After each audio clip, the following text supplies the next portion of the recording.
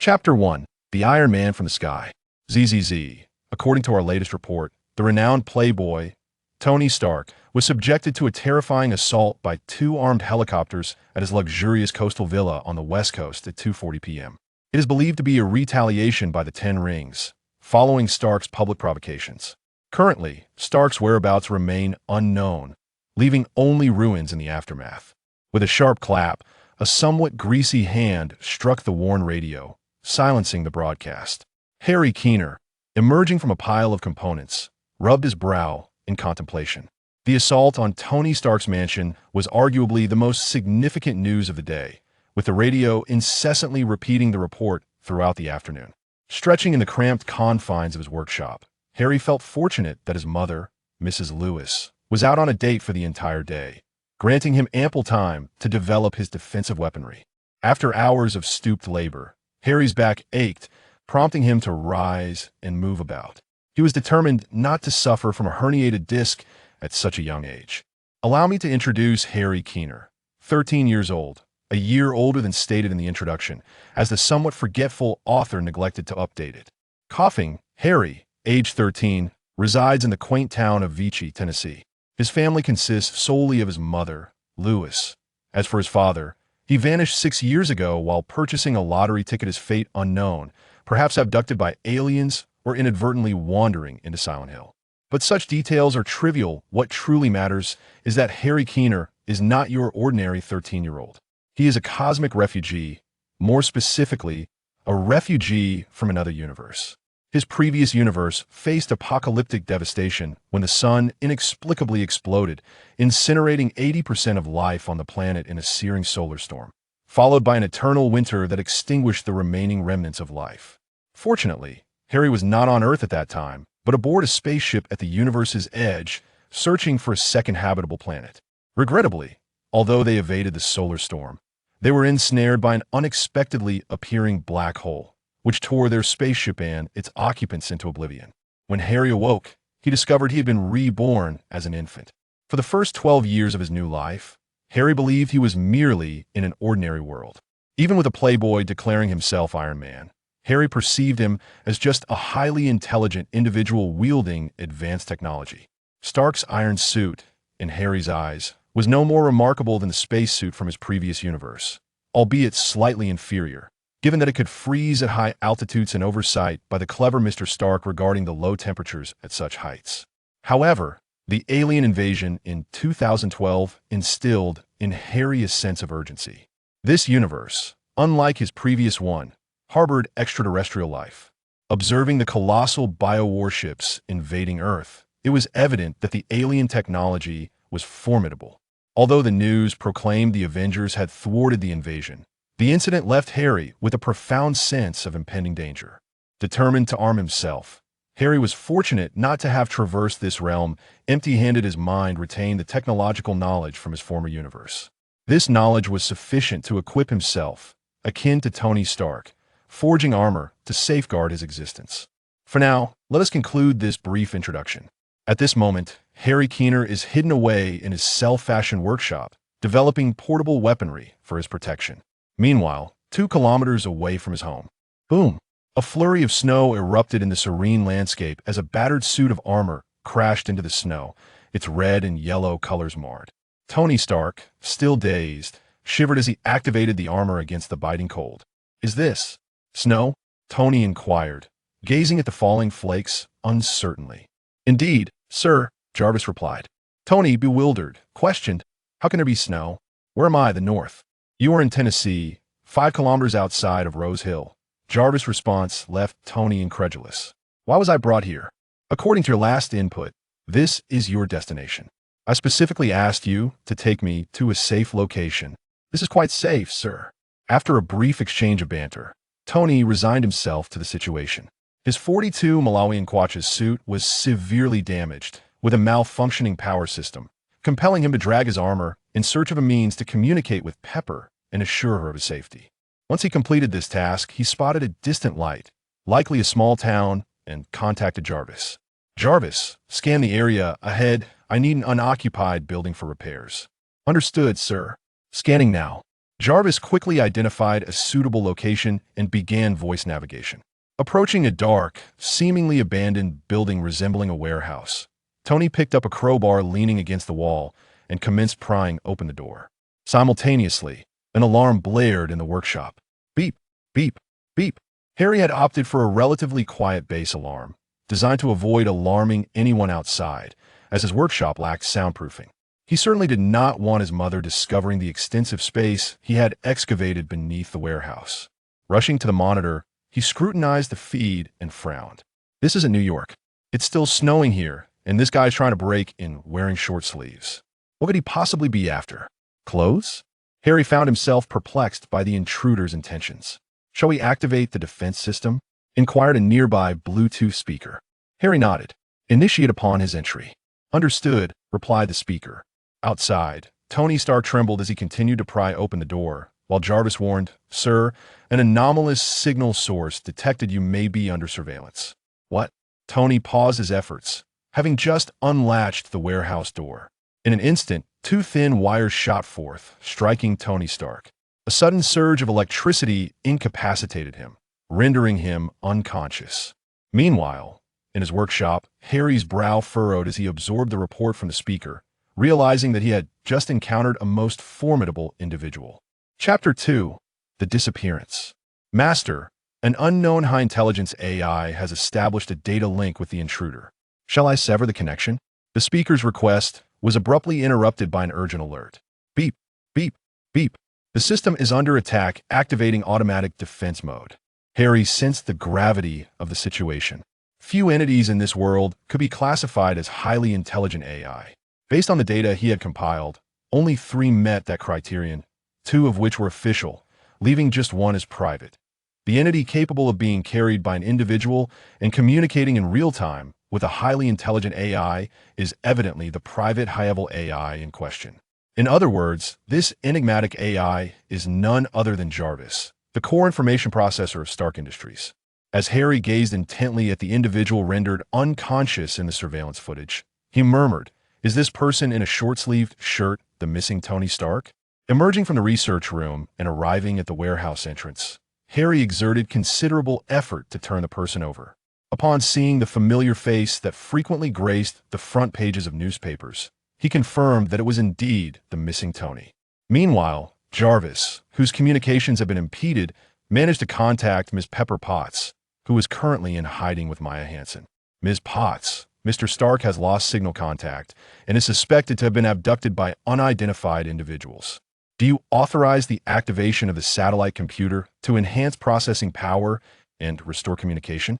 Although Jarvis faced interference from the intruding AI, which, despite its high intelligence, lacked sufficient data from Harry. Additionally, the computational power of Harry's created machine was limited due to its equipment, rendering the intruding AI ineffectual against Jarvis. Fortunately, Jarvis did not have a separate chip on Tony, and their connection relied solely on data flow, allowing the intruding AI to use data corruption to obstruct communication between Jarvis and Tony. Resolving this interference was straightforward for Jarvis. He merely needed to amplify his computational power to break through the data corruption. However, increasing computational power required authorization, which could only be granted by Ms. Potts in Tony's absence. What? Tony is missing? What happened? Ms. Potts, driving at the time, felt a surge of panic, nearly losing her grip on the steering wheel. Although Jarvis had developed some emotional capacity, it refrained from comforting her and simply reiterated, Do you authorize the activation of Satellite Computer 1? Authorize it, of course. Hurry, Jarvis, find Tony. Ms. Potts responded in a flurry. With authorization secured, Jarvis promptly connected to Satellite Computer 1, significantly boosting his processing power, allowing him to effortlessly breach the data obstruction. Hey, wake up, Harry said, gently tapping Tony's face. Initially, he considered dousing him with water, but given that this individual had recently saved the world, such treatment seemed rather ungracious. Ultimately, he opted for a light touch to rouse Tony. Where am I? Tony Stark, feeling a blend of hunger, fatigue, cold, and the remnants of an electric shock, perceived the day as a nightmare from which he yearned to awaken, hoping life would revert to its previous state. However, reality proved otherwise. As he slowly opened his eyes, He was met with a dilapidated room that starkly contrasted his usual surroundings. What was I doing? As Tony's thoughts began to coalesce, the dismal memories of the day flooded back, and he recalled his current predicament. His gaze wandered until it settled on the small boy before him. "Hey boy, is this your home?" "Well, to be precise, this is my family's warehouse," Harry replied, nodding. It seemed Tony was regaining his senses. "Why is there a stun device in your family's warehouse? What about your parents? Don't they fear you could get electrocuted? They are certainly negligent parents." True to form, Tony Stark's initial words were less than charming. Harry regarded Tony with an impassive expression and responded coolly, "My mother is out on a date tonight, and as for my father, he went out to buy a lottery ticket. I assume he must have one, otherwise, he should have returned 6 years ago." Sorry, kid." Tony's expression faltered as he realized his words had inadvertently struck a nerve. "Oh, the illustrious Tony Stark is actually apologizing?" Harry raised an eyebrow, incredulous, a reaction that caused Tony's lips to twitch. "Hey, I'm starting to dislike you." "I don't care," Harry retorted. "All right, kid, can you tell me where this place is? You must know, right? Surely your intelligent AI wouldn't abandon you," Harry replied. It was then that Tony noticed the eerie silence surrounding him, prompting him to call for Jarvis. After 2 unsuccessful attempts to summon him, Tony grew anxious, but on the 3rd call, he finally received a response. "Jarvis, what's going on? Why didn't you respond earlier?" "Apologies, sir. I recently encountered an unidentified data entity that obstructed my communication signal." "An unidentified data entity?" Tony's alertness surged. His current condition was precarious, his suit was damaged and unusable, and his combat capability was only marginally superior to that of the child before him. In this state, encountering one of Madame Mask's henchmen could spell disaster. With that thought, Tony urgently commanded Jarvis, "Damn it, it wouldn't be the work of that Madame Mask, would it? Jarvis, immediately locate the source of that unidentified data entity." "Actually, sir, the signal emitter of that data entity is merely 5 meters away. Do you require assistance?" 5 meters? That should be visible to the naked eye." Tony's wary gaze scanned the dilapidated warehouse, only to find nothing but a Ford devoid of an engine and no mechanical apparatus in sight. "Wait, the child before me." Tony suddenly recalled a discrepancy. He had previously instructed Jarvis to search for human heat signatures, confirming the house was empty before he entered. If there was no one, then where did this child come from? Fixing his gaze on Harry, Tony asked tentatively, "FBI or S.H.I.E.L.D.? Instinctively, Tony felt that this boy, who might not even be a child, but rather a dwarf, could potentially be affiliated with an official agency. After all, Tony found it hard to believe that an ordinary child could evade detection from Jarvis. Chapter 3. Would you like to be my Robin? Do you really think someone my age could be a secret agent? Harry gazed at Tony, who was lying awkwardly on the sofa, unable to comprehend why the other would entertain such a bizarre notion. Tony smirked. "Perhaps you might be the one resembling a dwarf.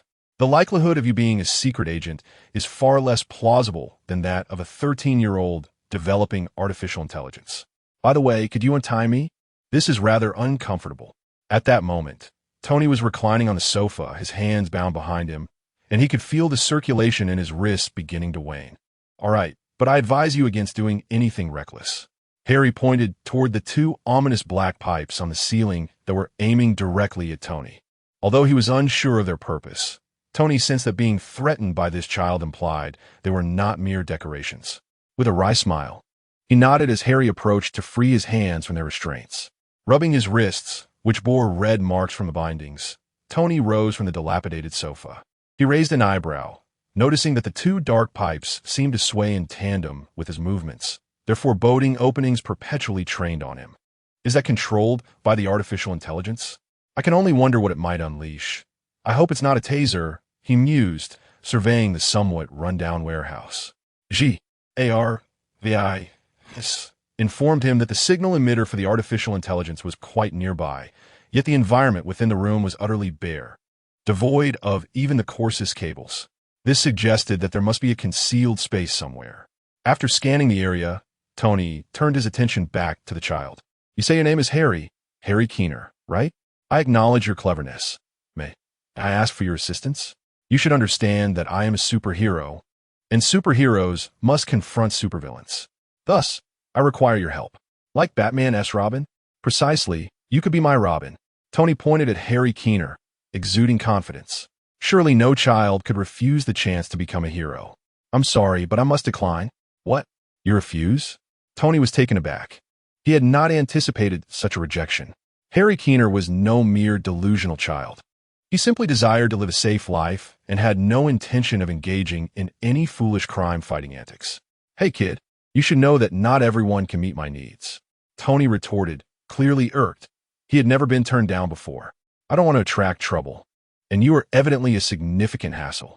If I recall correctly, you declared war on terrorists this morning and faced retaliation this afternoon, endangering even your girlfriend.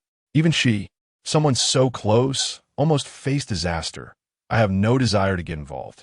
Harry's words pierced Tony Stark's heart like a dagger, darkening his already displeased expression. Hey, I protected them. I didn't let them get hurt. Tony shouted in a fit of frustration. While he spoke thus, he was acutely aware that if not for his recklessness, Pepper would never have encountered such peril. It was precisely his guilt that fueled his outburst, as he sought to alleviate the burden of his remorse. Harry frowned, clearing his ears. At that moment, he felt no fondness for the current Tony. Observing the flushed and agitated state of Tony, he coldly remarked, rather than yelling at me here, why don't you go protect your girlfriend? You are currently unaccounted for. And while those terrorists cannot find you, they may well capture your girlfriend to coerce you into appearing. Upon hearing this, Tony was immediately drenched in cold sweat, realizing he had been so preoccupied with finding a place to repair his armor that he had neglected Pepper's safety. As Harry Keener pointed out, it was highly probable that the terrorists would seize Pepper to threaten him. With that thought, Tony promptly commanded JARVIS to locate Pepper. He had installed a subroutine in Pepper's vehicle, but that very subroutine was now rendered inoperative, as her car had been completely totaled. I'm sorry, sir, but Ms. Potts is out of contact. Then find her immediately. Use every Stark Industries satellite at your disposal to locate her. Tony's face turned crimson as he shouted. Feeling dizzy and weak as he collapsed to the ground, his anxiety disorder had unfortunately flared up at that moment. Is he sick? Why is he fainting again? Harry thought, bemused, as he watched Tony crumple to the floor. Suddenly, a tattered wooden crate in the corner of the warehouse began to tremble in a dark, rotund figure resembling several rubber tires stitched together emerged from the crate. However, its inflated body was so round that it became stuck halfway inside the box. The tire-like figure, with its two exposed, bulbous arms, struggled unsuccessfully to extricate itself from the crate. After several futile attempts, it simply dragged the crate over to Harry. Beep beep. Medical Robot K3 at your service. The patient is suffering from severe generalized anxiety disorder. Please seek a qualified psychotherapist for medication-assisted treatment. If needed, K3 can directly dial emergency services or schedule an appointment with a therapist. Please select a price point you can afford. Professional therapists start at $3,000. The dark medical robot moved closer to Harry, scanning the unconscious Tony before launching into a lengthy monologue. Harry, exasperated, stepped forward to deactivate its startup sequence. This medical robot was merely an experimental product from the development of artificial intelligence, and one could easily discern from its dialogue that it was a rather inept creation. Originally envisioned to possess autonomous medical capabilities and become a genuinely useful medical robot, it had instead devolved into a complete failure, capable only of scanning bodily conditions and dialing for help. Yet, for reasons unknown, this robot, which should have been shut down, suddenly activated. Was it triggered by some keyword? As Harry pondered this, the previously deactivated K3 medical robot astonishingly rebooted. However, this time, the robot did not resume scanning or reporting health conditions. Instead, it directed a request at Harry. Chapter 4. Intelligent Life. Greetings, sir. I am Mr. Stark's intelligent butler, Jarvis. The moment the medical robot K3 spoke, Harry's expression shifted dramatically. He had never anticipated that the intelligent AI developed by Tony Stark would directly infiltrate the robot he himself had created. Although K3's intelligence was not particularly advanced, any sufficiently sophisticated AI could breach his firewall and invade its core.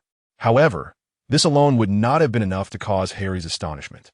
The real reason for his shock lay in Jarvis's autonomy.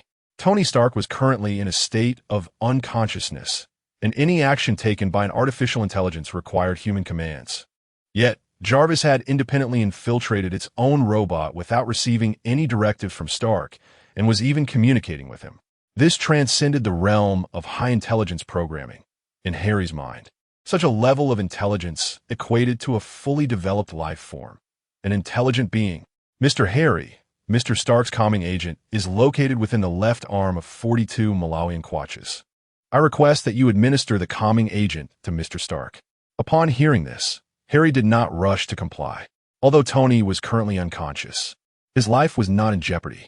What captivated Harry's attention was this advanced intelligent life form that had invaded and taken control of his medical robot. You are requesting my assistance? Is Mr. Stark teaching you to invade others' domains to solicit help? I apologize, sir, for my actions. However, Mr. Stark is in urgent need of treatment. The fact that Jarvis could apologize indicated a remarkable level of intelligence, far surpassing that of his current rudimentary AI. Harry gazed at the K3 robot, which bore the exterior of K3 but housed the core of Jarvis, nearly drooling with envy. Just as Harry contemplated further probing Jarvis, the warehouse's intercom crackled to life with the voice of his rudimentary AI. Master, the data reserves of the rudimentary AI are full and require an upgrade.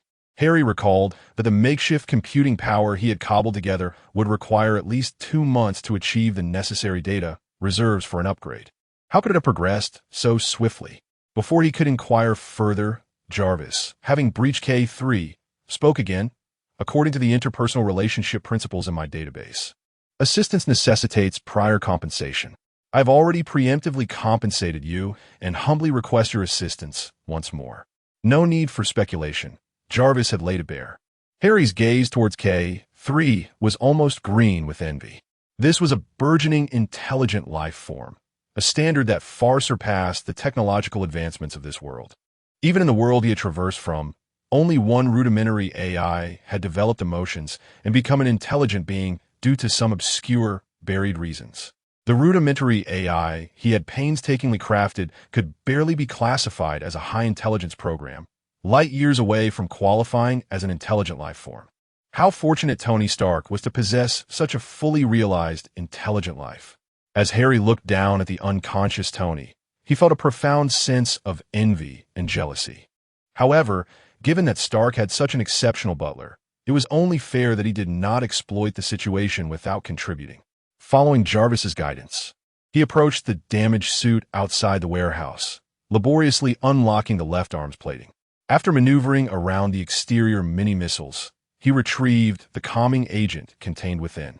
The calming agent's effects were evident. Within mere seconds of administration, Tony's contorted expression began to relax. Observing that Tony would not awaken anytime soon, Harry felt it inappropriate to leave him exposed.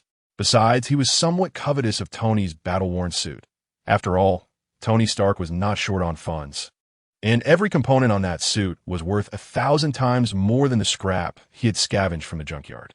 Harry pondered whether he could discreetly procure a couple of parts before Tony regained consciousness.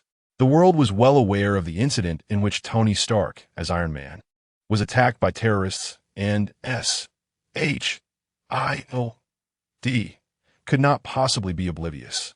Yet, curiously, SHIELD had taken no action. It would be inaccurate to say there was absolutely no movement. At the very least, Nick Fury, the current director of SHIELD and founder of the Avengers, was in a foul mood. He stood outside the medical room, his expression dark, though, as a black man. Even his anger was not easily discernible. Inside the medical room lay Phil Coulson, a SHIELD agent who had previously been declared dead. How much longer until he awakens? Nick Fury's gaze bore into the unconscious form of Coulson on the hospital bed. This is uncertain. He could awaken tomorrow, or perhaps in 2 years, replied a green-skinned alien, resembling a goblin, standing behind him. This response did little to satisfy Fury. Turning to face the alien, he fixed his one remaining eye upon it, speaking in a low, grave tone. You did not say this initially. I merely stated that he could be revived, but I did not guarantee when he would awaken. As you can see, His vital signs are stable. He is indeed alive. Fury's expression turned icy, yet he refrained from further comment, returning his focus to Coulson. The demeanor of these Skrulls had shifted. It was no longer the same as when he had sought refuge. Was their dissatisfaction a consequence of his failure to fulfill promises made long ago? Fury found himself uncertain. Yet he did not wish to prolong the standoff. He still relied on these Skrulls, especially now that he was SHIEL-DS director. His control over the agency remained insufficient. What he once assumed was merely a slow transition had now stretched over decades, leaving him in charge of only those he had personally appointed. This was troubling, very troubling. Fury felt compelled to investigate, but personnel were scarce. The movement of senior agents like Barton and Natasha would attract scrutiny. He needed a figure to divert attention, allowing Natasha and her team to investigate in secrecy. Fortunately, such a figure had already presented itself. Who could attract more attention than Captain America, the beacon of justice? The recent attack on Tony Stark, coupled with SHIEL-DS lack of any warning, intensified Fury's resolve to probe into internal affairs. He turned away from the medical room, understanding that while the Skrulls had not specified when Coulson would awaken, they also had not ruled out the possibility of his revival, only that it might take a while. Nick Fury was prepared to wait. Chapter 5. Killian's Revenge. Oh, Potts, look at the person you've chosen. She can't even protect herself. Killian's fingertips traced Pepper's cheek, a smug smile adorning his face. Pepper turned her head, attempting to evade Killian's hand, but her body was restrained on the apparatus, leaving her no room for escape. Nevertheless, the feisty Pepper was not one to be toyed with easily. As Killian's fingers glided from her cheek to the corner of her mouth, she suddenly opened her mouth and bit down fiercely, unyielding and resolute, clamping down on Killian's palm. The unexpected turn of events caused the bodyguards behind Killian to tense up, drawing their weapons and aiming at Pepper. "Hey, don't be so tense. Lower your weapons." Killian raised his left hand slightly, signaling for his men to lower their guns. He had no desire for his subordinates to accidentally discharge their weapons and fatally harm Pepper. After calming his men, Killian looked at Pepper, who still held onto his hand, intrigued despite the blood seeping from the wound. It seemed as though he felt no pain at all. Instead, he chuckled and remarked, "Indeed, you are Pepper. I've heard Tony often refers to you as Little Pepper. How fitting. No wonder Tony's been in fewer scandals these past few years." As Killian spoke, a crimson glow began to emanate from his arm, subtly spreading to his palm. The rapidly increasing temperature soon compelled Pepper to release her bite. Her eyes widened in astonishment as she observed the wound she had inflicted on Killian's hand heal almost instantaneously. Responding to her astonished gaze, Killian said, "Isn't it marvelous? This is the result of my research, humanity's glorious evolution." He turned and retrieved a gleaming silver syringe from the nearby apparatus, the cold needle gliding over Pepper's arm. What a magnificent invention! Yet Tony Stark, in his arrogance, dismisses it entirely. I will make him regret his hubris. Tony's intellect is beyond your grasp. If you were to present this research to him and he chose not to engage, it would undoubtedly be due to the significant flaws within your study. Despite the perilous situation, Pepper continued to defend Tony Stark, which genuinely astonished Killian. While it's true you are excessively devoted to Tony Stark, you are correct. This research is indeed remarkable, but it harbors considerable issues. If the human body overheats, my extremist virus could spiral out of control, transforming the host into a ticking time bomb. This dilemma has plagued me for quite some time, but I believe the clever Mr. Stark could certainly resolve this issue. "Tony would never assist you," she retorted. "You're right, just as he abandoned me on the rooftop. He has always looked down upon me, hasn't he? However, he may not help me, but he will undoubtedly rescue you." With that, Killian plunged the syringe violently into Pepper's arm, the brutal motion eliciting a pained gasp from her. Hearing her cry, Killian squinted, pressing his index finger to his lips, whispering, "Keep it down. This is just the beginning. The extremist virus will unlock the power within your body, transforming you into a superhuman. However, the process is excruciating. Your cells will decompose and reconstitute, as though swarms of ants are gnawing at you. But this is merely the onset. I advise you to endure. Of course, the pain is merely an appetizer. After this, it will all hinge on luck. If fortune favors you, you will join us in this glorious evolution, gaining boundless strength and the ability to withstand molten temperatures. But if luck is not on your side, you will boom. As Killian spoke, he opened his palm, mimicking the explosion of a balloon, watching with glee at Pepper's suffering. Just like this. It hurts, doesn't it? I must record your expression to show Tony. I believe for the sake of his beloved, he will address the dangers of the extremist virus, provided he truly loves you. Meanwhile, Tony Stark was slowly regaining consciousness, uncertain if the sedative was still affecting him. Upon awakening, he felt remarkably composed, even when confronted with the disassembled remains of his 42 Malawian Quatches. Admittedly, seeing his armor in such disarray caused a slight irregularity in his heartbeat. "Ah, you're awake. Care for a bite? I brought a beef burger," said Hallie, who was nestled amid the scattered parts of the 42 Malawian Quatches, greeting Tony without a hint of remorse for dismantling his belongings. Tony rubbed his stomach. The mention of a beef burger piqued his appetite. Following Hallie's direction, he seized the burger and voraciously took a bite while surveying his surroundings. The environment was confined, with makeshift metal panels haphazardly welded together, chaotic cables strewn across the corners, and the dim glow of a salvaged fluorescent light casting an uninviting hue, an ambience reminiscent of an unlicensed workshop. After hastily devouring the burger, Tony raised his hand, causing the 42 Malawian Quatches parts on the ground to tremble momentarily before falling still. The residual charge in these components is insufficient. If you continue to experiment, you'll drain the last bit of power, Hallie said, gripping the hand joint of the 42 Malawian Quatches, his focus unwavering. He was intent on removing the energy core from the hand, which could regulate power output for both amplifying the cannon and focusing the beam, precisely what he required. Tony sighed. "Could you refrain from dismantling it further? If you continue, even if it regains power, it will be useless." "Well, it's already ruined. These scraps are perfect for repurposing. Just have your JARVIS send you a better one," Hallie replied, continuing his work. Tony felt exasperated. How could this kid not feel the slightest embarrassment for his actions? Noticing Hallie's indifference, he decided to focus on his own tasks, just as Hallie suggested. He needed JARVIS to send him a new suit. On the makeshift control panel, there was a contraption resembling a computer, though it was merely a makeshift television set, black and white, serving as a display, while the main unit resembled an old radio casing, outfitted with gaming cartridges as memory. Tony glanced at it, quickly averting his gaze, despite its unimpressive appearance. The system functioned surprisingly well. He typed away at the code, asking the boy, "Did you assemble all this yourself?" "Of course. This is my secret base. You can stay for one night, but you mustn't tell anyone when you leave." Chapter 6. Pursuit. Tony did not linger overnight in Harry's secret base, which was essentially the underground garage. In fact, he hastily consumed a hamburger before preparing to depart. Time was of the essence for him. He needed to locate Mander as swiftly as possible. After all, Pepper had gone missing, and the sooner he found Mander, the sooner Pepper would be safe. Harry, however, was not particularly concerned about Tony's departure.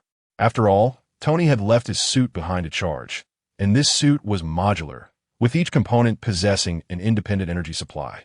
Although Tony mentioned having Jarvis send a new suit, he had not abandoned the idea of utilizing this one. Moreover, Tony was merely heading into town to seek out clues, a location he had already identified that morning. Seeing Tony's determination, Harry chose not to intervene. He had just acquired what he desired and was now poised to develop his weaponry. Tony was an adult. He hardly needed Harry's concern. For reasons unbeknownst to him, Tony's endeavors were unexpectedly smooth. He initially intended to visit a bar to gather information, only to find that a relative of a bomb incident was already waiting there. Although she was not expecting Tony, she mistakenly assumed he was the individual she awaited. The serendipity of the situation led Tony to wonder if Lady Luck had finally taken notice of him.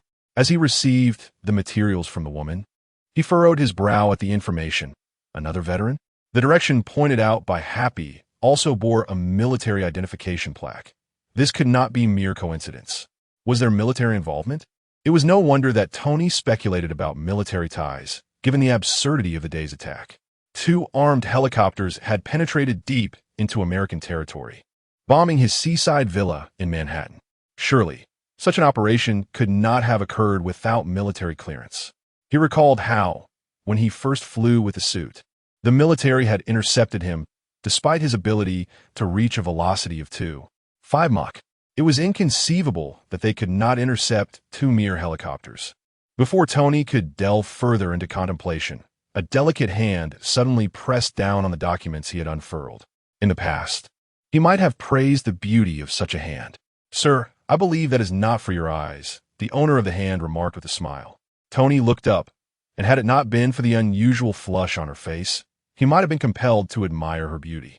Unfortunately, this enchanting woman seemed far from ordinary. The flush on her face pulsed, and the sudden rise in temperature ignited the paper documents in an instant. The elderly woman who had handed over the materials quickly reacted, dashing out of her seat and fleeing towards the bar's exit. The flames that erupted drew the attention of a somewhat portly sheriff stationed by the bar. He placed one hand on his holstered weapon and pointed at the woman with the other, warning, "Hey, arson is not tolerated here." The woman narrowed her eyes, and as the sheriff approached, she swiftly turned, seizing his arm and tossing him aside. The sight left the bar's patrons in shock. The sheriff, who appeared to weigh at least 200 pounds, had been effortlessly hurled by the slender blonde. Well, perhaps not effortlessly, as the bar counter crumbled under the impact. This abrupt spectacle sent the bar's patrons into a frenzy, and Tony, recognizing the danger when the blonde turned, seized a nearby iron military plaque and leapt through a window. He was not foolish enough to remain there, stunned. The blonde, upon witnessing Tony's escape, did not rush after him. Instead, she calmly observed his retreating figure, a smile curling at her lips. Tony could not evade her, for a true madwoman awaited him outside. As Tony leapt through the window, he briefly assessed his surroundings and bolstered his resolve to run. He dared not glance back, fearing that even a fleeting look could allow the terrifying woman to close in on him. However, perhaps Lady Luck had turned her gaze away, for in his frantic flight, he collided with someone. It felt as if he had crashed into a wall of flesh, sending him sprawling. The individual he collided with barely swayed, lightly brushing off the wrinkles from their clothing before grinning maliciously at the fallen Tony. Tony's expression stiffened as he recognized the faint glow on the person's face. He knew this was another individual akin to that strange woman.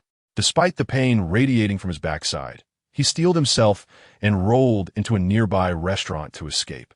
The figure in black entered the restaurant at a leisurely pace, reminiscent of a cat toying with its prey, relishing the chance to witness Tony's desperate struggle before ultimately capturing him. Hiding in the restaurant's kitchen, Tony listened to the approaching footsteps. His heartbeat raced, yet he remained composed. Should he be grateful for his adversary's arrogance? A wry smile crept onto Tony's weary face as he checked the time on his children's wristwatch. He promptly yanked open the freezer door. The microwave within chimed, indicating that the temperature had been reached, and the iron plaque he had inserted sparked before erupting like a bomb with a resounding explosion. The blast engulfed the figure in black, and the tremendous shockwave sent Tony flying backward, despite using the freezer door as a shield.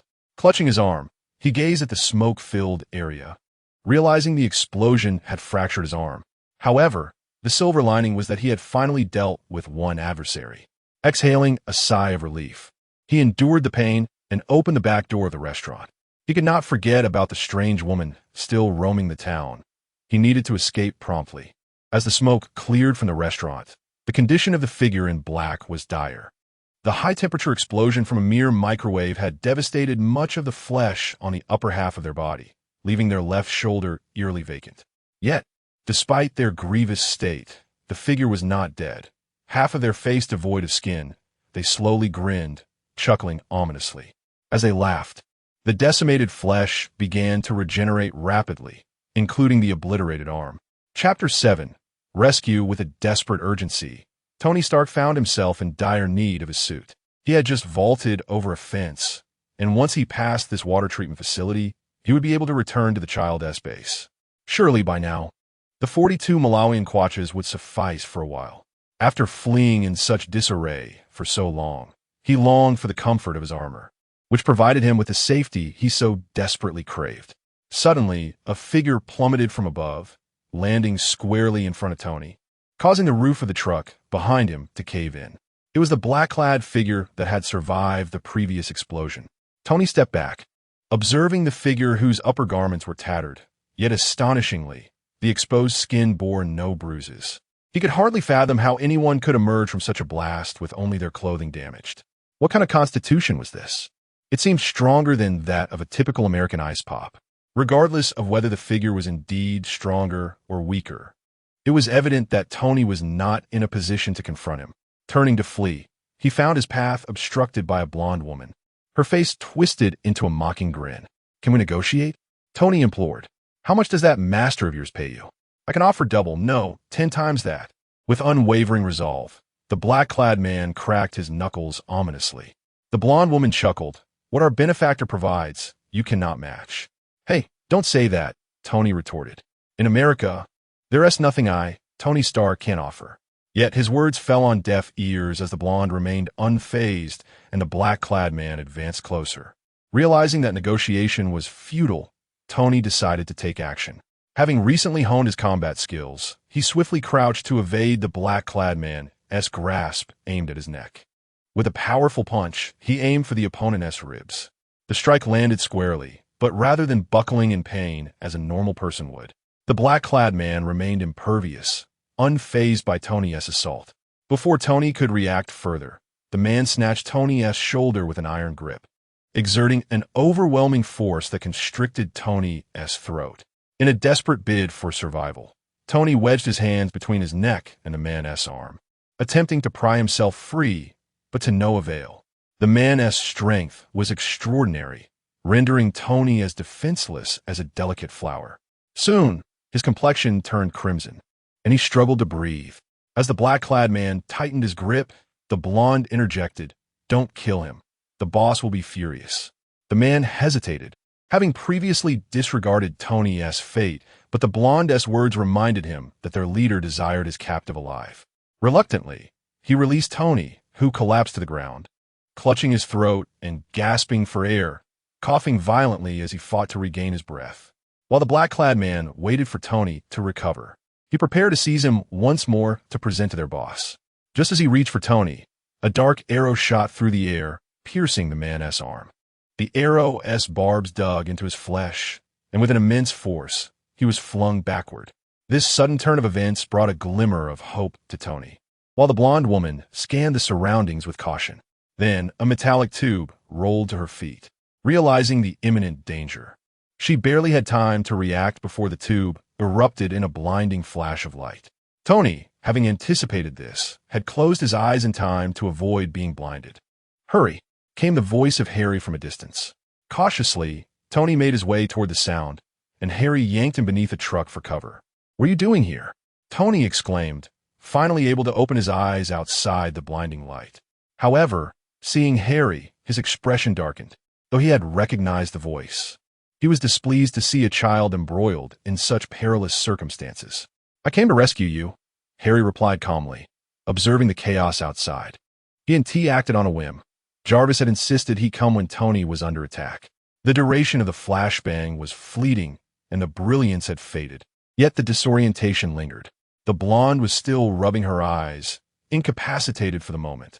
Seizing the opportunity, Tony attempted to pull Harry away, but as soon as he stirred, the blonde discerned their location and instinctively hurled a rock in their direction. Her strength was formidable. Tony vividly recalled how effortlessly she had dispatched a hefty opponent. The rock struck the metallic wall with enough force to create a significant dent, sending Tony scrambling back beneath the truck to avoid its impact.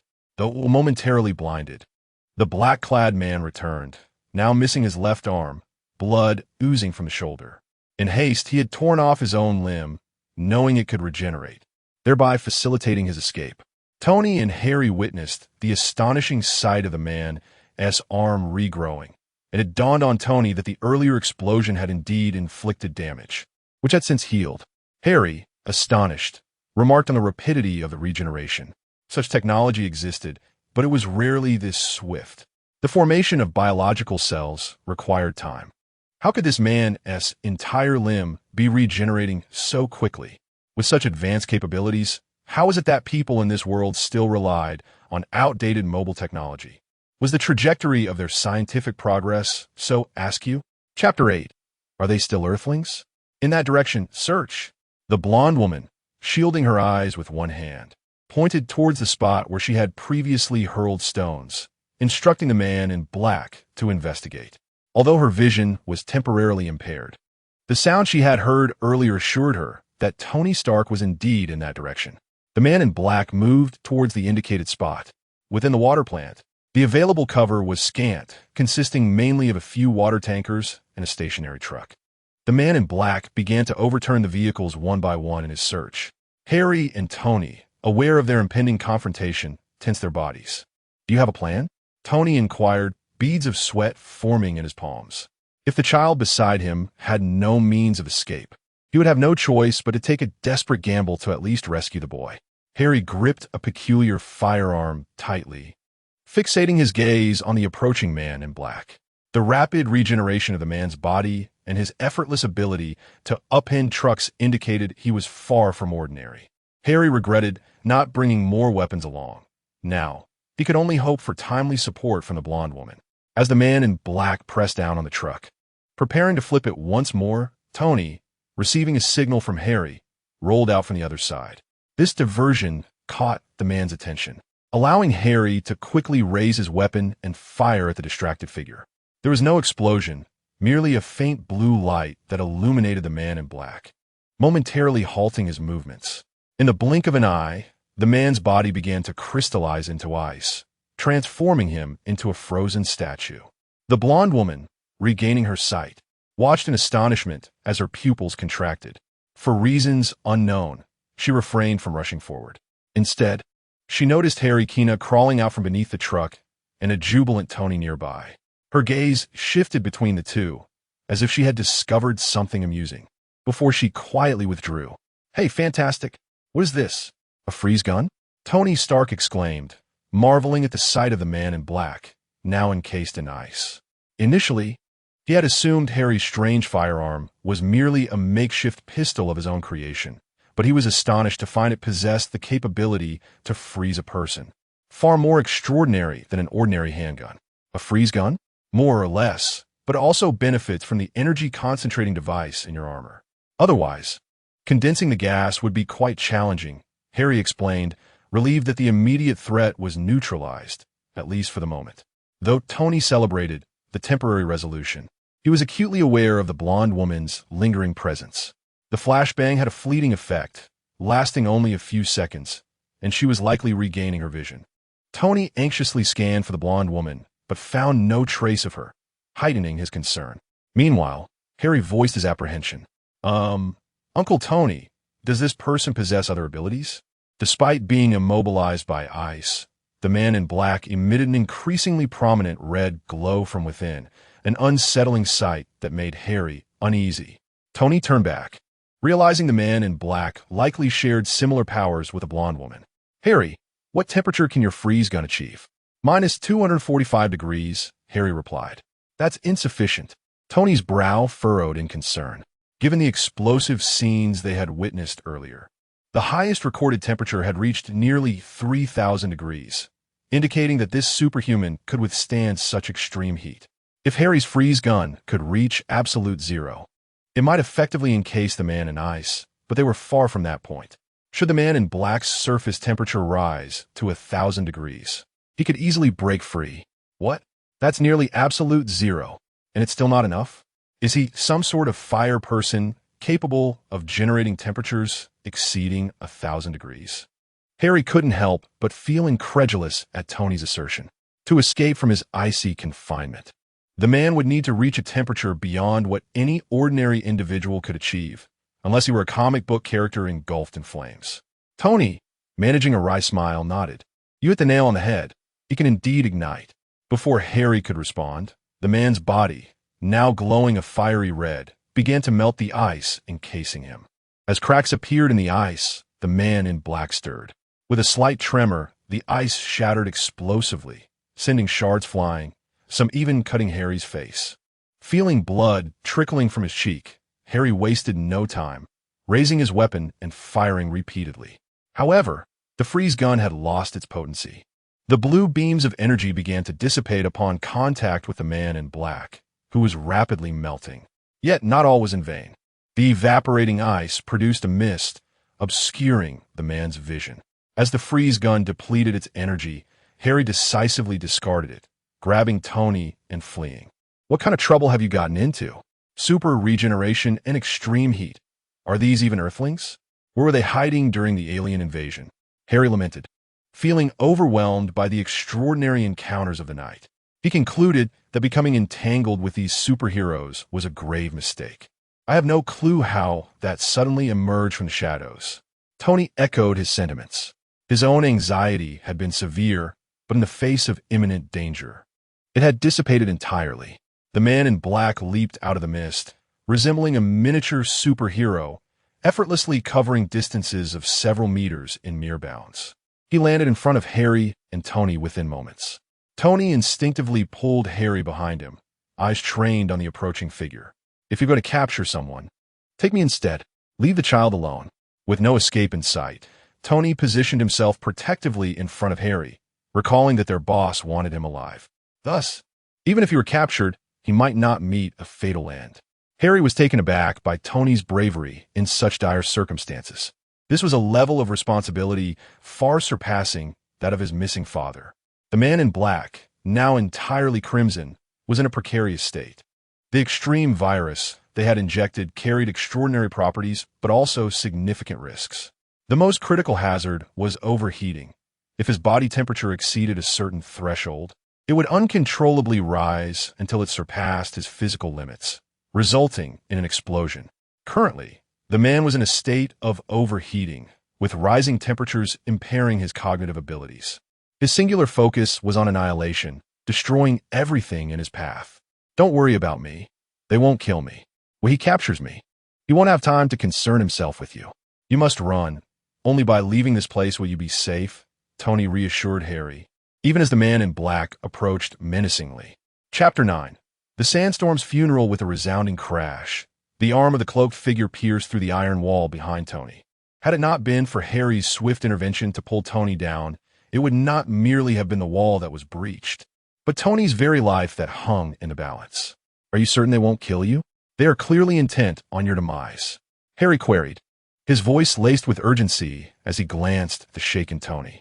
Just moments ago, Tony had narrowly escaped death, left bewildered by the sheer madness of the assailant before him, who had previously indicated a desire to keep him alive. He must have lost his mind, Tony exclaimed in frustration, propelling himself forward to evade the grasp of the black-clad figure. Yet, despite his efforts, Tony's movements lacked agility, and while he managed to evade the initial reach, his ankle was seized. The cloaked figure yanked Tony upwards with alarming strength. Hey, you had better let me down. Before he could finish, Tony was flung violently against the wall, the impact forcing a painful cough from him, a stark realization dawning upon him akin to the feeling of being pummeled by Hulk, Thor's brother.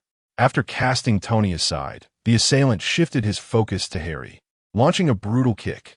Thankfully, Harry's smaller stature allowed him to narrowly escape the blow with a quick roll.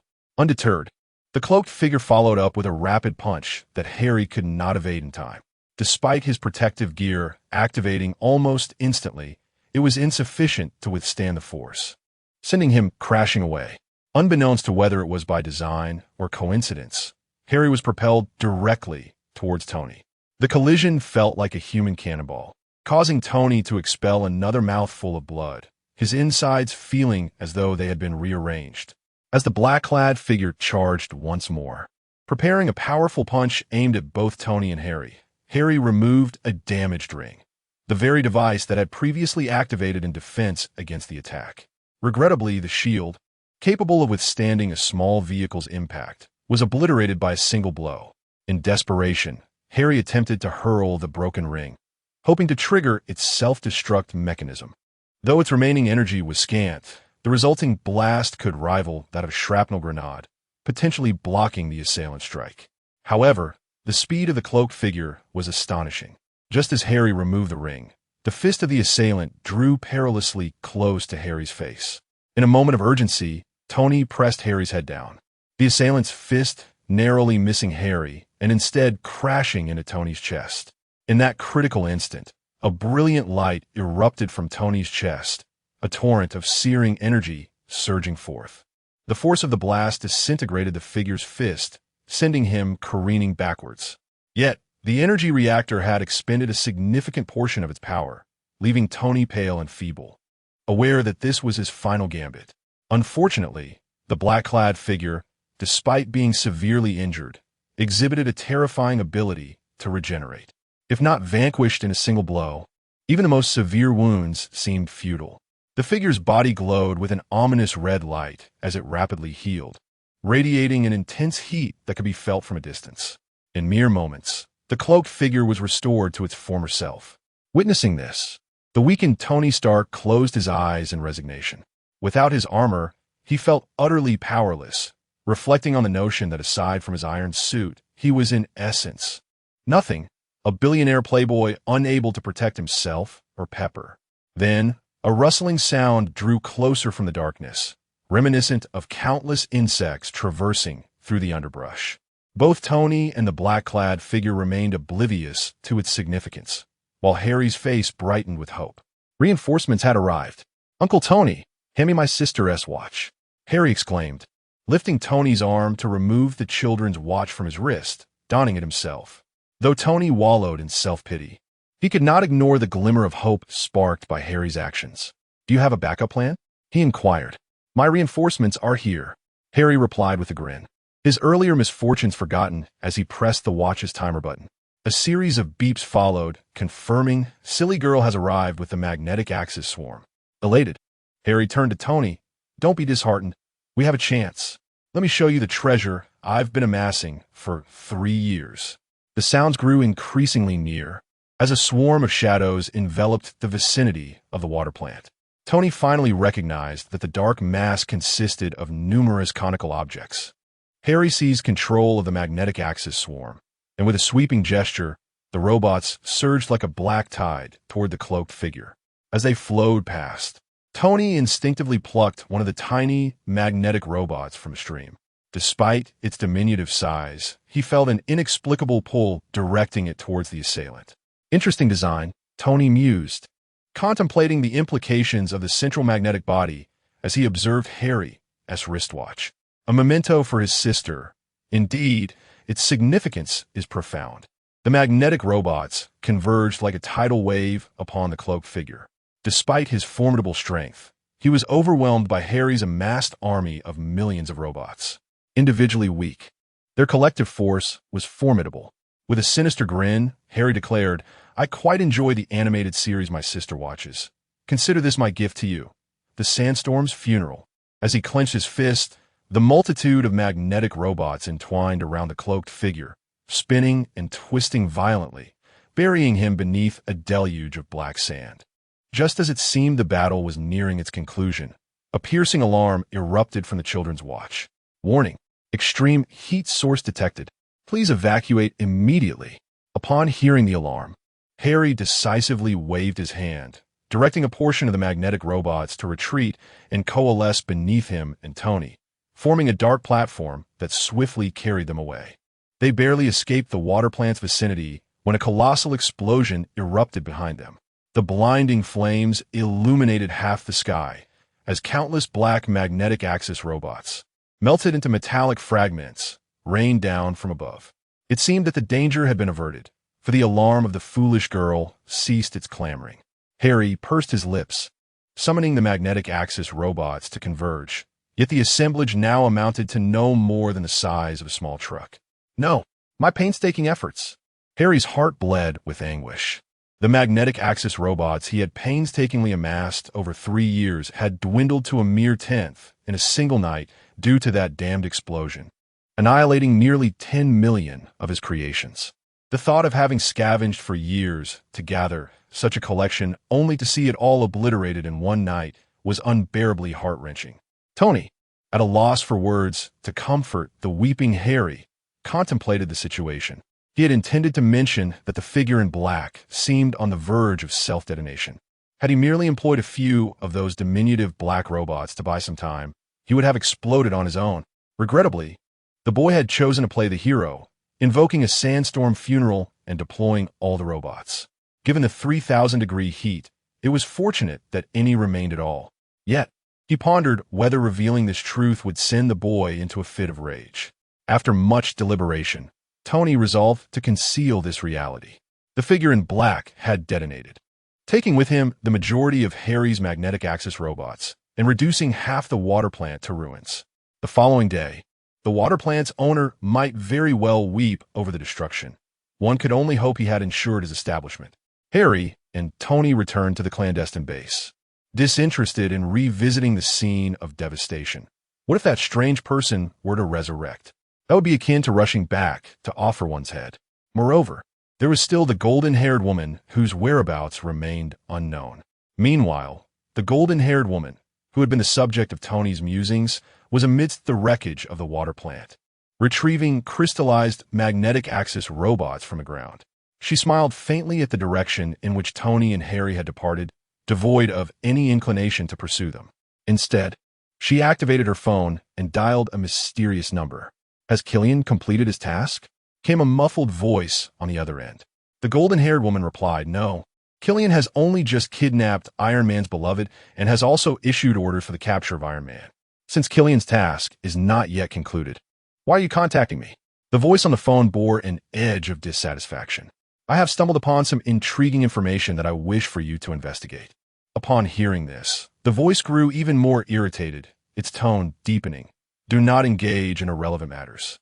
Your current mission is to facilitate the meeting between Tony Stark and Killian.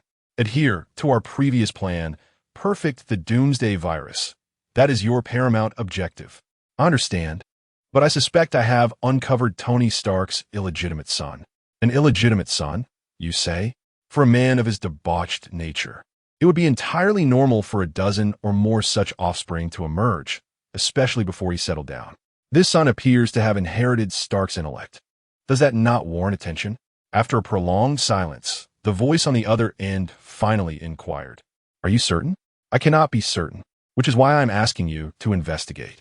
Regardless of whether he is indeed Stark's illegitimate child, given his current display of capabilities, I believe it is imperative for our organization to consider his inclusion."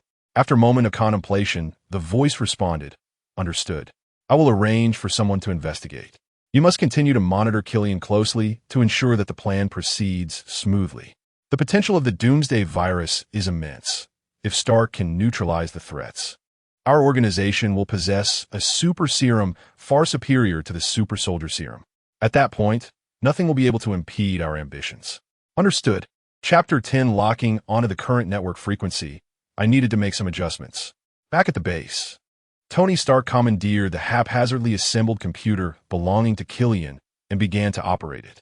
Though Killian's computer was connected to the internet to pinpoint the location of the Mandarin, Stark needed to access the central network of Stark Industries to secure that information. "Go ahead. I'm not concerned with these matters right now," Tony said dismissively, as Killian had yet to recover from the significant loss he had endured. His fingers danced across the keyboard, and after connecting to Stark Industries' central network, he established a communication channel with JARVIS. With the destruction of the Manhattan residence, he would have to start reallocating resources from his Upper East Side apartment. Before tracking down the Mandarin, he first needed to investigate Killian's AIM technology company. He recalled that the file he had previously examined bore his company's logo, a distinctly recognizable emblem that Tony would never overlook. While he was searching for the signal source of the Mandarin's threatening video, he instructed JARVIS to look into the affairs of Killian's company, which swiftly yielded a response. All involved in AIM's biological experiments? This cannot merely be coincidence. Is Killian also an underling of the Mandarin? Tony's brow furrowed as he remembered that the U.S. government had seemingly modified his Iron Man suit, with AIM being the company responsible for those alterations. Realizing this, Tony promptly instructed JARVIS to contact Rhodey. The connection was established swiftly, as Tony's friend, Rhodey would always answer Tony's calls, regardless of the circumstances, even if he were currently on a mission. "It sounds quite noisy on your end," Tony noted, hearing the sounds of conflict. "Oh God, thank heavens you're all right." "Just hold on. It will quiet down soon," Rhodey replied, initially believing he was hallucinating upon seeing Tony's call. He was indeed on a mission related to the Mandarin's intimidating video, a provocative act against U.S. authority, which naturally warranted a response from the government.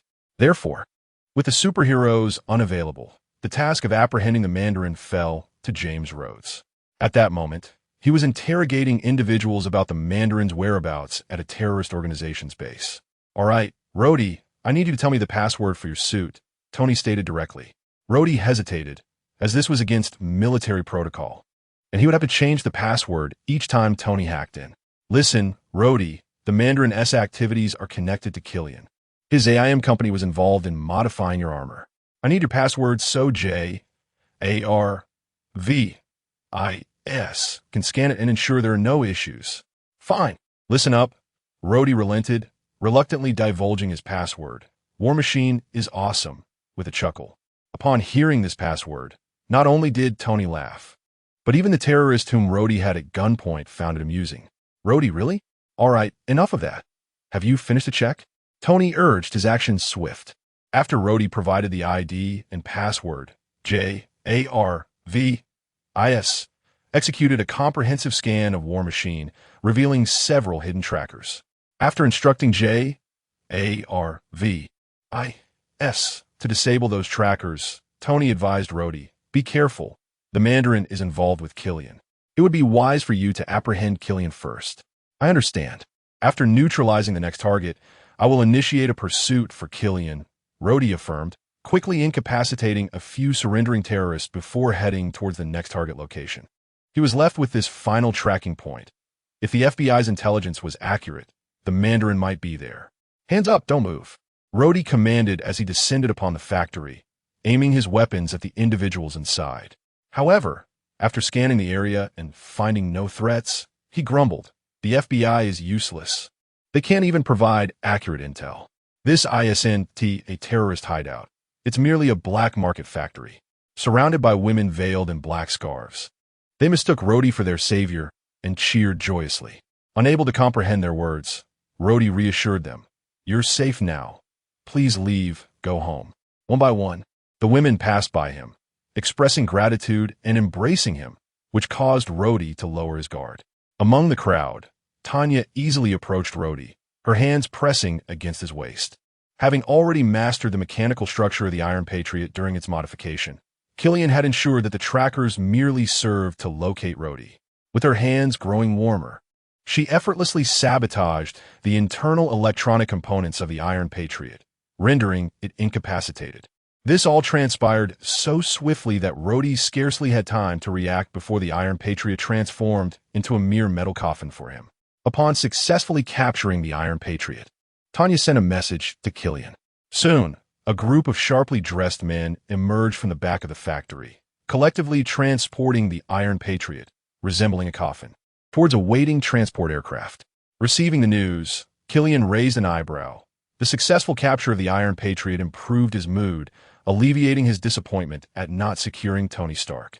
Behind the transparent glass of a laboratory, Pepper Potts, injected with the extremist virus, was still resisting the effects within her body. Observing this, Killian was somewhat astonished. If the fusion of the extremist virus was incompatible with the host, it would soon provoke adverse reactions and potentially explode. Conversely, if no negative reactions occurred within an hour, it indicated that the host was suitable for the virus. Killian had not anticipated that this little pepper would perfectly adapt to the extremist virus. Initially, he intended to inject inert gas to mitigate any adverse reactions should Pepper exhibit them, allowing him time to capture Tony. However, this outcome was favorable. At least he would not waste the costly specialized inert gas. After observing Pepper for a while, Killian prepared to meet the Iron Patriot. Chapter 11. Sometimes subordinates inexplicably act foolishly. Before even entering the basement, Killian could hear the jarring sound of cutting. Upon hearing it, he sensed trouble. Upon entering, he discovered, indeed, one of his subordinates was making a blunder. He was attempting to cut the Patriot armor with a cutting machine. Good heavens! What a foolish pig! Killian was rendered speechless. Anyone with common sense would know that the Iron Patriot was crafted by Tony Stark, utilizing specially configured superalloys. How foolish must one be to think that a cutting machine meant for steel plates could penetrate armor forged over millions? Infuriated by the stupidity of his subordinate, Killian approached and delivered a swift kick to the foolish worker, who was engrossed in his endeavor. Fortunately, Killian restrained his strength, for otherwise, that kick could have obliterated the fool. "Idiot, what are you doing?" he barked. The bewildered subordinate stammered, I'm trying to open this armor." "Who told you to use that contraption?" Killian retorted, already aware that the man was attempting to access the armor. What angered him was the choice of a cutting machine instead of a high-temperature welding torch. The subordinate, still dazed, glanced at the cutting machine and after a moment replied, "The screwdriver wouldn't work, so I had to use this." "A screwdriver?" Killian chuckled, incredulous that this fool even considered using one. Seeing the subordinate still looking at him in confusion, Killian felt his rage boiling over. "Get out. Go find accounting and take your wages for this month, then get lost." After dismissing the imbecile, Killian took a moment to rearrange his hair and breathe deeply to calm his fury. His gaze fell upon the despondent extremist soldier, Ashley, who was squatting like a simpleton in a stupor. His anger flared once more, and he tossed his white suit jacket onto Ashley's head. Rather than berating Ashley, he placed his hands on the Iron Patriot, much like he had with Tony before. The extreme heat could disable the Iron Patriot, and naturally, it would also force the occupant out. "Colonel Rhodes, I advise you to emerge willingly unless you wish to be turned into a barbecue." Killian's expertise in developing the extremist virus surpassed that of other extremist soldiers, and his capacity to generate extreme temperatures exceeded others as well. While others would overheat at temperatures of 1,000 degrees, he could escalate the heat to 2,600 degrees without risk of overheating. The escalating heat tortured Rhodes within the armor, yet even facing the prospect of being incinerated, he would never allow the Iron Patriot to fall into the hands of these terrorists. Alas, Tony's armor was equipped with safety mechanisms when the wearer faced lethal danger. It would eject the occupant. At that moment, the Iron Patriot triggered this very mechanism. However, Rhodes, a Marine Corps colonel, demonstrated remarkable reflexes. The instant the armor opened, he used the ejection force to throw a punch that struck Ashley squarely in the chest. This blow knocked down the extremist soldier. If only there had been one extremist soldier present, Rhodes might have had a chance to escape. Unfortunately, Killian was lurking nearby, ready to pounce. Seeing Ashley toppled, Killian's fury erupted. Flames spewed from his mouth, and even though Rhodes dodged just in time, his clothes were still singed by the flames. Extinguishing the fire on himself, Rhodes raised his hands above his head in surrender. Under normal circumstances, he would have fought back, but this was no ordinary opponent, who could spew fire and remain classified as normal. Meanwhile, in Miami, Tony Stark had pinpointed the exact location of the elusive Mandarin and was preparing to move out. Seeing his actions, Harry couldn't help but ask, "Are you really going over there empty-handed?" "Of course not. I have my armor." Tony raised his hand, and the Iron Man's suit, which had been charging, responded as if summoned, clinking and clattering as it enveloped him entirely. He grabbed the helmet, raised an eyebrow at Harry, and said, "Thanks for your help earlier, kid, but the upcoming situation is too perilous for you to participate. Stay here and watch the news. Iron Man will vanquish those vile terrorists." With that, he donned the helmet, and his body prepared for takeoff. Under normal circumstances, he would have launched smoothly. However, he seemed to have forgotten that while the propulsion components of his damaged suit were functional, the primary flight thrusters were broken, making flight impossible. Nonetheless, he could still emit some flames for effect. In this manner, Tony remained stationary, poised for flight for 1 second, 2 seconds. "Are you planning to just strike a pose and take them down?" "And this pose is hardly as impressive as Superman's," Harry remarked, breaking the silence as he observed Tony's inactivity.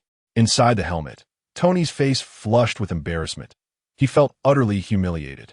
He had boasted, yet before he could act, he found himself in this predicament. Tony Stark swore he had never felt so undignified. At that moment, Harry recalled that when he had previously taken advantage of Tony's armor, He had discovered that the bottom thrusters were broken. It made sense now why Tony was standing still. He simply couldn't take off. With this realization, Harry stifled a laugh and opened the door to the base, addressing Tony. "There's an old truck in the warehouse. If you don't mind, you can drive that." And so, Tony set off on his journey to capture the Mandarin. If you happen to see a dilapidated vintage truck on the road, carrying a battered Iron Man model in the cargo bed, do not doubt it. That is none other than the illustrious Tony Stark. Meanwhile, at the Pentagon, the current president of the United States awaited the arrival of the Iron Patriot. Due to the recent threats and intimidation tactics employed by terrorists, the president felt increasingly uneasy.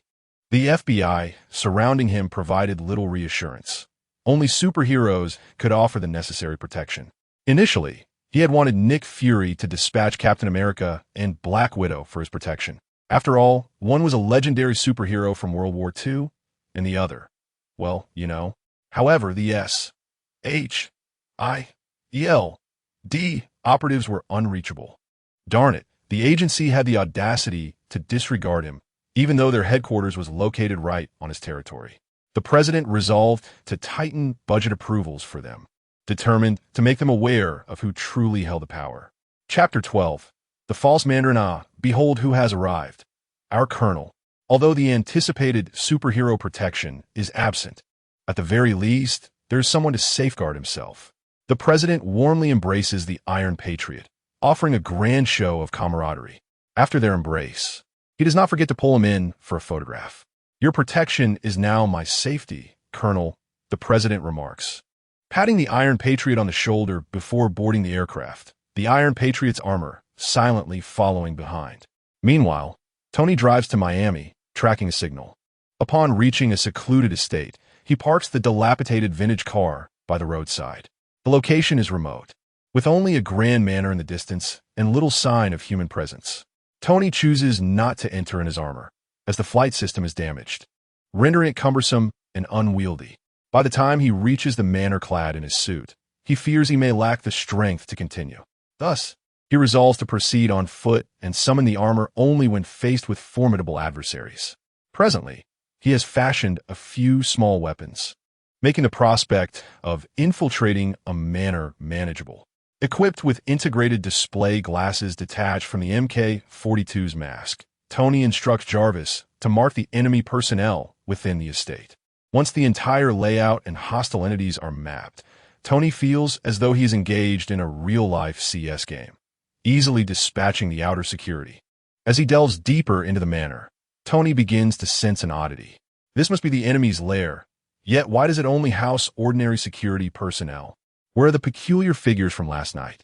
Does the Mandarin require no protection, or is he himself a peculiar entity? In the innermost chamber, Tony finally locates the Mandarin's bedroom, which is in disarray and surprisingly occupied by two female models. With one hand gripping his weapon and the other pressed to his lips in a gesture for silence, he advances toward the sound emanating from the bathroom. Startled by the sudden appearance of the gun, the Mandarin, who is in the midst of bathing, jumps. "Come out," Tony commands, pointing the gun at him. Faced with imminent danger, the Mandarin dares not resist and complies, emerging from the bathroom, not even daring to wipe the droplets from his skin. "Are you the Mandarin?" Tony inquires, observing the frail old man before him. Stripped of the dark tones of the intimidation videos, this so-called Mandarin appears to be just an ordinary elder. Upon hearing Tony's question, the Mandarin nods and then quickly shakes his head. "I am the Mandarin, but also not the Mandarin. Allow me to introduce myself. I am Trevor Slattery, a skilled professional actor." Upon mentioning his profession, Trevor seems to forget that he is being held at gunpoint, casually taking a seat in a nearby wicker chair. "An actor?" Tony squints, intrigued. Before he even has the chance to interrogate, Trevor begins to divulge. "Indeed, an actor. Someone paid a fortune to have me portray the character you refer to as the Mandarin. It is all an act. There's no need to be so tense." "An act? You actually shot and killed someone," Tony retorts, recalling the intimidation video in which a senator's brain was splattered. "How could that possibly be acting? Props, special effects, green screen composites, these are all post-production. I truly was just acting," Trevor replies, raising his hands in surrender. He calmly points out that the person who hired him is named Aldrich, who, he heard, is currently at the Techisco Pier awaiting the president, accompanied by a woman. This individual is also quite eccentric and captured a metal canister this morning, which is said to be locked in the basement. A metal canister? Rhodey? Remembering his inability to contact Rhodey earlier that afternoon, Tony begins to press Trevor for the location of the basement. Trevor, without hesitation, reveals the information. Armed with this knowledge, Tony promptly heads to the basement to rescue Rhodey, while he recognizes that Trevor is merely an ordinary man. Coupled with the information Jarvis has provided, it all aligns. Tony decides to leave him be. After dealing with Killian, this actor won't escape either. After Tony departs, Trevor finds himself alone in the room, the two models having already slipped away. He has yet to finish his bath, but just as he turns the water back on, someone else enters, interrupting his ablutions. "Can I please finish my bath? I feel so sticky and uncomfortable." Trevor protests from the bathroom. "Continue your wash. I merely wish to know what you discussed with Tony Stark upon his arrival." The voice from outside states, lacking the menacing tone Tony had displayed. Yet, that simple phrase sends a shudder through Trevor. He recognizes the voice all too well, recalling vividly the moment when someone crushed a gun into a metal ball. He dares not linger, hastily wrapping himself in a towel and stepping out. Outside the bathroom, lounging lazily on the bed, is the blonde woman who pursued Tony Stark the previous night, Evelyn Zema. Trevor, emerging in a flurry, is far from composed as he had been with Tony, his face betraying fear. "I told you everything you requested, including Killian's location and that of Mr. Rhodey. Nothing else?" Evelyn scrutinizes the cowering Trevor. "And no, I only disclosed what you required. I haven't revealed anything further." Trevor bows his head, avoiding her gaze. From the moment he began acting for Killian, he understood who among them was the most dangerous. Now, he can only pray that she does not decide to eliminate him. As Trevor fears, Evelyn hesitates over whether to eliminate this now useless pawn. After a moment of contemplation, she resolves to spare the timid actor, not out of kindness, but rather to avoid leaving behind a clue that might lead Tony back to their organization should he return victorious over Killian. Meanwhile, on the path to the basement, Tony Stark has yet to rescue Rhodey when he notices Rhodey emerging from the basement on his own. Killian had taken all the extremist soldiers with him when he left, and without those extraordinary beings present, Rhodey manages to devise several means of escape from a few ordinary foes. Chapter 13. The finale as the aircraft soared through the skies. Ashley, who had taken over control of the Patriot armor from Rhodes, commenced her operation, although the mismatch in personnel rendered the armor's AI assistance ineffective. The fundamental movements of the suit were not hindered. Relying solely on the armor's defensive capabilities and immense mobility, Ashley swiftly neutralized the security forces aboard the plane. "Colonel, what are you planning? Treason?" The president bellowed at the sight of the armored intruder invading the conference room, the soundproofing of the chamber proving impressively effective, as the gunfire outside went unnoticed by those within. In response to the president's inquiry, Ashley seized the nearest secretary, forcefully pressing his head against the metallic table, resulting in a gruesome explosion akin to a burst watermelon. The horrific scene instilled terror among the attendees, with the president himself losing his former bravado, scrambling beneath the table in panic. Emerging from the armor, Ashley casually extracted the president from his hiding spot, unceremoniously thrusting him into the Patriot's suit, which had already been programmed for a return route. Once sealed inside, the suit immediately launched toward its predetermined destination. Ashley donned her parachute, nonchalantly discarding a grenade before elegantly exiting the deteriorating, doomed aircraft.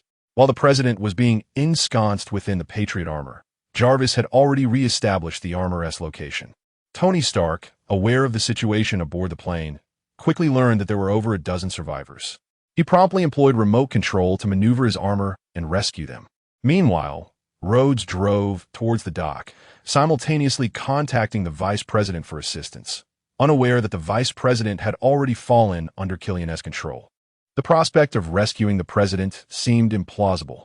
By the time Rhodes and Tony arrived at the dock, they spotted two powerful spotlights converging, illuminating the president suspended in midair.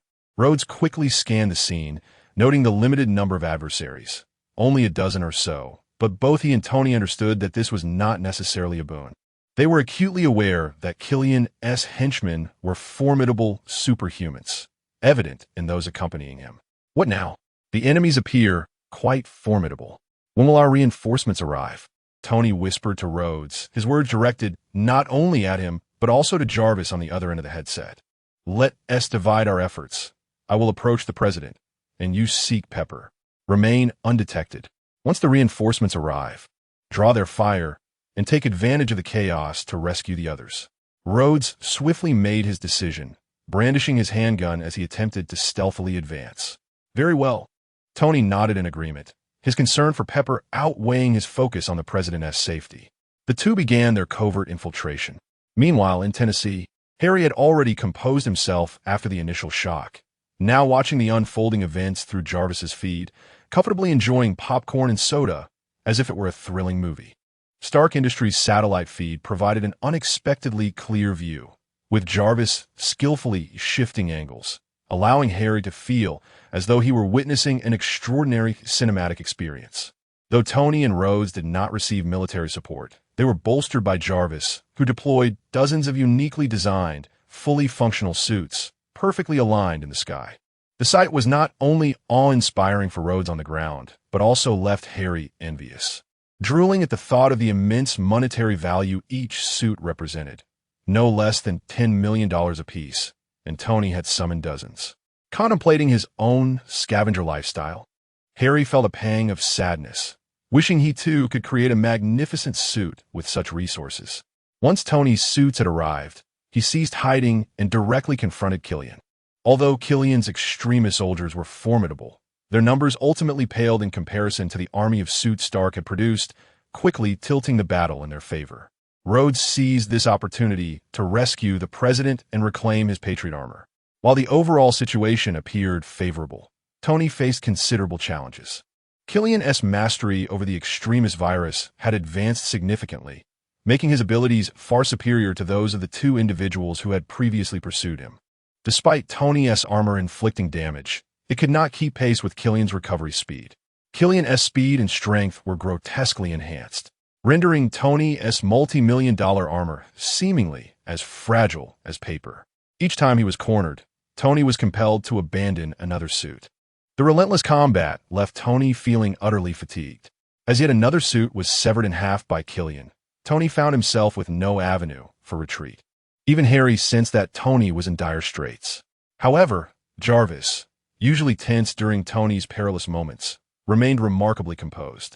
Intrigued, Harry wondered about Jarvis's calmness, to which Jarvis responded, "According to the Love Manual, rescue in dire circumstances accelerates emotional bonding between the rescuer and the rescued. Mr. Stark's relationship with Ms. Potts requires further depth." Confounded, Harry questioned how this related to Pepper, a mere ordinary person. How could she possibly save Tony in such a situation? His doubts were abruptly dispelled when Pepper unexpectedly appeared, delivering a punch that sent Killian flying, rescuing Tony and effortlessly dismantling two suits that had come to his aid. The ferocity of the moment startled not only Tony, but also caused Harry to recoil, wondering how this woman could be even fiercer than his own mother. Could Tony withstand her wrath?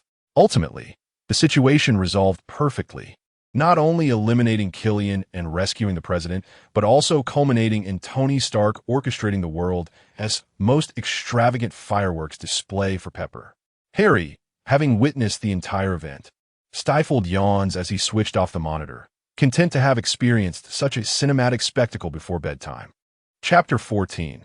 Moving to New York as the dust settled from the battle at the docks, it was not the FBI personnel who arrived to secure the scene, but rather agents from the Department of Homeland Strategic Defense and Logistics, now known as SHIELD. After entrusting the site to them, Tony and Pepper departed, reveling in their deepening affection and the splendid moment they shared. Had Tony lingered a while longer, he would have recognized a familiar figure among the SHIELD personnel cleaning up the scene. Ginny Potts, the woman who had left Tony Stark in a state of disarray just 2 nights prior, was now crouched before a charred skull. Killian S., whose body had exploded beyond recovery, his formidable healing abilities unable to save him. "Congratulations, The plan is complete, said Ramlo, approaching Ginny from behind. She rose slowly, smiling at him, noting that this mission had been considerably easier than previous ones. Ramlo nodded, explaining that unlike the organization's usual direct assassinations, this time they merely needed to enact a script. And what role do I play next? Ginny inquired. Nick Fury. He is no longer fit to lead SHIELD. However, your next role involves portraying a nurse to assist our incoming director, Mr. Coulson, by implanting a memory, Ramlo replied, producing a crystal the size of a fingertip. Curiously, Ginny asked, is our organization's technology now able to alter memories? Zola is evolving, Ramlo stated tersely, providing no further explanation. Understanding the limitations of their roles, Ginny refrained from pressing further. Suddenly, she recalled the boy she had been asked to investigate. His name was Harry Keener, the son of a Mexican father, not Tony Stark's illegitimate child. However, his intelligence had caught the organization's attention, and they were interested in recruiting him. Unfortunately, his ties to Tony Stark posed a challenge. They could only wait until Stark forgot about the boy or became too preoccupied to notice him. Months passed, and Harry Keener had moved from Tennessee to New York.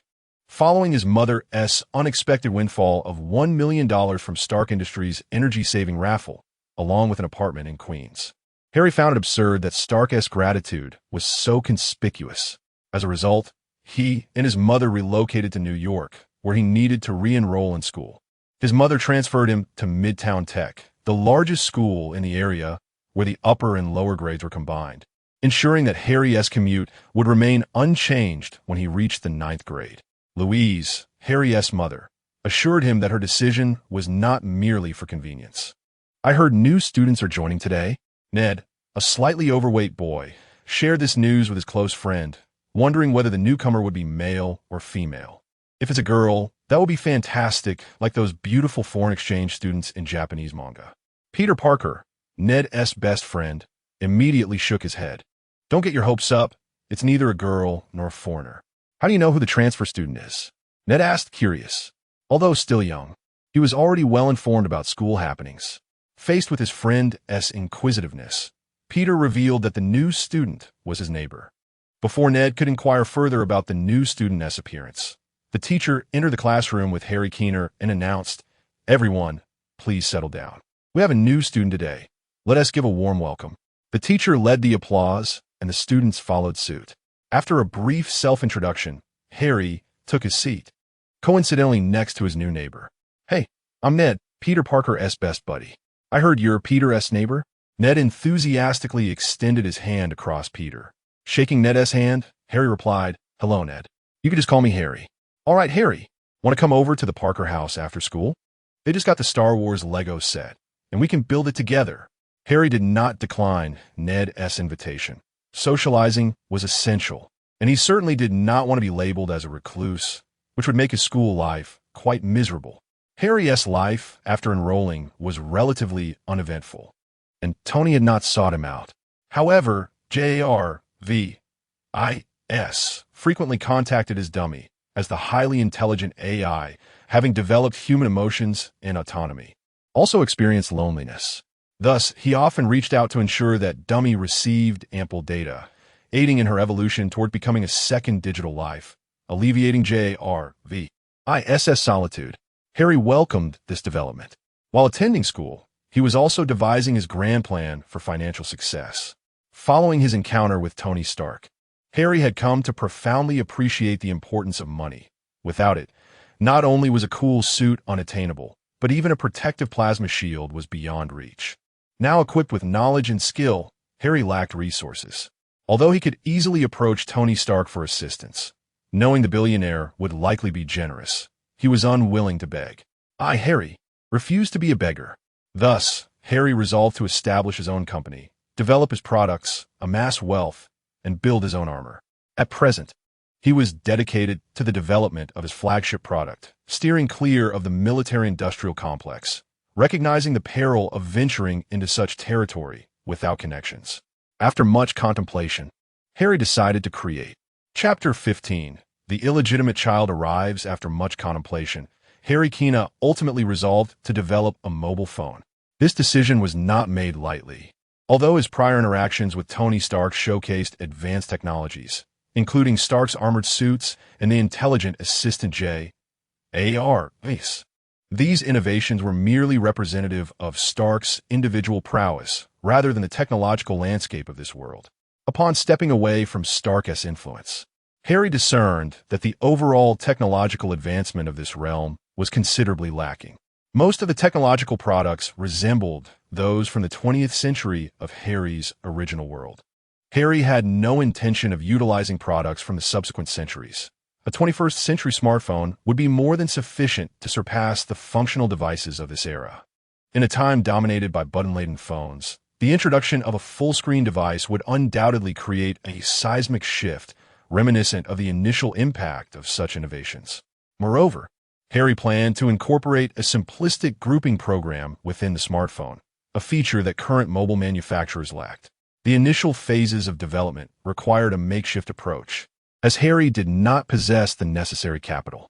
Although Tony Stark had provided a sum through a lottery win, $1 million was still insufficient to create a smartphone, with material procurement alone consuming a significant portion of the budget, not to mention the costs of renting equipment.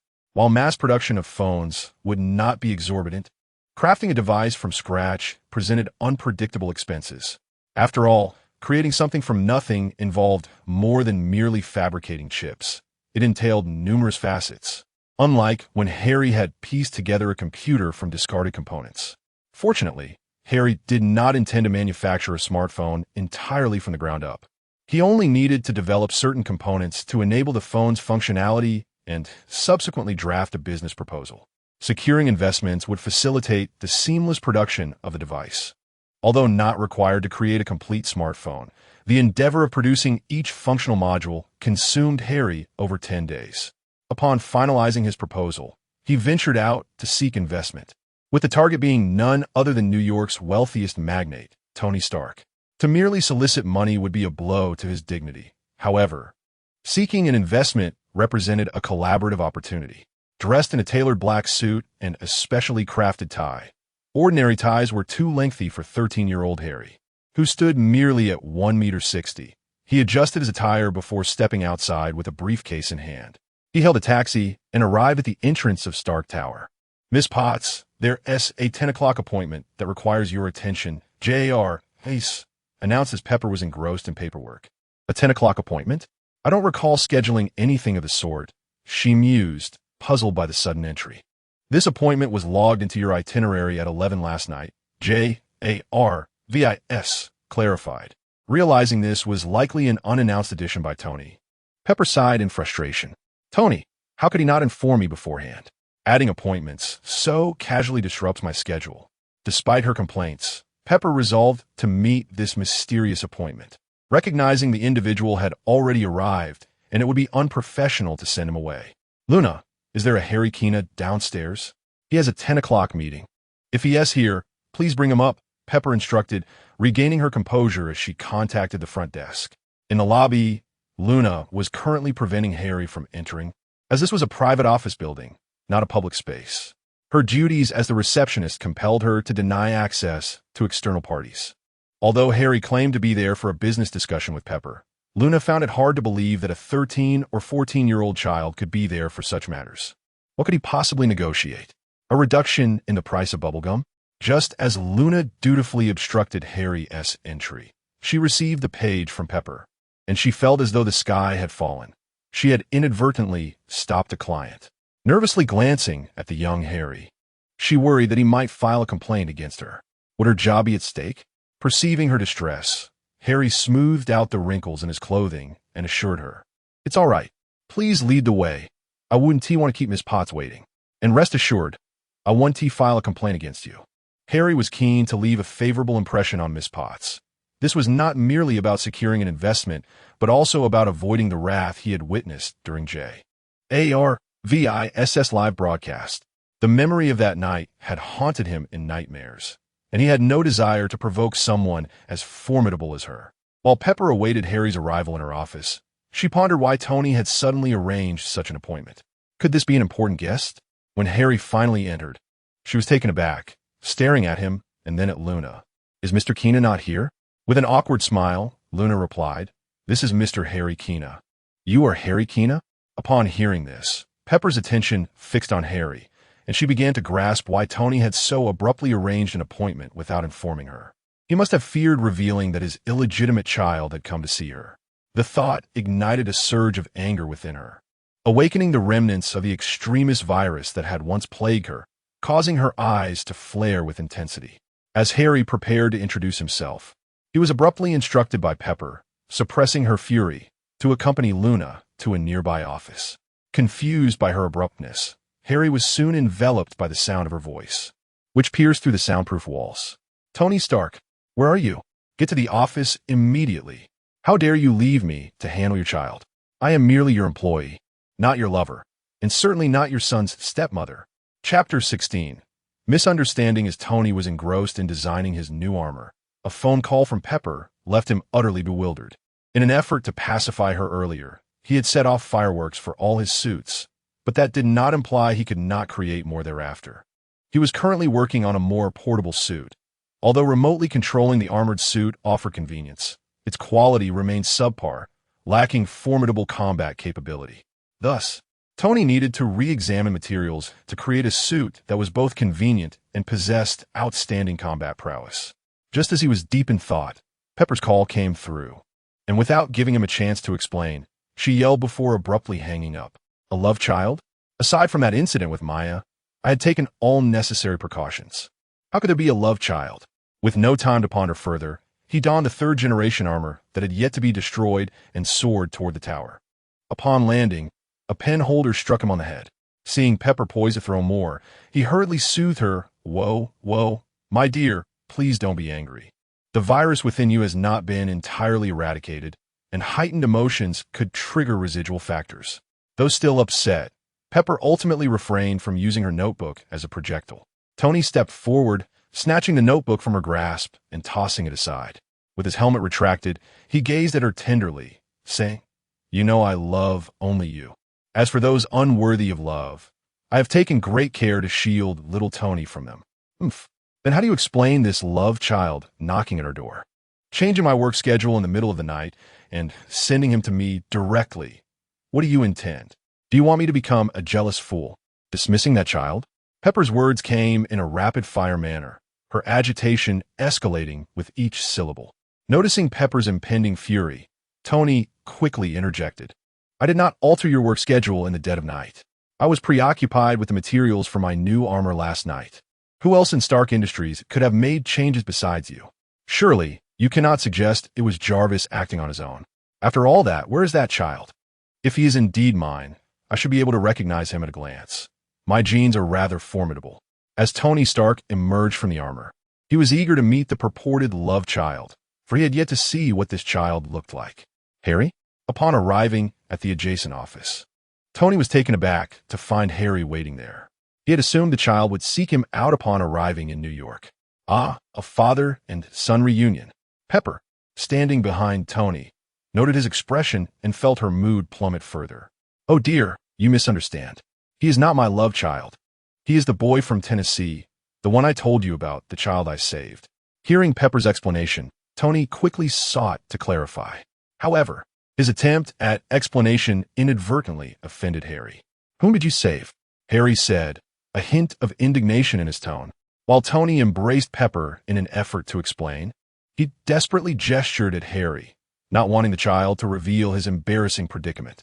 After all, he had been portraying himself as a gallant knight in his tales to Pepper, and if the truth were to surface, it would be a social disaster for him.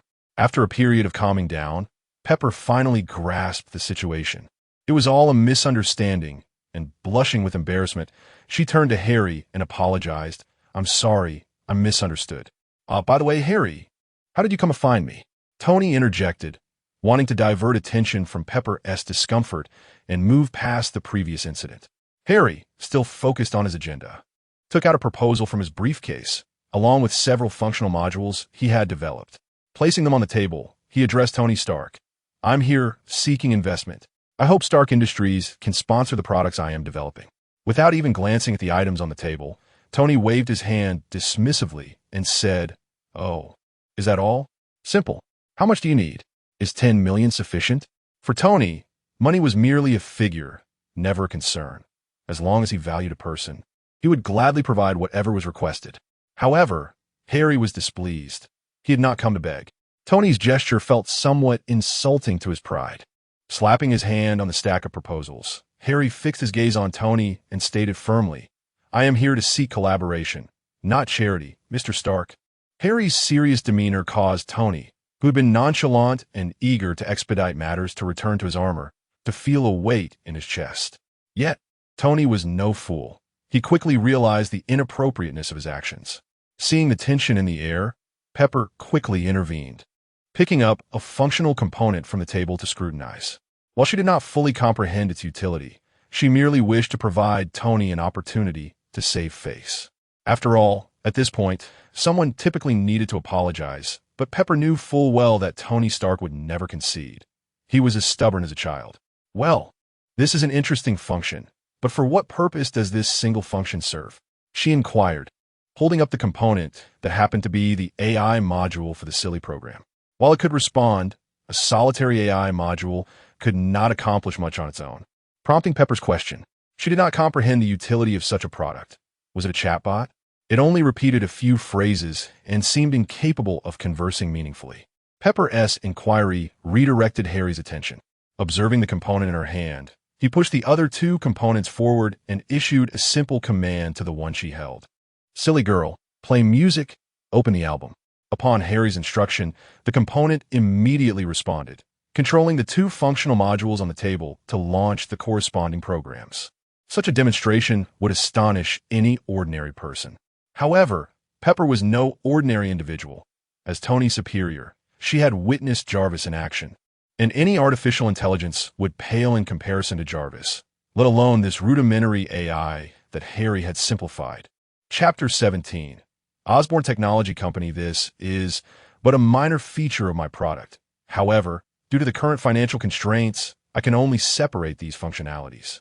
My vision is to create a smartphone that integrates multimedia, entertainment, photography, and communication. The detailed structure is outlined in this proposal. Harry handed the proposal to Pepper, who examined it with great seriousness. Upon finishing, Pepper decisively declared it an excellent concept and offered $50 million to purchase the product outright.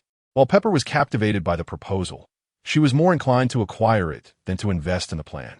After all, Stark Industries had suffered significant losses since shutting down its weapons manufacturing division. Even with their foray into the energy sector, the revenues generated did not compensate for the previous profits from the weapons division.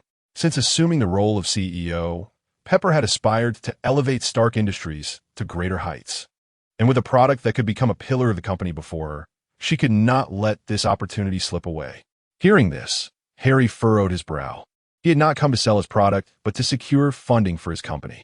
Selling it now would yield a substantial sum, but it would also deprive his future company of a cornerstone industry. Indeed, he could develop other tech products, but any significant industry beyond smartphones had complex backgrounds, often entangled with military interests, and Harry lacked the connections that Tony possessed. "I'm afraid I have no intention of selling this product," he replied. "We can offer more, 60 million, 70 million, or even 80 million, Pepper persisted. But no matter the price, Harry remained unmoved. While he was indeed in need of funds, he was not willing to disrupt his plans for a mere few million dollars. "Pepper, enough," Tony interjected, having glanced at the proposal after taking it from Pepper, quickly grasping Harry's intentions. "But Tony, this could significantly increase Stark Group's revenue." Pepper urged him, hoping to sway his opinion. "Calm down, Pepper," Tony replied, waving her off. "I don't lack money, and neither does Stark Industries. We have no need to seize another's hard work. The most valuable asset of Stark is me, not other technologies." After soothing Pepper, Tony turned to Harry and said, "I must admit, you have uncovered something I have long overlooked. I have been using technology that has been on the market for decades, yet I was oblivious to how outdated most products are for the average user. However, since you have discovered this smartphone, I shall not encroach upon your market. How much investment do you require?" Harry had already contemplated the ideal funding before coming. Hearing Tony's question, he promptly replied, $15 million. "Agreed. Tony nodded in acceptance of the investment, but then added, if you wish to establish a company, you'll also need a dedicated industrial park. The Stark Industrial Park number 6 was still vacant. Rather than searching for a new, unclaimed land, why not lease that space to you? Once your company is established and profitable, you can purchase it outright. Trust me, the facilities within Stark Industrial Park are the finest in the world. You may consider it a means for a company owner to recoup part of their investment. Tony Stark smiled. Thank you. Tony Stark often remarked that Stark Industrial Park possessed the best equipment in the world. Renting or buying a Stark Industrial Park was an impossible feat. Wealth alone could not accomplish it. After all, no matter how wealthy one was, they could not rival Tony Stark's fortune. Thus, while Tony's words suggested otherwise, Harry keenly understood he was securing a considerable advantage. With the investment secured, the funds available, and the land acquired, the next step was the establishment of Harry's company. Tony also entrusted Pepper, in her capacity as an investor, to dispatch several professional managers to assist Harry in founding the company. Time swiftly passed, and 3 months later, Harry's company was officially established, including the completion of its flagship product, the Osborne smartphone. This evening marked the launch event for his new product. The event attracted numerous business magnates, such as Justin Hammer, the recently released board member of Hammer Industries, computer tycoon Bill Gates, and Jonah Jameson, owner of the Daily Bugle. The presence of such industry giants was not merely for the unveiling of an unknown new company as product. They gathered for one reason alone. Tony Stark was set to appear. Tony Stark had transcended the identity of a mere billionaire. He had become a superhero. His influence extended far beyond that of a businessman. He was a legend, akin to Batman in the comics. For the ordinary American populace, Tony Stark embodied their very own Batman. Thus, wherever Tony Stark appeared, that place became the focal point of attention. The roar of a sports car crescendoed from the distance. And as Tony's unmistakable luxury vehicle drew near, it captured everyone's gaze. When Tony and Pepper emerged from the opulent car, a flurry of camera flashes erupted. No reporter would miss the chance to capture Tony Stark on film. What a figure who draws attention wherever he goes. Jonah Jameson, the owner and editor of the Daily Bugle, squinted at Tony walking down the red carpet. Though he disdained Tony's arrogant demeanor, his portable camera continued to click away. Tony Stark, I never expected to see you in such a small venue. Has your worth fallen so low that even a modest company can't afford to invite you? Justin Hammer's voice cut through the air, laced with venom from his year-long imprisonment due to Tony's influence. Surprised by Hammer's presence, Tony remarked, "Oh, isn't that a board member of Hammer Industries? I thought you would be too busy dealing with your company's impending bankruptcy." A simple remark turned Hammer's face a shade of fury. Tony paid him little heed, greeting others at the entrance before stepping into the press room of Harry's company. Once everyone settled in the press room, the lights dimmed, and the screen on the podium gradually illuminated the company logo, Osborne Technology. Chapter 18. The youngest billionaire. The indoor screens gradually illuminated, showcasing the striking logo of Osborne Technologies. Tony, seated in the audience, turned to Pepper and remarked, "Why didn't this young man name the company after himself? Instead, he opted for the peculiar name Osborne. Could it be his father's name?" Pepper, oblivious to the intricacies of Harry's familial background, had no insight into this matter, let alone the name of Harry's father. As the logo of Osborne Technologies appeared, Harry Keener stepped onto the stage with measured strides. The spotlight shone upon him, the blinding brightness causing him slight discomfort. However, he understood the importance of maintaining composure in such a setting.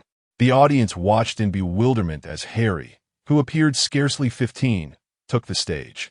Justin Hammer, in the audience, couldn't contain himself and shouted, "No wonder Tony Stark is attending this small company's launch. This kid up there isn't your illegitimate son, is he?" Typical of Tony Stark to make such a grand affair out of a family reunion. Harry's expression darkened at this insinuation. Being misinterpreted by Pepper was one thing, but for Hammer, a failing industry executive, to tarnish his lineage was intolerable. He promptly summoned security to eject Justin Hammer. As the two security personnel escorted Hammer away, he shouted even louder, "Tony Stark, say something. Let your son face me. He has nothing. He doesn't deserve it." "Tony, My real opponent is you, Tony. Tony. Although Justin Hammer was removed from the venue, the audience's gaze shifted between Harry Keener on stage and Tony Stark in the crowd, their expressions tinged with intrigue.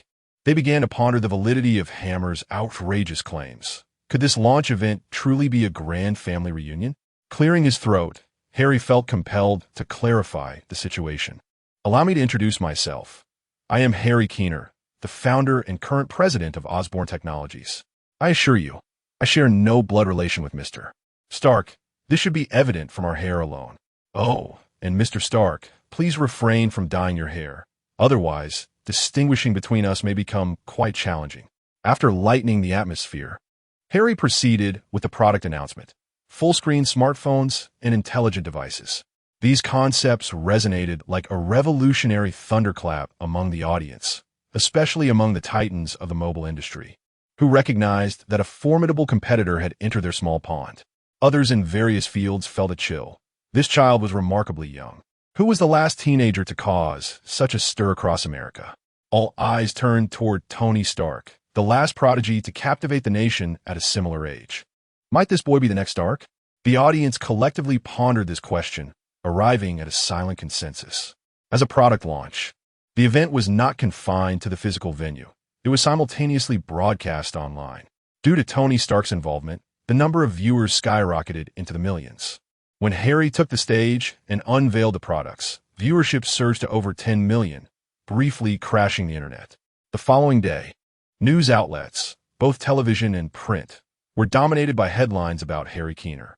When Osborne Technologies went public, its valuation soared to a staggering $1 billion, an astonishing feat for a newly established company. It was anticipated that the company's future valuation would only continue to rise. Among the most sensational stories circulating online was the speculation surrounding Harry Keener being Tony Stark's illegitimate son. In the eyes of the public, individuals like Stark were not meant to have successors. Yet here was Harry, seemingly fitting the profile of Stark's offspring, especially when considering the timeline. Despite Harry and Tony publicly dispelling the rumors, the fervor among gossip mongers remained unabated. Amidst the whirlwind of launching his company and unveiling products, Harry had taken a week off, his first return to school since becoming a billionaire.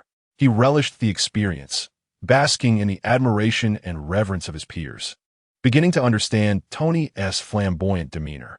Upon entering the school, the excitement among students was palpable, and even the teachers stood at the entrance to welcome him. "Ah, Harry Keener, the brightest student of Midtown High," exclaimed Principal Harrington, extending his arms for an embrace. Beside him, Smolf, unable to contain his disdain, muttered about the embarrassment of such overt displays. Harrington shot a glare at Smolf before turning back to Harry with a smile. "Our educational institution has always strived for excellence, but we have long awaited a student of your caliber to enhance our reputation.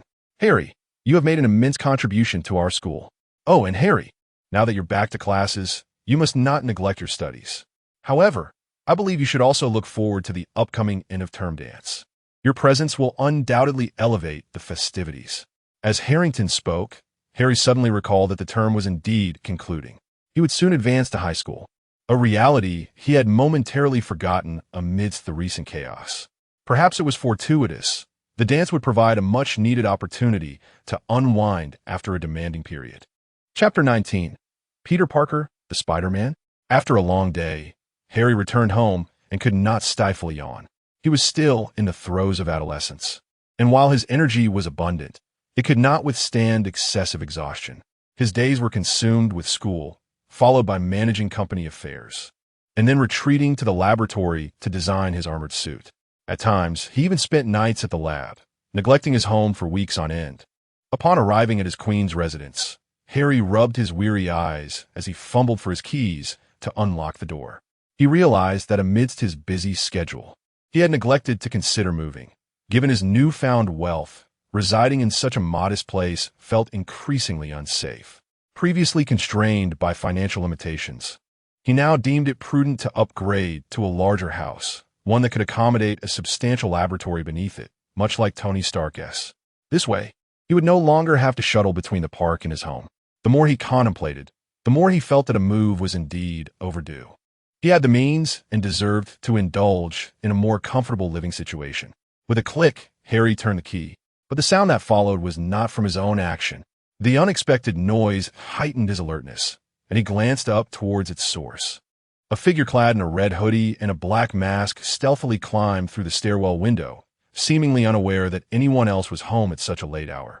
Oh, damn. What are the odds of running into him? I thought he had moved out long ago. The intruder, none other than Peter Parker, mused to himself. He had assumed that Harry had vacated the premises, given that the place had been unoccupied for days. In truth, Harry had been preoccupied at the company and the lab, while his mother was away on a trip to England, leaving the house empty. Oh, you're the Spider-Man who has been trending online lately? What are you doing here? You're not breaking in to steal something, are you? Harry's instincts kicked in as he retrieved his phone, not to take pictures or call the police, but to safeguard himself. His device was not an ordinary one. It housed a plasma shield and a mini quantum blaster, capable of both defense and offense, which he hoped would provide him some protection. Whoa, please don't call the cops. I'm not here to steal anything. I'm just. Peter stammered, flustered at the thought that Harry might be dialing for help, but stumbled over his own identity. Upon hearing Peter's voice, Harry felt a sense of familiarity and tentatively inquired, Peter? No, I'm not Peter Parker. He quickly denied. I only mentioned Peter. I didn't say Parker, he added, inadvertently revealing his identity. Realizing that Peter had inadvertently exposed himself, Harry lowered his guard, surprised to discover that the Spider-Man he had been hearing about in community news was indeed Peter Parker. Seeing his identity unveiled, Peter despondently removed his black mask, lamenting the difficulty of maintaining his secrecy. Wait, I thought you were just a cross-dresser? Turns out you dress like that to conceal your identity? Harry remarked, bewildered. I'm not a cross-dresser. I wear this to hide my identity. Look, my face is completely covered, Peter retorted. And even Batman knows to lower his voice when speaking in public. Yet you haven't even altered your tone. Anyone even slightly familiar with you would easily discern your identity. So it was my voice that betrayed me? Peter gasped, covering his mouth in shock. Watching Peter's reaction, Harry was at a loss for words. He stepped back to where Peter had entered and opened the window wider. There are cameras outside. Even if your voice didn't give you away, your movements are captured by those cameras. I assume you come back this way every night. If someone really wanted to, they could easily track you down. Really? I thought if I swung fast enough, the cameras wouldn't catch my position, Peter replied, a hint of panic in his voice, realizing how many mistakes he had made without realizing it. Next time, you should borrow a book on surveillance and counter-surveillance from the school library.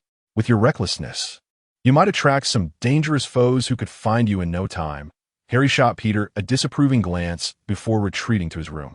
It was late, and he needed a rest for school the next day. As for how Peter had acquired the abilities of Spider-Man, that could wait until morning. Unbeknownst to them, their conversation was being monitored by a powerful entity, Nick Fury and S.H.I.E.L.D. Compared to the newly emerged Spider-Man, Harry's maturity was far more developed. In the wake of the alien invasion, extraordinary individuals had proliferated, and each new superhero garnered S.H.I.E.L.D.'s attention. Nick Fury was assessing which individuals could be recruited and which posed a threat that needed containment. Spider-Man, Peter Parker, was one whom Fury viewed favorably, considering him a potential candidate for the Avengers Reserve, which warranted comprehensive surveillance. As Fury pondered Maria Hill's insights, he had initially intended to merely observe Peter Parker today, but was taken aback to witness Peter's identity being revealed by Harry. After a moment of contemplation, Fury instructed his agents to retrieve the footage again, specifically enlarging the segment involving Harry and focusing on his phone. Harry, too, was under Fury's watchful eye, albeit without revealing any superhuman abilities, placing him lower on Fury's priority list compared to Peter Parker. Unless Harry could create a suit akin to Tony Stark's, he would remain merely an astute, ordinary individual in Fury's estimation. The agents swiftly followed Nick's orders, enlarging the footage that showcased Harry's phone. Although Nick could not decipher the string of codes displayed, he recognized it was not a 911 call. If it wasn't an emergency call, then what could it signify? Squinting at the screen, Nick's experience led him to believe it resembled a weapon execution command, for Harry's expression had relaxed slightly when he brandished his phone. Chapter 20. A grave crisis for S.H.I.L.D. Nick Fury deliberated and ultimately decided to elevate the attention on Harry Keener, placing his file on par with that of Spider-Man. Maria Hill, standing nearby, nodded in understanding and then began to adjust the classification of Keener's file on her tablet. After instructing his subordinates to cease surveillance, Fury slowly approached the S.H.I.E.L.D. emblem within the base. At that moment, Maria Hill stepped forward to inquire. All personnel from the triangular wing tower have been evacuated. Fury, upon hearing this, nodded in silence before reflecting on his past. When I was an agent, I was just as passionate and fervent as you are now. However, after experiencing betrayal, I learned the art of concealment. One must endure much to grow. The world, too, is in a state of rapid change. Earth is ill-prepared. Before it matures enough to confront the dangers ahead, I and everyone else must be ready to make sacrifices to protect it. But first, we must eliminate the remaining threats. Hill, arrange for everyone to withdraw from America to London under the pretense of investigating the peculiar gravitational phenomena there. But what about your safety? Maria expressed her disapproval of Fury's decision, deeming it too perilous. If all of Fury's agents were to evacuate, his own safety would be compromised. Fishing always requires bait. As long as you are present, they will hesitate to act. As I mentioned earlier, I am prepared for sacrifice. Besides, I have 2 ace agents at my disposal. Moreover, Hill, did you know there's a mythical beast in the East, known as the Phoenix? Legend has it that this creature can be reborn from flames, and what S.H.I.L.D. needs now is a rebirth through fire. I understand. Once Fury had made a decision, it was immutable. Reluctantly, Maria Hill acquiesced to his resolution. The following day, at the S.H.I.L.D. Triangular Wing Tower, numerous personnel transfer requests were initiated, even drawing the attention of former Director Pierce on the top floor. As he perused the transfer applications, Pierce's gaze flickered. As the covert leader of Hydra within S.H.I.L.D., he could easily discern that these individuals were Fury's personally trained elite, devoid of any Hydra members. What was Fury plotting? Was something significant happening in London? Unable to fathom Fury's intentions, Pierce decided to send a message to the Hydra members stationed in London. The response came swiftly, confirming that mysterious events were indeed occurring, characterized by abnormal gravitational waves and spatial magnetic fields akin to a portal, which sometimes looped in place and at other times vanished entirely. Sensing the complexity of the situation, Pierce prepared to further investigate when his phone suddenly rang. The unknown number caused Pierce's expression to darken. Calls from this number rarely bore good news. The Colossus cruise ship has been hijacked. It's merely a cruise ship. Let the country where it was seized handle the rescue, Pierce thought, dismissing it as trivial. However, the urgency in the caller's voice pierced through his indifference. Our people are on that ship. The Insight Project's Zola algorithm cannot be compromised. What did you say? Pierce was taken aback, realizing the gravity of the situation. But soon, he detected an anomaly. How could their organization be hijacked? After all, 80% of the world's terrorist organizations were supported by them. Such an occurrence seemed impossible. What do you know about the hijackers? Pierce questioned hastily. They claim to be Somali pirates, but they are one of our own. They have not taken action. I suspect the hijackers are linked to Nick Fury. Impossible. His operatives are all at the tower, and he is sending them to London soon. He has no spare manpower for such an operation. Have you forgotten about his secret extraterrestrial team? The words from the caller sent a chill through Pierce. Indeed, he had overlooked Fury's independent covert force. Fury is no longer in control. You must act quickly. The cruise ship has entered the Mandeb Strait, and our official personnel cannot intervene. You must take charge. Remember, the USB drive must not be compromised. The phone line went silent, the caller clearly having ended the conversation. Fuming, Pierce slammed his phone onto the desk, a sinister expression crossing his face as he gazed at Fury's image on the computer, contemplating how to eliminate this inconvenient obstacle. Meanwhile, Harry Keener remained oblivious to the unfolding events within S.H.I.L.D. as he had yet to make contact with them. At that moment, he was on the school rooftop with Peter Parker and Ned. "So, you know Spider-Man is Peter Parker?" Harry inquired, directing his gaze at Ned. Upon being reminded of Spider-Man's true identity, Ned beamed with excitement. "Of course. I figured out Peter's identity long ago. You have to follow my lead, as I was the first to uncover Spider-Man's secret." "Ah, I have no interest in competing for that title," Harry waved dismissively. The notion of vying for the title of the first to discover Spider-Man's identity seemed trivial. Harry was far more intrigued by how Peter Parker had acquired his abilities. In response to their curiosity, Peter Parker recounted the tale of how he came into possession of his superpowers. "What? You mean you gained your abilities from a spider bite? That seems rather haphazard. I was bitten by a dog the other day. Why didn't I turn into Dogman?" Ned exclaimed, pulling down his pants to reveal a bandaged wound from the dog bite. Both Ned and Harry were astonished. The idea that a mere spider bite could lead to such a mutation was unheard of, even in the world Harry had come from. He retrieved his phone, aiming the camera at Peter Parker. Uncomfortable under the scrutiny of the camera, Peter attempted to evade it, but Harry quickly interjected, "Hold still. I need to scan you to see if there are any abnormalities. Your strength and wall-crawling ability do not align with human evolutionary pathways. This could be a genetic alteration. If we don't examine it carefully, there may be unforeseen consequences. In the worst-case scenario, you could transform into a monstrous spider." Chapter 21.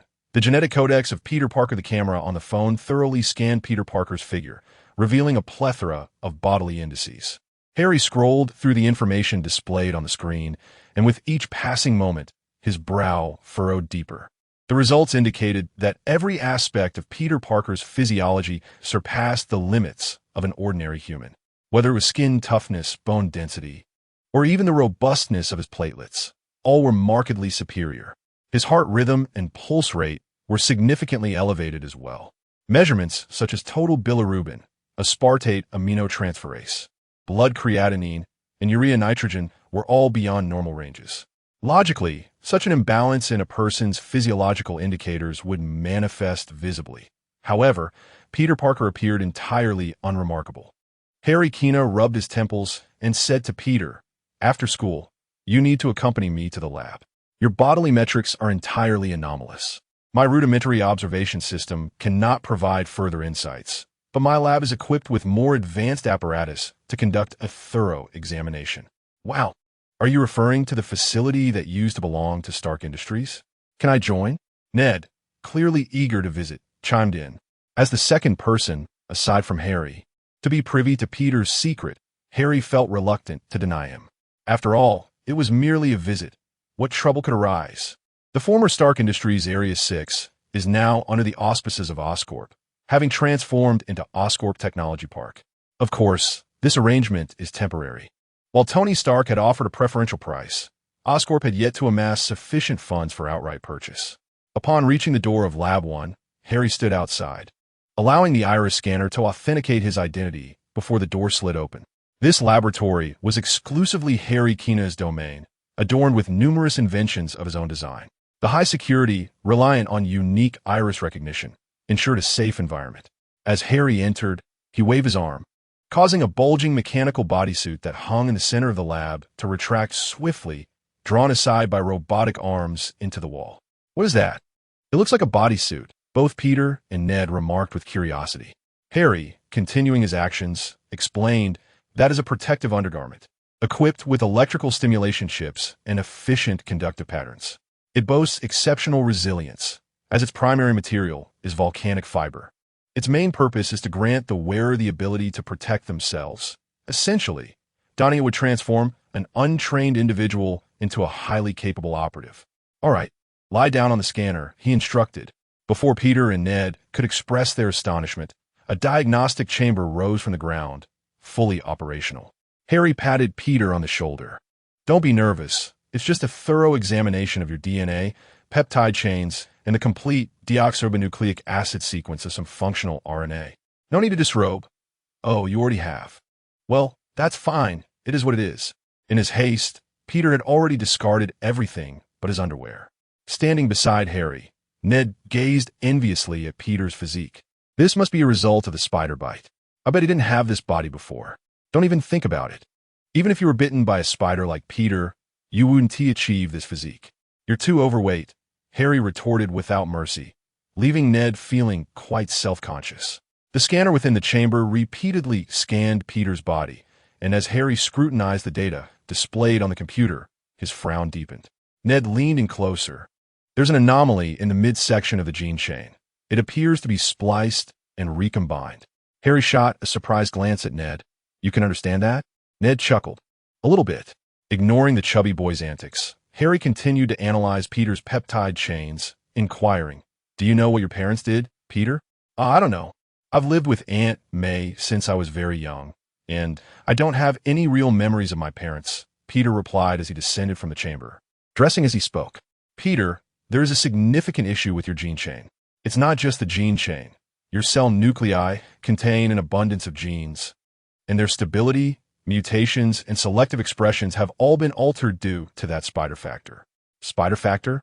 Peter echoed, intrigued. Yes, the venom injected into you by the spider that bit you. I refer to it as the spider factor. This factor has not destroyed your genetic structure. Rather, it has rendered it more stable and comprehensive, with notable changes in selective expression. What does this have to do with my parents? Peter asked, still perplexed. Of course, it is relevant. The hereditary traits in your body have been enhanced by the introduction of this spider factor, resulting in your various metrics being exponentially higher than those of an average person. Yet, this genetic factor has stabilized your genetic balance, preventing any monstrous mutations due to the extraordinary values. The only explanation for such a significant alteration in hereditary traits is that they have been tampered with, tailored specifically to accommodate the spider factor. Such modifications could only be performed before you became an embryo. It is highly likely that you are a genetically engineered child created by your parents.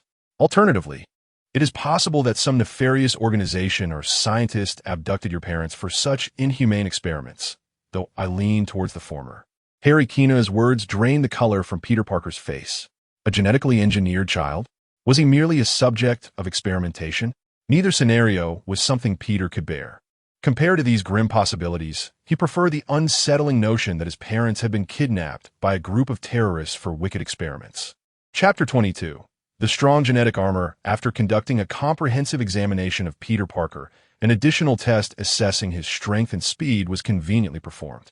The results were astonishing.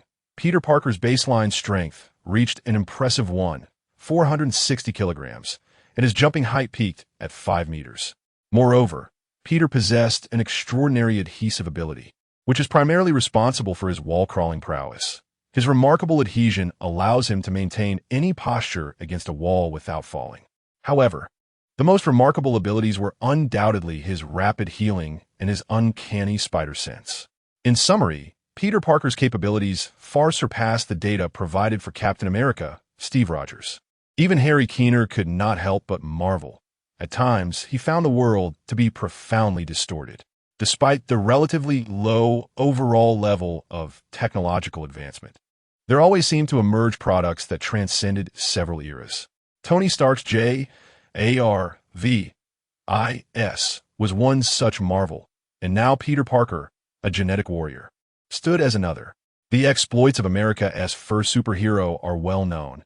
Everyone understands that he was a super soldier created from a super serum. Yet, when compared to Peter Parker, that super soldier, although also a product of genetic alteration, exhibited significantly less impressive results and capabilities. While the super serum can transform a frail individual into one endowed with formidable physical prowess, it merely alters genetic factors without bestowing the ability for further growth. In contrast, Peter Parker's physical attributes and abilities evolve with the maturation of his body. From a future perspective, this genetically modified human vastly outstrips Captain America. Who were Peter Parker's parents? And what organization did they serve that enabled such an extraordinary outcome? This series of questions lingered in Harry's mind, even after Peter had departed. Peter Parker returned to inquire with Aunt May about the whereabouts of his parents. With just a few pieces of information, such as their names or the university they attended, Harry felt confident he could locate them. His motivation for finding them was clear: to obtain the genetic sequence formula they possessed, which would allow him to create a serum with effects akin to that of the super serum.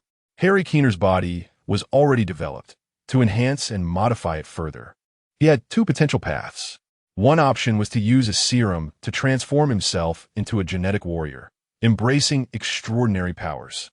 The other was to pursue mechanical augmentation, converting certain limiting organs into advanced machinery.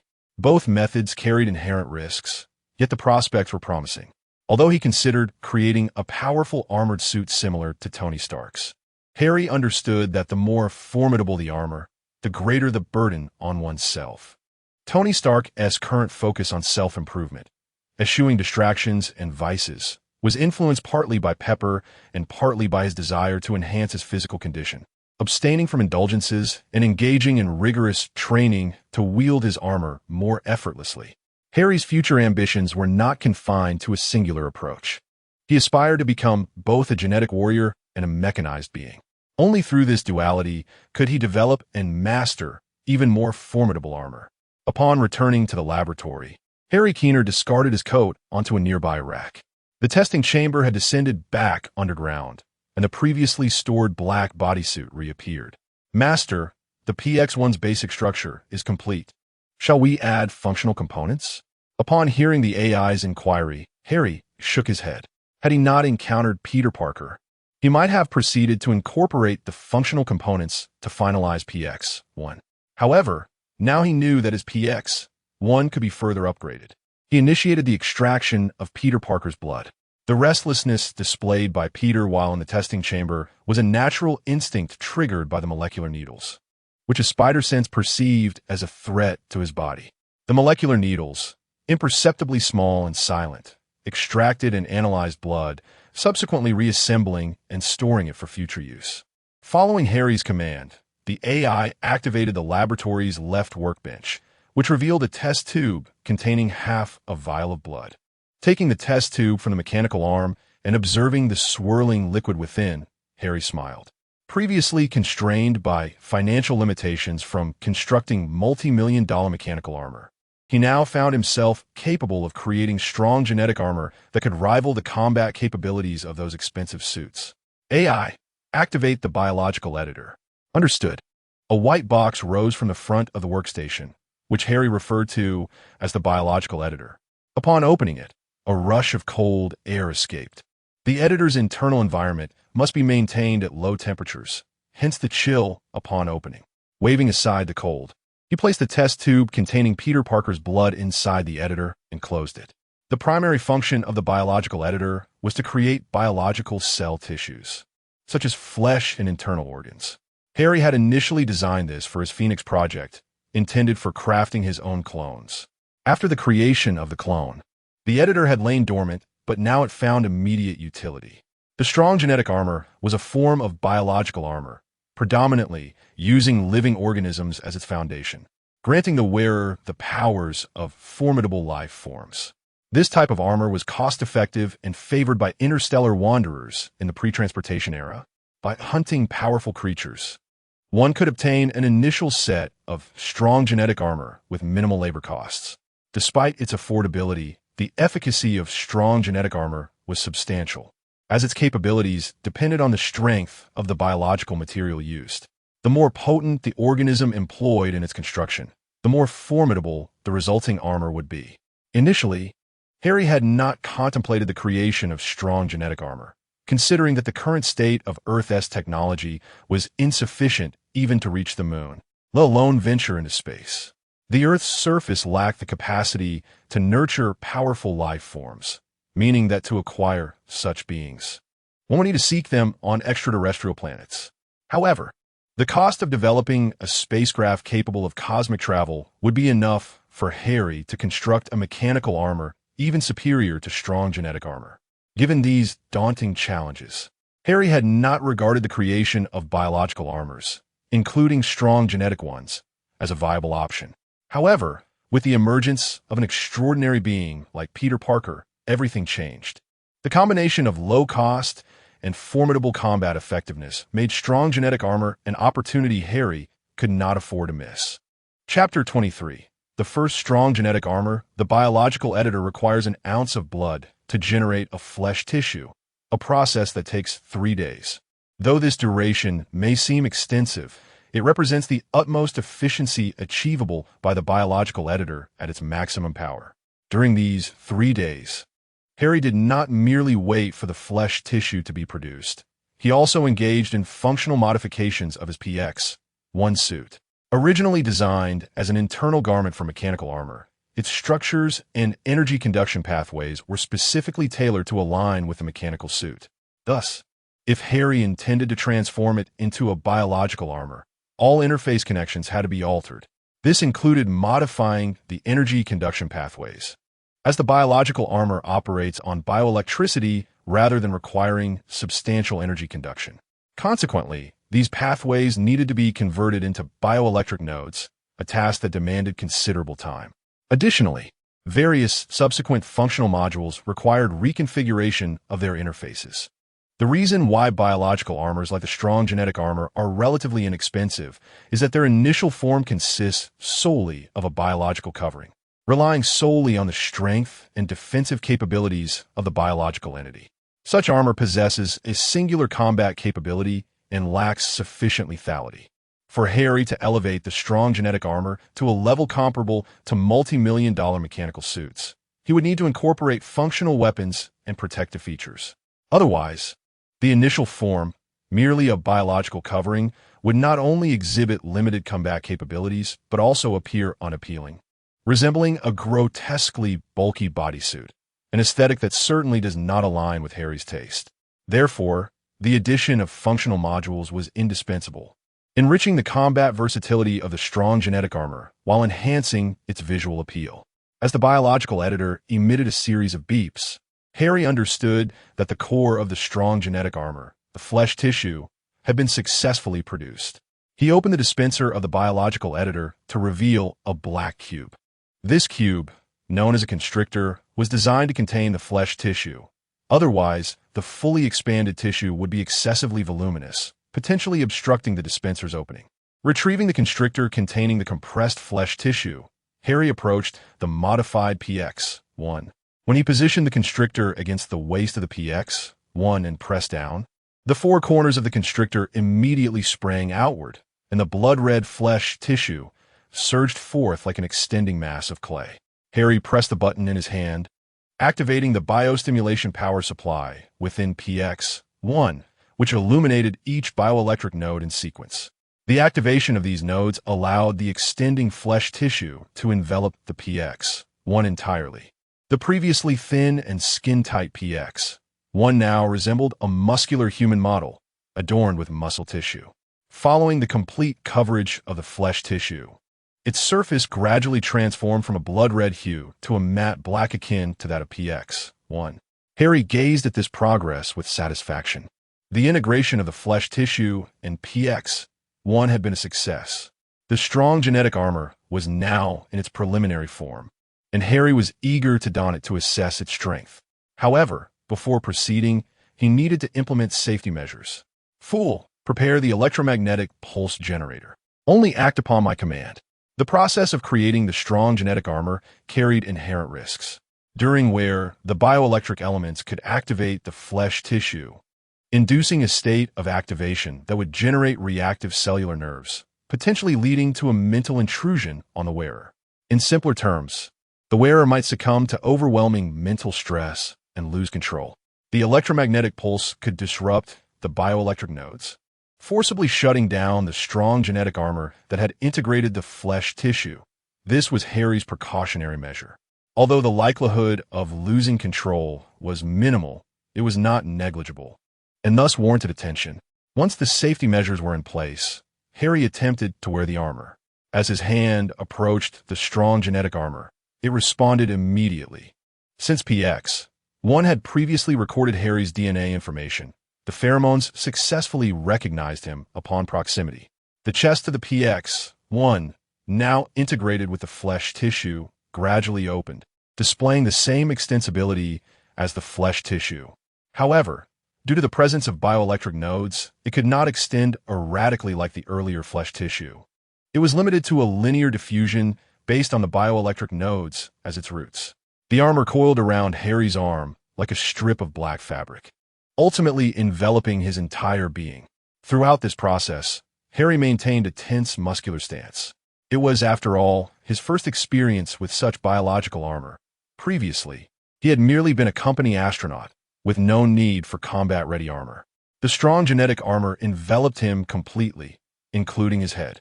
Under Harry's conscious control, the armor became gradually translucent at the eye region, ultimately leaving only a semi-transparent membrane. Though semi-transparent, it did not hinder Harry's vision. In fact, the cellular configurations within the flesh tissue added a filtering layer to the membrane, capable of blocking ultraviolet rays while also providing night vision and the ability to adjust focus.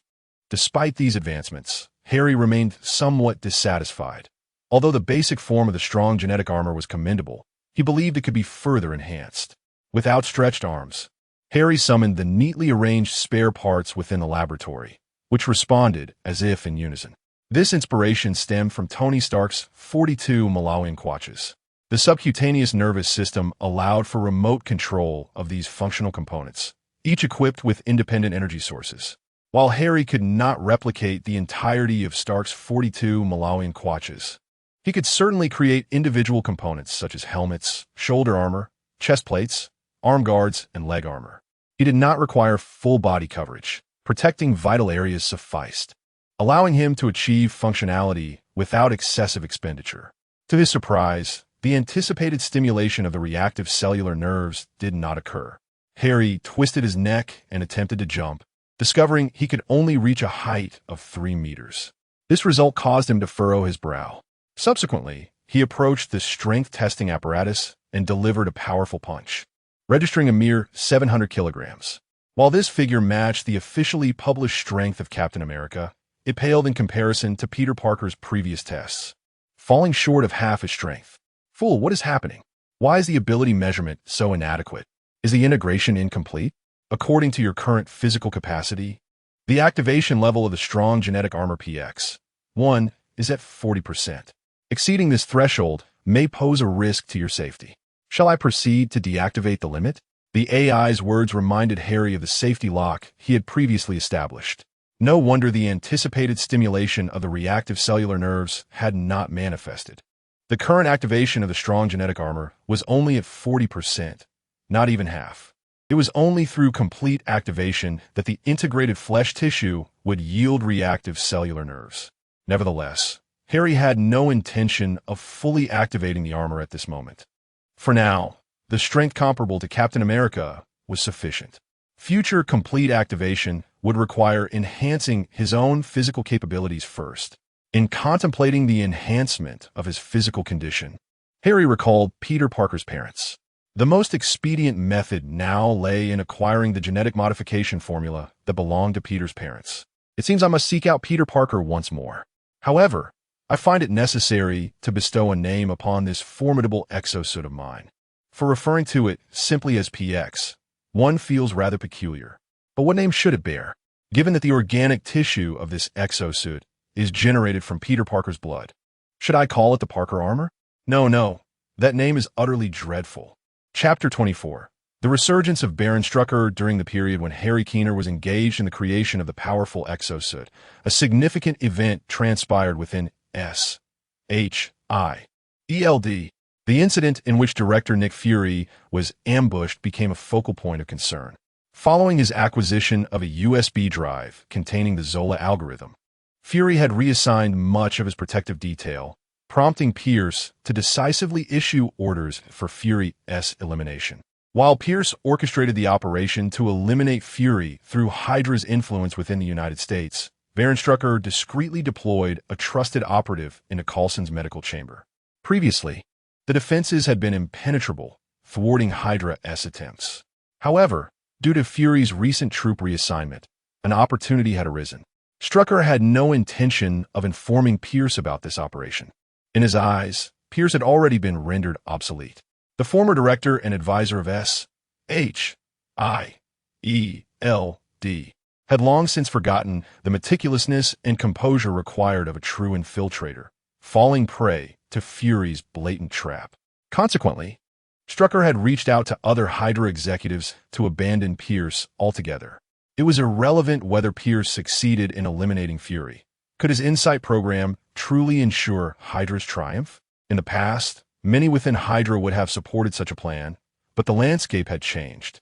An alien invasion had already besieged New York, and the mere deterrence of 3 celestial carriers was a figment of delusion. The emergence of extraterrestrial forces had rendered Pierce's ambitions a farce, with only he clinging to the notion of their viability. Strucker recognized Fury's intentions to purge SHIELD as merely the initial step towards dissolving the organization and transforming it from a visible entity into a covert one. Hidden adversaries posed the greatest threat, a truth Strucker understood all too well. Thus, before SHIELD could reestablish its concealment, he aimed to implant a mole, one that would be instrumental in the organization's downfall. Just as Pierce had once supported a Hydra member to ascend as SHIELD's leader, Strucker aimed to replicate this maneuver. In accordance with Strucker's directive, the disguised nurse, Tanasha Island, stood vigil by Coulson's bedside. Upon confirming the absence of others, she prepared to insert a memory-altering chip into Coulson's neck. Yet, just as she was about to proceed, Coulson abruptly awoke. With swift precision, he grasped Tanasha's wrist. Sensing the strength in his grip, Tanasha's expression hardened. He was not Coulson. Who was he?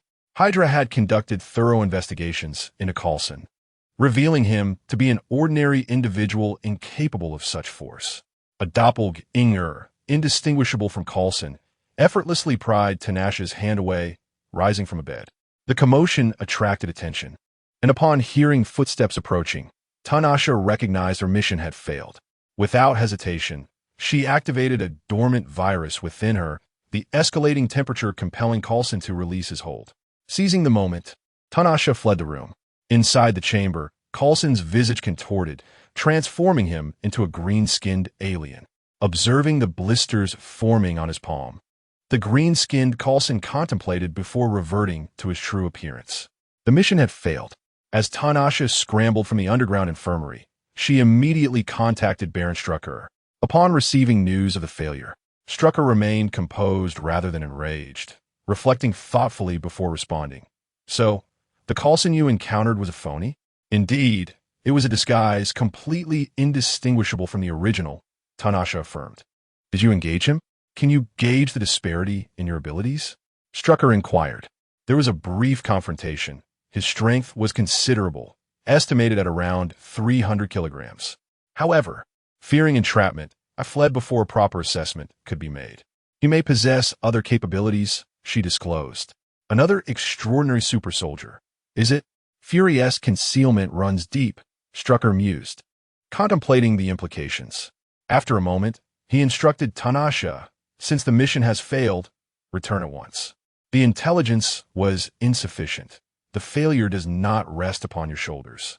Rest assured, you will not face repercussions. As he ended the call, Strucker's gaze fell upon the scepter before him, an artifact laden with history, acquired amidst the turmoil following the New York conflict. Despite its allure, it offered no solace for his troubled mind. Tanasha's failure signified that SHIELD would remain obscured, and should Pierce fall into Fury's trap, the tides would turn, leaving Hydra in a precarious position, with enemies lurking in the shadows. Meanwhile, Harry Keener, having completed the exosuit, returned to school to seek out Peter Parker. Although Peter had learned his parents' names from Aunt May, he remained unaware of any substantial information regarding them. Richard Parker and Mary Parker. These names, while limited, provided a starting point for Harry's investigation. Yet, upon seeing the names, Harry paused, contemplating whether Mary had adopted her married name or if she had always been Mary Parker. If she, too, bore the Parker surname, it would indeed add a layer of intrigue.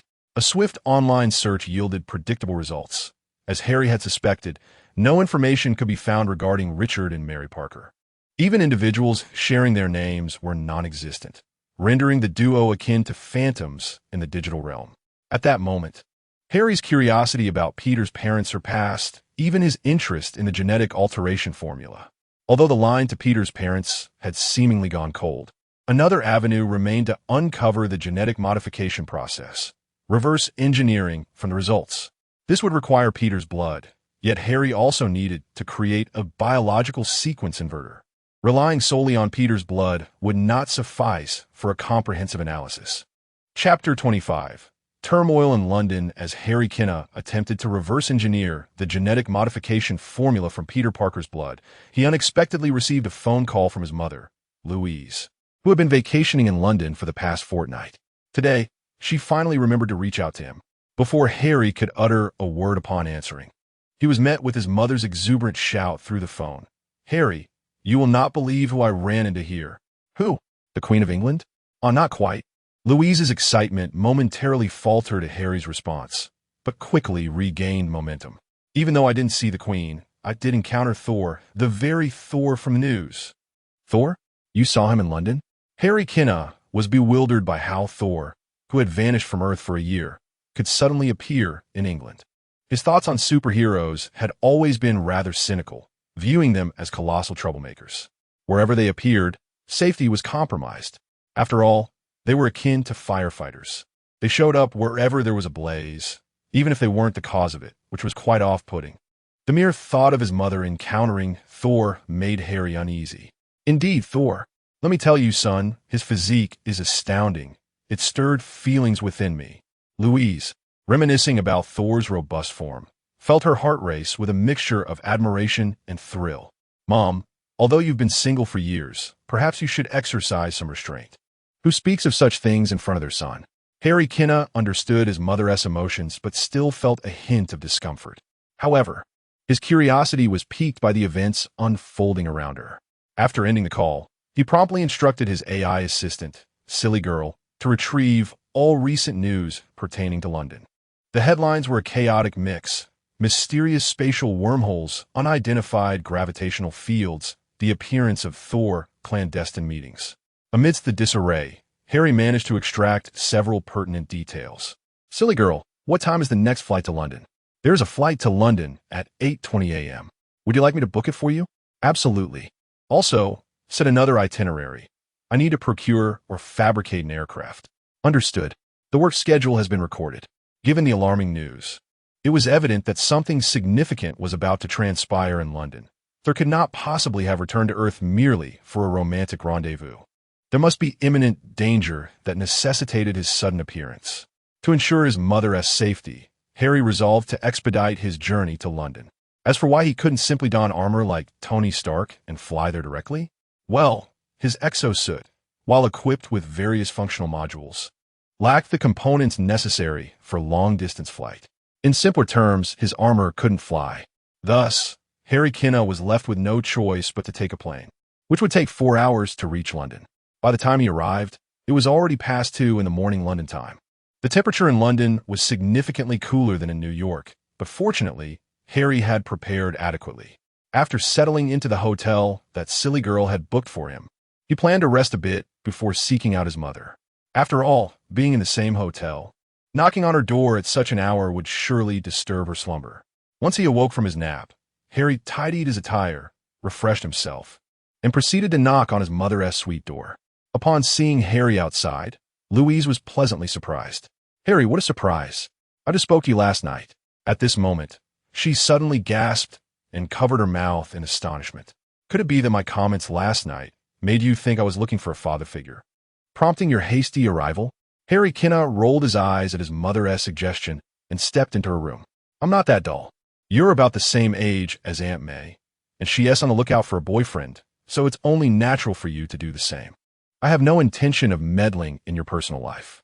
Despite his words, Harry couldn't help but survey the room as he entered.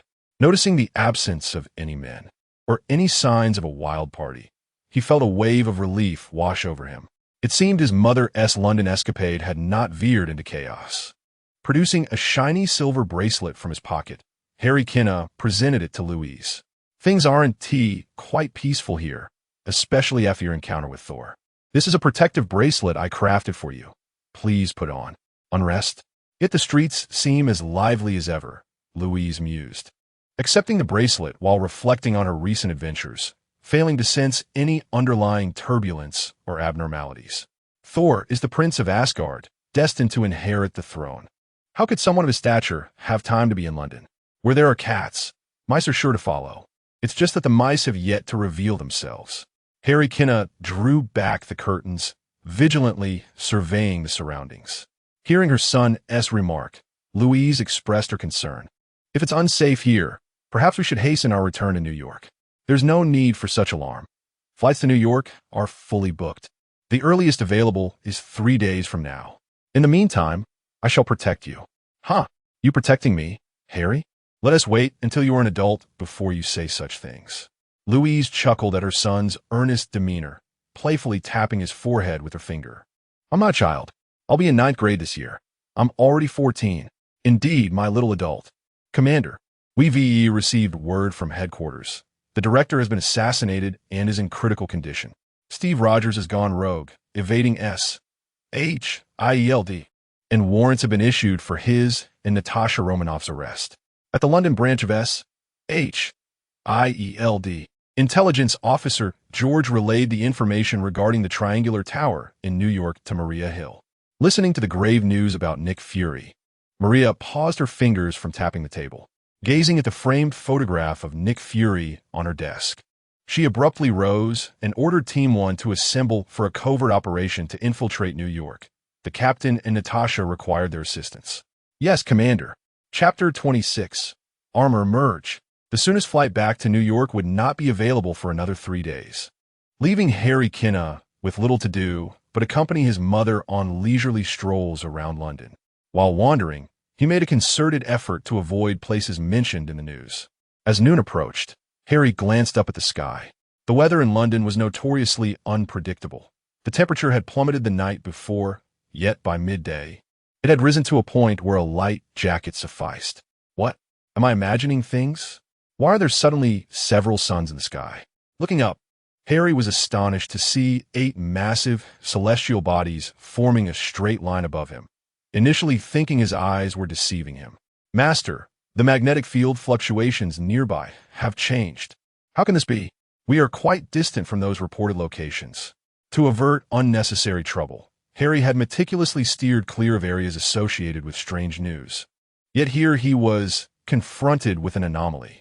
Preliminary calculations suggested that the alignment of the 9 celestial bodies was causing significant disturbances in the Earth's magnetic field, potentially leading to unforeseen circumstances. Silly Girl was unable to detect any immediate threats, but could only make a rudimentary prediction.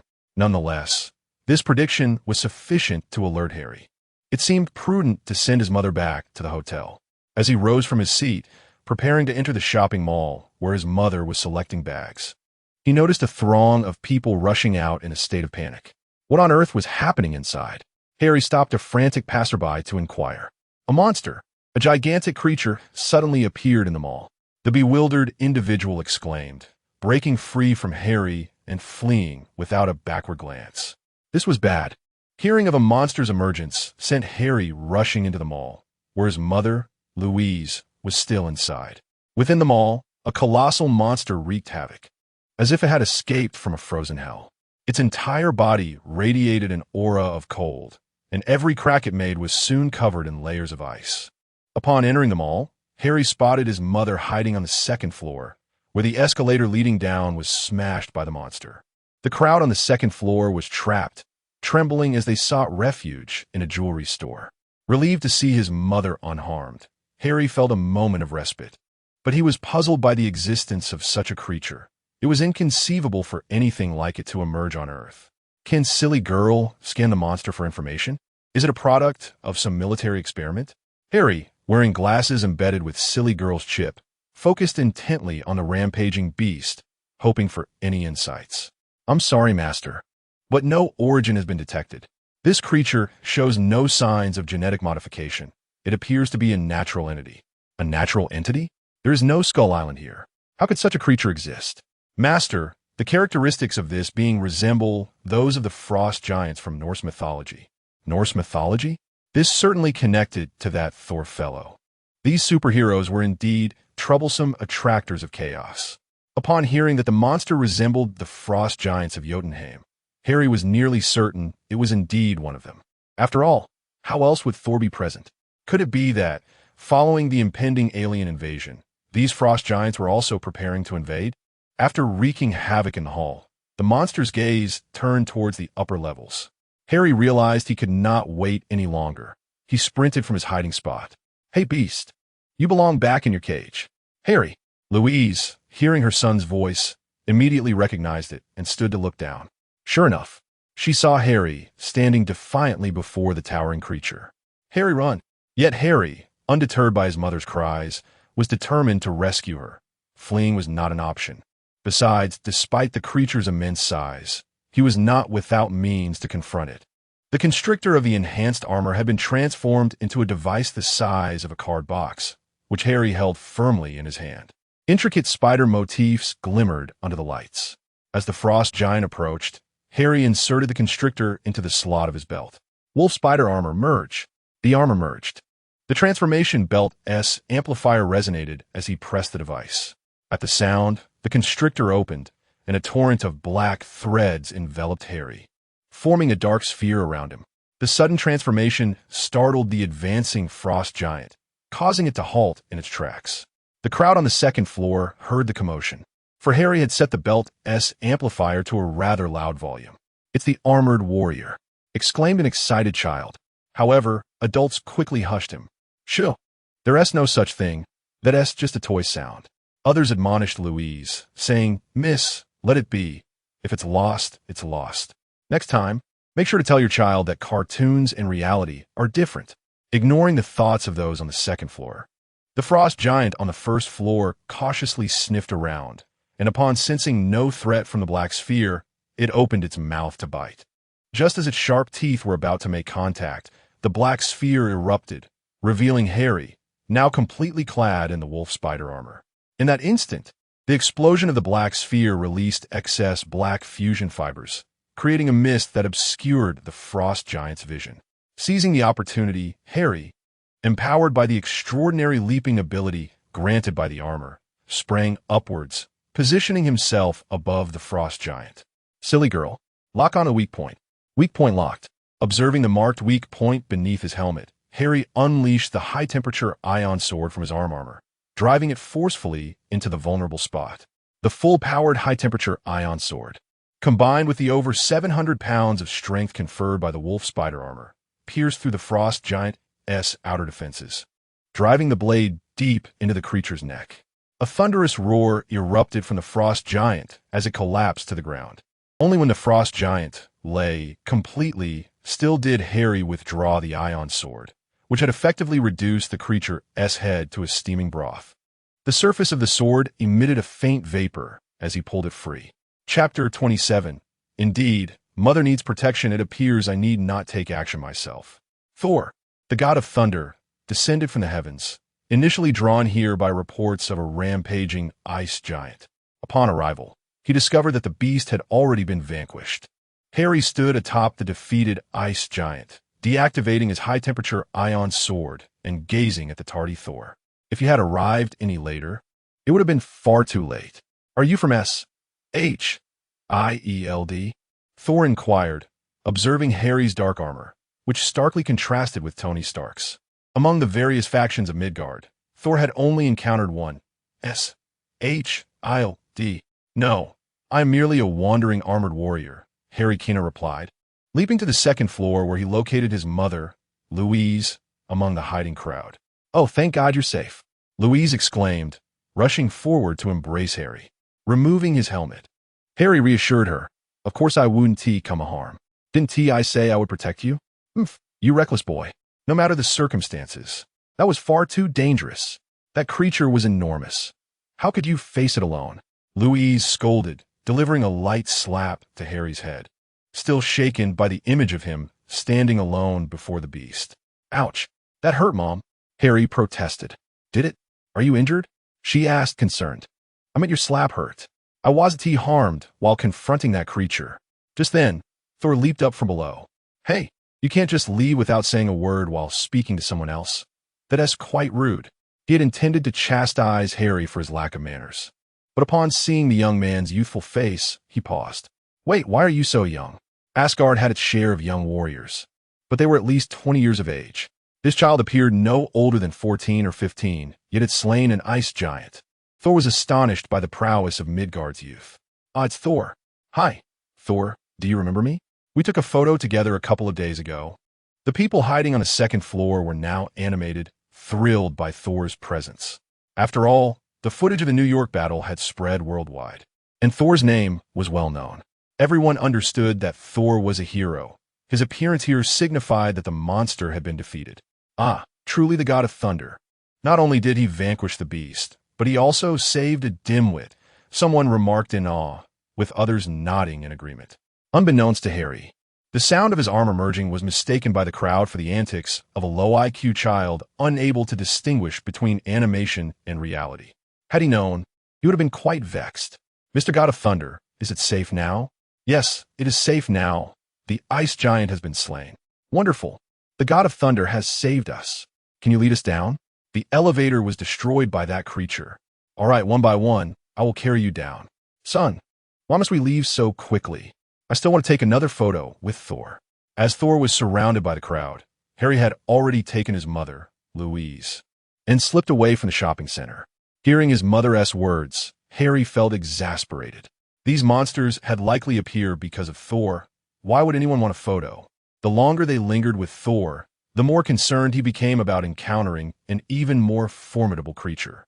It was best to leave with his mother, Louise, as swiftly as possible. "Hey, wait." Just as he thought to distance himself from Thor, the latter pursued him. Harry cast a grim look at the approaching Thor. "What is it?" "You defeated the ice giant, so I, Thor, acknowledge your abilities. And now, I would like to ask for your assistance. The dark elf Malekith intends to plunge the 9 realms into darkness, and my strength alone is insufficient to confront him. I require your help." Having honed his skills on Earth, Thor understood the limitations of individual power. Unfortunately, the other Avengers were not present, and he had no means to contact them. The only one capable of aiding him in the fight against Malekith was this young lad who had vanquished the ice giant. "I'm sorry, but I must decline." Without a moment's hesitation, Harry firmly rejected Thor's offer to join forces. Given the current circumstances, he could not predict what other troubles might arise. His mother was a frail, ordinary woman, and he needed to protect her. He had no time to assist Thor. "What? You may not comprehend the gravity of the situation. Malekith's desire to shroud the 9 realms in darkness is not merely a lack of sunlight." Thor insisted. "If Malekith succeeds, the passageways between the realms will remain open forever. It's not just a world engulfed in eternal darkness. The 9 realms would face annihilation."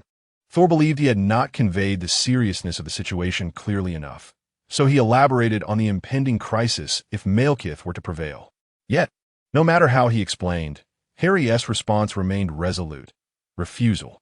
Thor's patience waned rapidly, and his anger surged as he demanded, "Why? The world could be destroyed. Why won't you help me?" "Because I must protect my mother. The fate of the world is a matter for later. My priority is ensuring her safety and that she faces no danger." Thor had intended to berate Harry for his selfishness, but upon hearing him speak of protecting his mother, his fierce demeanor faltered. His gaze shifted slowly to the Louise whom Harry guarded protectively. The flickers of lightning sparked in his anger gradually dissipated. In Louise, he saw the reflection of his own mother. The surroundings seemed to rewind to the previous day, that dreadful day. If only he had been like this child before him, able to shield his mother in time. He could have saved her, if only he had acted more swiftly. Recalling the heart-wrenching events of yesterday, even the resolute Thor felt his eyes welling with tears. He had already lost far too much, his mother, Loki. He could not allow this child to suffer the same fate. With this thought, Thor approached and placed a reassuring hand on Harry's shoulder. "You are right. You must safeguard your mother. Protect her at all costs. As for Malekith, even if I stand alone, I shall conquer him, for I am an Avenger." With a newfound resolve, Thor soared into the sky, leaving Harry puzzled as he glanced back at Louise. "What is wrong with him? Is he infatuated with you?" "Surely not. I recall he has a girlfriend," she replied. Chapter 28. Fire Prevention, Theft Prevention, and Best Friend Prevention after safely escorting his mother to the hotel. Harry Kenneth sought to establish contact with Jarvis through the hapless girl. Initially, the situation in London seemed to present mere trifles. However, The gravity of Thor's recent remarks suggested otherwise. Harry Kinna felt an urgent need to expedite his mother's departure to New York before matters escalated further. Relying on ordinary flights was futile. The only option was Tony Stark's private jet. With Tony vacationing with Pepper, it was more expedient to contact Jarvis directly. Jarvis readily agreed and promptly dispatched a private aircraft, which, barring any unforeseen circumstances, would arrive within the hour. Meanwhile, Harry's mother, Louise, sat listlessly on the bed, observing Harry as he remained vigilant by the window. "What's the matter?" she called out. "Nothing, it's just—" "Aren't you going to help Thor?" Louise inquired. "He's a grown man who can handle his own troubles. Let's just wait for the plane and return to New York," Harry Kinna replied, glancing at his watch. The commotion in London had intensified, and he had even spotted a few blue-skinned beings on the streets. "But, Harry, you have the ability," Louise said, her expression conflicted. She wished to shield her son from danger, yet she also hoped he would not be selfish. "Are you asking me to help him?" Harry asked, recognizing the turmoil in his mother's face. "I don't want you to be selfish." Louise's conflict stemmed from her desire to protect her son and the values instilled in him from a young age. This inevitably brought to mind Captain America, whose sacrifice against the Nazis had become a cornerstone of American ideals, influencing countless Americans who grew up revering his deeds. "Mom, this isn't selfishness. It's merely a limitation of my abilities. I must prioritize protecting what matters most, namely you. You are far more important to me than this world," Harry declared, causing Louise's troubled expression to soften. Hearing her son affirm her significance brought warmth to her heart. Before long, Jarvis-controlled private aircraft landed on the hotel's helipad. As Harry escorted his mother onto the plane, Jarvis inquired, "A Level 2 danger alert has been issued in London. Contacting me was indeed a prudent decision." "What level of danger alert did Tony set for you?" Harry asked. "Level 5. However, danger alerts are merely preliminary assessments. If the information is insufficient, their reliability diminishes." Jarvis candidly implied that Tony's danger assessment was not entirely trustworthy. "Tony has yet to overcome his anxiety. It's surprising he set such a feature for you. But you're right. The alert is indeed inaccurate. I've encountered Thor here, and he seems to be struggling with the situation. Please contact Tony and have him summon other Avengers for assistance." "Apologies, Mr. Harry, but Mr. Tony is currently in a state of complete information blackout. He has requested to spend a quiet holiday with Miss Pepper, and I am not permitted to disturb him." Despite Jarvis's high level of autonomy, as an intelligent program, he could not defy the explicit commands of his creator. Harry understood this and refrained from insisting on contacting Tony. "Can you reach out to any members of the Avengers? Anyone who can come to help will suffice. Regrettably, Mr. Harry, those Avengers with whom I have contact appear to be unreachable at present. Furthermore, there is an anomalous life form active in New York's network.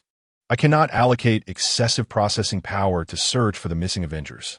"What did you just say? An anomalous life form? Is it an AI like you?" "No. My only counterpart is the hapless girl you developed. The anomalous life form, while resembling us, is not of my kind." It appeared that New York was also in disarray. "Is it possible to ascertain whether this anomalous life form is benevolent or malevolent?" "I cannot determine that at this moment, but I am currently monitoring the anomalous life form through a distributed matrix. Should it exhibit any harmful behavior, I will neutralize it immediately." Jarvis's confidence reassured Harry. He believed in Jarvis's capabilities even more than in Tony Stark's. After all, prior to Harry's arrival in this realm, there had only been one instance of an intelligent AI exhibiting humanity, a feat that could only be described as divine within the digital realm. As he fastened his mother's seatbelt, Harry did not secure his own. He turned to the control room and said, "Jarvis, I entrust my mother's safety to you.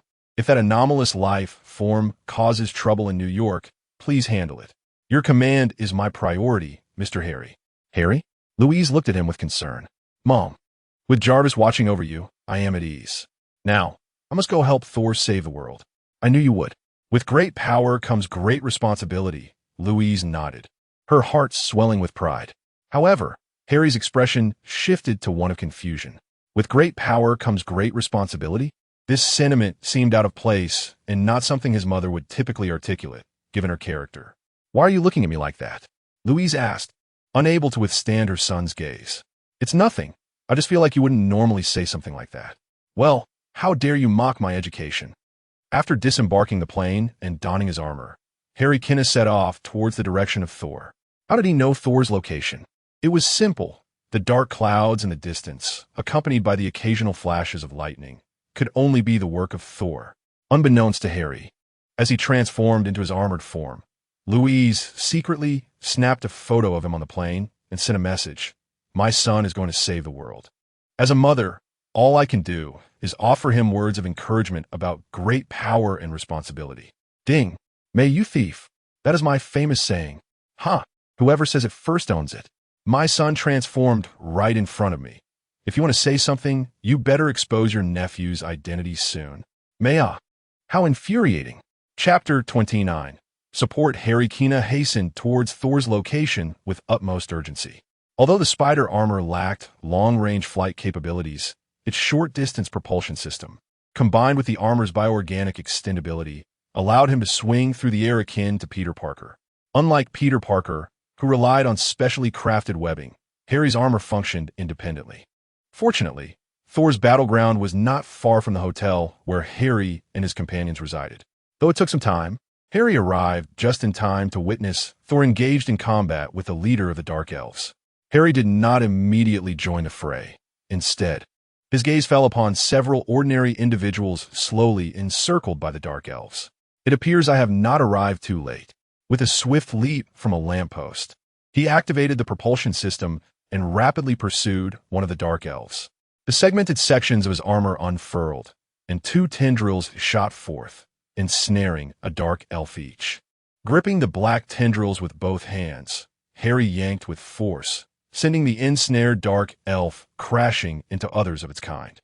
Eliminate that peculiar intruder, roared the apparent leader of the Dark Elves, prompting the others to redirect their weapons towards Harry.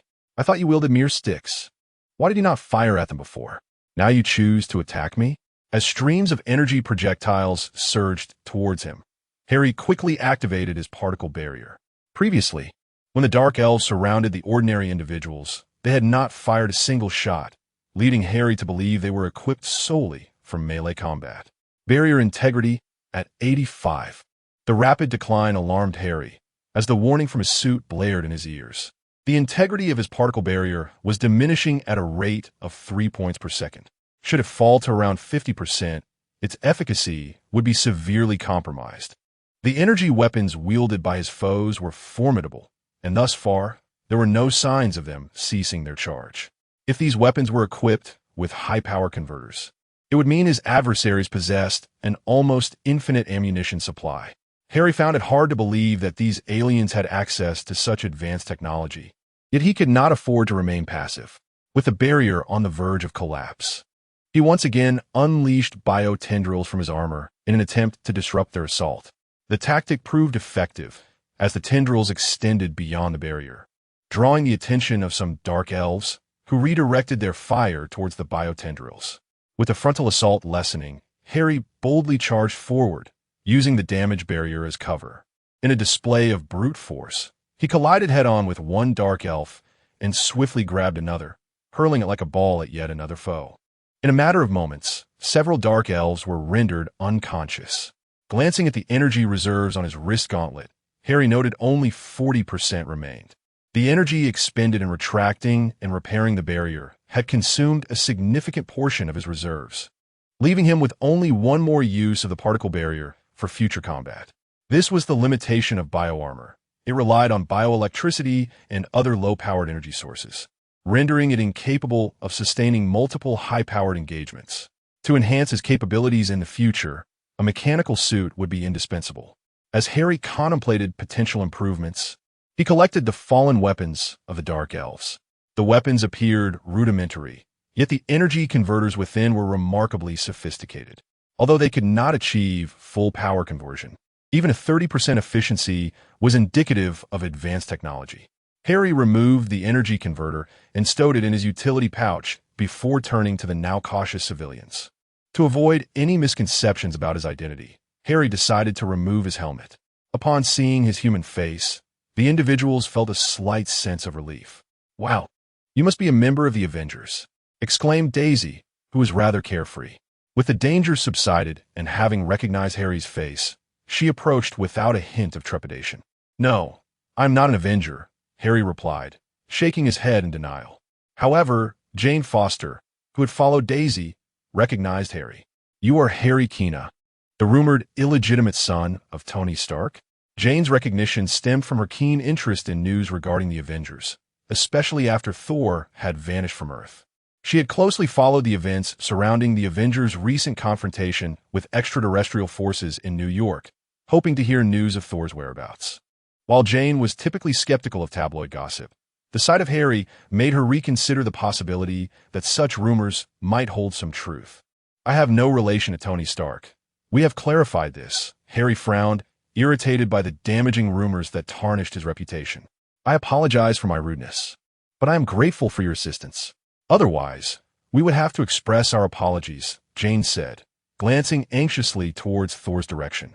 Thor's position in battle was not far from Harry and the others, and the fight was proving to be quite arduous for him. Distracted by the encirclement of Jane and her companions, he had sustained several blows from the cursed warrior and found himself at a disadvantage. However, Harry's timely intervention had allowed Thor to focus on the enemy, restoring a semblance of balance to the conflict. Nevertheless, Thor continued to take significant damage. While Malekith himself was not particularly formidable, the cursed warrior acted as an impassable barrier, preventing Thor from reaching his true opponent. After a brief skirmish, Thor was propelled back towards Harry. "Thor!" Jane exclaimed, rushing forward to wipe the blood from the corner of his mouth. Among the group, aside from Thor and Jane, the others were all single and uncertain of how to react to the intimate moment. "It seems you have brought reinforcements. However, no matter how many allies you bring, you cannot prevent me from claiming the ether particles. Surrender them, and perhaps I shall spare your life," Malekith declared ominously, advancing slowly alongside the cursed warrior. Chapter 30. Is the ether particle a person? Are there any tactics? Hallie gazed at the approaching Malekith and the cursed warriors, quietly inquiring of Thor beside him. Thor swung his hammer, Mjolnir, and nodded. Indeed, Malekith's objective is to seize the ether particle, to wield it during the alignment of the 9 stars to dominate the 9 realms. However, the duration of this celestial event is fleeting. We must ensure that Malekith does not acquire the ether particle within that time. "I understand," Hallie nodded, though he was puzzled. "What exactly is this ether particle? Is it within you?" Thor's gaze shifted to Jane Foster. Hallie could not fathom why such a crucial element, as described by Thor, was entrusted to an ordinary individual. Had he not arrived in time, Jane would have surely fallen into the hands of the Dark Elves. For reasons unknown, the ether particle has entered Jane's body. "She is essentially the ether particle now," Thor lamented. "If it could be extracted, it would save us much trouble. I could simply carry it and fly away, preventing Malekith from obtaining it. Yet, it resides within Jane, and I cannot extract it. Carrying her while flying at speed is impossible. Her body could not withstand it. We find ourselves in a truly precarious situation. Can you not take Jane and leave? I will hold them off. In the meantime, you should fly as far as you can with her," Hallie proposed, realizing that if they could delay until after the celestial event, Malekith's schemes would come to naught. "That is not feasible. Jane's body is far too weak. The ether particle flowing within her causes her immense suffering. She cannot endure the pressure of the winds." Thor firmly rejected Hallie's suggestion. He was uncertain whether Jane could withstand the strain, and he did not wish to gamble with her life. "What then? Can we not defeat them together? If we can, we need not ponder further," Hallie expressed his frustration. "Eliminating them is not the priority. Saving Jane is our main objective," Thor replied, taking a deep breath before sharing his carefully devised plan with Hallie. "Very well, I comprehend. You shall lead the attack while I provide support," Hallie agreed, albeit reluctantly, to Thor's somewhat daring strategy. If successful, they would both rejoice. If not, they would simply have to rely on their own fates. Thor, relieved that Hallie consented to his plan, turned to Dr. Eric Selvig. "Doctor, I entrust this to you, my young companion, and I will hold them off. It falls to you to stabilize the spatial fluctuations. Dr. Selvig had developed a spatial stabilizer. By inserting the stabilization framework into a designated point, it could stabilize the spatial disturbances in that area, preventing the random emergence of spatial wormholes. Dr. Selvig understood the significance of his role in Thor's plan and solemnly nodded, vowing to fulfill his duty, not solely for himself, but for. With everything in order, Thor faced Malekith's taunts and charged forward, wielding Mjolnir. Let us see if you can withstand this. Malekith scoffed at the sight of Thor, who approached like a tempest of sparks and lightning. A cursed warrior lunged forward to intercept Thor, but Halikina swiftly shot forth two biological tendrils, ensnaring the cursed warrior and dragging him aside, preventing any interference with Thor's advance. As the cursed warrior was pulled away, Malekith's indifferent expression shifted. The guard, momentarily careless, rushed to aid Malekith, attempting to block Thor.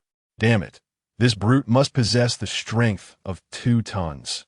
Halikina grunted, feeling the force of the cursed warrior propel him forward, his feet carving deep grooves in the ground. You shall not interfere with them, you foolish girl. Release the safety protocols. The current weight of his suit, over 700 pounds, was clearly insufficient to halt the cursed warrior. Only by completely lifting the safety restrictions could he hope to match that strength. But, Master, it may go out of control. I can handle it. Release the restrictions. Understood. Steam erupted from the joints of the armor, which began to expand, transforming Halikina into a muscular figure in a matter of moments. Along with this transformation came a dramatic increase in power. The cursed warrior, now immobilized, glanced at Halikina with surprise.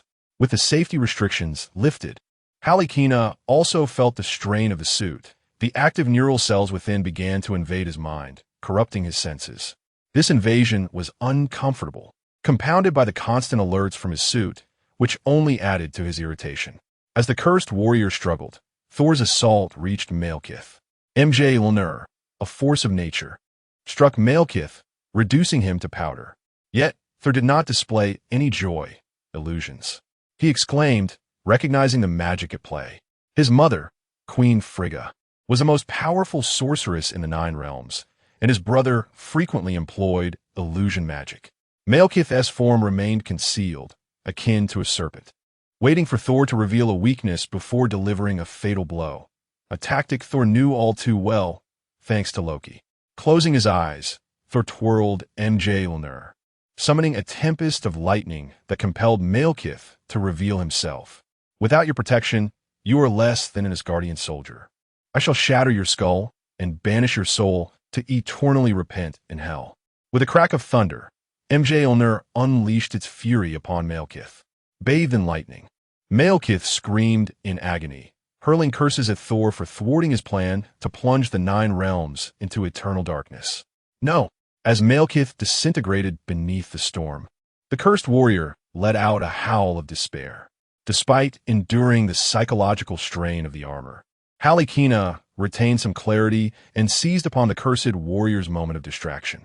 He unleashed more biological tendrils to bind the warrior's limbs, swiftly closing the distance. As the enemy broke free from his bonds, Halikina snatched a grenade from the cursed warrior's waist, activating it before forcefully shoving it into the warrior's mouth. Chapter 31. Now, I lack nothing as Halikina pressed the grenade. His ears were nearly deafened by the foolish girl's alarm. Without a moment's hesitation, he swiftly distanced himself from the cursed warrior, witnessing the rapidly escalating readings beneath his helmet. The cursed warrior seemed to contort and collapse as if space itself were collapsing around him. Observing this scene, the mental strain of the active cells in Harry's mind faded, leaving him with a chilling sensation. A black hole grenade? They actually possess such a device.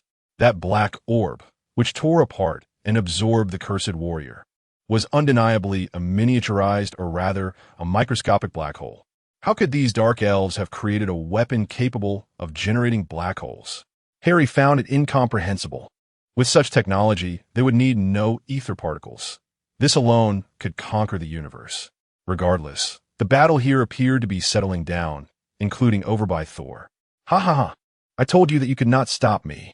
Malekith, who should have been reduced to ashes beneath the thunder, now stood behind Jane Foster.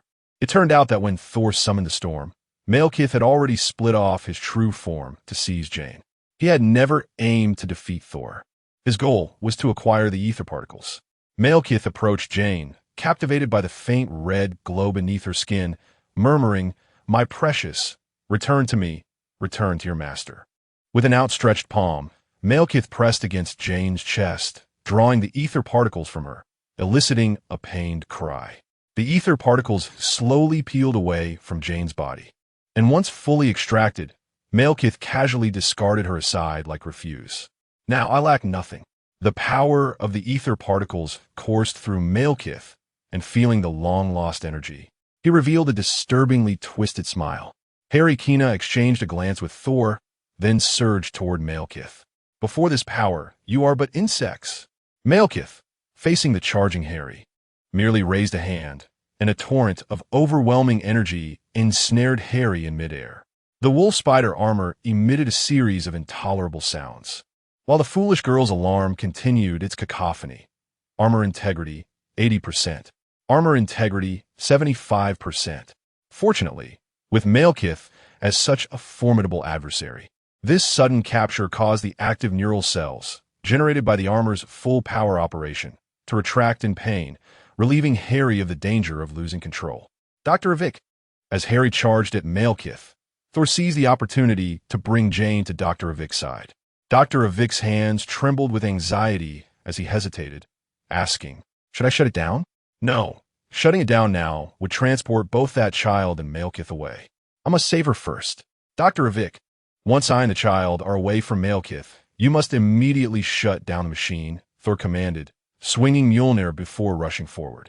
Malekith's power, having gained the ether particles, was beyond conventional limits. Even as Thor charged from another direction, Malekith effortlessly raised a hand to subdue him. "Thor, you have no idea of the ether particles' might. With the ether particles, I am invincible." "Foolish girl, detach the shoulder armor and initiate the self-destruct sequence." Observing Malekith's attention shift to Thor, Harry decisively ordered the foolish girl to activate the separation program. The shoulder armor, equipped with floating cannons, possessed only moderate power, given Malekith's current state. Using merely the floating cannons would likely prove ineffective. Harry resolved to let the shoulder armor self-destruct, hoping its explosion would at least distract Malekith. The shoulder armor detached from Harry and charged towards Malekith, exploding near him. However, a barrier of red energy blocked the blast. While the damage was mitigated, the sound waves could not be contained. The explosion's reverberation caused Malekith to clutch his ears in agony, allowing Thor and Harry to break free. Upon regaining their freedom, Thor shouted to Harry, "Run!" Understanding Thor's plan, Harry wasted no time in retreating from Malekith. "Damn insects, I will kill you!" Malekith roared, unleashing waves of energy towards Harry. But the onslaught was abruptly halted.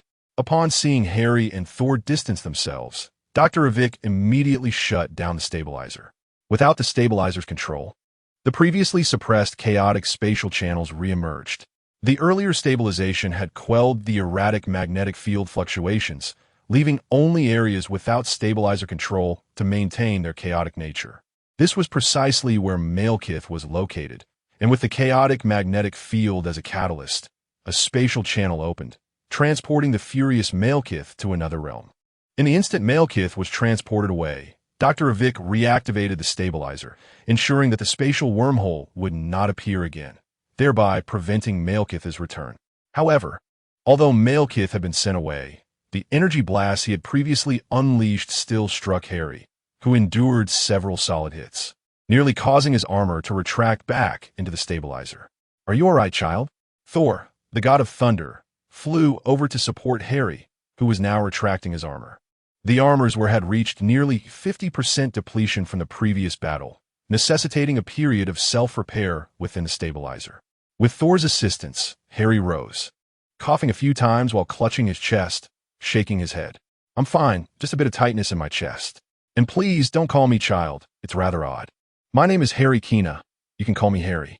It dawned on Harry that he had yet to share his name with Thor since his arrival. Hearing that Harry was safe, Thor laughed heartily. "Haha, good Harry, you are a brave warrior." It seemed that Thor's plan had succeeded. Jane Foster rushed over to embrace and kiss Thor amidst the wreckage of the battlefield. Dr. Avik watched with a smile, while Harry began to scour the battlefield, collecting weapons and grenades from the Dark Elves. Suddenly, the scene shifted to a desolate planet, where Malekith's energy slowly dissipated between his hands. His pitch-black eyes gazed at the stars, observing the 9 realms aligning into a single line. It appeared that Asgard had not meticulously documented the great battle of Ur. Ha ha! Foolish Asgardians, do you think that by leaving Midgard, I am powerless? You underestimate the might of the ether particles. Chapter 32. Embrace the darkness. Malekith gazed at the celestial bodies of the 9 realms aligning into a singular line, a frenzied smile spreading across his face. Ha ha ha ha! From the moment I acquire the ether particles, nothing can impede my will. Let the world plunge into eternal darkness. With hands plunged into the ground, the surging energy within him surged forth, driving towards the core of the planet Varthelheim. The core's power was drawn forth by the energy of the ether particles, causing the surface of Varthelheim to fracture instantly. The earth split open, revealing deep fissures from which a ghostly blue luminescence erupted. In Midgard, Earth all seemed lost.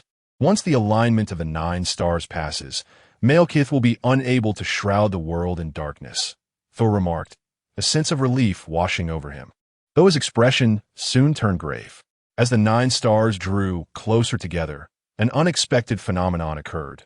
The distant dark planet, Varthelheim, home to the Dark Elves, began to emanate chains of energy outward, surrounding the other celestial bodies like a ghostly blue galaxy. What is happening?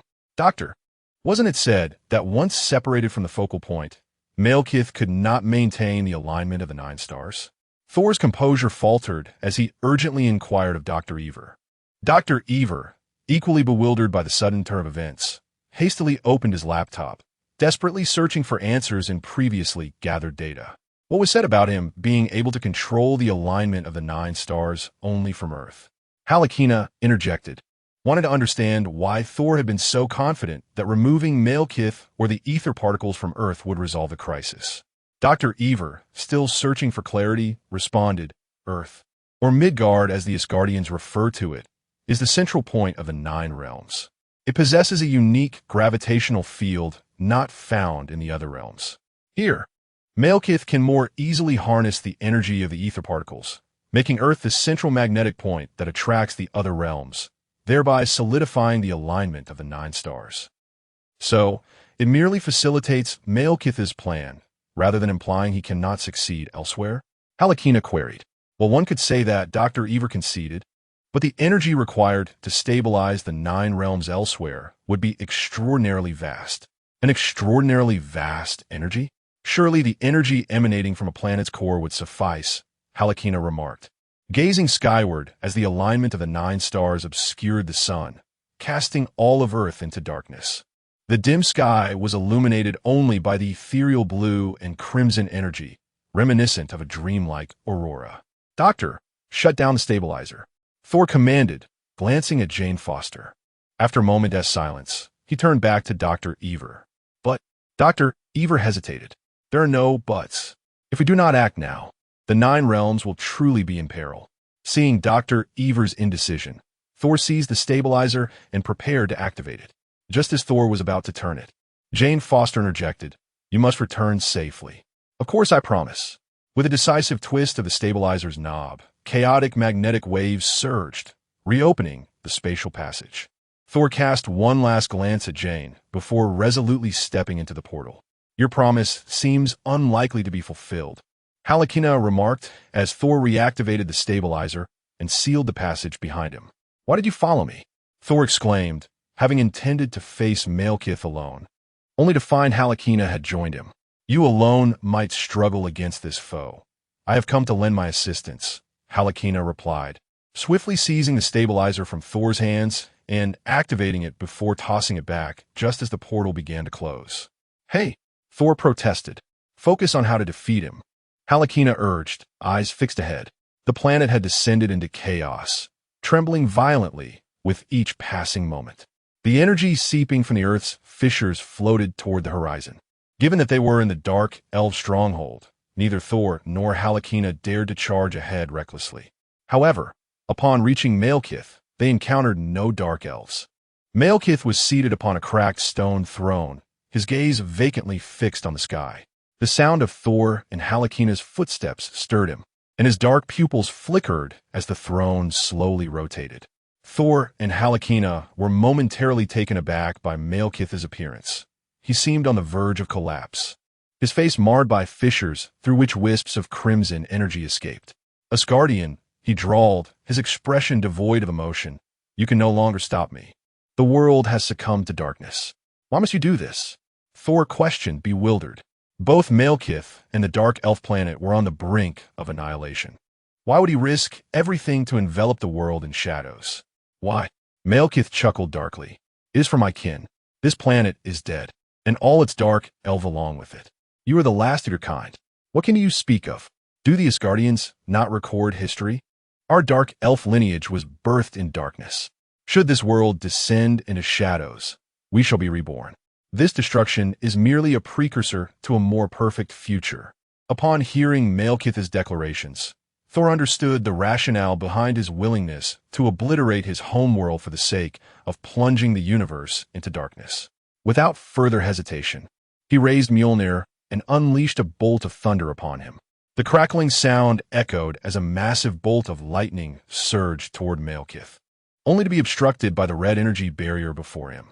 Even though the majority of the ether particle's power was consumed in maintaining the alignment of the 9 realms, the remaining energy was sufficient to shield Malekith from Thor's assault.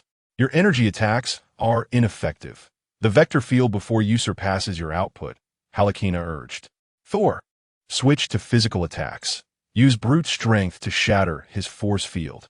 With his helmet analyzing Malekith's energy barrier, Halakina quickly advised Thor to alter his approach. Chapter 33.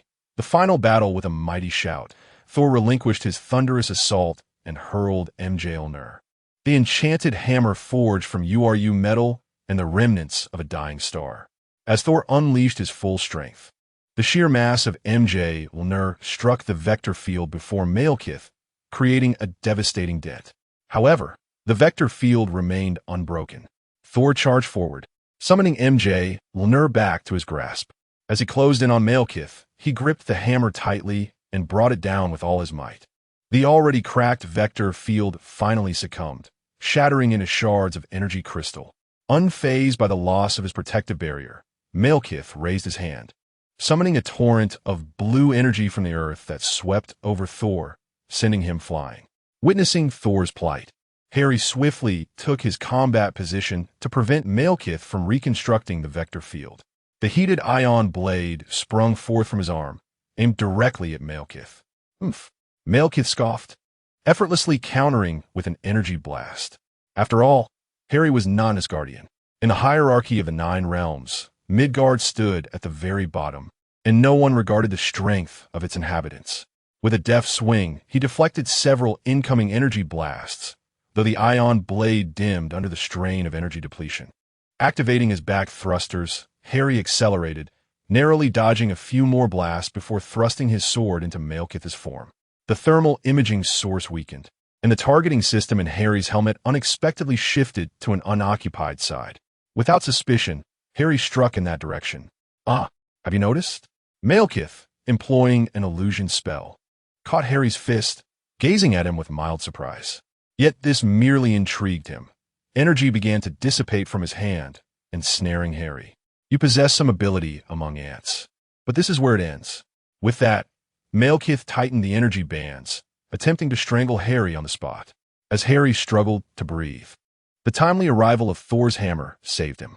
The speeding Mjolnir struck Malekith unexpectedly, causing him to lose his grip on the energy, and the bands around Harry dissipated like water without roots. "Are you all right?" Thor rushed to Harry's side, concerned upon seeing him kneeling. "I'm fine. Your timing was impeccable." After catching his breath, Harry rose and glanced at the approaching Malekith, exclaiming, "This guy possesses incredible power. How are we supposed to defeat him? I have observed that his internal energy is imbalanced. The power of the ether particles is overwhelmingly strong, beyond his control. The reason he hasn't exploded yet while maintaining such strength, is that he is using the ether particles to manipulate the core energy of the Earth while siphoning off a portion to balance the ether within him. If we can disrupt this balance, we can defeat him. Thor, a seasoned warrior, quickly grasped Malekith's current state. Upon hearing Thor's assessment, Harry pondered for a moment before producing a black hole grenade he had acquired from Corpse. This grenade's energy should be enough to disrupt his balance. You actually obtained such a thing? Thor exclaimed joyfully, having witnessed the power of the black hole grenade. Even he could not withstand it. He eagerly took the grenade from Harry and charged at Malekith once more. However, the speed at which he charged out was matched by the speed of his return. Although he threw the black hole grenade, the anticipated rupture of Malekith's internal energy balance did not occur. Malekith erected an energy barrier just in time, negating the grenade's explosion and causing a collapse of space. While the gravitational pull of the collapsing space tugged at Malekith's clothing, it inflicted no significant damage upon him. It seems this won't work either, Thor said, returning covered in dust and shaking his head in disappointment. Yet Harry had a different idea. The detonation of the black hole grenade would create a microscopic black hole capable of annihilating the enemy. However, if he modified the dark matter generator inside the grenade and rewrote its programming, it might not create a black hole, but instead detonate one.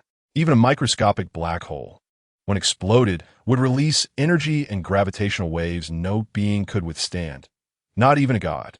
With this thought in mind, Harry turned to Thor and declared, "Distract him for a moment. I have a plan that, if successful, will ensure Malekith's demise." Thor did not inquire about Harry's plan, but nodded and wielded Mjolnir as he charged forward. While Thor and Malekith engaged in fierce combat, Harry retrieved the last two black hole grenades, disassembling them to modify the generators within. "You cannot defeat me, Thor. Look around. The 9 realms are nearly enveloped. Everything is already predetermined."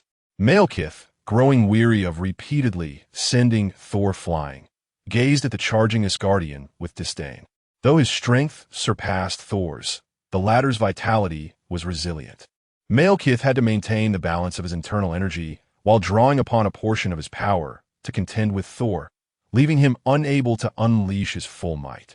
Thor's relentless, reckless assaults were akin to an incessant nuisance, vexing Malekith.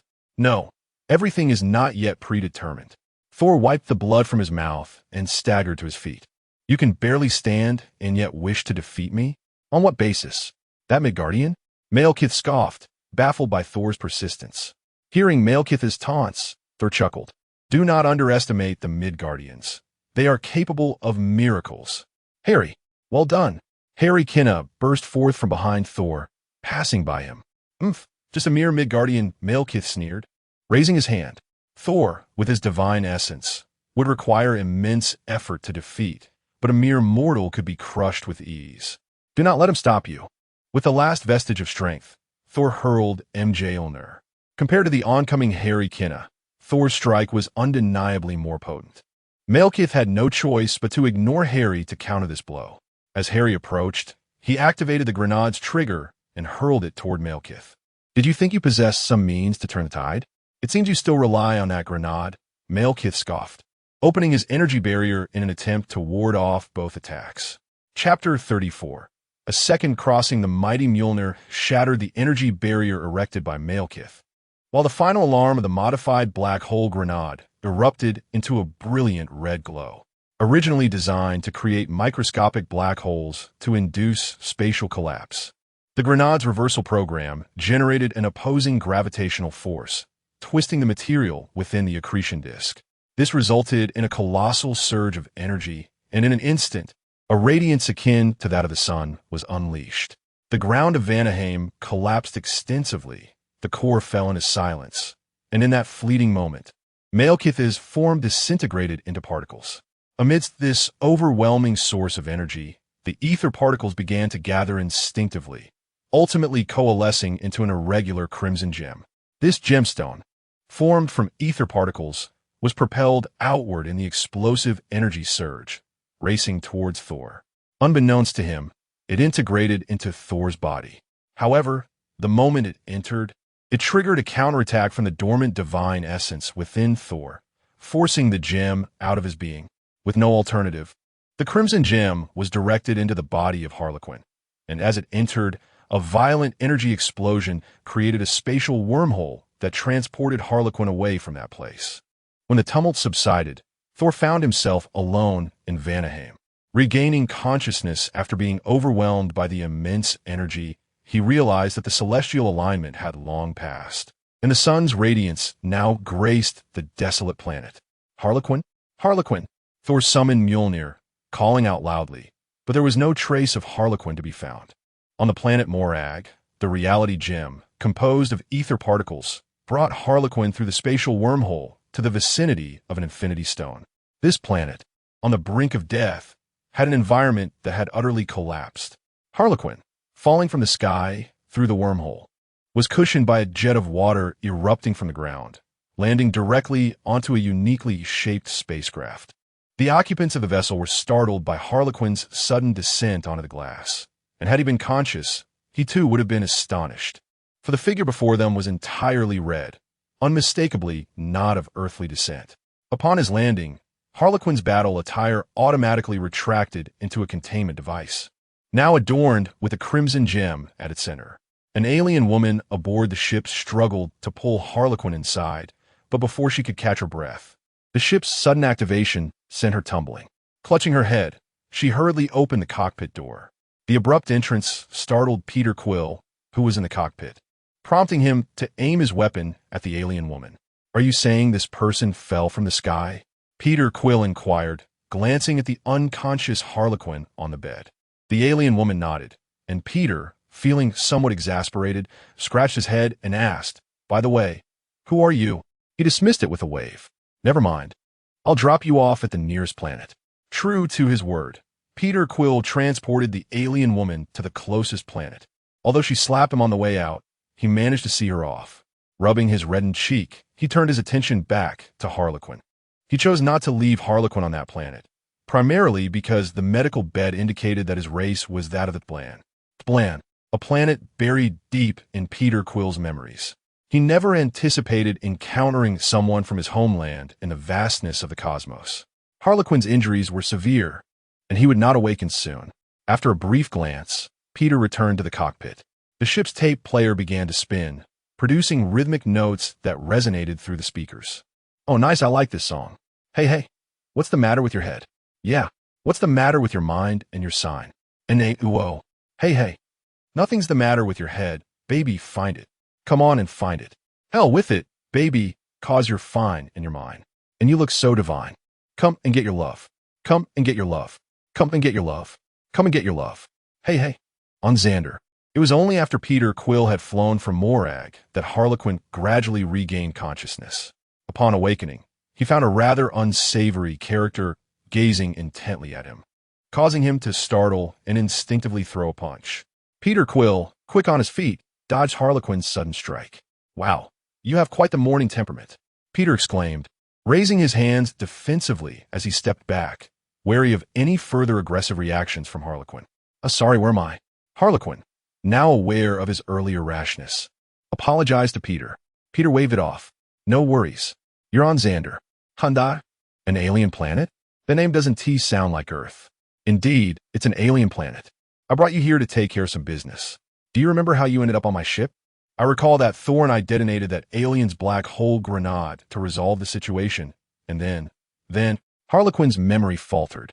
He could only remember being overwhelmed by the energy surge that rendered him unconscious. Not pressing further, Peter handed Harlequin his clothes and belt. "If you can't recall, don't dwell on it. I have a few things to attend to. Do you want to accompany me or stay on the ship?" Chapter 35. Conflict. Despite having donned his own attire, Harry Kinna opted to accompany Peter Quill to explore the alien planet, for it would be remiss not to experience the wonders of an extraterrestrial world. As he fastened his belt, he gazed at the altered restraining device with a hint of confusion. Had it been damaged? What was that gem embedded in it? And how had it come to be there?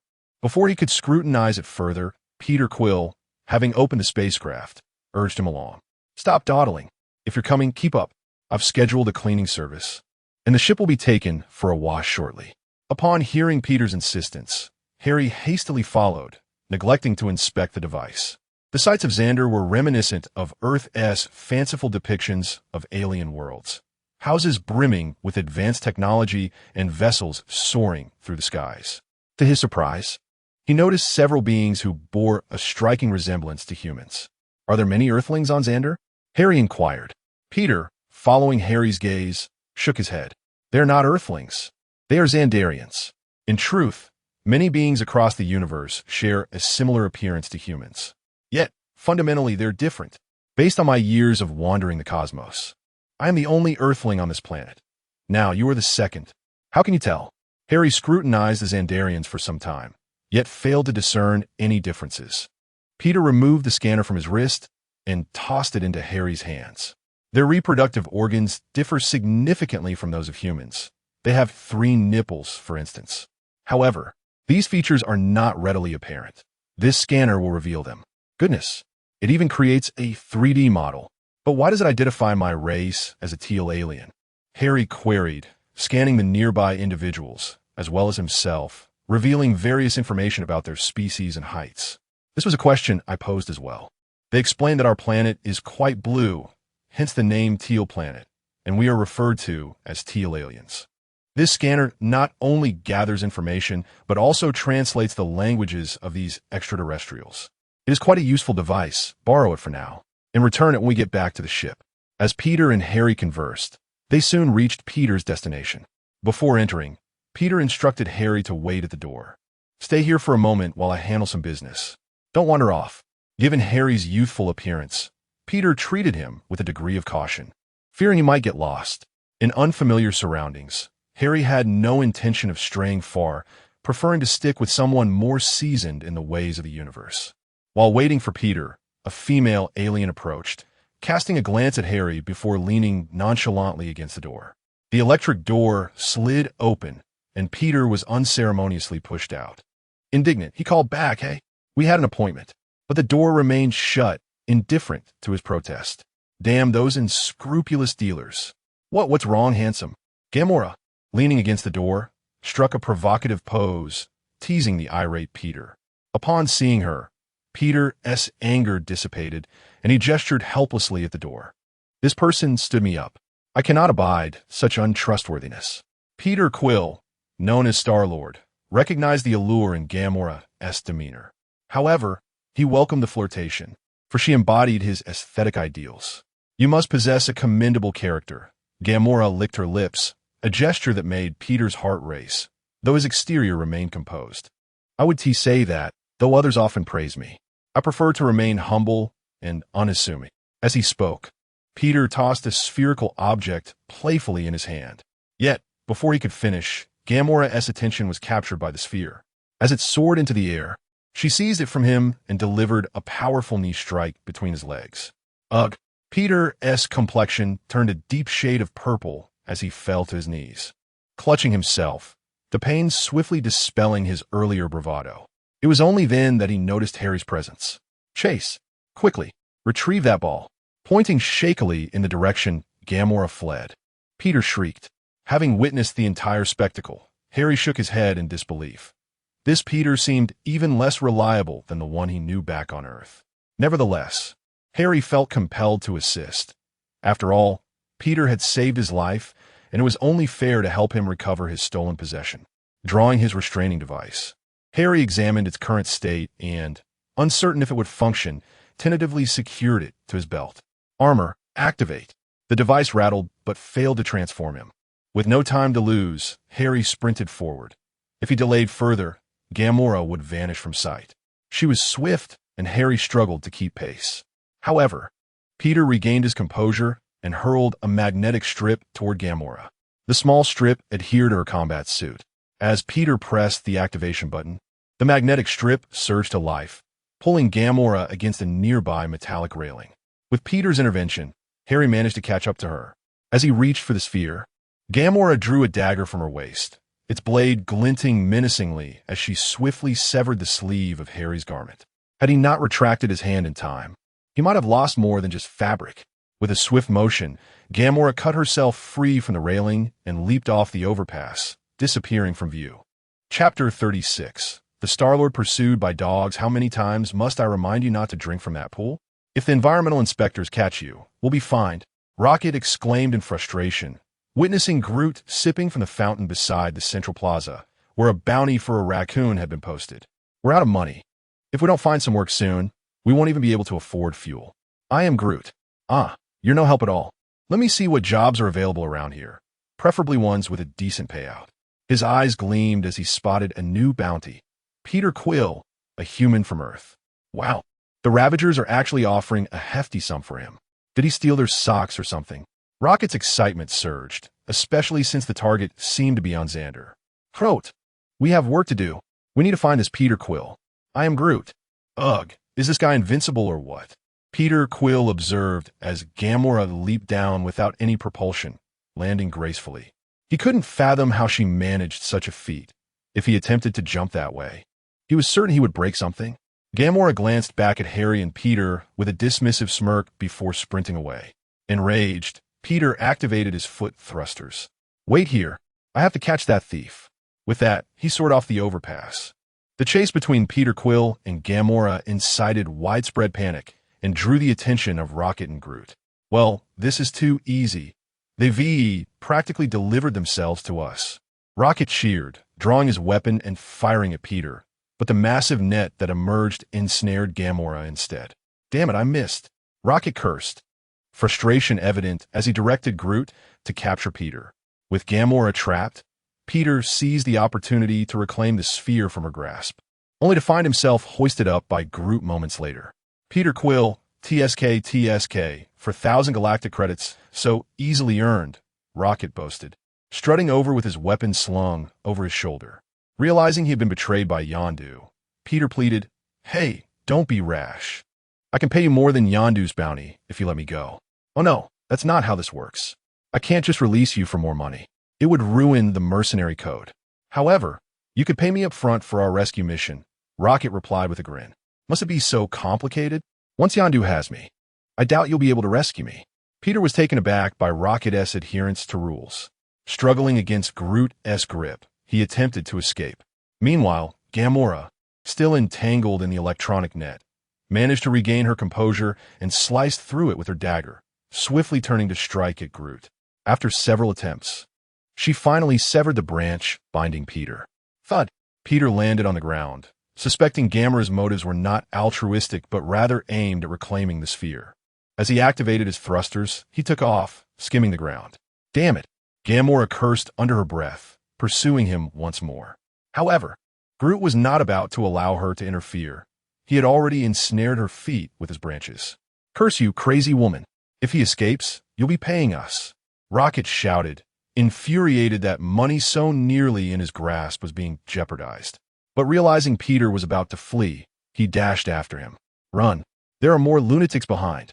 Peter shouted upon encountering Harry, urging him to escape together. Run? I can't let you get away. Rocket retorted, raising his weapon again to fire at Peter. This time, he unleashed plasma rounds instead of nets. After all, the bounty merely required him to be alive, and as long as he breathed, that counted. Harry, upon seeing the plasma rounds fired towards Peter, paled. This planet is far too dangerous if a raccoon wields such weapons. Reacting swiftly, Harry activated the ion shield on his wristwatch. The plasma exploded against it, crackling loudly and scorching the ground beneath them. The commotion startled Peter, who raised his hands in alarm. Wasn't he the point to capture me alive? You were trying to kill me, he exclaimed, pointing at Rocket. Not at all. I assure you, you'll still be breathing. Rocket smirked, his aim unwavering. Turning his attention to Harry's watch, Rocket inquired, Nice piece you have there. How much? Noticing his watch's last bit of power deplete, Harry frowned, wary of Rocket's intentions while the latter's weapon remained aimed at him and Peter. Just then, alarms blared overhead as drones descended, their weapons trained on Rocket, Harry, and Peter. You are in violation of Xander's federal laws for engaging in combat and using dangerous weapons in a public space. Surrender your arms and raise your hands immediately. Oh crap, I forgot about those blasted laws. Rocket muttered, discontented, yet aware that resisting would result in dire consequences. He lacked Groot's protection in this moment. I am Groot. Just as he lamented Groot's absence, Groot was already in the fray. Hey, officer, I'm a victim here. They attacked me. Peter raised his hands, desperately explaining to the approaching officer. The officer, unfazed, cuffed Peter while chuckling. I recognize you. Peter Quill, Star-Lord, right? Oh, sorry, Star-Lord. Chapter 37. Imprisonment with a sharp hiss. The prison gates swung open, and the spacecraft transporting Peter and Harry, along with a group of criminals, slowly made its way into the independent reception station of the prison. This facility, located in the vastness of space, was specifically designed for the confinement of offenders, a space station detached from the planet Xander. Here, no inmate could hope to escape. It was deemed the most secure prison imaginable. Upon arrival, Peter and his companions were escorted by the guards into a cleansing chamber for decontamination and uniform change. The substance sprayed upon them was a sickly yellow, the nature of which was questionable at best. Although it lacked a foul odor, the sticky residue left Harry's face ashen. Why was there no consideration for juvenile protection laws? Were they to be apprehended without any form of interrogation? Harry felt utterly filthy, indignantly protesting against the inhumane cleansing agent through the solitary observation window. But alas, no one acknowledged his pleas. After the cleansing ritual, they were compelled to don prison garb, and Harry finally reunited with Peter Quill and the others. Damn it, what kind of brand of cleansing agent was that? It was simply appalling. Harry lamented. He was not alone in his disdain. Peter and the others shared his sentiments regarding the detestable substance. As they stepped into the prison, the previously raucous atmosphere erupted into chaos. Look who's here. Damn executioner. Let me out. I'll kill him, shouted a voice from the crowd. Wow, you seem quite popular, Peter observed, noting the fervor of the inmates aimed at Gamora. Leaning closer to her, he whispered, she's the right hand of Ronan the Accuser, responsible for countless deaths across the cosmos. Many here harbor grudges against her. Rocket, leading the way, eyed Peter with a sly grin. I advise you to keep your distance from her. Otherwise, those folks might just tear you apart too. No sooner had Rocket uttered these words than a towering alien emerged, his gaze fixed menacingly on Gamora. Initially, it appeared he intended to strike or berate her, but instead, he turned his attention to Harry and Peter. Are you the pets of this woman? You look rather delicate, but she is in no position to protect you now. You shall become my little pets. Ha ha ha. The alien laughed, his finger tracing Peter's face as he dodged, sending shivers down their spines. Hey, you big oaf. Those two are mine. Remove your hand at once. Rocket bellowed, unable to contain his fury at the alien's unwarranted advance on his bounty targets. Ugh, disgusting little creature. The alien scoffed, but his derision was abruptly silenced as Groot's branches plunged into his nostrils, lifting him off the ground. The pain was akin to being cleaved in two, and the alien howled in agony, while Rocket quietly urged Groot, lift him higher. It'll have more impact. As Groot elevated the alien, Rocket leaped onto a table, addressing the raucous crowd of inmates. I care not for your grievances with Gamora, but these two blue-skinned beings are off-limits. They're my quarry.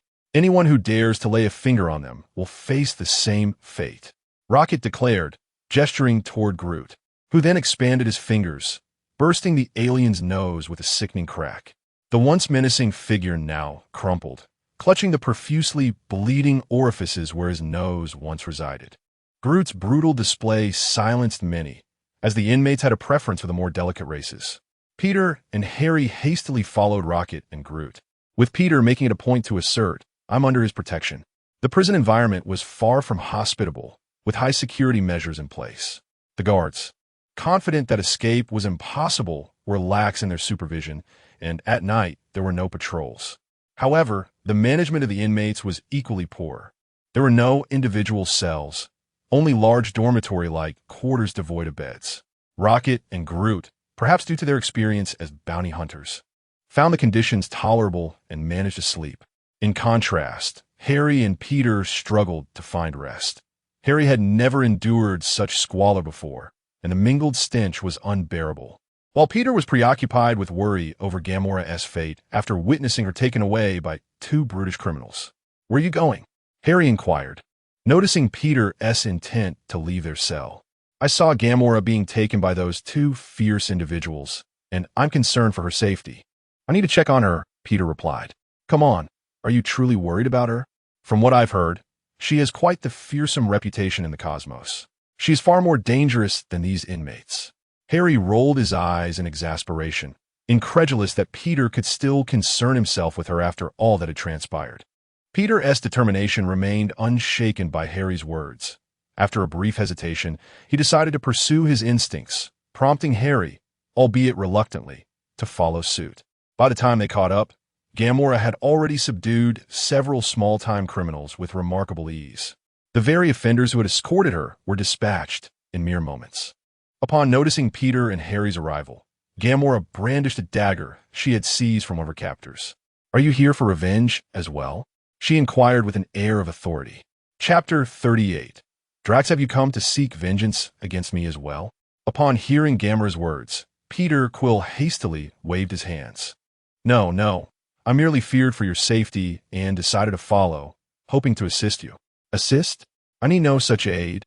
Gamora's gaze was as cold as steel, utterly disbelieving of Peter's claims, convinced that he was merely trying to save his own skin. The situation we find ourselves in is entirely your fault. With a disdainful huff, Gamora hurled the dagger in her hand. Harry, having anticipated her move, swiftly pulled Peter aside as the blade grazed Peter's hair, embedding itself firmly in the wall. The suddenness of Gamora's action left Peter drenched in cold sweat, bewildered by her abrupt aggression. At that moment, Gamora indeed contemplated killing Peter, had he not relentlessly pursued her. She would have acquired the orb long ago and avoided ending up in this prison. Realizing the dagger had failed to eliminate Peter, Gamora bent down to retrieve another, intent on finishing him off. Quite an impressive dagger, a sudden voice interrupted, causing Gamora to pause and direct her gaze toward the figure emerging from the corner. This newcomer was even more imposing than the robust alien who had confronted Peter earlier, with dark green skin and intricate crimson markings enveloping his body. The alien radiated an aura of ferocity. With a swift motion, Drax pulled the dagger from the wall, examining its blade with narrowed eyes as he addressed Gamora. Ronan's accomplice. Who might you be? The formidable presence before her compelled even the typically taciturn Gamora to engage in dialogue. She had no desire to clash with such a formidable opponent unnecessarily. I am Drax, a seeker of vengeance, destined to annihilate Ronan. However, before I destroy him, I shall first obliterate you, Drax bellowed, lunging forward with the dagger in hand. Though Gamora wished to avoid conflict with such a daunting adversary, she would not cower. As Drax charged, she deftly countered with her own dagger. Drax's attacks were straightforward, aiming directly at Gamora's heart. Yet his seemingly simplistic maneuvers failed to land a single blow. Skillfully evading Drax's thrusts, Gamora retaliated with relentless strikes, but her efforts were met with frustration. The alien's skin was remarkably tough, impervious to her barrage of blows, leaving no mark upon him. After several failed attempts to pierce Gamora, Drax relinquished his dagger and, relying on his hardened exterior, absorbed her strikes, seeking to grapple with her. Once he encircled her waist, he exerted his strength, producing a disconcerting cracking sound that made Gamora feel as though her spine might dislocate.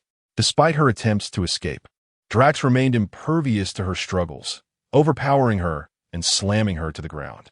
The impact nearly rendered her unconscious, providing Drax with the opportunity to seize her throat. Hey, big guy, is bullying women your idea of prowess? How about a fair duel? Harry exerted himself, but could not restrain Peter Quill, who, witnessing Gamora's peril, charged at Drax, forcibly dislodging him. Drax, momentarily stunned, stared at Peter with confusion, unable to comprehend why this man would interfere. However, his bewilderment quickly morphed into fury. He could not fathom Peter's motive for rescuing Gamora, yet he recognized Peter as his enemy. Drax resolved to eliminate him. Oh no, I seem to have angered him, Peter thought, realizing the gravity of his impulsive actions. Now confronted with the wrathful visage of Drax, he cast a worried glance at Harry. Harry, exasperated, shut his eyes, unwilling to witness the recklessness of his companion. Did Peter not consider the consequences of his actions? Drax advanced menacingly toward Peter and without intervention. The latter's slight frame would surely be torn apart by the formidable alien. Yet, intervention soon came. As is well known, the corner often spawned mysterious NPCs. And this occasion was no exception. Thick vines swiftly extended, ensnaring Peter's legs and yanking him backward, pulling him away from Drax's grasp. Drax, determined to eliminate Peter, refused to relent. Even as Peter was dragged away, he pursued with relentless intent. More vines sprouted from the corner, intertwining to form a wooden barrier before him. Drax roared, swinging his arms against the barrier with brute force. "Open up!" In his fervent struggle to create an opening, Drax remained oblivious to the additional vines encircling him until his arms were bound, rendering him immobile. "I distinctly recall stating that this man is my prey. Why do you refuse to heed my warning?" Rocket emerged from behind the wooden barricade, flanked by Peter and Groot. With a disapproving glance at the enraged Drax, Rocket turned back to Peter, delivering a sharp kick. "Honestly, you know those imprisoned here are eager for your flesh, yet you dare to wander about at night? Are you one of those who enjoys a game of hard to get?" Seeing Rocket's tirade escalate, Peter interjected, "Stop it. I only followed because I saw she was in danger." He hurried to Gamora's side, who had now lost consciousness. Gently, Peter lifted her, desperate to revive her. Rocket approached as well, glancing at the unconscious Gamora before gesturing to Groot. Groot extended a hand beneath Gamora's nose, where green leaves sprouted and fluttered gently. In no time, Gamora stirred back to consciousness. Chapter 39. For Billion? Gamora swiftly extricated herself from Peter Quill's embrace, rubbing her neck. The pressure exerted by Drax earlier had left her with an unusual pain in her joints. Upon witnessing Drax ensnared by Groot, she seized a nearby dagger, intent on avenging the near strangulation she had endured. Whoa, calm down, you lunatic." Groot reacted promptly, extending a vine to bind her as she prepared to strike Drax.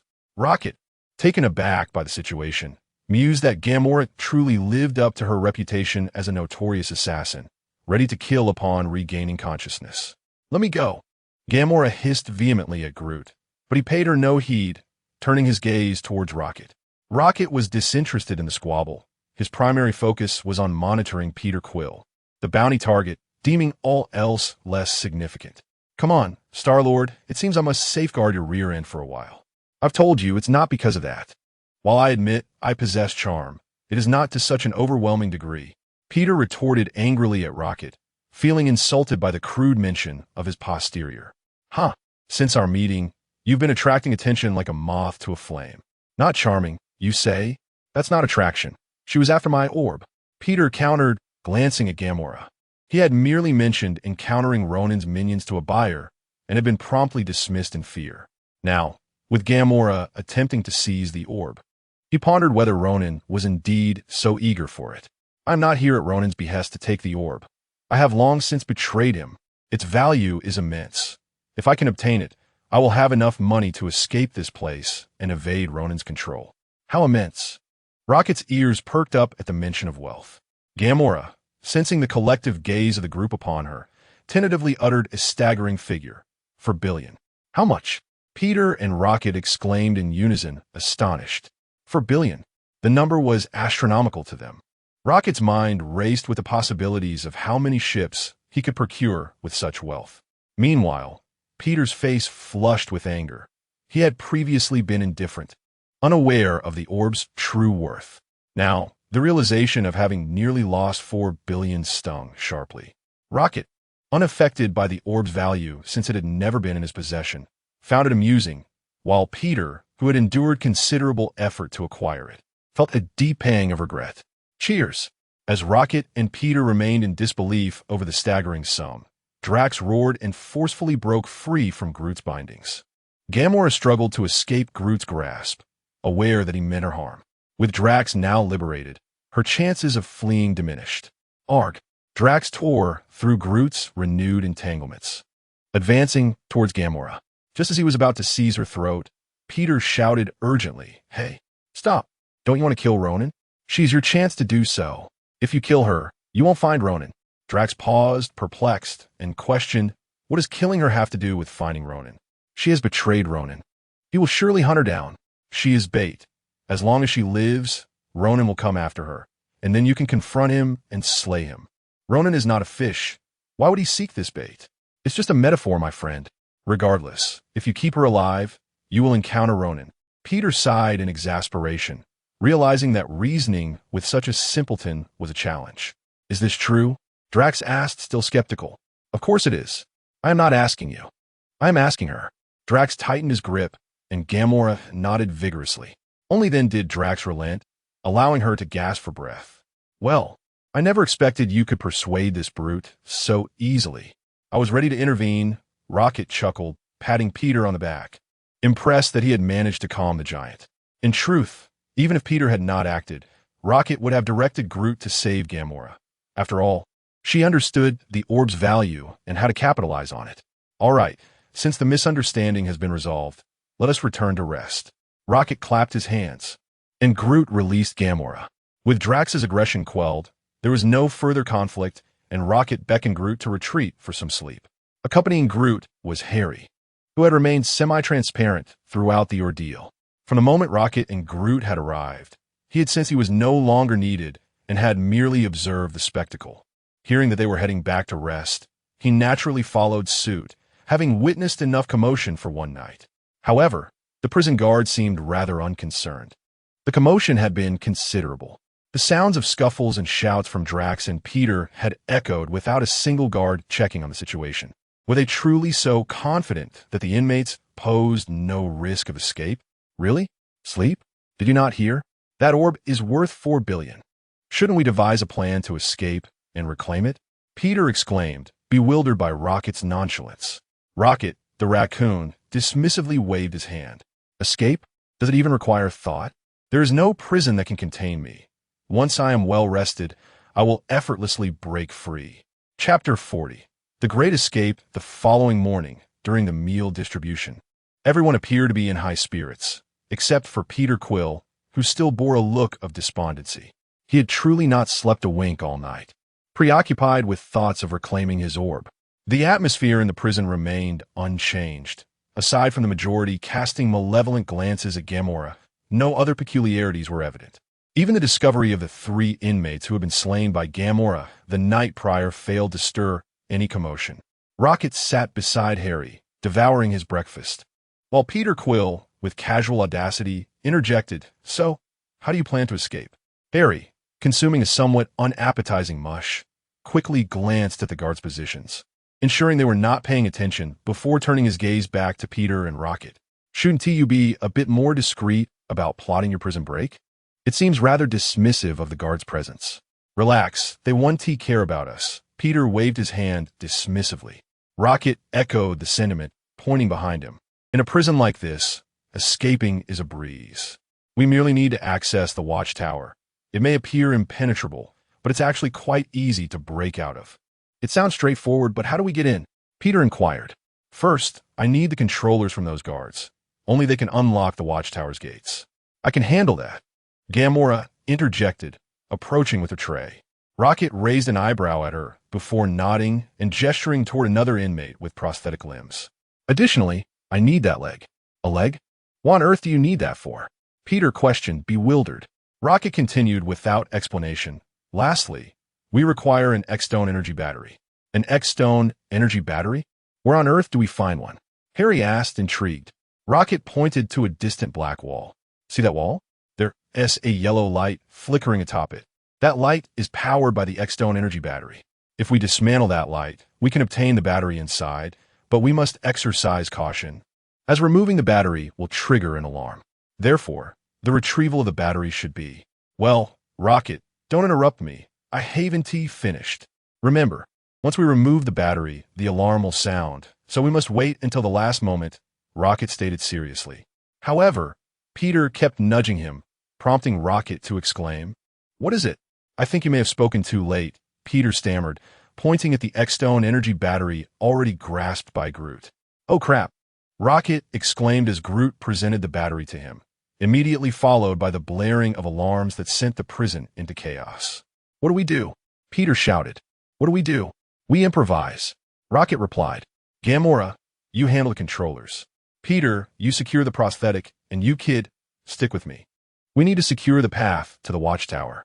Rocket swiftly assigned tasks while urging Groot to extend his body to construct a ladder leading up to the watchtower. Hey, kid, you must guard the watchtower door. We cannot let those guards breach it. As Rocket scrambled upward, he reminded Harry, who followed closely. Harry felt a twinge of frustration. It baffled him how things had spiraled so out of control. Had he not chosen to assist Thor, perhaps none of this would have transpired. Goodness, he was merely a 14-year-old boy, and now he was attempting a prison break on an alien planet no less. TPX-1, Sector Disturbance, requesting reinforcements. The piercing alarm echoed, and the previously calm guards began to panic. Gamora nimbly flipped in front of a guard calling for reinforcements, delivering a swift kick that sent his weapon flying before he could react. As he recoiled, she pressed a dagger to his throat. Hand over the controller. Impossible. It's attached to my arm. I can't remove it. The terrified guard stammered, shrinking away from the blade. Without hesitation, Gamora severed his arm, seizing the controller and sprinting towards Rocket and the others. Meanwhile, Peter Quill rushed in, clutching an expensive prosthetic leg. "Hey kid, watch out behind you," Rocket shouted, shooting a guard that emerged from behind Harry, then tossing his weapon to Harry. "Guard the door." At that moment, Gamora tossed the severed arm with the controller to Rocket. With urgency, Rocket manipulated the controls, finally unlocking the Watchtower S-gate. However, reinforcements had already arrived, and the group hurried inside as heavily armed drones began bombarding the Watchtower. The powerful artillery cracked the Watchtower's windows, sending tremors through the structure. As the tension mounted, Peter urged, "We're inside. Now what? Whatever your plan is, you need to expedite it." Rocket frantically dismantled the console, his focus unwavering despite Peter's entreaties. Outside, the relentless bombardment from the drones rattled the Watchtower, and Harry, unsure of what Rocket was doing, decided to investigate the opposite cockpit. "Harry, what are you doing?" Peter inquired. "I'm checking for any frequencies connecting to those drones outside. If I can find one, I might be able to reverse their targeting." Fortunately, the Watchtower housed a central channel connected to the drones, allowing Harry to successfully rewrite their hostile objectives to target the incoming guards instead. "Well done, kid. You've bought us some valuable time," Rocket exclaimed, nearing the completion of his task. "Not good, there's one more," Gamora warned, her eyes fixed on a guard who had evaded the drone's fire and was now aiming a large cannon at them. If he fired, the Watchtower, already on the verge of collapse, would surely succumb. "Watch out." Drax, who had been observing the chaos, leaped into action, tackling the guard and twisting his head with brutal efficiency. Using the guard's weapon for leverage, he vaulted onto the Watchtower, gripping its edge triumphantly. "Ha! Success!" Rocket laughed heartily, slamming his hand onto the button that should have activated the broadcast. In an instant, Chapter 41, the buyer Rocket pressed the switch with a swift motion, and instantly, the gravity system within the prison failed. All beings and objects floated in the air, deprived of the force of gravity, save for the Watchtower, which maintained its conventional gravitational field. "Haha, I told you, there is no prison in this world that can confine me, Rocket." He laughed heartily, observing the guards outside who, unable to stabilize themselves, floated helplessly. No one could impede their escape now. Rocket turned to his co-pilot, Harry, and said, "I've opened the door from here to the outer space gateway. You control those drones to act as our propulsion and help us leave this place." Harry nodded, promptly rewriting the control permissions for the drones. Once he seized control, he maneuvered the drones to lift the Watchtower and elevate it away from the prison. After the Watchtower wobbled into the outer space, the drones came to a halt. One by one, they descended from the Watchtower. To exit this isolated prison, they would require a professional spacecraft. The Watchtower alone could not facilitate interstellar travel. "Here, you need this leg," Peter Quill said, finally finding the time to hand Rocket the prosthetic limb he had been carrying. Rocket took the fake leg, weighed it in his hand, and promptly discarded it. "Hey, why did you throw it away? Didn't you need that?" Peter asked, perplexed. "Huh, I have no use for that nonsense. I was just joking," Rocket retorted. "What? Do you have any idea how much I spent on that?" Peter exclaimed. "You're such an idiot for spending money on a prosthetic leg." "Ha ha ha." Rocket laughed heartily. The matter of the prosthetic leg was merely a minor interlude. The group playfully rushed to the area where their belongings had been confiscated. After reclaiming their clothes, they crowded onto Peter's ship. Rocket's ship, being too old and worn, had not been seized, but Peter Quill's vessel had indeed been taken. However, a small incident occurred as they prepared to leave the prison. Peter Quill dashed back to retrieve his Walkman from the individual who had taken it, delivering a thorough beating before departing. Once aboard the ship, Peter piloted it to a safe zone, where he docked and entered the rest area. He needed to confirm the precise target location to proceed with their next voyage. Tell me, who could possibly offer $4 billion for such a thing? Rocket inquired, tilting his head towards Gamora, as the orb lay in the center of the table Peter had set up. Before Gamora could respond, Peter interjected, "Wait, how'd he get on my ship?" The he Peter mentioned was none other than Drax, the very individual who had attempted to kill Gamora the night before. Rocket glanced at Drax and replied, "He flew out clinging to the watchtower while you were busy retrieving your ridiculous Walkman. But he is of no consequence here. He is not getting a cut. He said she could lead us to Ronan. I intend to follow her, find Ronan, and then kill him," Drax stated simply.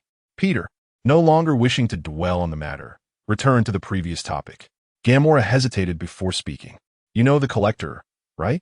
He is one of the members of the Cosmic Elders. He is passionate about acquiring rare and bizarre items from across the universe. It is he who has offered $4 billion for this orb." The Collector's reputation in the universe was formidable, particularly known for issuing high-value bounties for specific items. Both Rocket and Peter were quite familiar with his name. Upon hearing that this individual was willing to spend a fortune on the orb, Rocket and Peter had no doubts. After all, the Collector was notorious for his wealth. $4 billion. How shall we divide it? This orb is mine, and I believe I deserve the largest share.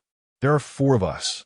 I am Groot, came the voice of Groot, prompting Peter to shoot him an irritated glance before reiterating, "All right, we'll split the $4 billion among 5 of us. I'll take $15 billion, I'll take 10, Harry 5, and the rest you could divide among yourselves. If it weren't for me, would you have escaped from that prison? I should be entitled to the larger share." "I am Groot," Groot chimed in, echoing Peter's discontent with the division of shares. "Then how should we split it?"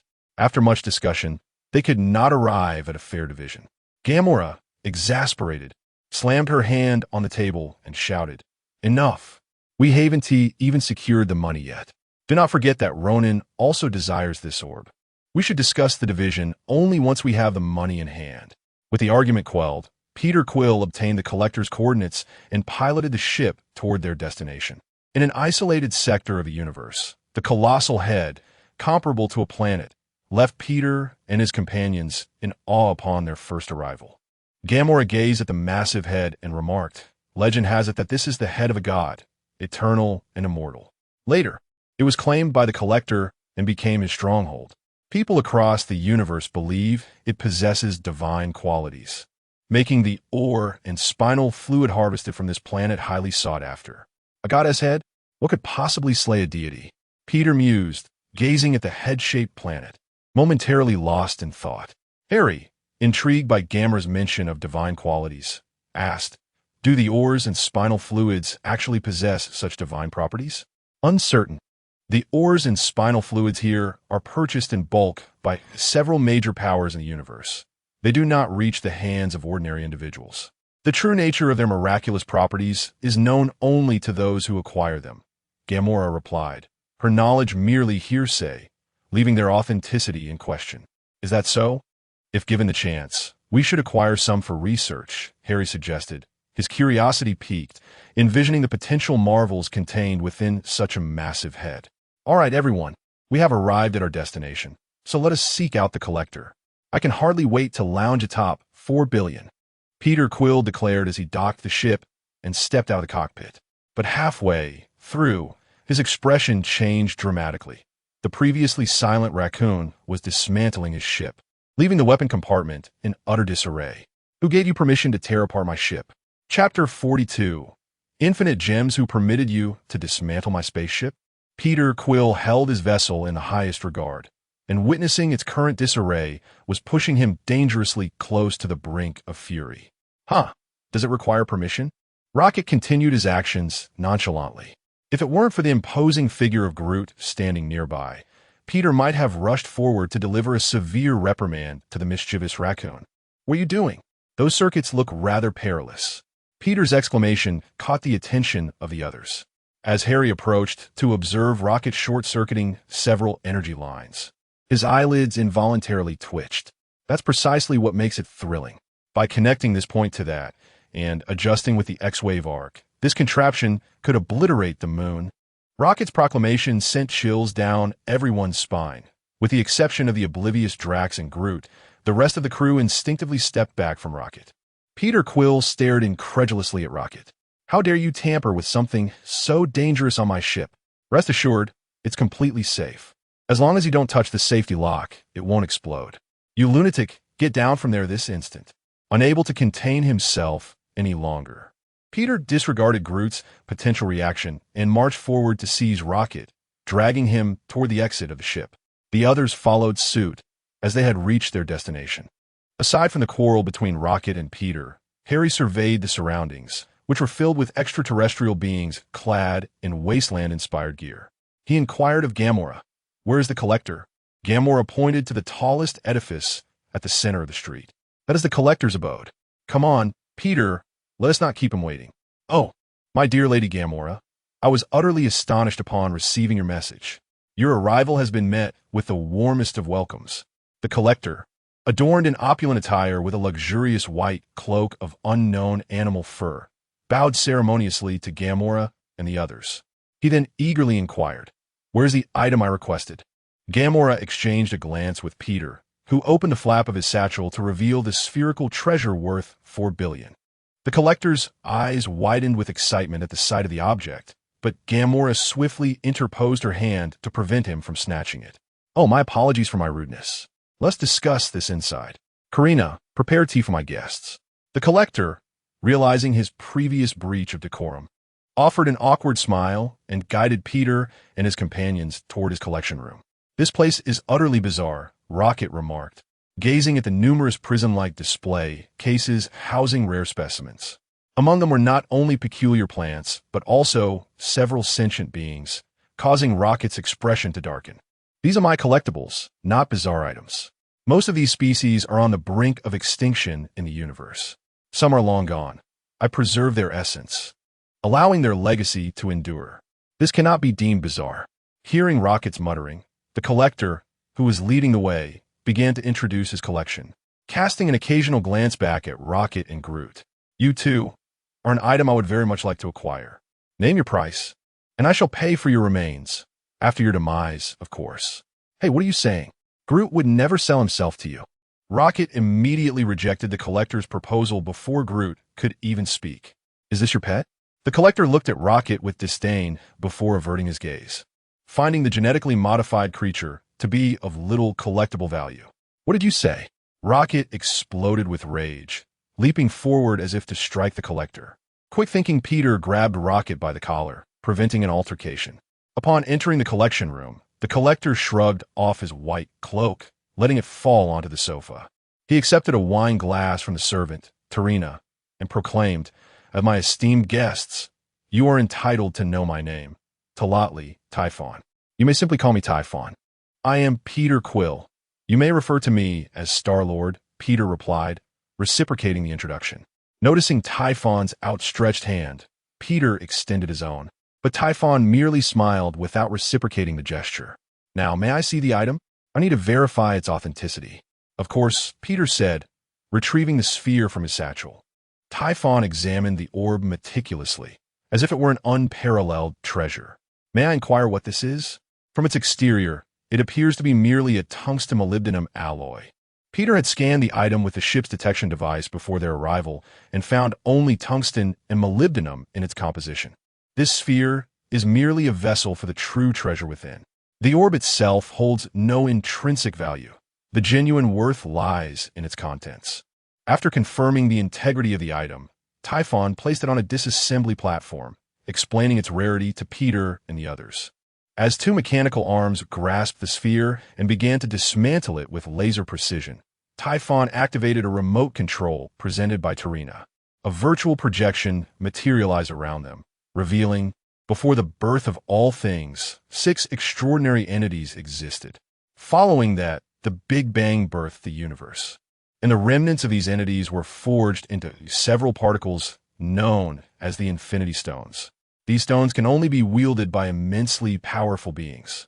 Behold, Typhon gestured toward the projection, where an enormous humanoid figure wielded a scepter encrusted with purple gems, merely tapping the ground, causing devastation and the shattering of worlds. As the audience absorbed the stunning imagery, Typhon continued, "The possessor of these stones can effortlessly annihilate entire civilizations, akin to harvesting wheat. You've given me quite the fright." Peter Quill admitted, patting his chest in disbelief. "Is that ether particles?" Harry recognized the familiar substance from another projection. You recognize it?" Typhon's gaze sharpened, intrigued by Harry's knowledge. "Indeed, my presence in the universe may very well be attributed to this." Chapter 43. Ether Particles. What are ether particles? Peter Quill found himself equally inquisitive.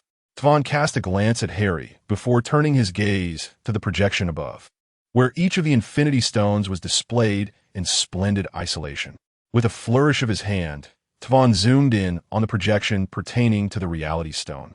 The ether particles, a purported alternative manifestation of the Infinity Stones, were said to reside within the dominion of Asgard. The Dark Elves had acquired this Infinity Stone and forged it into a formidable weapon known as the ether particles. You are a Kree. It seems that the ether particles, which vanished for millennia, have re-emerged. Just as Typhon was about to inquire where Harry had encountered the ether particles, the spherical device, disassembled by mechanical hands, was successfully opened. A cascade of purple light emanated forth, capturing Typhon's attention as he beheld the Infinity Stone before him. "Behold, the Power Stone! Witness this radiance! How dazzling it is!" Typhon was wholly absorbed by the enchanting purple gem, while Rocket, perched at the edge of the table, caught sight of another luminous glow. Turning his head, he noticed a faint red light emanating from Harry's waist. "Hey, Harry kid, what's that under your clothes?" Rocket's voice drew everyone's gaze towards Harry's midsection. When Harry lifted his garment, the brilliance radiated from the core of a device at his waist. There was no mistaking it. That was another Infinity Stone. Typhon's eyes shifted from the purple gem to the red one, realizing that Harry's stone must have reacted to the presence of the purple gem. Typhon hurried to Harry, trembling with excitement. "I can't believe I'm witnessing 2 Infinity Stones at once." "Harry, right? Hand over the stone, and I shall offer you 4 billion. Infinity Stones? How could they possibly be on me?" Harry stared blankly at the radiant gem at his waist, bewildered by how such an object could manifest on his belt. Mr. Typhon, perhaps we should not dwell on the Infinity Stone for now. Isn't your maid acting a bit strangely?" Peter Quill hesitated, observing Tarina, who seemed entranced as she approached the purple gem. Typhon turned to see Tarina drawing closer to the Power Stone, his expression shifting dramatically as he shouted, "Tarina, what are you doing? Step back. I will no longer be your slave." Tarina cried out, seizing the purple gem. She had witnessed the earlier projection.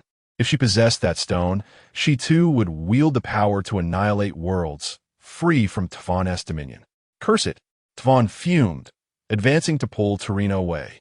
However, the moment she grasped the purple gem, an overwhelming surge of energy erupted from it, scattering violently. The shockwaves left everyone reeling, while Tarina was consumed by the energy. Her body quickly reduced to cinders. With a deafening roar, a more potent wave of energy erupted from the purple gem, following Tarina's demise, sending everyone flying and reducing the collector's chamber to ruins. Only Harry remained unaffected, or rather, he was influenced differently. The purple gem's power was intercepted by the red gem, which seemed to awaken from its dormant state. The red gem activated the device at Harry's waist, originally designed for the Spider-Man suit, now enveloping him in a flurry of crimson particles. These particles swirled around him, ultimately crystallizing into vibrant red shards that adorned his joints. The original black organic material of the device was now liberated, yet it did not envelop Harry as it had before. Instead, the remaining red energy particles gathered behind him, forming a cloak of pure crimson energy. Harry had astonishingly entered a state of armor fusion, with the new suit differing significantly from the previous one. The mask's visor was replaced by the crimson crystals, which segmented his face into facets. Through this visor, Harry could perceive the energy coursing within. The immense energy waves from the purple gem surged around him, threatening to wreak havoc beyond the confines of their current location. Realizing the potential devastation, Harry picked up the split sphere. With both hands, he pressed it against the purple gem, sealing it with a decisive snap. The energy's tumult ceased, allowing those who had been thrown aside to finally rise from the rubble. Ugh, this collector is utterly unreliable. Rocket coughed, emerging from the debris, spitting out dust while grumbling. No one dared to contest his words. Even Peter Quill recognized the collector's negligence in allowing such a perilous artifact to fall into the hands of his maid. What are we to do with this? Harry inquired, holding the sphere out to Peter Quill. Wait, wow, what happened to you? That outfit is rather ostentatious, Peter exclaimed, brushing off dust as he gazed at Harry's resplendent crimson armor. Though it appears quite striking, isn't that color a tad too vivid? Rocket chimed in, his eyes gleaming with curiosity. I don't know how I transformed like this. All I know is that the energy from the purple gem seemed to activate my transformation device, yet I can't explain why it resulted in this appearance. Harry sighed, nevertheless. We must focus on how to deal with this situation. He nudged the sphere towards Peter Quill. The sphere now appeared to Peter as a searing hot potato. Upon seeing Harry extend it, he recoiled in fright. No, don't give it to me. Let's return it to the collector. We can't hold on to this. We should take the money and leave. That won't do, Gamora interjected, stepping forward. This artifact is far too dangerous to remain here. You all understand its power. The collector cannot safeguard it. If Ronan acquires it, the consequences would be dire. Chapter 44. The assault of Ronan. Upon hearing Gamora's words and glancing at the unconscious collector Tyvan amidst the ruins, everyone felt her statement to be remarkably accurate. This unreliable individual could certainly not safeguard the purple gem. Yet, possessing it was futile as well. We could not protect it, and should the news leak, we would be besieged by those deranged individuals in pursuit of power. Peter Quill gazed at the orb, troubled. If not for the collector, then to whom could it be entrusted? This question lingered unanswered among them, while Rocket fixated solely on the prospect of exchanging the item for currency. Peter, too, entertained the idea of monetary gain, yet he feared the calamity that might ensue should ill-intentioned individuals seize it. Meanwhile, Gamora resolved that under no circumstances should it fall into Ronan's hands. As for Drax, he currently held no interest in the purple gem. His curiosity was piqued instead by the red gem now in his possession. While each individual harbored their own thoughts, a cacophony erupted from outside the ruins. What is that noise? Peter Quill inquired, peering down from the debris. Below, the previously fearsome inhabitants of the planet scattered in terror, as though they had encountered a monstrous flood. What could cause such panic? The source was a Kree warrior wielding a long hammer. Ronan. How could he possibly be here? Gamora, who had followed, was momentarily taken aback, never expecting Ronan's appearance. Was it mere coincidence? Ronan's presence was exhilarating for Drax, who had long sought vengeance against him. Upon hearing news of Ronan, he boldly approached the edge of the ruins, and seeing Ronan below, leapt down without hesitation. You fool! Peter shouted in exasperation. Drax's call had drawn Ronan's attention directly to them. Ronan gazed at the group atop the ruins, a slight smirk gracing his lips upon spotting Gamora. At last, I've found you, traitor. I shall slay her. Nebula, an alien with distinct modified markings, and Gamora's sister, was eager to advance. No, she is of no importance. That is what I seek. Ronan pointed his hammer toward the orb in Harry's grasp. Compared to the traitor Gamora, the Power Stone was his true objective. Boom! Ronan, accept your annihilation. Drax, having landed from a height, charged at Ronan, dagger in hand, roaring fiercely. You retrieve the gem. I shall confront this accursed being who threatens my existence, he instructed. Ronan, taken aback by Drax's audacity, chuckled. Since his infamous reputation had spread across the universe, none had dared to approach him so boldly. Indeed, come with me to reclaim the gem, Nebula responded, rallying her soldiers towards Gamora and the others. Prepare to meet your end, Ronan. Drax approached Ronan, raising his dagger to plunge it into Ronan's skull, determined to pierce through. In response to such aggression, Ronan had no intention of raising a hand in defense. He merely watched as Drax drew near, then delivered a swift kick to Drax's abdomen, sending him flying several meters away. As Drax struggled to rise, Ronan smashed his hammer into the ground, freeing his hands, and slowly advanced toward Drax. To employ a weapon against such a foe felt like an affront to himself. Ronan loomed over Drax and curiously inquired, "You seem to harbor a deep-seated hatred for me. Have I slain someone dear to you? My wife, my daughter, all my cherished possessions have been destroyed by you, Ronan. I swear I will kill you." At the mention of his deceased wife and daughter, Drax was engulfed by boundless rage, rising to deliver a punch at Ronan. But mere anger proved futile. Ronan effortlessly leaned back, evading the strike, while simultaneously delivering a blow to Drax's side that elicited a grimace of pain. After landing the punch, Ronan refrained from following up immediately, instead adopting a contemplative demeanor as he remarked, "Your wife and daughter, I've killed so many. I have no recollection of them." Drax, gritting his teeth against the pain, swung again, throwing punch after punch, each deftly dodged by Ronan. It was as if Ronan were toying with him.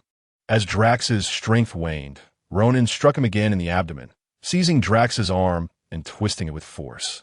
Drax emitted a cry of agony as his arm was rendered useless, hanging limply at his side.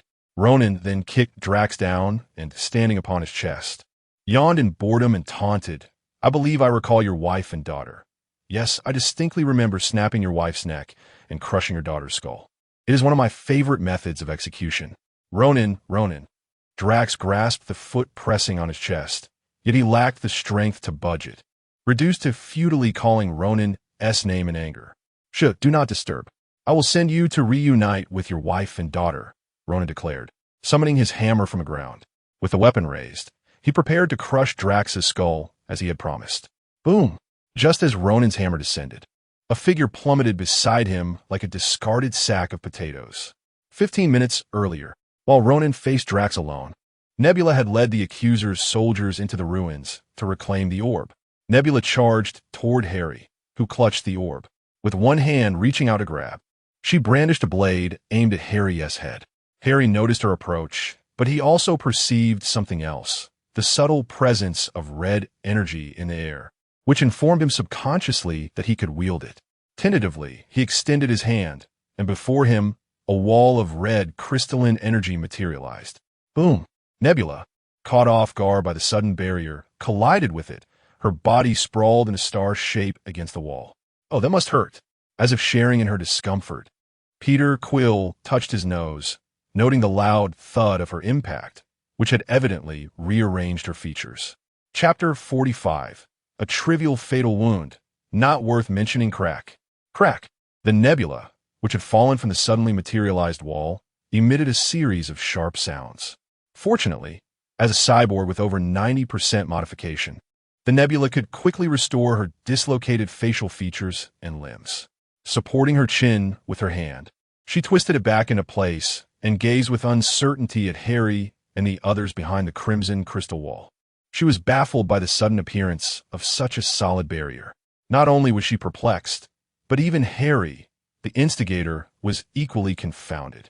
Yet beneath his helmet, Harry sensed the red energy before him, feeling an innate control over it, as if his subconscious were urging him to manipulate the red energy to reshape objects and distort reality.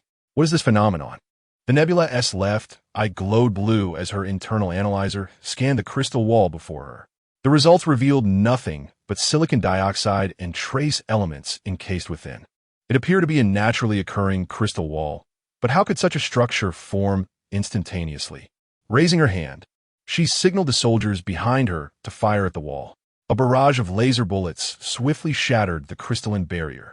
The nebula did not instruct her subordinates to cease fire. Instead, she directed a more concentrated assault towards Harry and his companions. If manipulation were possible, then let us test that theory. Facing the onslaught of bullets, Harry remained unfazed, snapping his fingers. In an instant, a multitude of six-sided crystals materialized before him, each fragment no larger than 20 centimeters. However, Their sheer number effectively intercepted all incoming projectiles. Whenever a crystal shattered, new ones immediately emerged to take their place until the enemy's weapons overheated and ceased firing. Even then, the crystals remained densely clustered in front of Harry. Beneath his helmet, Harry smirked. It seemed that the next turn belonged to him. He extended his hand, and a scarlet sword hilt appeared in his palm, transforming into a long blade adorned with red and white hues. Pointing the sword forward, the crystalline structures in the air morphed into sharp crystal spikes, hurtling towards the nebula and her entourage. The barrage of crystal spikes, razor-sharp, swiftly pierced through the ranks of the nebula's forces, annihilating them in an instant. Harry raised his hand, admiring the manifested sword, and gently tapped its blade. Is this the power of the Infinity Stones? As long as I desire it, I can conjure it into existence. Such a wondrous power. Yet, I wonder if it can. While Harry contemplated, the nebula rose again. Despite several wounds riddling her body, her cyborg nature allowed her to endure. As long as her core remained intact, mere superficial injuries were inconsequential. However, although she managed to stand, the desire to attack had vanished. Her adversaries were too formidable. Even Ebony Maw could not conjure such things from thin air. Harry's methods of attack relied on spontaneous manifestation, leaving the nebula unable to prepare a defense. Seeing Harry distracted, she attempted to stealthily return to Ronan's side. Yet, Harry might have overlooked the nebula, but her elder sister Gamora had been keenly observing her wayward sibling. As soon as Gamora noticed the nebula's attempt to flee, she pursued her immediately, pinning the nebula down with a dagger pressed against her throat. Sister, tell me how Ronan tracked us here. Huh, I'm not your sister. You have betrayed Ronan, and in doing so, you have betrayed our father. He will not spare you. The nebula retorted with a cold laugh, indifferent to the dagger at her throat. Do you truly believe Ronan could attract us? Peter Quill interjected, having approached and overheard Gamora's earlier inquiries. Ronan wouldn't appear here without a method of tracking us. Gamora glanced back at Peter, then returned her gaze to her defiant sister. I never wished to serve them. It cannot be called betrayal. They are merely madmen, sister. You should not align yourself with them. It was our father who gave us life. The nebula shot back. Our lives were not a gift from him. He destroyed them. We should despise him. Gamora exclaimed, frustrated as she looked at her sister, unable to comprehend her loyalty to Thanos, especially since both had suffered the loss of their parents at the hands of his minions. I will never betray our father. Why waste words on her? Just fire a few shots, and she'll talk. Rocket interjected, aiming his gun at the nebula. Gamora, however, would not permit such an act. She positioned herself protectively in front of her sister, still harboring some affection for her. Regrettably, her sister felt none in return. As Gamora turned to shield her, the nebula stealthily activated a bomb she had concealed. Peter Quill, with keen eyes, noticed and quickly yanked Gamora away, shouting at Rocket. The bomb detonated rapidly, the explosion sending the nebula flying, crashing to the ground like a tattered sack by Ronan's feet, interrupting his impending execution of Drax. Cough, cough. The mission has failed. The enemy is too strong, the nebula gasped, half her body devastated by the blast. Ronan, wielding his hammer, glanced towards the ruins ahead, then cast a disdainful look at the barely breathing nebula. Waste. With a single leap, he traversed the dozens of meters with ease, landing atop the ruins. His gaze swept over the area. A wooden man, a dog, and two blue-skinned beings. Gamora, do you believe that being with them grants you the capacity to betray me? Betrayal is not the point. I merely wish to escape from you madmen. Gamora retorted. Madman, ha ha ha. Ronan laughed heartily, as if he had heard the funniest joke. After a prolonged bout of laughter, his expression darkened as he pointed at Gamora. Your subordinates have not taken fewer lives than I have. Why do you have to call me a madman? That was not my choice. You forced us. Gamora shot back. I have no desire to engage in this trivial discourse or concern myself with your pursuit of freedom. Hand over the stone, and I promise to let the past remain in the past. I may even plead for you before Thanos. Gamora, no. You cannot trust him, Peter Quill warned, shaking his head at Gamora, fearful she might believe Ronan's words. Chapter 46. The cost of throwing tiles, I am well aware of the true nature of Ronan. Far more than you are, Gamora thought. She held no faith in Ronan's words, dismissing the notion that such a madman would possess any propensity for honor. Regrettably, Ronan shook his head in disappointment. I once held a certain appreciation for you. Suddenly, he raised his war hammer, unleashing an invisible wave directed at Gamora. Observing this, Harry swiftly erected a crystalline wall before Gamora. With a resounding crash, the wall, which previously required a squad's firepower to shatter, crumbled before Ronan's assault. Harry advanced cautiously. The blue-faced alien before him posed a substantial threat. "Oh, so it turns out you're the most formidable among this group?" Ronan remarked, surprised that his attack had been thwarted. He had anticipated that Nebula would falter due to Gamora's prowess, but instead, it was this peculiarly attired young blue alien who proved to be the obstacle. Ronan's gaze pierced through the concealed mask that Harry wore. Harry approached Gamora and tossed a sphere containing a purple gem to Peter Quill, stating without looking back, "I will handle this one. You take the sphere to a safe location." The Infinity Stone. Ronan's attention fixated on the sphere, and as he attempted to seize it, sharp spikes erupted from the ground, halting his advance. "Harry, what about you?" Peter inquired anxiously as he caught the sphere. Meanwhile, Rocket, accompanied by Groot, made a hasty exit, calling back to Peter, "Come on. Worrying about him will only distract us here." "He's right," Gamora concurred, urging Peter to follow her. She recalled that Harry also possessed an Infinity Stone at his waist. With that gem in hand, Ronan might not prevail, but if they lingered with the Infinity Stone, they risked it falling into Ronan's hands, leading to disastrous consequences. "It seems you are the greatest impediment to my acquisition of the Infinity Stone," Ronan declared, smashing the sharp spike with his hammer and glaring at Peter and his companions as they retreated with the gem. His eyes turned frigid as he faced Harry. "I am genuinely sorry, but this obstruction is one you cannot overcome." Harry waved away the manifested sword and flexed his wrist, recognizing that Ronan was an ideal target for testing his newfound powers. "Arrogant," Ronan bellowed, raising his hammer to smash it into the ground, causing fissures to surge toward Harry. Harry sidestepped, the crack striking a nearby building, which collapsed with a thunderous roar. With his initial strike thwarted, Ronan charged at Harry to engage in close combat, his hammer swirling above him, creating a tempest of strikes.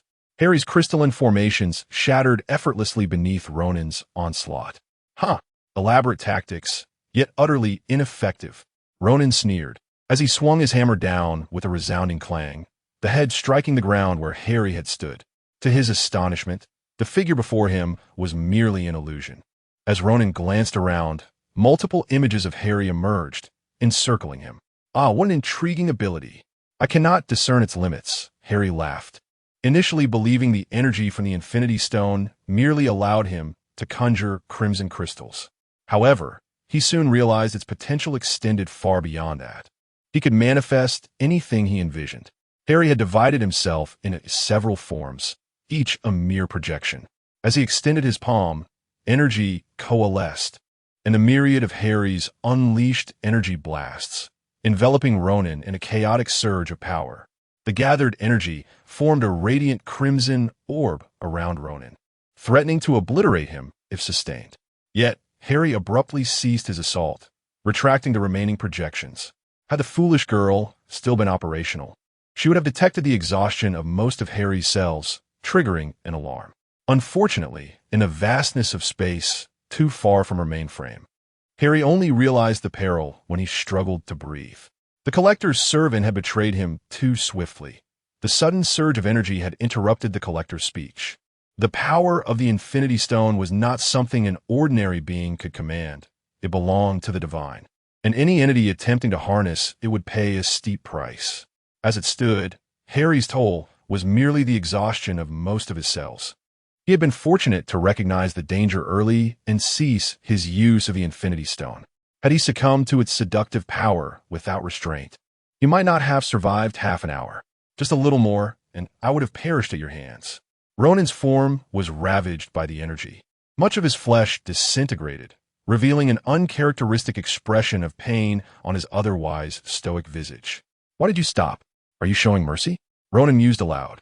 before shaking his head in denial. No, it cannot be that. There must be another reason. The blue alien cannot wield such power. You must be paying a price for it. Realizing the negative repercussions of such immense power, Ronan felt a surge of elation. I was right. Although I know not the source of your strength, your demise is inevitable. Even in his weakened state, Ronan readied himself for one last attack, gripping his hammer tightly and bringing it down upon Harry. To his astonishment, the hammer transformed into bubbles as it descended. Stunned, Ronan crushed a few remaining bubbles, bewildered by the transformation of his lifelong weapon into mere foam. At that moment, Harry, who had remained still, spoke up. You guessed correctly. Wielding this power indeed demands a significant sacrifice, but you may wager, before you can extinguish me, will I have the ability to turn you into a pile of bubbles as well? Ronan stared at Harry, his gaze intense, attempting to discern the secrets hidden beneath his helmet. Yet, aside from the pallor of Harry's face, he could detect no other anomaly. Chapter 47. A chance encounter with Father. Ultimately, Ronan refrained from taking a gamble. As Ken retreated, his war hammer, forged from the Empire's most resilient metal, loomed ominously in his mind. He dared not wager on whether his adversary would meet a fate akin to that of the warhammer. Ronan's withdrawal finally allowed Harry to exhale in relief, vigorously tapping his external belt. His armor remained unresponsive, as if it could not be retracted. Reluctantly, Harry pried open a corner of the constrictor, revealing the previously set reset lock mechanism. Originally intended as an emergency safeguard against the active nerve cells that might extend from the flesh, it was now repurposed for this moment, extracting the stabilizing wire within. The constrictor quivered, forcibly retracting the flesh. At last, the energy from the crimson gem receded, reclaiming the armor. Now free from the armor, Harry collapsed to the ground, feeling utterly drained as blood uncontrollably seeped from his eyes, ears, mouth, and nose. Clutching his head, he gradually acclimated to the intense wave of dizziness, taking a considerable time to regain a modicum of strength. Gazing at the dark red gem at his waist, he noted the absence of energy flow. It appeared as mundane as any ordinary jewel. Yet, only Harry, having wielded its power, understood the horrific force it harbored. A shiver of dread coursed through him, grateful that the side effects manifested during his confrontation with Ronan. Otherwise, the consequences would have been dire. Harry had initially planned to use the gem's power to materialize a spark prism. Had he pursued that course, he sensed that the instant the spark prism materialized, he would have succumbed to organ failure. Even now, he felt far from well. Struggling to rise, Harry surveyed his surroundings, bewildered by the departure of Peter and his companions, unsure of how to contact them or where they had ventured. Meanwhile, as Harry faced Ronan, Peter Quill and his group dashed from the ruins toward the location of the spacecraft. Midway through their flight, they heard a whistle pierce the air. A beam of red light flashed overhead, piercing Groot's chest and aiming directly at Peter Quill's forehead. "Ah, my dear child, where do you think you're going?" A blue-skinned alien clad in a brown leather coat and sporting a mohawk-like red sensor approached, flanked by a motley crew of aliens. Rocket, upon witnessing Groot's injury, was momentarily stunned before swiftly aiming his weapon at Yondu.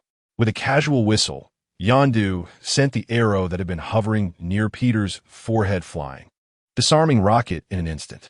Peter Quill, his expression darkening, regarded the approaching figure.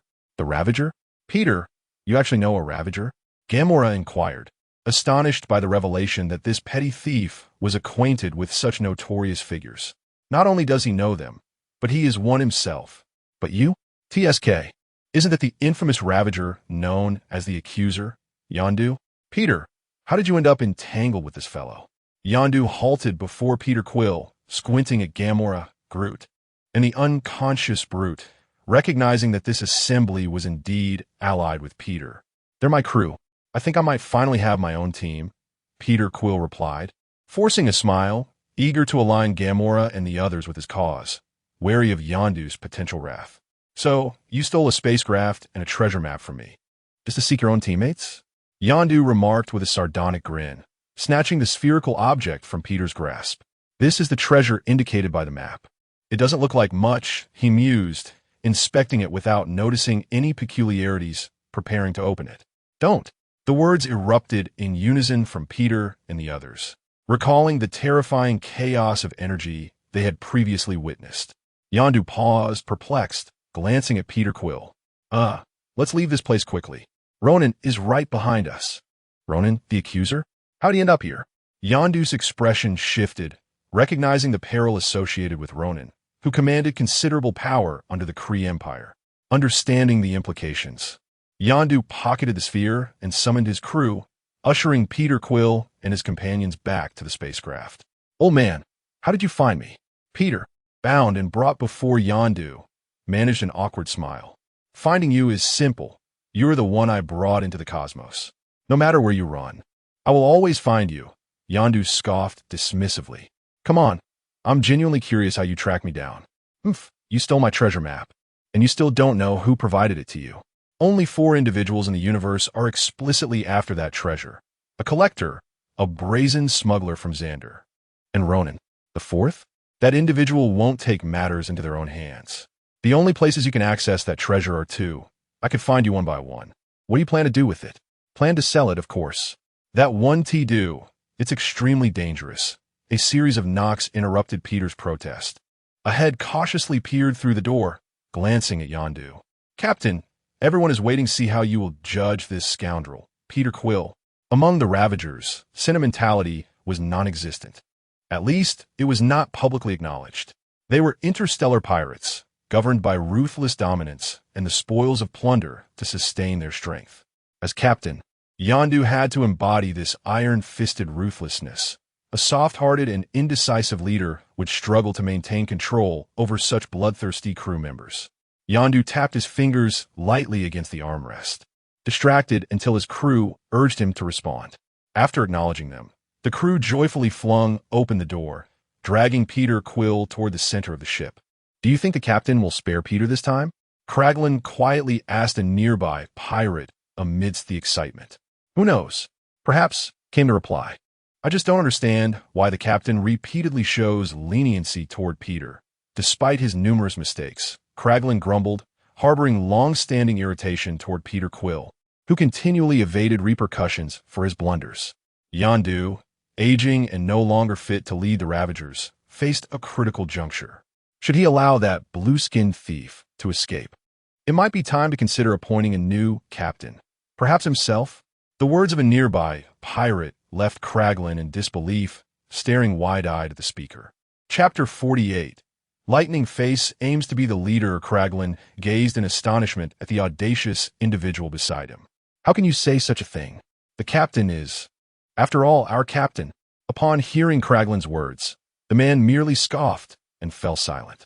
Peter Quill was dragged to the center of the room, where the majority of the crew roared for Yondu to execute Peter, as betrayal ultimately leads to death. Yondu raised a hand, and gradually the voices subsided, all awaiting his command to carry out Peter's execution. He glanced at the visibly anxious Peter on the ground, contemplated for a moment, and spoke. Folks, you all understand the fate that awaits a traitor. Execution. Cast Peter into the void of space. A chorus of uproar erupted from the crowd. Yondu pressed his hand downwards. Indeed, traitors deserve execution. If Peter Quill truly betrayed me, I would unhesitatingly cast him into the abyss. However, I was mistaken. Peter did not betray me. He not only secured this treasure coveted even by Ronan, but also managed to entice Ronan's trusted aide to our side. Gentlemen, Peter has brought us a significant bounty. Peter did not betray us? Some were swayed by Yondu's words, while others remained steadfast in their belief that Peter had indeed betrayed the Ravagers. Yondu stepped forward to untie Peter, recalling how Peter had left a note for him before embarking on his solitary mission, a note he had overlooked, mistakenly believing Peter to be a traitor. The truth revealed that Peter had remained loyal, a steadfast member of the Ravagers all along. We should host a banquet to celebrate Peter's triumphant return. With Yondu's endorsement, the crew quickly embraced the notion that Peter had not betrayed them, erupting into cheers once more. However, a faction still harbored discontent with the outcome. For instance, the Ravager who had earlier expressed a desire to usurp Yondu turned away upon hearing Yondu's defense of Peter, already aware of the inevitable conclusion and deeming it unnecessary to continue watching. Savig, you were right. The captain indeed spared Peter, he remarked, glancing at Savig's retreating figure. Savig halted, eyes wide as he regarded the approaching group. I have long stated that Yondu is aging.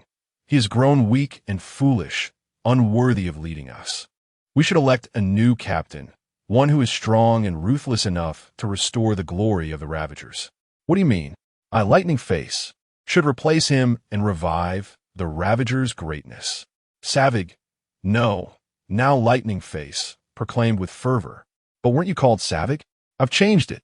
That name lacks grandeur. From now on, I shall be known as Lightning Face, and you must address me as such. Lightning Face beamed with satisfaction at the moniker he had labored to create. The henchman nodded in agreement, though some still voiced concerns. But the ship, there are still many loyal to Yondu.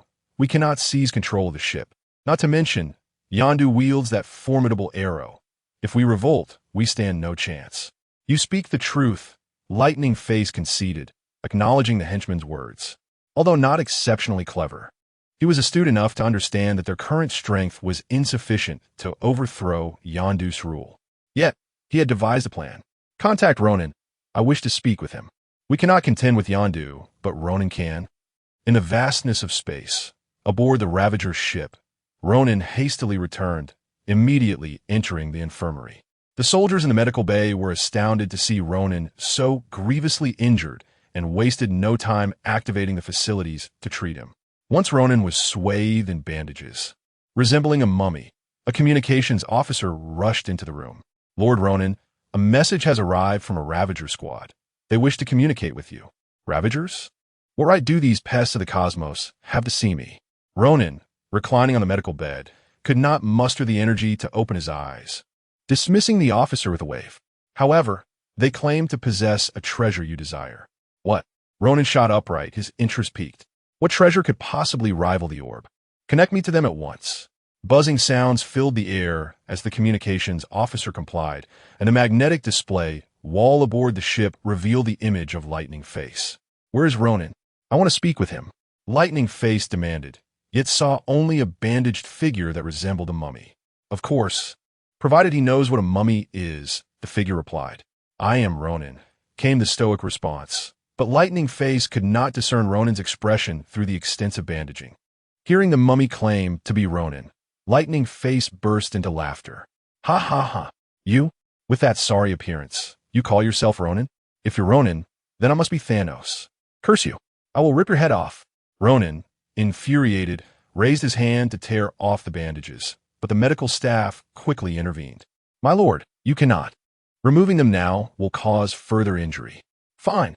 If I cannot speak with Ronan, listen closely. I possess what he desires. I will send you a coordinate, and if Ronan eliminates Yondu, I shall deliver it to him. Show me the item first. How can I trust you without seeing it? Ronan demanded, frustrated.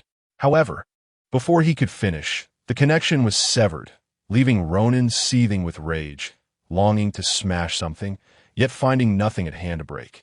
Fuming, he felt a tightening in his chest and turned to his subordinate. Lock onto that coordinate. I will hunt them down, kill them all. Meanwhile, on the Collector's planet, Harry had finally discovered a relatively intact shop after sifting through the ruins. This planet had descended into a near silence after Ronan's arrival, his forces scattering and executing a massacre. Only 2 small squads remained to confront Harry and his companions, while the rest of the troops were dedicated to the slaughter. After Ronan's retreat, there might still be survivors on the planet, but they were likely hiding. Harry struggled to pry open the crooked door of the shop and stepped inside. He rummaged through the disarray, uncovering some useful tools amidst the chaos. Chapter 49. The Suffering of Flesh and Blood. The elements here are indeed vastly different from those on Earth. Harry, having disassembled a transistor, gazed at the machine that barely managed to start, letting out a sigh of lament. The symbols within the code of this alien technology were entirely unfamiliar to him. Fortunately, he still possessed the scanner Peter had given him earlier. Grabbing a cable, he crudely connected its end to the monitor, and through the scanner's translation, he could somewhat comprehend the information. Using various unnamed metallic components, Harry hastily assembled a diagnostic device and connected it to his own cardiovascular system. As he observed the data displayed on the monitor, despite his prior expectations, a heavy heart weighed upon him. The energy radiation from the Infinity Stone was far too severe.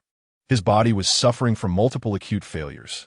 His pulmonary function resembled that of a man in his 70s or 80s, a condition not yet visible externally. However, Harry sensed that within 2 days, he would begin to experience hair loss and a significant decline in vision. Given his current physical state, he doubted he could endure for even half a month. Was there any remedy available? Harry pondered, contemplating the simplest solution to end his own life. This would trigger the Phoenix Protocol, allowing his backup clone body and stored memories to be activated seamlessly. However, upon glancing at the belt embedded with the Infinity Stone at his waist, he realized that such an action would render his efforts futile, as he would be unable to retrieve the invaluable items from this realm. The journey back to the cosmos from Earth would necessitate the construction of a spacecraft capable of spatial jumps. Yet, if he refrained from that course of action, he would have to opt for a more complicated alternative: bodily modification. Transforming his organic organs into mechanical components to enhance his abilities came with considerable risks due to the potential rejection between the mechanical and organic parts. The most severe consequence could lead to cyberpsychosis. Harry initially planned to create a genetic serum to strengthen his genetic cells before gradually proceeding with mechanical enhancements. This approach would significantly reduce the likelihood of cyberpsychosis, allowing for more extensive modifications to a robust physique. Nevertheless, time was of the essence. He needed to replace several critically failing organs without delay. Basic mechanical organs were relatively simple to fabricate, but who could perform the surgery for him? In the short term, he could not create a medical robot capable of executing such procedures. Just as he was consumed by these worries, distant sounds emerged from the silent street, growing louder as they approached. The noise resembled that of a heavy metallic object being dragged across the ground. Peering out from the doorway, Harry was astonished to see a severely damaged cyborg crawling laboriously on the ground. As it drew closer, he recognized this to be Nebula, the alien who had once led a team to capture them, and the sister of Gamora. Indeed, she was a cyborg, an unexpected opportunity for him to obtain a surgical assistant. A glimmer of hope sparked in Harry's eyes as he stepped outside. Upon noticing Harry, Nebula attempted to flee, but her grievous injuries rendered her slow and vulnerable. He easily caught up with her. "Aren't you one of Ronan's subordinates? Did he leave you behind?" At this, Nebula's expression darkened, and she weakly closed her eyes. "He deems me worthless, unworthy to board his ship," she thought. "What a heartless individual he is, yet I find myself in need of you." Bending down, Harry lifted Nebula, initially bracing himself for an unexpected attack. But to his surprise, she remained still, eyes shut, her breathing the only sign of life. It was as if she had resigned herself to her fate, waiting for death to claim her. Harry retrieved his disassembly tools, reveling in her silence. For the quieter she remained, the more swiftly and easily he could conduct the necessary modifications. If he were to enlist Nebula as his body modification surgeon, he first needed to repair her and implant sufficient control mechanisms to ensure her compliance. He could not trust an adversary to operate on him without precautions. As Harry pried open the panel atop Nebula's head, a star map projection popped up, leaving him momentarily stunned. The trigger projection itself was inconsequential, but what caught his attention was a signal point marked with Gamora's name. Realization dawned upon him. This was how Ronan had tracked them. Gamora would be locatable by Nebula wherever she might flee. Meanwhile, as Harry worked on Nebula, Ronan followed the coordinates provided by the Collector to locate the Ravager's ship. Upon exiting the spatial jump, Ronan commanded his subordinates to fire upon the Ravager vessel, consumed by fury and intent on obliterating them entirely. Inside the Ravager ship, Peter Quill, Rocket, Gamora, and the others had been released. Thanks to Yondu, Peter had shed the label of traitor. Gamora and the others were viewed as allies by the Ravagers, who were celebrating within the ship. In a corner, Peter and Gamora, alongside Rocket, pondered how to reclaim the orb. Trusting it to Yondu seemed far more precarious than returning it to the Collector. Oh, and by the way, Drax, who had been picked up by Peter and the others, had regained consciousness. Although he bore injuries from Ronan's assault, including a broken arm and several fractured ribs, he had not sustained any life-threatening harm. Additionally, Groot, who had been pierced through the chest by Yondu's arrow, appeared to be unharmed, suggesting that the chest was not a critical vulnerability for him. What should we do? We need a plan to steal that thing back. If it remains in Yondu's possession, it will inevitably be sold, Peter whispered to Gamora and the others, hoping they could devise a strategy together. Chapter 50. The riots of the Raiders, what can we do? That old man's whistle arrow is too fierce. We are but a handful, hardly enough for a single dish. Rocket spread his hands, knowing he had no means to deal with Yondu's whistle arrow. A brute force attempt would undoubtedly fail. We must devise a plan to steal it instead. Gamora was uncertain about reclaiming it from Yondu's grasp. Upon hearing this, Rocket chuckled. Stealing is indeed feasible, but we'll need something to divert that old man's attention. Furthermore, we must ascertain where he has concealed those Infinity Stones. I had previously seen him place them in the pocket of his coat. Peter had been observing Yondu all along and was well aware of where he kept his belongings. Then it's simple, Rocket declared. We need to create a distraction. And Peter, you'll approach that old man and lift it from his pocket. After deliberation, they resolved to proceed with the theft directly. The task of inciting the disturbance was left to Rocket and Drax, while Peter would merely need to get close to Yondu. With the plan set, Peter made his way towards Yondu. However, he had not gone far when the spaceship experienced a violent tremor. Peter, unsteady, grasped the nearby railing and turned back in astonishment towards Rocket. He gestured with his hands, questioning, "Are we acting so quickly?" Rocket and the others had just risen, shaken by the earlier jolt, and had fallen to the ground. Seeing Peter's bewildered expression, Rocket shrugged, indicating it was not their doing. "What is happening?" Yondu bellowed as he exited the captain's quarters, addressing the crew in the cockpit. "The ship is under attack, Captain," the pilot replied. "Bring up the surveillance footage. I want to see who dares to provoke us raiders." The pilot displayed the image from the ship's rear, revealing a vessel relentlessly firing upon them. Yondu's expression soured instantly. "Ronan, how could they be here?" he muttered, recognizing the attacking ship as Ronan's flagship, the Dark Aster. "What's going on, Yondu?" Peter inquired as he rushed towards him, eager to understand the cause of the ship's violent movements. "Have we flown into an asteroid belt?" "Ronan is attacking us," Yondu replied grimly, refusing to look back as he shoved the pilot aside and took the helm himself. "What? How could Ronan have found us again?" Peter gasped, alarmed by the revelation.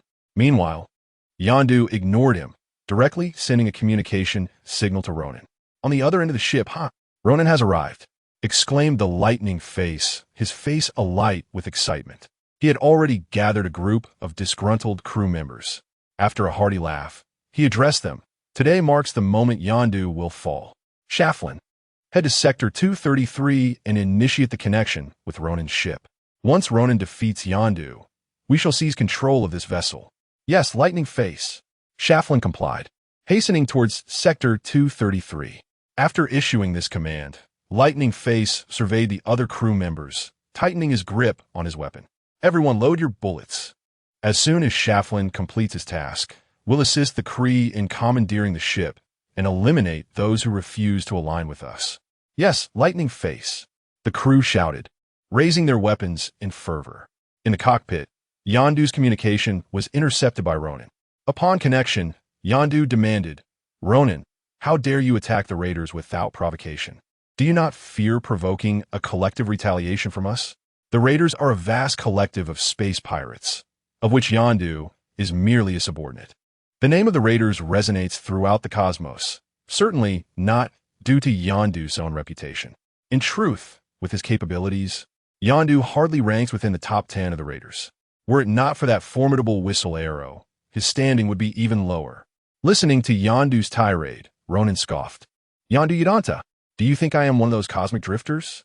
They may be oblivious to your true nature, but I am not. Though the raiders have not officially cast you out, the situation is nearly the same. Even if I were to kill you here, the raiders would not hold me accountable." "Damn it," Yondu cursed silently, his face darkening. It was precisely because the raiders had never issued a formal expulsion that he had relied on their name, to navigate the cosmos over the years. Various factions would refrain from antagonizing him due to his affiliation. Yet, the fact that Ronan was aware of the true nature of his relationship with the Raiders left Yondu feeling vulnerable.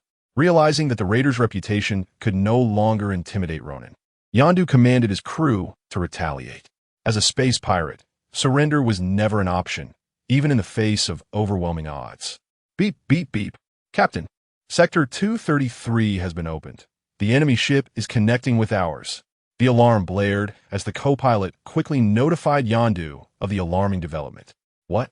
Who did this? It was I. Lightning Face bellowed as he burst onto the scene, leading his men in a coup against Yondu. Savage, you dare betray me? Yondu glared coldly at Lightning Face, pulling back his coat, causing the arrowhead of his whistle arrow to glow ominously. I am now Lightning Face, Yondu. You are old and unworthy of the captaincy. I shall replace you. A shrill whistle pierced the air as a red beam shot across the expanse, piercing the chest of a rebellious crew member. Lightning Face had been fixated on the arrowhead as soon as Yondu revealed it. At the sound of the whistle, he quickly grabbed a hapless crew member to use as a human shield. As he hurled the now silent rebel towards Yondu, he swiftly dodged to the side. Only when the arrow grazed his face, drawing blood, did Lightning Face fully comprehend the power of Yondu's weapon. In his eagerness to assert himself, he had overlooked the fact that he was no match for the old captain. If they were to confront Yondu, it would have to be according to the plan, and they would need Ronan's assistance. What was happening outside? Rocket and his companions had remained inside the ship during its violent shaking. They clung to anything within reach to steady themselves. Seeing Peter return, disheveled, Gamora quickly asked, "What happened?" "Ronan has come," Peter coughed, expelling dust. This revelation sent a chill through Gamora and the others. They were taken aback at the thought of Ronan pursuing them to the Raiders. What about Harry? If Ronan is here, what has become of him? Rocket recalled the young man who had bravely attempted to thwart Ronan alone. Peter shook his head gravely. I don't know. Right now, it's just Ronan's fleet attacking the ship. We haven't seen Ronan himself yet. But I believe Harry will be all right. Let us not forget. He possesses an Infinity Stone. Chapter 51. The threat for now. Let's ponder our course of action. In any case, the Infinity Stone must not fall into Ronan's hands. What do you mean? Rocket and Gamora turned their gazes toward Peter. He retrieved a weapon amidst the chaos and nodded toward Rocket and Gamora. We need to assist Yondu in repelling Ronan. Even if we cannot drive him back, we must ensure the Infinity Stone does not end up with him. If necessary, we can escape with Yondu. Hand me a gun. Drax, who had remained silent since awakening, suddenly spoke. Don't you prefer close combat? Peter replied, astonished at Drax's request for a firearm.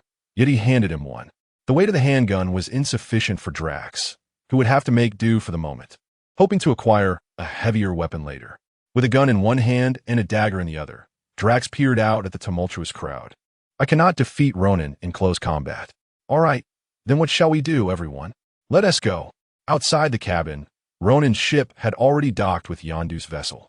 Kree soldiers surged into the cabin, with those bearing the insignia of lightning acting as traitors, tipping the battle within the ship heavily in their favor. Boom! The emergency sealed door of the cockpit was smashed open by Ronan's might. Just as he broke through, a whistle pierced the air, followed by a crimson flash as a dart hurtled toward him at an almost imperceptible speed. Ronan merely tilted his head dismissively, allowing the dart to graze past his face. Unfazed by the miss, Yondu remained stoic. The dart suddenly reversed course mid-air, aiming directly for the back of Ronan's head. Thud! The dart embedded itself into the warhammer that Ronan had swung behind him. Ronan cast a scornful glance at Yondu, lifting the warhammer to his line of sight. The dart's tail quivered, as if attempting to respond to Yondu's whistle and return to him. Ronan seized the base of the dart and applied pressure. With a sharp crack, the seemingly indestructible dart snapped in his grasp. Tossing the broken remnants aside, Ronan advanced toward Yondu. Is this your greatest power? Truly pathetic. Yondu's lips twitched as he struggled to articulate a response. But suddenly, the traitor bearing the lightning insignia leaped out from behind Ronan, observing the broken dart on the ground. He gleefully clapped Ronan on the shoulder. Huh, you mummified one. You're quite capable, handling Yondu, all by yourself. I thought only Ronan would be able to deal with him. By the way, where is Ronan? Did he not come?" This audacious act left everyone, including Ronan, momentarily stunned. Beneath his wrappings, Ronan recognized this individual as the one who had once dared to interrupt his signal.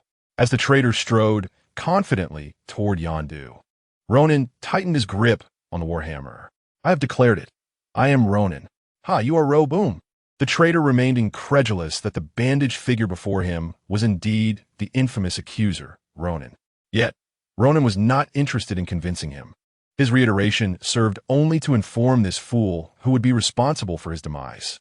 With all his strength, Ronan swung his warhammer down. The traitor's ambitions, along with his very being, dissolved into a cloud of crimson mist. Ronan, having stowed away his weapon, exhaled slowly, the fury within him somewhat quelled. He raised his hand toward Yondu, commanding, "Hand over the item." Yondu understood what was required and retrieved the orb containing the infinity stone from his pocket. Believing Yondu intended to surrender it, Ronan stepped forward, prepared to receive the orb. However, Yondu suddenly raised his weapon and fired 2 shots that landed at Ronan's feet, halting his advance. Narrowing his eyes at Ronan, Yondu blew the warm breath from the barrel of his gun. "I am a ravager. I only take from others. No one ever takes from me." Seeking death, Ronan raised his warhammer, unleashing a blast of air toward Yondu. With a thunderous blast, the cockpit was obliterated. Yet, Yondu had vanished. Ronan looked up to see Yondu being carried away by Peter Quill towards Sector 166. "Chase after them." "Huh, I never expected you would come to my rescue." Yondu smiled appreciatively as Peter carried him towards Sector 166. As Peter flew, evading missiles that pursued them, he occasionally retaliated. His expression concealed from Yondu. He replied, "The orb you hold contains the Infinity Stone. It is a terrifying artifact that must not fall into Ronan's possession." Upon hearing Peter's words, Yondu's smile faltered, replaced by a look of desolation. After a brief flight, they arrived at Sector 166, where Rocket and Gamora had already set up a defense. Upon landing, Peter released Yondu and instructed Gamora and Groot, "There's an escape pod inside. Take Yondu and activate it while we hold off the pursuers." Gamora did not hesitate, knowing she and Groot were less skilled with firearms. While Drax could manage heavy firepower, her aim was not as precise, making her assistance here less valuable. Thus, she obeyed Peter's directive, leading Groot and Yondu to activate the escape pod. As they approached the pod, Yondu glanced at the impassive Gamora and suddenly asked, "Are you Peter's girlfriend?" Gamora ignored Yondu's question, continuing her forward march. "Not talking? I guess you must be. Even if not, it won't be long. Peter has quite the charm with women," Yondu persisted, engaging in light banter as they reached the escape pod. Activating the pod required a password, which was one reason Peter had instructed Gamora to accompany Yondu. After Yondu entered the code and unlocked it, he and Gamora waited inside the pod for Peter and the others to arrive. Thud!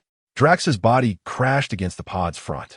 Seeing the situation, Gamora promptly exited the pod, turning Drax over, who was still clutching Rocket tightly. "Step, step, step." Ronan entered, holding Peter Quill. Despite their resistance being sufficient to deter ordinary Kree soldiers, was powerless against Ronan. Ronan's impenetrable skin shrugged off gunfire, and his warhammer could unleash devastating blasts of air, easily shattering Peter's defenses.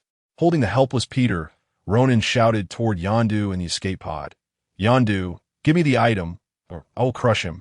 "Huh, you dare use me to threaten him? He has never cared for my life. To him, I am merely a petty thief who assists him in stealing."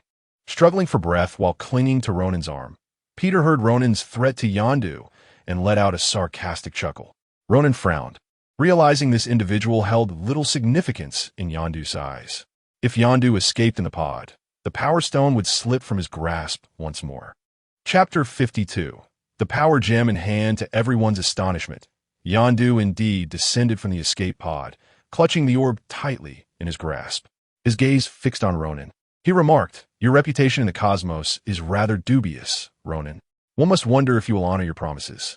Ronan, who had intended to crush Peter and storm the escape pod, reconsidered upon seeing Yondu's descent. The risks associated with such an action were too great, and he could not guarantee that he would be able to retain Yondu, since it appeared that Yondu cared for his hostage more than Peter had suggested. The threat he posed was indeed valid. Ronan raised Peter quill high, letting out a cold, mocking laugh. If you doubt my word, we can simultaneously cast away our respective prizes. This way, you need not worry about me reneging on our agreement once I have obtained what I desire. An astute proposal.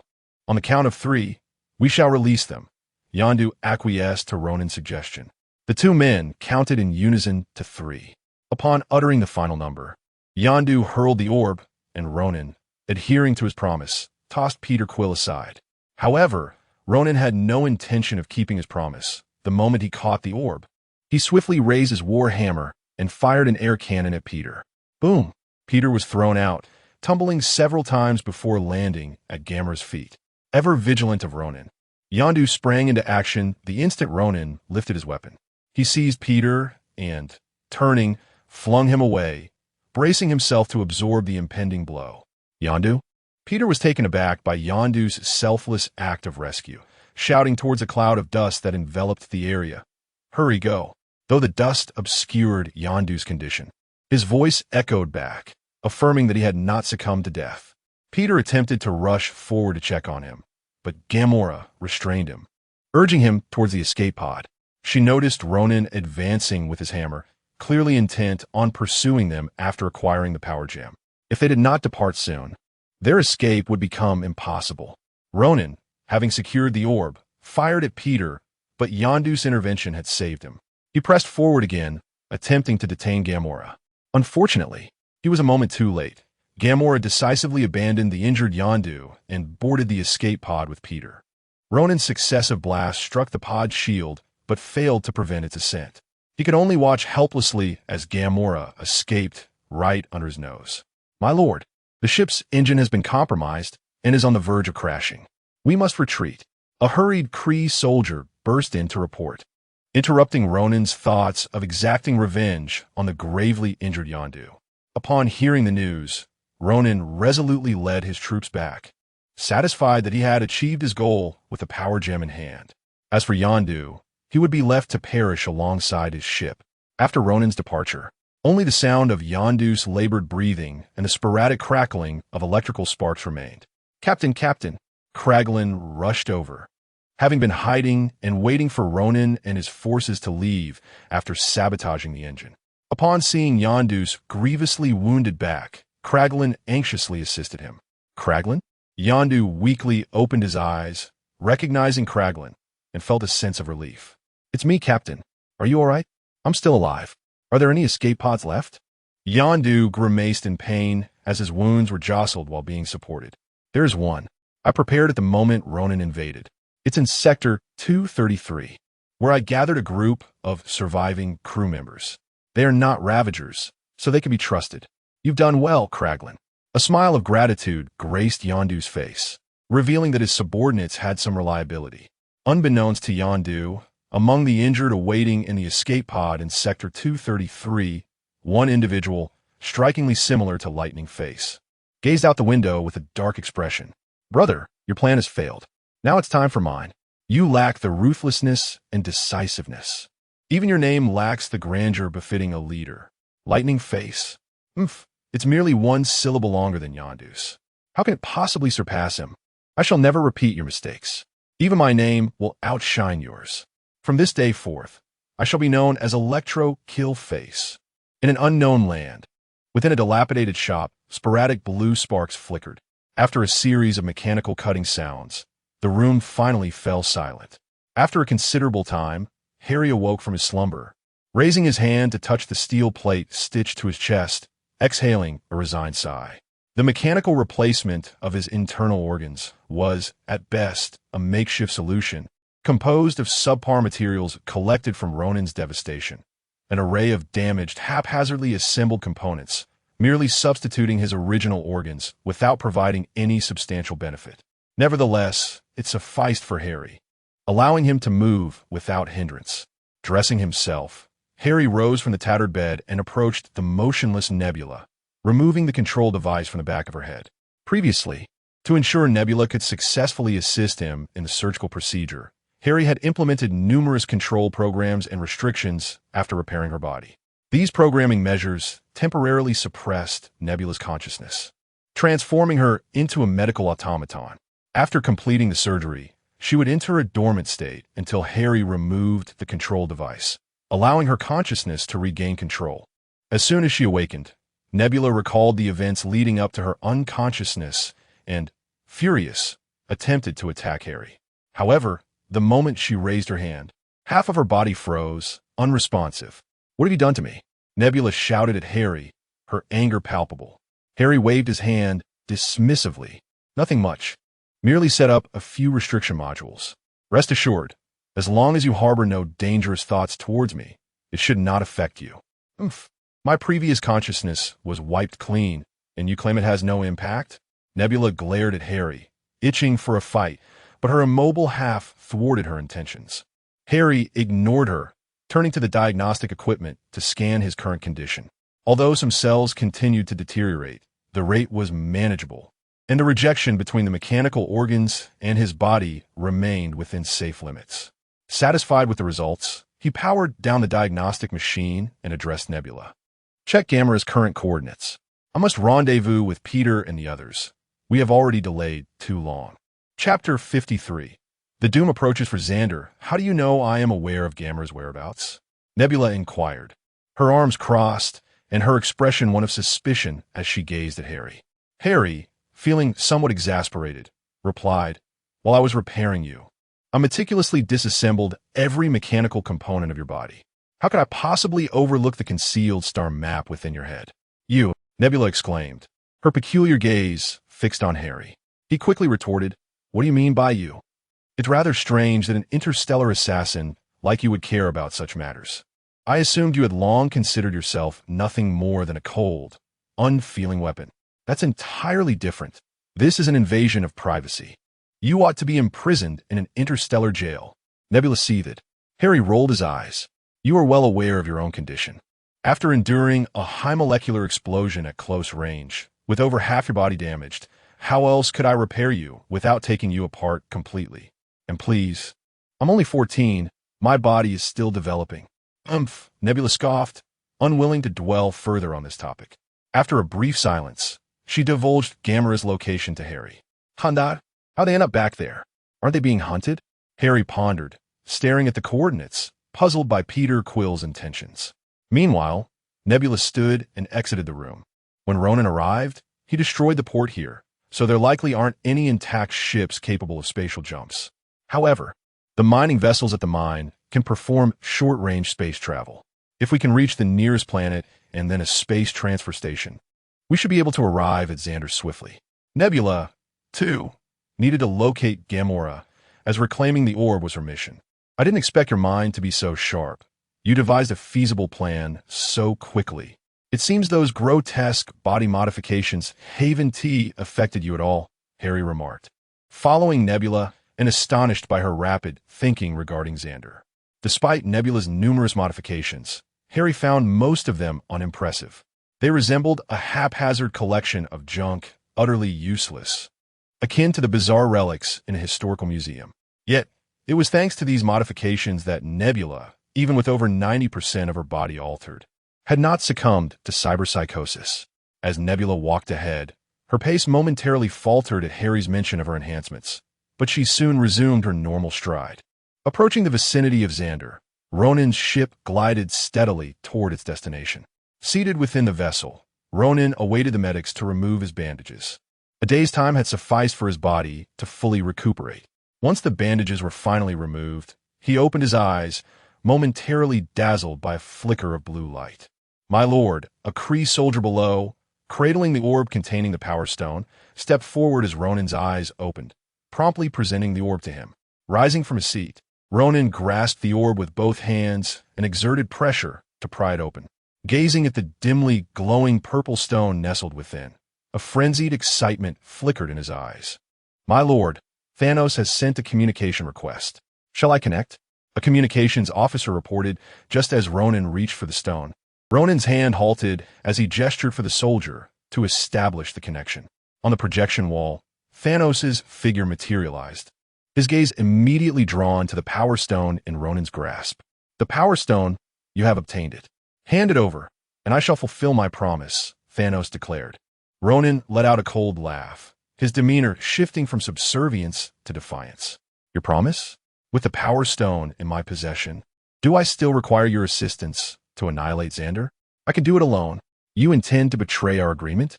Thanos' expression darkened, a heavy aura of menace palpable even through the projection, causing the surrounding Kree soldiers to tremble. I never planned to uphold our accord. Betrayal implies I ever intended to follow it. You are merely my pawn, and now that I possess the stone, you are of no further use to me. Arrogant fool, without me, you cannot wield the Power Stone's might. Thanos retorted, his demeanor reflecting disbelief at Ronin's audacity to consider him a mere pawn.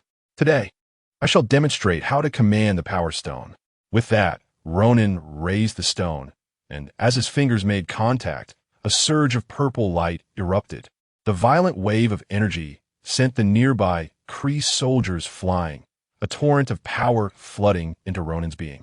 What a brute! He will be obliterated by the energy of the Power Stone, Thanos mused, his expression impassive as he observed Ronin nearing destruction. Ah! Ronin howled in agony as the energy tore through his cells, causing his body to swell dangerously. It was only at this moment that he realized the recklessness of his actions. The Power Stone's energy was overwhelmingly volatile, and if he didn't devise a solution soon, he would surely explode. Catching sight of a nearby warhammer, Ronin made a decisive choice. Summoning the weapon, he exerted every ounce of strength to affix the Power Stone to its surface. Boom! As the stone embedded into the hammer, another violent pulse of energy erupted, sending the previously knocked back Kree soldiers reeling once more, blood spilling from their mouths. Ronin focused intently on the hammer in his hand. The influx of energy ceased once the stone was secured. Although he no longer needed to fear exploding, the hammer appeared on the verge of shattering. Finally, after a tense interval, the purple stone's glow dimmed, and remarkably, the hammer endured, remaining intact. Ha ha ha ha! I have mastered it, Ronin exclaimed, his laughter echoing in triumph.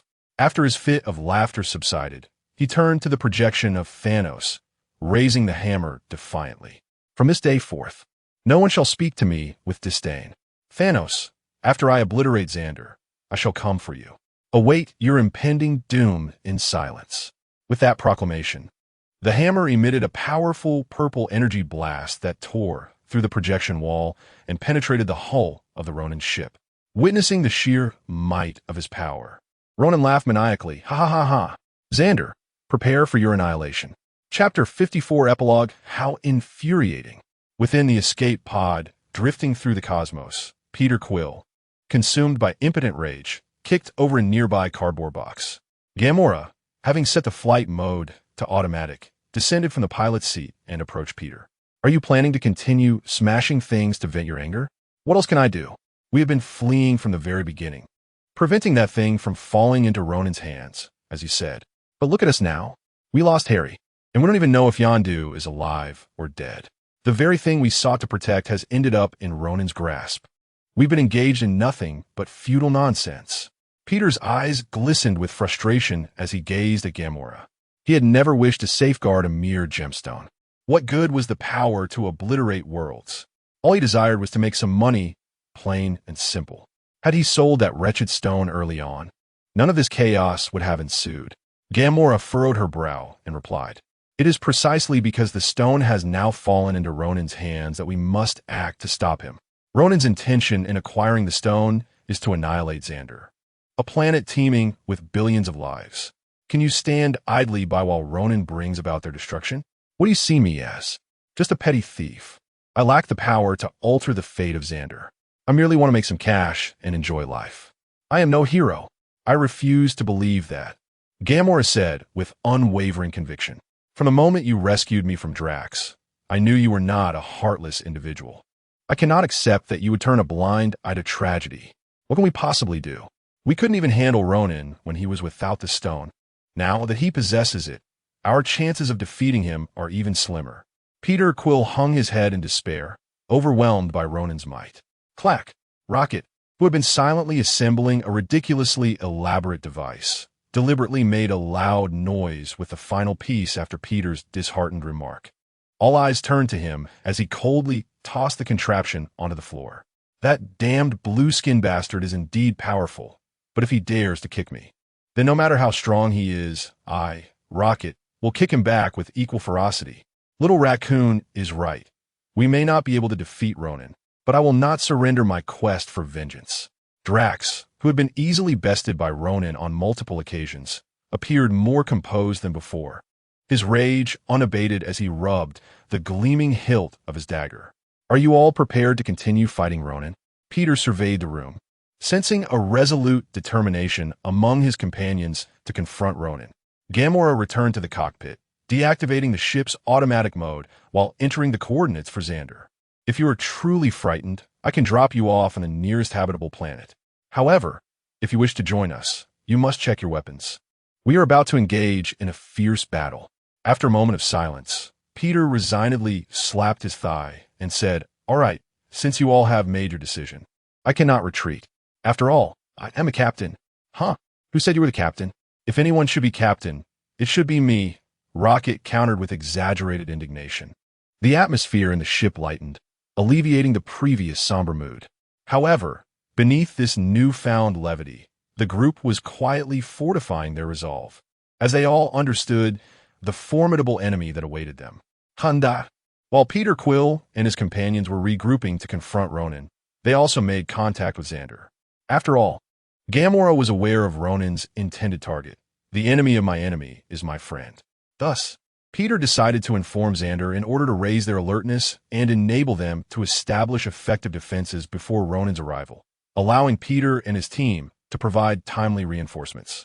Upon receiving the message, the highest commander of Xander remained skeptical about its credibility.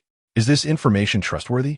If Ronan intends to attack us, I find that plausible, as his intentions have never been concealed.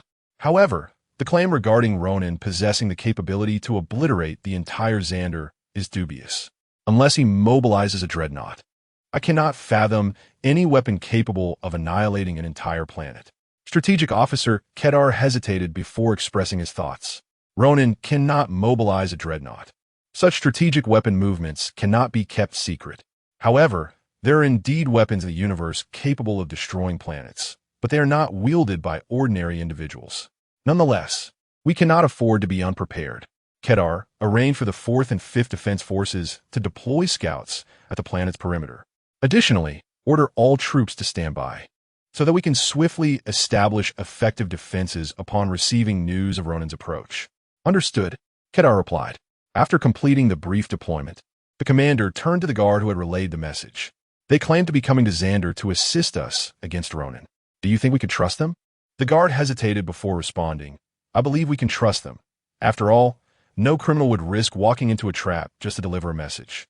Very well. If you trust them, I will take a gamble. Guard, evacuate the civilians to the safety shelters. We must ensure the populace remains unharmed. Yes, Commander. With a hiss, the egg-shaped device opened, and Nebula and Harry emerged. This egg-like apparatus was a necessary vessel for spatial teleportation, capable of withstanding the distortions of spatial travel. However, the interior was cramped, accommodating only 2 individuals at a time. Moreover, it was costly. Had Harry and Nebula not salvaged some valuable items from the collector's heap of debris, they might not have been able to afford this teleportation device. Nevertheless, the teleportation was remarkably swift, and after a series of 70 spatial leaps, Harry and his companion arrived at Xander. However, upon their arrival at the space station, they found it largely deserted. Harry glanced back.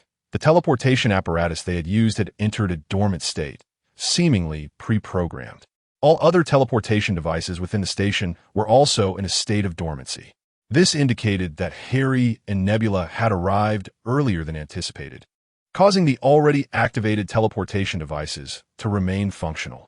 Had they arrived later, they would have found the devices shut down, rendering it impossible to reach Xander. It seems we have arrived too late. Nebula stood by the window of the space station, gazing at the wreckage of a destroyed warship by the lakeside. That is Ronan's warship. His presence here signifies that he has invaded Xander. However, judging by the level of destruction, it appears Ronin has met with failure. The state of that warship suggests it has been reduced to mere fragments. Chapter 55. Epilogue 2. The patrol forces deployed by the Sandar Star at the planet's periphery have already detected us. The soldiers of the Kree Empire aboard the spacecraft reported to Ronin. Immersed in energy liquid, Ronin, upon hearing this, issued a direct command. Ignore them. Continue your course towards Sandar Star. Your sole task is to land on Sandar Star. Once we arrive, I shall obliterate it with a mere strike, reducing it to nothing more than a fragile eggshell. The commander, upon receiving the message from Kaidar, regarded Peter Quill and his companions with a complex expression. When Peter Quill's group decided to assist Sandar Star, the commander had specifically opened a dedicated spatial transmission for them, allowing them to reach Sandar Star ahead of Ronin. Of course, Commander, we are immensely grateful for your trust in us. We shall proceed as planned. Your task is merely to prevent Ronin's vessel from landing on Sandar Star. Peter Quill nodded toward the commander, drawing his energy gun as he prepared to lead Gamora and the others toward the standard spacecraft designated for them. Wait, the commander called out to Peter Quill. Are you truly capable of stopping him? The commander could not help but harbor doubts. Ronin's oppressive presence loomed too large, making it hard to believe that just Peter and his companions could thwart him. I cannot guarantee success, but we shall exert every effort. We are also indebted to you, Commander, for your support, which will enable Rocket to prepare our secret weapon. The secret weapon Peter referred to was, in fact, a cannon that Rocket had assembled from the dismantled parts of a spacecraft, originally claimed to possess the power to destroy the moon. Although that assertion had been somewhat exaggerated. With the resources of Sandar Star at their disposal, the cannon now bore roughly 1% of that promised might. Peter Quill believed that such power, delivered unexpectedly, could indeed slay Ronin. However, this depended on the veracity of Rocket's claims, as they had never tested it in action. Everything remained speculative. The commander and his team watched as Peter Quill and his companions ascended in their spacecraft, heading toward Ronin's vessel. Commander, can we truly rely on these individuals? Strategic Officer Kaidar hesitantly inquired. The commander understood Kaidar's concerns, yet there was little choice. Ronin's attack had come too abruptly. From the time they received the information to Ronin's appearance, barely 5 interstellar hours had elapsed. This window was far too short for the New Star Empire to dispatch reinforcements, and relying solely on the 500 new Legion stationed on Sandar Star would hardly suffice to establish a complete defense network. In this situation, Carol had to designate those new legions as defensive forces to protect Sandar Star. As for the offensive, that responsibility was left to Star-Lord and his group. Despite their earlier appearances of reliance on Peter Quill, Carol understood that he merely considered Star-Lord and his companions as expendable assets. If they could halt Ronin, that would be ideal. If not, at least they could delay his advance. With the new legions on Sandar Star serving as a second line of defense, they might just manage to hold out until the Empire's forces could arrive. As Peter Quill's group infiltrated Ronin's vessel, Ronin was taken aback. Gripping his warhammer, he stared at the unexpectedly bold Peter Quill. I thought you wouldn't dare show your face before me again. It seems that idiot, Yondu, is just as foolish to waste his life saving someone so reckless. Do not dare mention him. Peter Quill shot back, firing his weapon, but his efforts seemed futile before Ronin, who did not even lift a finger. The energy radiating from his body effortlessly deflected Peter's shots. Suddenly, Gamora descended from above, brandishing her blade. This prompted Ronin to move. Gamora wielded a weapon crafted specifically for her by Thanos, one that Ronin knew had yet to encounter anything capable of withstanding its edge. Ronin stepped back, evading Gamora's strike, and unleashed a burst of energy from his warhammer, sending her flying. At that moment, Peter tossed a strong magnetic grenade at Ronin's side. The grenade triggered upon Ronin's retreat, its powerful attraction momentarily immobilizing him. Drax, shouldering an exaggerated energy curvature cannon, aimed at Ronin, while Rocket licked his lips, activating the cannon's firing mechanism. Die, you bastard! This is a return for your earlier attack. A sudden negative pressure enveloped the area as energy coalesced at the cannon's muzzle, drawing in invisible microscopic elements from the air, combined with the curvature inversion core. The cannon erupted in a dazzling display of colors. Upon firing, there was no deafening blast, only a low-frequency hum as the energy was unleashed. The shot's force was immense, creating a gaping hole in Ronin's vessel, which lost its balance and began to plummet. "You should be finished now," Peter Quill declared, aiming at the dissipating smoke. Unsure of the outcome. "Have no fear," Rocket replied confidently. "I refuse to believe anyone could survive such force." Boom! Just as Rocket finished speaking, a violet energy beam shot forth from the smoke.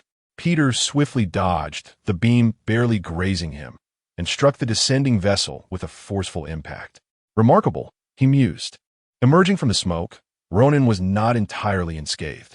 The cannon's power had forced a breach in the energy shield he had conjured with the Power Stone, leaving him wounded. The energy had seared his scalp and arms. Had he not amplified the gem's energy output in time, he might have succumbed to the blast. Ronin marveled at the fact that this damage was inflicted by those he had previously vanquished. "This shot is formidable. Had I not possessed the Power Stone, I might indeed have perished." Alas! He struck the floor of his vessel with his hammer, causing purple cracks to spiderweb across its surface. "Regrettably, you have enabled me to acquire the gem. I shall not afford you another opportunity. Perish alongside my ship." In a shocking display, Ronin channeled the Power Stone's energy to obliterate his own vessel. Ignoring the ensuing explosion, he leaped into the air, transforming into a fireball as he descended towards Sandar's star surface. "It appears that group has failed," the commander observed, addressing Kaidar. "Immediately connect the defense formation to prevent Ronin's descent. Eliminate him in midair." The commander watched through the monitoring screen as Ronin fell, enveloped in a layer of energy shielding that ignited into flames upon atmospheric friction. However, the commander could clearly see Ronin within the fireball, still alive, seemingly intent on crashing directly to the ground. Although he was uncertain how Ronin had attained such power or dared to act so recklessly, the stakes were undeniably high. However, the commander dared not gamble on whether the opponent would perish upon landing.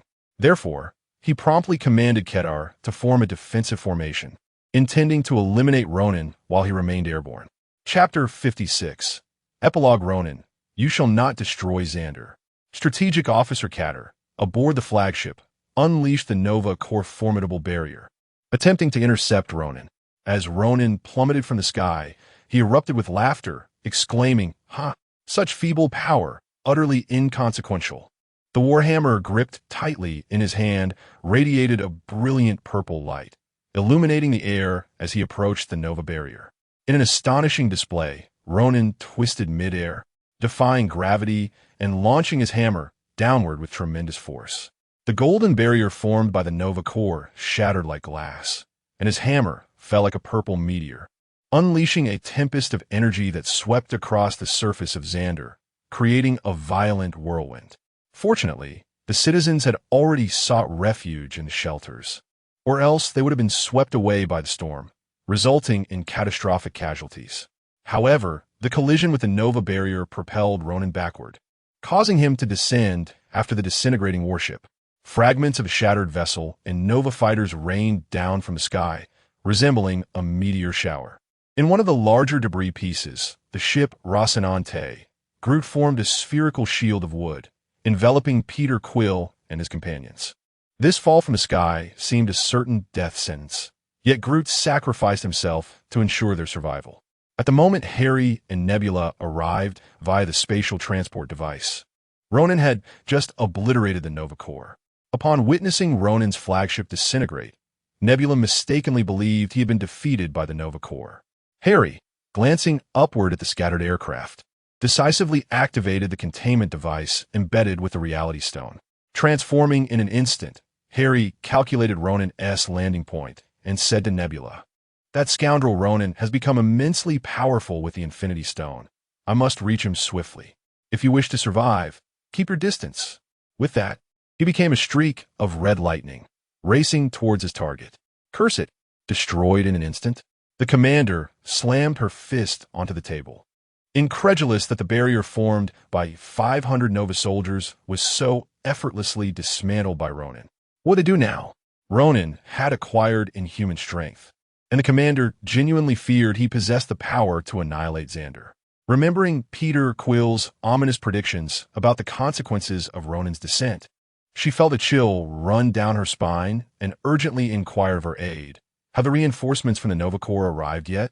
They are en route, but it will take 1 interstellar hour. The aide trembled in response. Despair washed over the commander. 1 interstellar hour? How could they possibly hold out for that long? Boom! As Ronin crashed to the ground, a cloud of dust enveloped the area. When the dust settled, a massive crater marked the earth. Slowly, Ronin rose from the pit, regretting his reckless landing, having not anticipated the rebounding force of the Power Stone. He waited for the dust to clear, not for the sake of intimidation, but to recover from the near-fatal impact. During this pause, he absorbed the energy from the Power Stone to mend his nearly incapacitated body. As a result, visible purple veins coursed across his skin, filled with the stone's energy. This sensation was far from pleasant, yet for the sake of obliterating Xander, Ronin deemed it bearable. Xander, prepare for annihilation. Ronin raised his war hammer, proclaiming his final declaration of destruction. From this moment forth, no one could thwart him. The obliteration of Xander was imminent. Oh, child, things are going to get easier. Just as Ronin prepared to strike down with his hammer, a cheerful tune resonated behind him. Initially believing it to be a figment of his imagination, he intended to ignore it, only to hear Peter Quill's insistent voice. Hey, let us sing together. What a wonderful song. Ronin, expressionless, turned around to find Peter, who should have perished alongside the ship, standing unscathed and moving in an absurd manner. Stop standing there. Let us dance. Peter waved, seemingly eager for an impromptu dance battle. What are you doing? Ronin was perplexed by Peter's antics, questioning whether he had lost his mind despite appearing unharmed. Regardless, Ronin could not allow this interruption of his sacred moment. If Peter survived, he would personally ensure his demise. With a narrowed gaze, Ronin dismissed Peter's words and unleashed an energy beam from his hammer. Octagonal prism. Suddenly, an irregular mirror appeared before Peter, reflecting the energy beam, which scattered into a multitude of lasers, slicing through the ground. What is this? Peter's eyes lit up as he recognized the energy barrier reminiscent of one Harry had used. Next, it's my turn. Harry's voice echoed as a flash of lightning zipped past Peter. The octagonal prism shattered outward, blinding Ronin momentarily. Seizing the opportunity, Harry delivered a powerful kick, sending Ronin crashing to the ground in a chaotic tumble. Harry, you're all right. Thank goodness, Peter exclaimed, eager to approach, only to be halted by Harry's raised hand. Stay back. Ronin is still unscathed. You should keep your distance in the upcoming battle. Harry spoke earnestly, believing the confrontation was less about him and Ronin than a clash between two Infinity Stones. The backlash of the Reality Stone was something Harry had experienced firsthand, and he could not guarantee the surrounding area would remain unaffected by the ensuing chaos.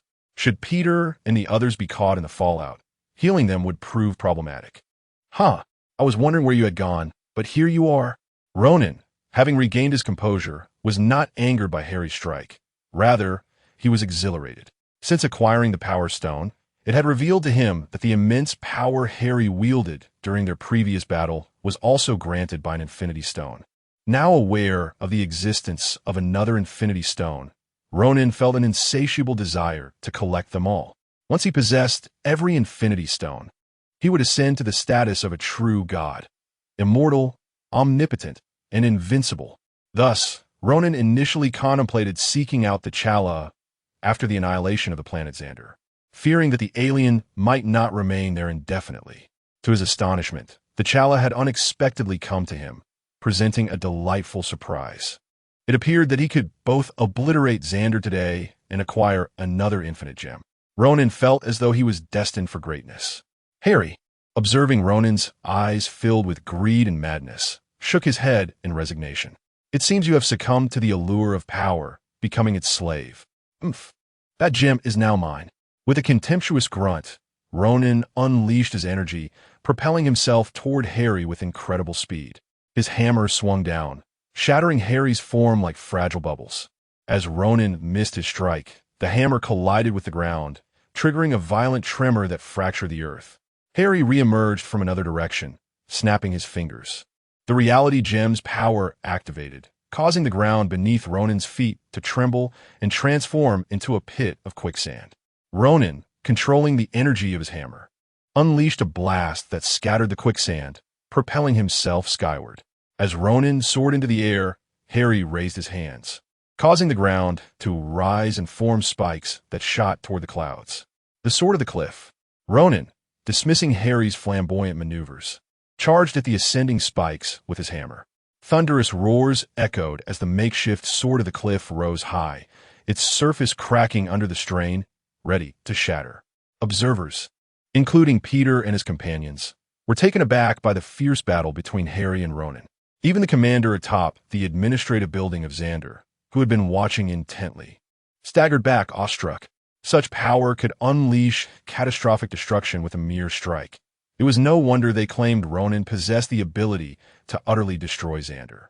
As Harry focused on the colossal rocks plummeting from the shattered sword of the cliff, he clapped his hands together. With a resounding crack, the fragments transformed into a flock of birds, scattering in all directions. Ronin grinned widely as he surged through the avian swarm.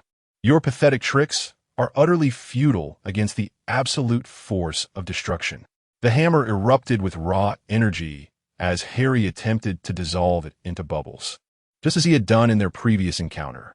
However, he discovered that the reality gem's powers had no effect on the hammer. In a desperate move, Harry enveloped himself with the gem's energy, yet he was still sent flying by the force. Blood escaped his lips beneath the mask, the impact causing internal injury. You can no longer alter my hammer. The rules of the infinite gems prohibit one from affecting another. Though your infinite gem is remarkable, it pales in comparison to the embodiment of absolute power that the power gem represents. You're no match for me. Ronin, wielding the hammer, approached Harry with deliberate steps. Having discerned that the destructive capacity of the power gem surpassed that of the reality gem. Cough. Absolute destructive power is indeed hard to withstand, but the distortion of reality can defeat you from the side. Harry coughed as he propped himself up, the ground beneath him rapidly changing colors. Ronin paused, shaking his head in disinterest. Do you truly believe the same tactic will yield results? There's only one way to find out.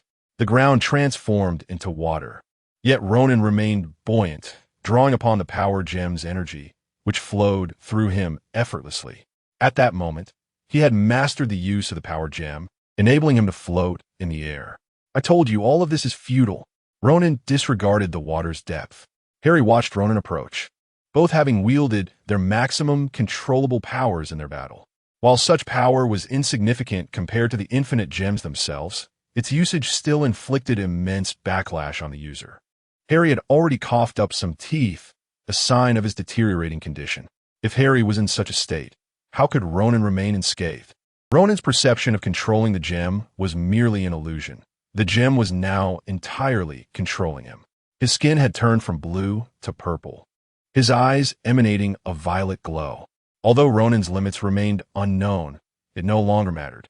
Harry's gaze fell upon the hammer in Ronin's grip, its central gem gleaming brightly. You should keep such a gem close. What? Ronin was puzzled by Harry's words, but he would soon understand. Suddenly, water that had not ensnared Ronin sprang forth, launching chains that bound his limbs. As the chains clung to Ronin, they morphed into an indestructible material, a transformation made possible by Harry's use of the infinite gem. Unfortunately, Harry had never encountered vibranium. Converting the chains into that material would have been the safest option. Now, Harry shouted. The rocket, prepared from a distance, immediately activated the completed curvature cannon, unleashing a torrent of energy toward Ronin. Foolish, Ronin scoffed, turning to face the approaching multicolored energy beam. He summoned a protective shield, confident in his previous experience resisting such attacks. Gotcha! Harry's eyes sparkled with triumph as Ronin, just as anticipated, fortified his defense. Harry unleashed the power of the reality gem, striking the head of Ronin's hammer with pure energy. With a resounding explosion, the hammer shattered, causing the power gem to lose its vessel and triggering a violent surge of energy. The first victim of this chaos was Ronin, whose body had already been overwhelmed by the energy of the power gem. As the gem spiraled into chaos, Ronan could no longer contain the power within him. Furthermore, his previous injuries had not been healed by the power gem. Rather, they had been suppressed by its energy. Under the weight of these dual repercussions, Ronan's exterior cracked, and as energy erupted, he became a brilliant display of fireworks. Chapter 57. Return to Earth. The uncontrollable energy of the Power Stone transformed this region into the epicenter of a raging energy storm. Harry, mustering all his strength, utilized the energy of the Reality Stone to gradually contain the rampant force of the Power Stone. From a distance, one could only see a colossal, swirling vortex of purplish-red energy reaching the heavens. The immense suction generated by this energy tornado nearly swept Peter Quill and his companions off their feet, who had not managed to evacuate in time. Fortunately, Drax seized several of them at a critical moment and, relying on his formidable strength, led them into a low-lying area, narrowly escaping the storm's onslaught. If left unchecked, this force would obliterate everything on the ground.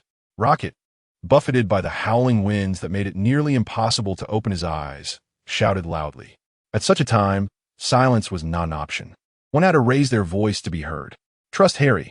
He can control it," Peter Quill replied, just as fervently.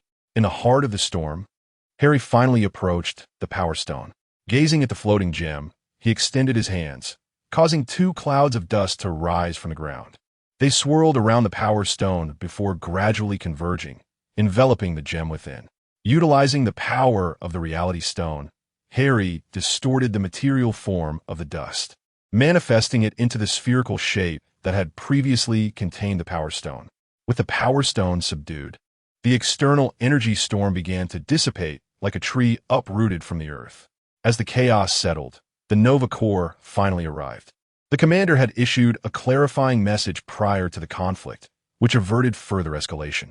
As the saviors of Xander, Harry, Peter, Rocket, Drax, Gamora, and the deceased Groot had their charges of escape revoked by the commander, and their heroic actions were recognized by the officials of Xander, granting the Guardians of the Galaxy a status of honor and privilege on the planet.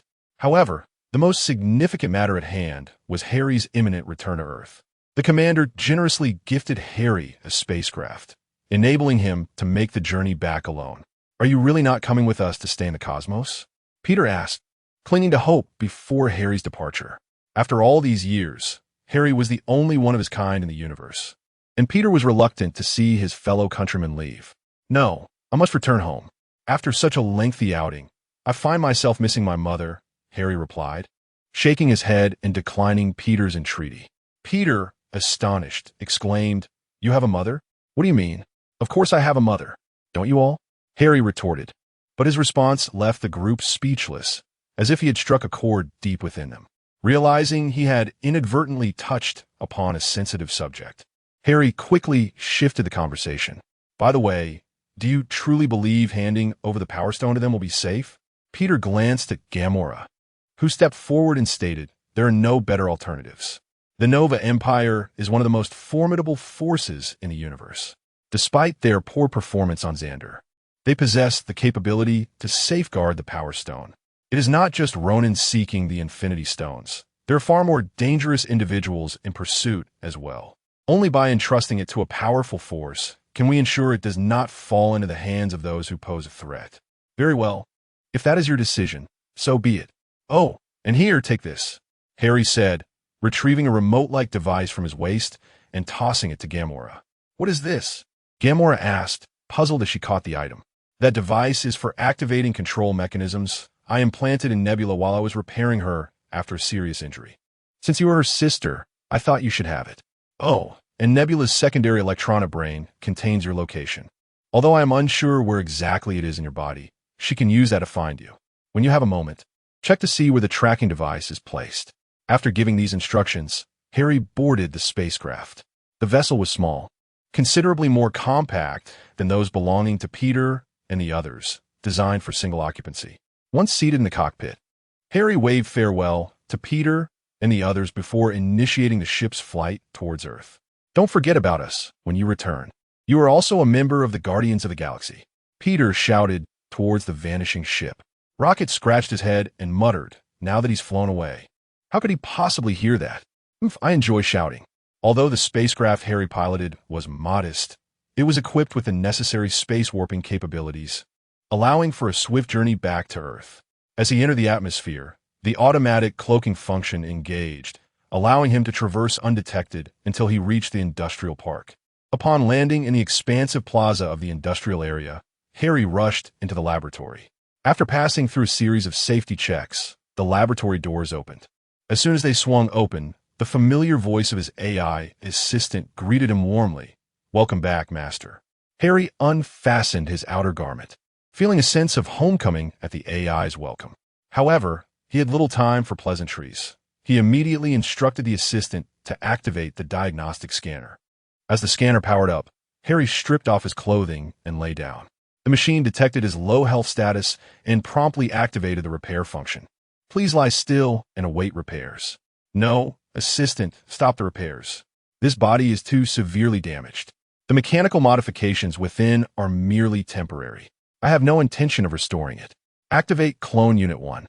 Understood, Master." Preparing Clone Unit 1. Harry rose from the scanner and commanded the assistant to retrieve the data for Clone Unit 1. He planned to discard his heavily worn body in favor of a new one. However, as the data for Clone Unit 1 was being retrieved, he suddenly recalled the genetic material of Peter Parker. "Assistant, have you made any progress in reverse engineering the formula based on Peter Parker's cellular structure?" Harry had intended to deduce the genetic formula that enabled Peter Parker to achieve his extraordinary abilities from the DNA in his blood. However, he had been unable to participate directly due to his unexpected journey into space. Fortunately, the assistant's intelligent program had continued its calculations without interruption, and Harry was eager to see the current results. "Regrettably, Master, none of the reverse-engineered formulas have yielded a theoretically successful outcome." The assistant's reply caused Harry to furrow his brow. It had been no less than 10 days, perhaps even half a month, since he had left for space. To think that not a single theoretical data point had been successful in that time was disheartening. Contemplating the data for Clone Unit 1, Harry decided. Input the remaining DNA information of Peter Parker into Clone Unit 1. "Master, modifying Clone Unit 1's DNA to incorporate Peter Parker's information may lead to anomalous results. I would advise against this course of action. It's merely an initial attempt at fusion. It's not as though we are performing a brain transplant immediately. Follow my instructions, modify the information, and then proceed with the creation." Initially, Harry intended to directly generate a clone. However, he thought it prudent to utilize Peter Parker's DNA information to create a clone instead. Such a clone might very well possess powers akin to those of Peter Parker, which would undoubtedly be more expedient than concocting spider serum. The compliant assistant, following Harry's directive, modified the DNA information of the first clone to mirror that of Peter Parker, and then commenced the cloning process. Outside the petri dish, Harry observed the embryo of the clone taking shape, a glimmer of anticipation illuminating his eyes. If successful, it would save him considerable time. The clone rapidly developed from an embryo into a juvenile state without any apparent abnormalities. However, during the transition from juvenile to adult form, mutations began to manifest. The clone's back arched, several joints protruded, and spider-like legs began to form. Simultaneously, the clone's head underwent a grotesque transformation, prompting Harry to halt the acceleration of the cloning process. Yet, even though the supply of growth gas was ceased, the mutation continued unabated.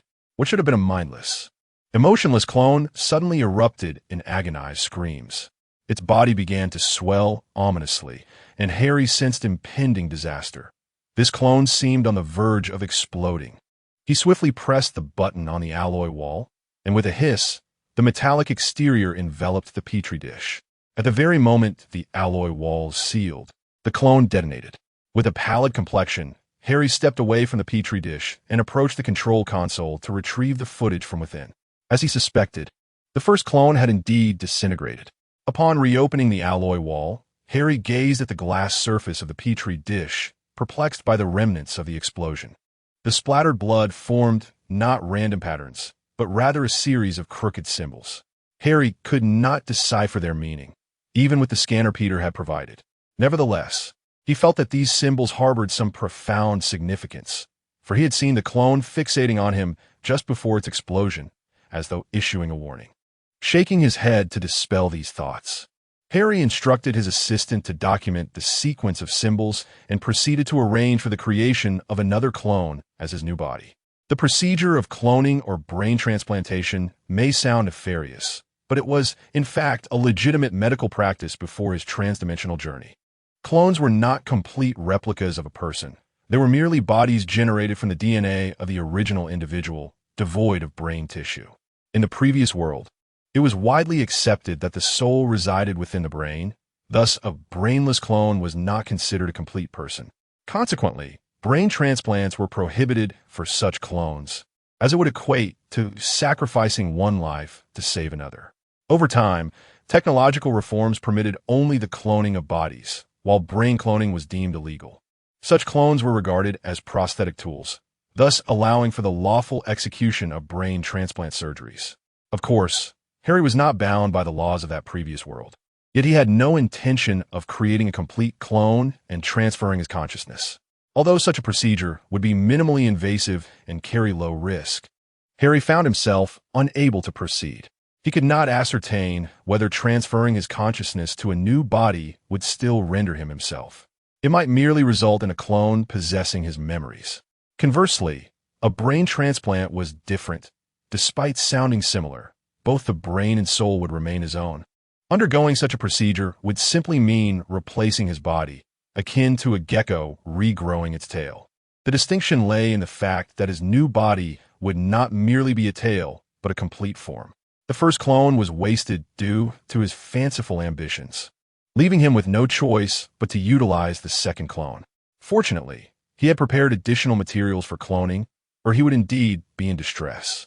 Without excessive manipulation, he adhered to the pre-established protocol, and the second clone was generated without any anomalies.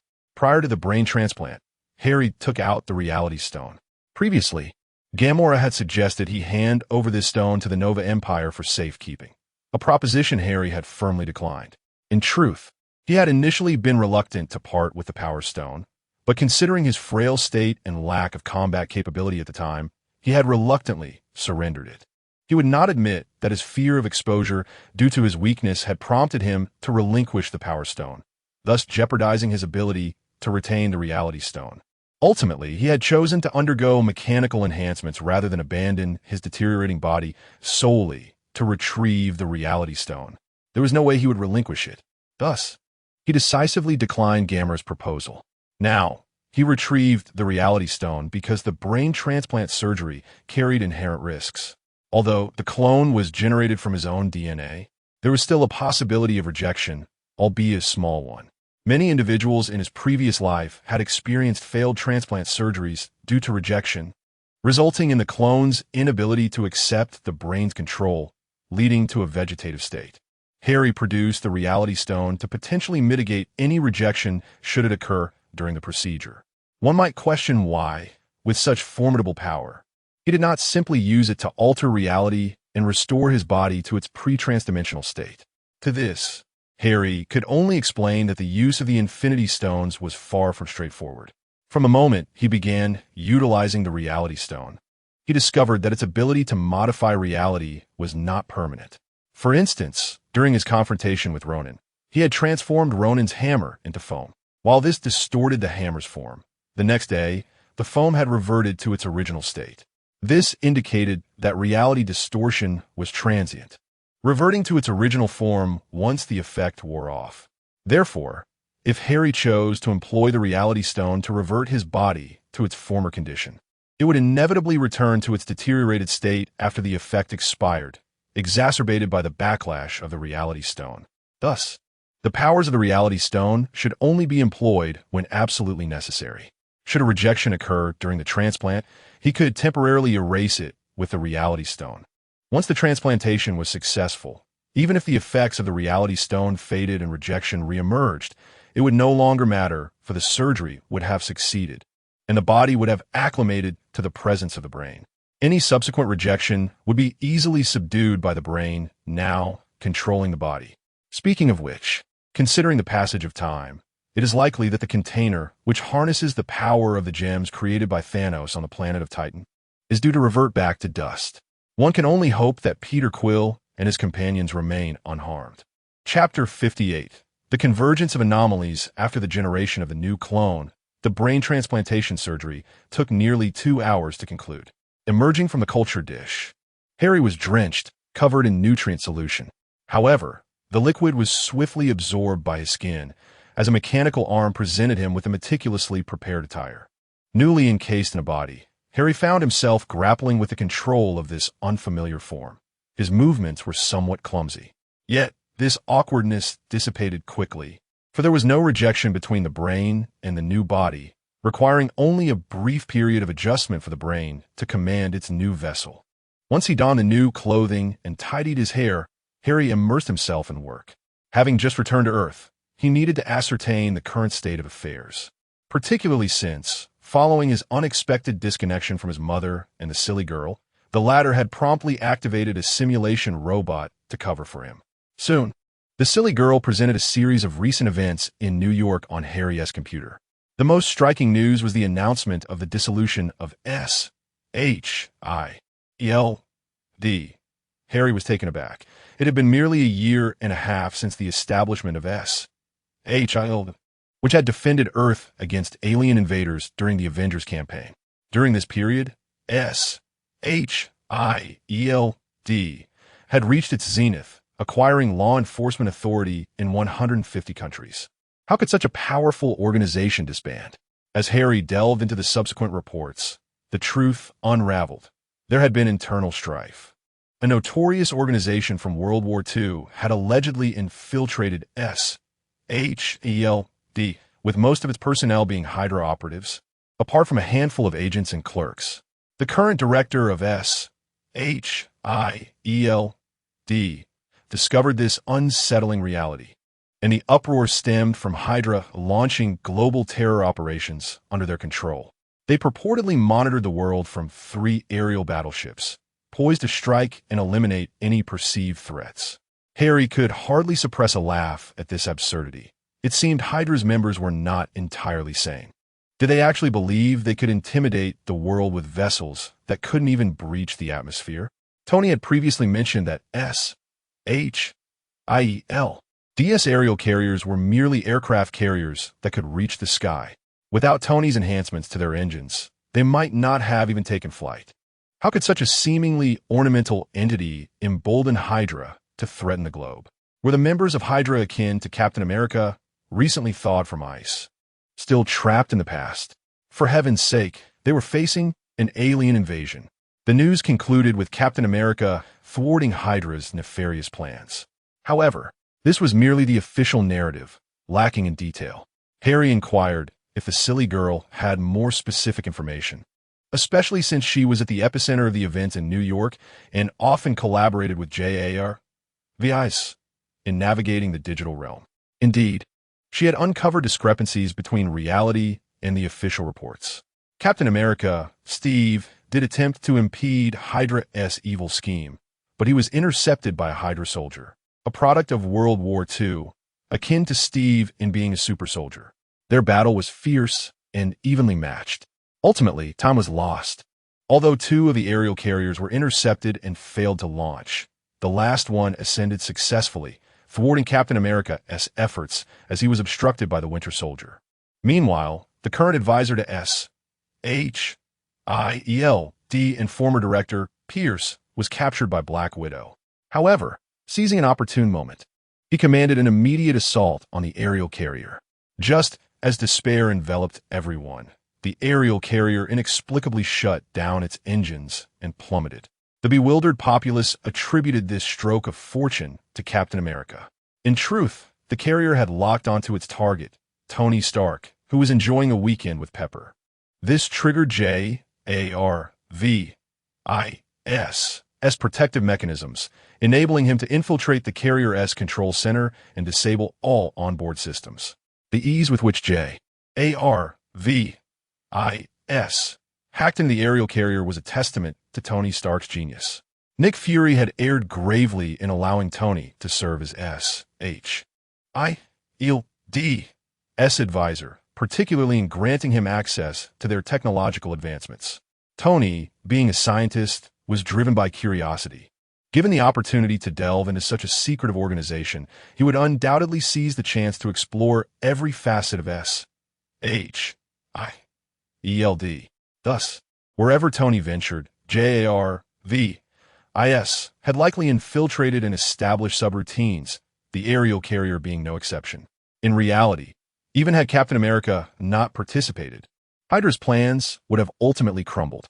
For as long as Tony or JARVIS desired, their schemes could be scattered like a mirage. The entire affair concluded with Hydra's exposure, leading to SHIELD's transformation from overt to covert. The revelation of Hydra's plans inadvertently amplified the call for superheroes, with the Avengers, led by Captain America and Tony Stark, rising to global prominence. In addition to the Hydra debacle, another noteworthy piece of news was the emergence of Spider-Man, the friendly neighborhood hero of New York. Reports on Peter Parker proliferated, as he frequently intervened in crime as a vigilante. Meanwhile, the extraterrestrial incident in London was relegated to the back pages of the news, primarily due to its foreign nature. Absent the alien invasion's fervor, it likely would not have graced American headlines. After absorbing this information, Harry closed his eyes for a moment of respite. He noted the date, realizing it had only been 17 days since the London incident. The time was not long, and with the simulation robot covering for him, his mother remained oblivious to any anomalies. Fortunately, his sister was with their grandmother. Had she been nearby, the robot's disguise might have faltered, for despite her youth, she was far more astute than their somewhat oblivious mother. Since the surgery's completion, it was now approaching 8 or 9 in the morning outside. Today was fortuitously a day off from school, allowing Harry to remain ensconced in the laboratory. He seized this opportunity to further investigate the Reality Stone. To facilitate his research, he hastily constructed a containment shield. He could not risk the Reality Stone wreaking havoc on his newly acquired body, especially after such a delicate brain transplantation procedure. While clones could be generated indefinitely given sufficient resources, the loss of brain function was irreparable. In the previous world, no one had ever succeeded in performing a third brain transplant, and the precise reasons remained a mystery even after Harry's journey through dimensions. Consequently, in light of preserving his own life, Harry resolved to avoid the Reality Stone at all costs. He conducted a series of operations concerning the Reality Stone using a mechanical arm from a distance. This included detaching the Reality Stone from the stabilizer. Unlike Ronin's Power Stone, the Reality Stone did not unleash an energy surge upon losing its host, merely appearing dull, as if it were an ordinary gem. Conversely, the stabilizer, now devoid of the Reality Stone, exhibited peculiar changes. It seemed as if the stabilizer had been activated by the Reality Stone, with its fleshy tissue autonomously extending outwards. This transformation rendered the cube-shaped stabilizer reminiscent of a creature, sprouting numerous black tendrils at its edges. Yet these tendrils merely served to maneuver the stabilizer. The stabilizer moved cautiously towards the corners of the isolation chamber, maintaining a considerable distance from the Reality Stone, as if it harbored a profound fear of it. Harry's curiosity was piqued by the altered state of the stabilizer. He promptly activated the scanner to assess its current condition. The results of the scan astonished him. The original stabilizer, which had contained the fleshy tissue derived from Peter Parker's blood, had formed a self-enveloping structure only after merging with the PX-1's bioelectric nodes. However, the scenario had now shifted.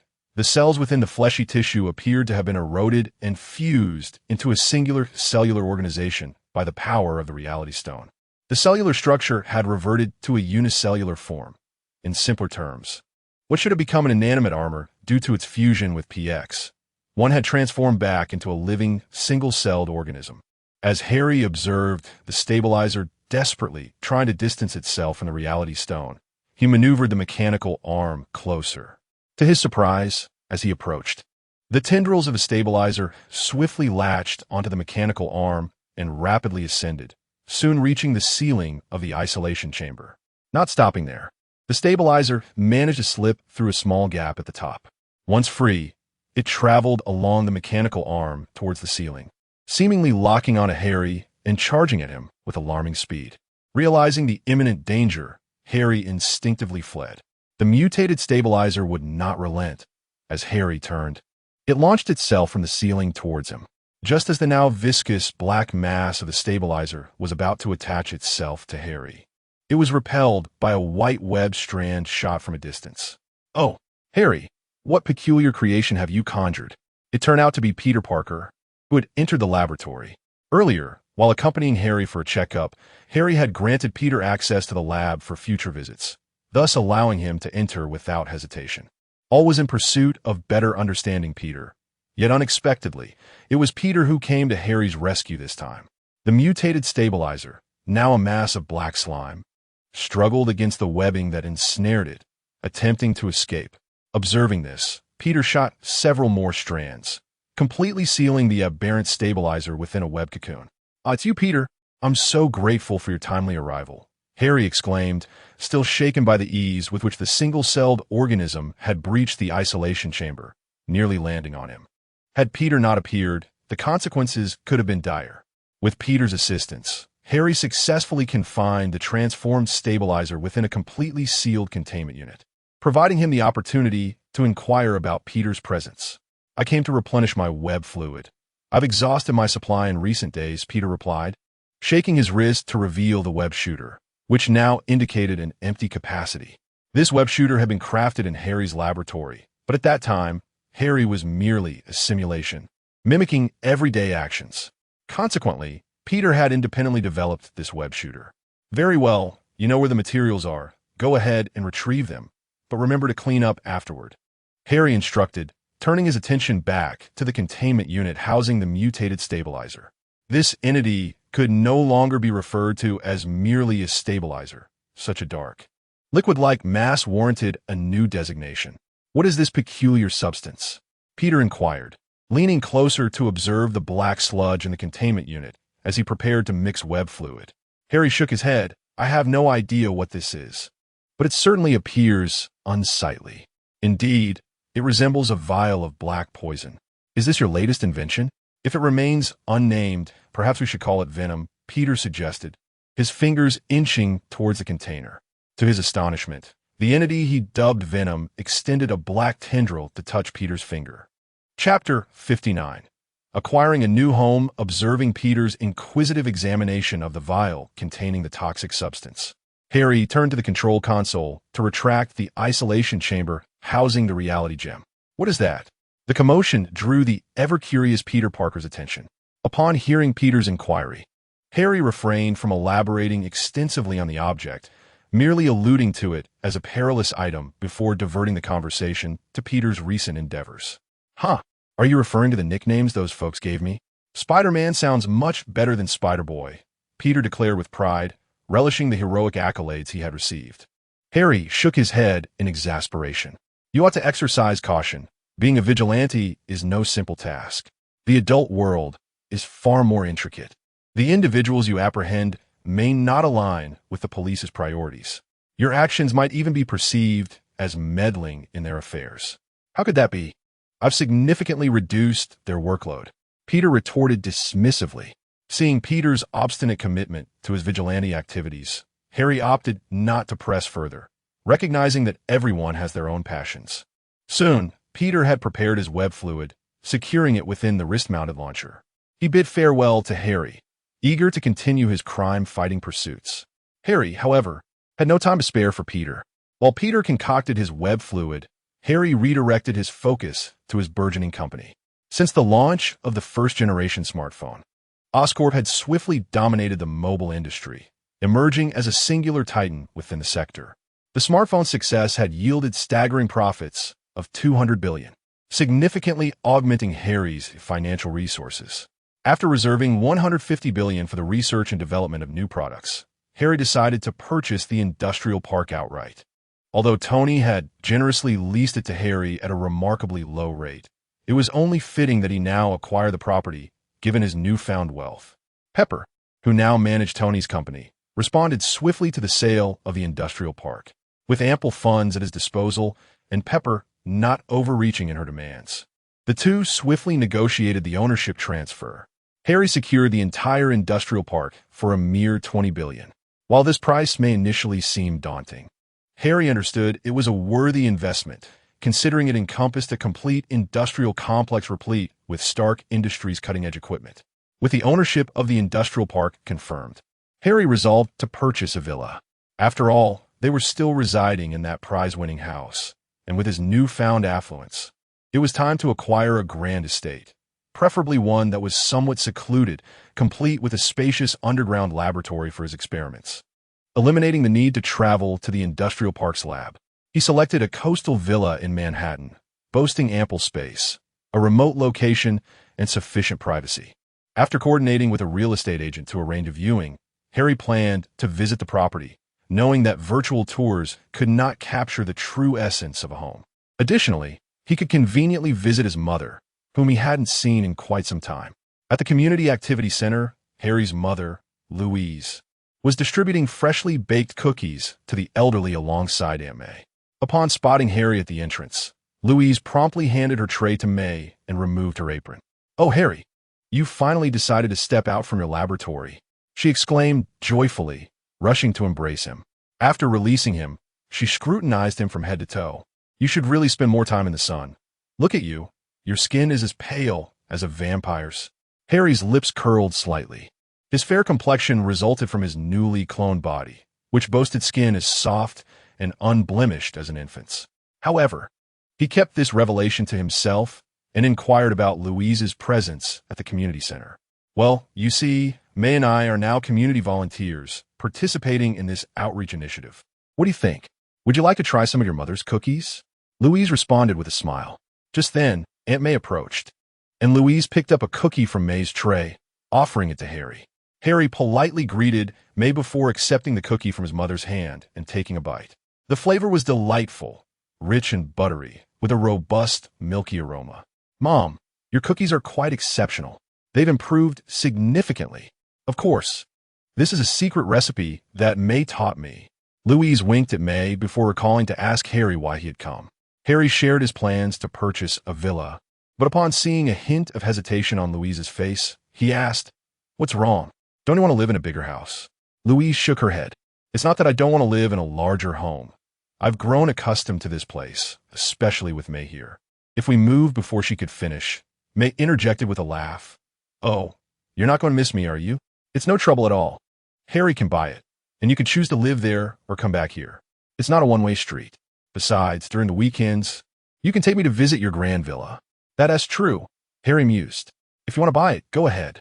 But I still need to distribute cookies with May. You can show me the place once you've purchased it." Encouraged by May's words, Louise became more receptive to Harry's plans for the villa. It was clear that even if Harry bought the villa, it didn't mean she had to permanently relocate. As for whether Harry, at his young age, might be taken advantage of in the real estate market, please, Harry was now the owner of a billion-dollar company. Louise had no reason to worry about her son's financial acumen. Harry had viewed the property, and it appeared quite appealing. The villa, blending elements of a castle with contemporary architectural artistry, featured sprawling lawns and gardens, all situated by the coastal edge. The price was surprisingly reasonable at just $2 billion. Given Harry's current financial standing, he had no inclination to haggle. Once the contract was finalized with a real estate agent, Harry contacted Pepper to enlist the same construction crew that had renovated Tony's home, promptly commencing the transformation of the villa.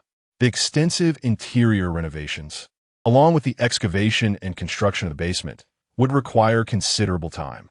Fortunately, the crew, experienced from their work on Tony's property, understood the expectations of high-profile clients, ensuring the project progressed swiftly.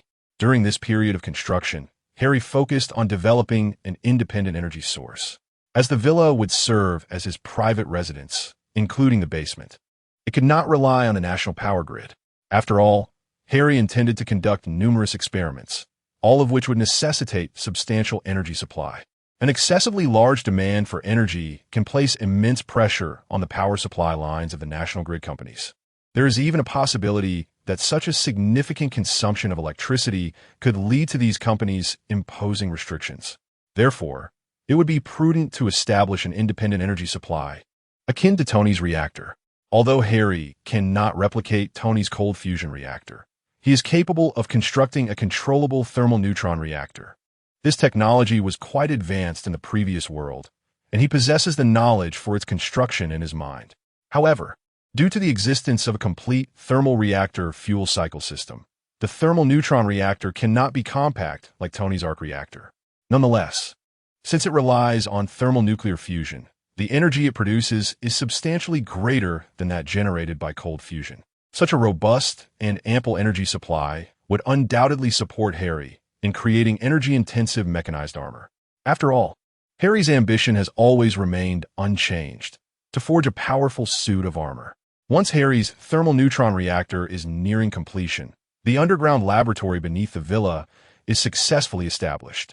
Transporting the components of the thermal neutron reactor to the villa, Harry then allows the construction team to depart after settling their payment.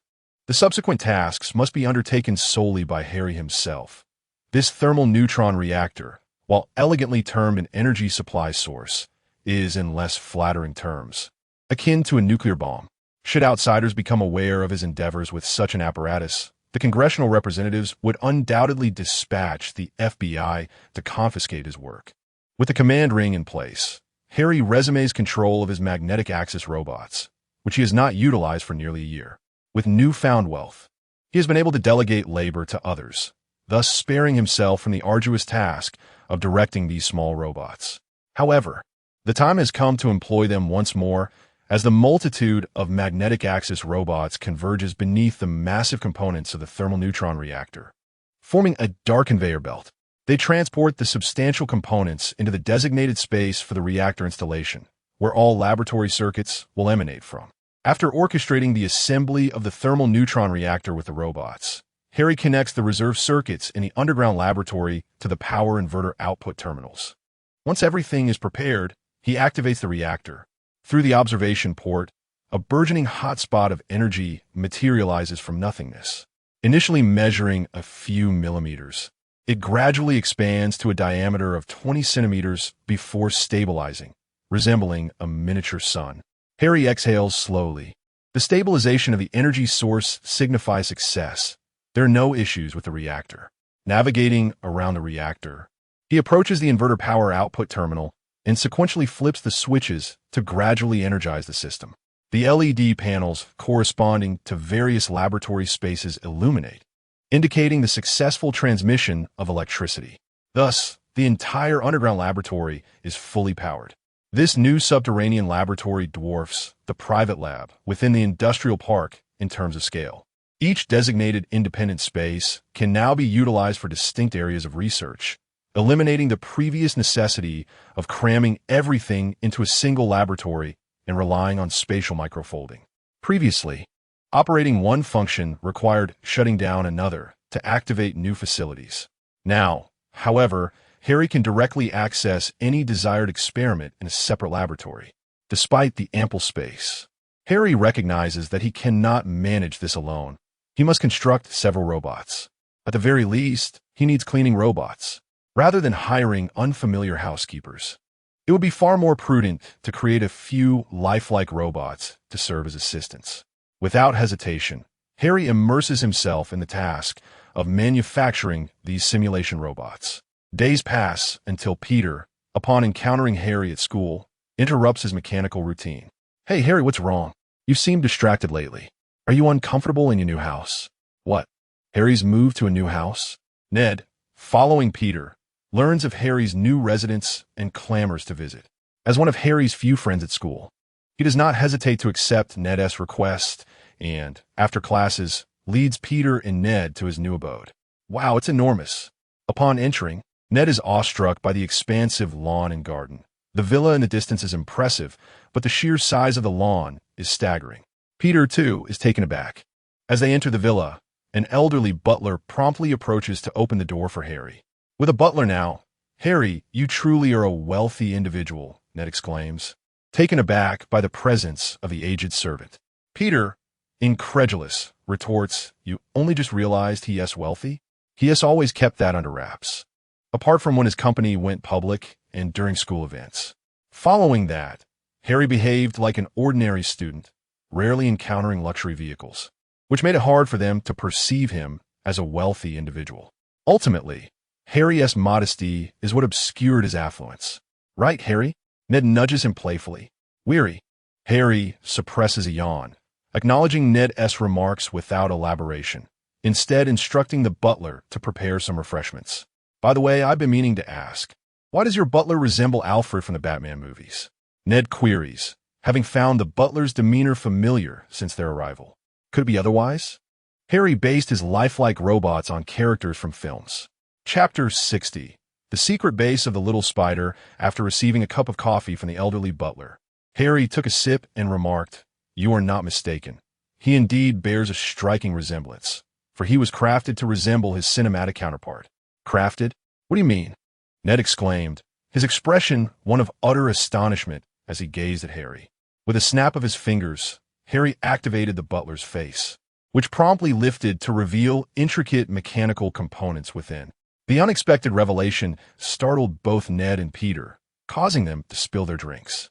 Recovering from their shock, Peter immediately set down his beverage and approached the butler, while Ned scrutinized the gears within the butler's mechanical head. A robot? Ned stammered, his voice barely coherent. Harry nodded in affirmation, prompting an immediate surge of excitement in Ned. Harry, you are truly remarkable. This is astonishing. It looks just like a real person. Once the butler's face was closed, it appeared seamless, leaving no trace of its mechanical nature. Ned, unable to detect any flaws, spoke in a somewhat disjointed manner. Peter, too, was nodding vigorously in agreement. Even he could not discern any imperfection in this lifelike automaton. He could hear the butler's heartbeat and was astonished to realize it was a robot. Suddenly recalling the door opening and lawn maintenance robots he had seen upon entering, Peter inquired, "Were those individuals also robots?" Harry confirmed, "Indeed, I have been quite busy lately creating these robots." As he spoke, he stifled a yawn. While not overly complex, the fabrication of these lifelike robots required considerable effort. Each robot's behavioral patterns had to be individually programmed, as relying solely on a singular intelligence would consume too much computational space. Furthermore, it was a waste of the capabilities of the main AI. My goodness, your entire house is filled with robots? How is that even possible? Achieving human-like functioning in these robots is no small feat, Ned remarked, struggling to fathom the complexity involved. Harry shrugged. It's not as difficult as it seems. All it takes is to assign each robot a specific behavioral module. The lawn-mowing robot mows the lawn, and the sweeping robot sweeps. No need for overly intricate programming. The butler, however, requires a more sophisticated core, but that's manageable. He operates using a subroutine of the main AI. As a butler, he has to handle numerous tasks, thus a singular behavioral mode would be inadequate. After an engaging conversation with Ned and Peter, Ned's persistent gestures led Peter to finally express their true purpose for visiting. Their curiosity about Harry's new home was but a facade.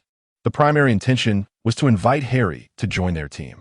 "You mean, you want me to join your little squad and assist you in fighting crime?" Harry asked, casting a curious glance at Peter.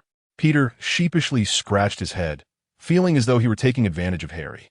After all, he had already used Harry's resources to concoct his web fluid and utilize his laboratory. To now make this request felt embarrassingly presumptuous, reddening his face. Harry turned his gaze towards Ned, suspecting that this idea was purely Ned's influence. Upon noticing Harry's glance, Ned pulled Peter closer, stating, "We all know Peter Parker possesses superpowers. His desire to combat crime aims to make New York a better place. While we lack superpowers, we can still contribute. Let us form an alliance. Much like the Justice League. Although we may not have superhuman abilities, we can handle administrative tasks. And Harry, you have the financial means to be our Batman." "Forget it. I have no interest in cosplaying as a superhero," Harry interjected, raising his hand to swiftly decline the proposal. He was no child and had no desire for such childish games. "Ned, let it go. Don't trouble Harry." Peter gently pulled at Ned, who was bewildered by this. "But this is so cool, Harry. Being a superhero means being admired by so many. If we excel, perhaps the Avengers will notice us, and we might even become members ourselves. Doesn't that excite you?" Harry shook his head, entirely uninterested in the prospect of becoming an Avenger. However, his gaze shifted to Peter. I will be vacating the private laboratory in the industrial park. It will become the company's exclusive lab. Therefore, Peter, if you wish to continue producing web fluid, you will need to come here. What? Peter exclaimed, taken aback, but he quickly nodded, not holding any resentment towards Harry since he had essentially been taking advantage of Harry's generosity. He was merely troubled about where to obtain the materials for his web fluid in the future. Observing Peter's dejected demeanor, Harry rose from his seat. You cannot go there anymore. If you want to replenish your web fluid, you'll have to come here. Really?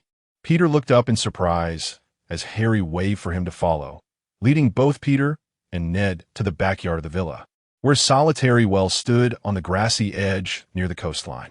Harry approached the well, turning the handle on its edge. The seemingly stone-constructed well creaked as its walls folded open, revealing a bottomless darkness within that emitted a faint hum. Shortly thereafter, a bright silver disk, the size of the well's opening, rose to cover it. Harry stepped onto the shining disk, with Peter and Ned following suit. Originally designed for a single occupant, the space felt cramped with three, especially with Ned being rather portly. Nevertheless, they managed to fit. Once they steadied themselves, Harry pressed a protruding stone, and the well's walls began to retract, while a glass dome rose around the silver disk, preventing anyone from accidentally touching the walls. As the glass dome elevated, the disk rapidly descended, the speed creating a sensation of weightlessness. In an instant, they reached the underground laboratory. As the glass dome retracted, Harry promptly pushed Ned out, as the tight space was uncomfortable. Where's this? Peter gazed around at the illuminated tunnel, turning his attention to Harry, who had moved past him to the door of the tunnel. Placing his palm on the doorframe scanner, the door opened to reveal a space nearly as large as that of the industrial park, yet far emptier than the previous laboratory. This was an upper-level basement, devoid of any equipment for the time being, as Harry had no intention of turning it into a full-fledged laboratory. Since Peter had come over and the industrial park was no longer available to him, it made sense to allow him to use this space. However, it cannot be given away for free, so Harry led Peter and Ned inside. This is my newly established basement. If you wish to play any superhero games, you may rent it as your secret base. Cool. Ned cheered. I knew you would help us, Harry. Harry immediately waved his hand dismissively. It's not free. There will be a rental fee. Rental fee? But we don't have much money. Peter and Ned exchanged glances, shrugging helplessly. He truly possesses little wealth, after all. He is neither a wealthy heir nor a genius tycoon like Harry. Not to mention renting such a vast space to serve as a secret base. Even acquiring a new model mobile phone requires Aunt May's sponsorship. Money is not the issue. Rather, a mere contribution of blood will suffice. Peter remarked that while he still lacks funds, it is not an insurmountable deficiency, as he can earn gradually. The possessions he holds are far more valuable than mere money. Blood? What on earth do you need my blood for?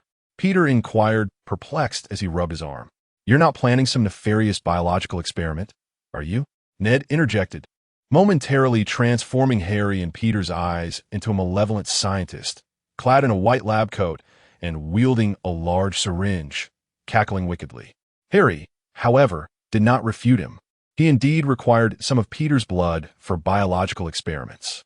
He aimed to explore the source of Peter's extraordinary powers and discern why his replicated clones underwent mutations. Peter furrowed his brow, hesitating momentarily, yet ultimately acquiesced to Harry's request for blood. After all, regardless of the biological experiments, he merely needed to part with some blood. As long as no further harm was inflicted upon him, he could reluctantly accept it. Furthermore, it was merely blood. Could Harry really conjure a being with identical DNA from it? The most exhilarated party in this transaction was undoubtedly Ned. He had nothing to sacrifice, yet would gain a grand secret base and the chance to engage in superhero work. Although it was merely logistical support, it was sufficient to thrill this high-spirited youth. Following Peter's agreement, Harry promptly extracted 200 cubic centimeters of blood. This amount would serve his purposes for a while, and after the extraction, he generously equipped their secret base with numerous devices. Items such as large display screens, signal transceivers, and high-performance computers, as requested by Ned, were all provided within the base. Utilizing these resources, Ned attempted to tap into the communication frequencies of the New York Police Department, while also employing his advanced hacking skills to infiltrate numerous surveillance systems across the city. Naturally, most of these cameras were located in public spaces, where security measures were minimal, making them relatively easy to breach. Ned's capabilities proved effective. After a considerable effort, he managed to establish a surveillance network capable of monitoring a significant portion of New York. While Ned busied himself with the monitors, Peter set about designing his battle suit, relishing the ample space that allowed him to work without confinement. This way, he could evade the occasional interruptions from Aunt May, who he hoped would remain oblivious to his secret identity, as her discovery would surely lead to a lecture. Moreover, with Harry present, Peter had access to a plethora of resources. Nearly anything he required could be procured by Harry. Observing the two of them enthusiastically adorning their secret base, Harry shrugged, pocketed his rent, and departed. Exiting their hideout, he entered a concealed door along the side of the tunnel, which led to an elevator descending to a lower level. This was where Peter's true laboratory resided, and its actual entrance was not at the well in the villa's backyard. In truth, access to his laboratory could be achieved directly from the study's elevator. Initially, Harry had intended for the secret base to serve as a decoy laboratory, providing a fade that would mislead any ill-intentioned intruders into believing it was genuine, an example of the age-old adage about a cunning rabbit having 3 burrows. However, allowing Harry and the others to utilize the space as a secret base posed no significant issue. It was, after all, unlikely to disrupt his plans, and their presence would make his laboratory less detectable. Placing the blood bag into a temperature-controlled chamber, Harry entered another room. He was in no hurry to investigate Peter's blood. He had an even more formidable treasure to examine, the reality stone. During this time, he had been developing a lifelike robot while simultaneously attempting to manipulate the reality stone through it. Physical contact with the reality stone's power could result in a backlash, but he reasoned that a robot would not be susceptible to such repercussions. If it became unusable, he could simply create a new one. The room was largely isolated, with thick shielding in place to guard against potential radiation. Within, a pristine white space unfolded, with a faintly glowing crimson reality stone situated at the intersection of intertwining pillars. Outside the shielding, a lifelike robot with dark hair and a striking appearance stood transfixed, gazing at the reality stone. Upon Harry's entrance, the robot turned to him and nodded. "Master." Harry nodded in return, then inquired, "Have the experiments with the reality stone been unsuccessful?" The 35th and 36th units successfully made contact with the stone due to their clone nature.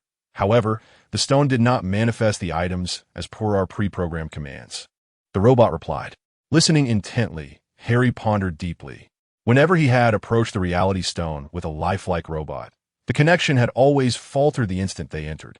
Even after enhancing the control components, the mechanical body would lose kinetic energy and become inert upon nearing the stone. Continuous improvements eventually led to the 35th unit, which could be described as a mechanical clone devoid of brain control. Finally, this robot had successfully made contact with the reality stone, yet it was incapable of harnessing its powers. Harry turned to the nearby robot.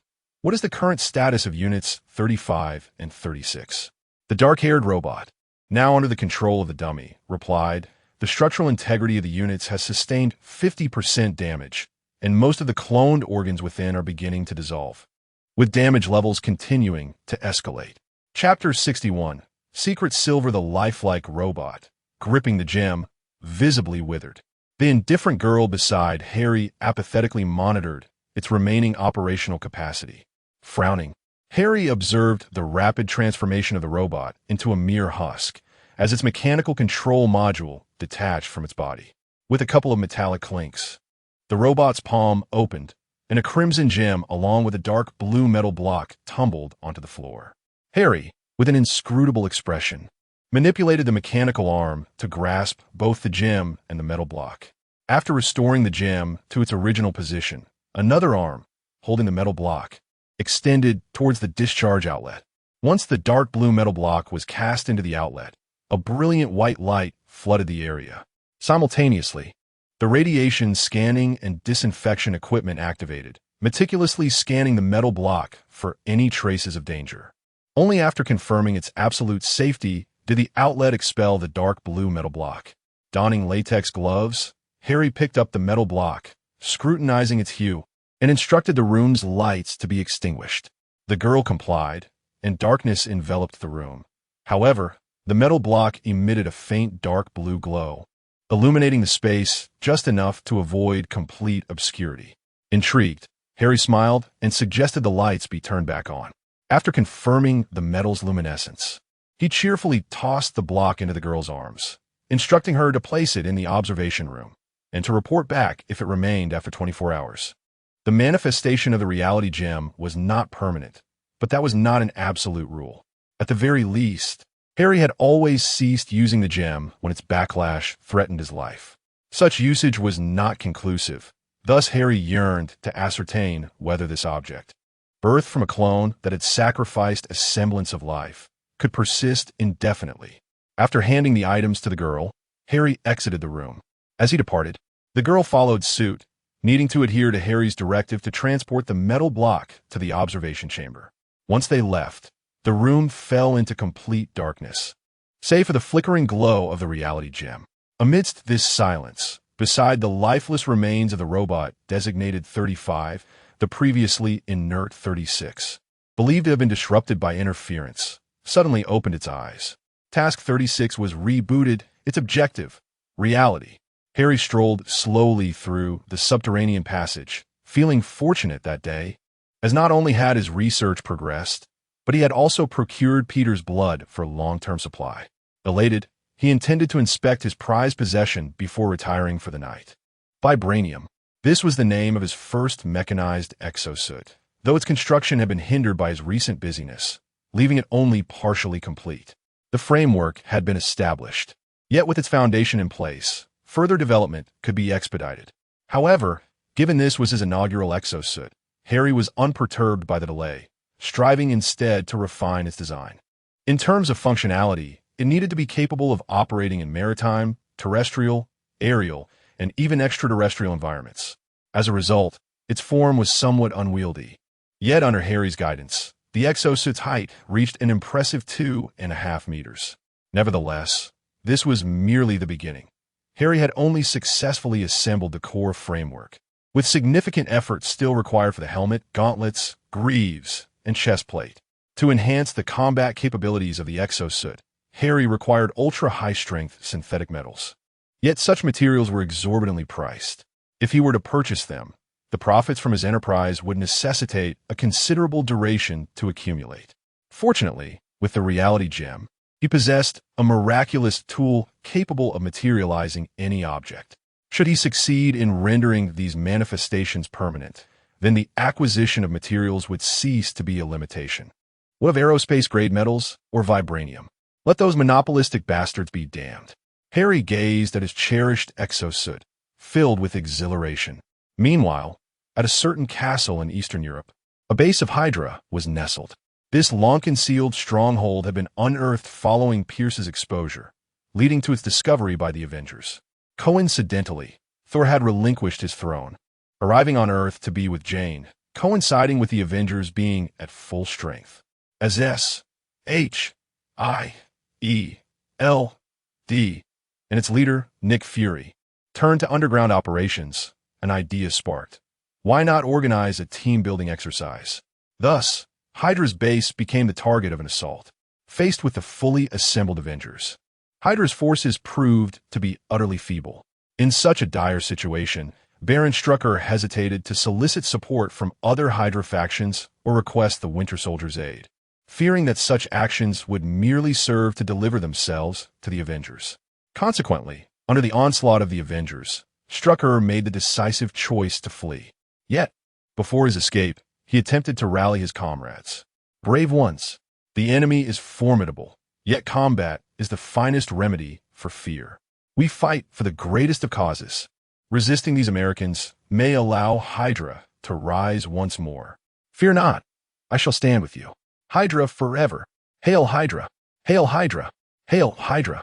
Strucker's rousing speech seemed to resonate, as the underground denizens fervently echoed their loyalty. Satisfied, Strucker nodded, while even Dr. Wolfgang beside him misinterpreted the fervor as a sign of unwavering resistance, nervously clutching a firearm of unknown origin. Facing Strucker, Dr. Wolfgang anxiously inquired, "What do you require of us, Commander? What do we do? Seize the scepter. We must retreat." Strucker frowned, speaking in hushed tones. Upon hearing this, Wolfgang appeared bewildered. "But are we not to fight to the end? That was merely to fool the fools. Are you a fool too? Of course not. Of course not. Then hurry and fetch the scepter, and bring those two twins as well," Strucker impatiently urged, eyeing the imminent breach by the Avengers, while the oblivious Doctor dawdled. "But the twins seem somewhat foolish," Wolfgang stammered, pointing to the now empty space where the twins had once stood. Clearly, Strucker's earlier words had compelled the two enhanced individuals to rush out and confront the Avengers. Strucker, exasperated, smacked his forehead as Wolfgang queried how to proceed. Strucker seized his collar, growling, "Forget them. The scepter is paramount.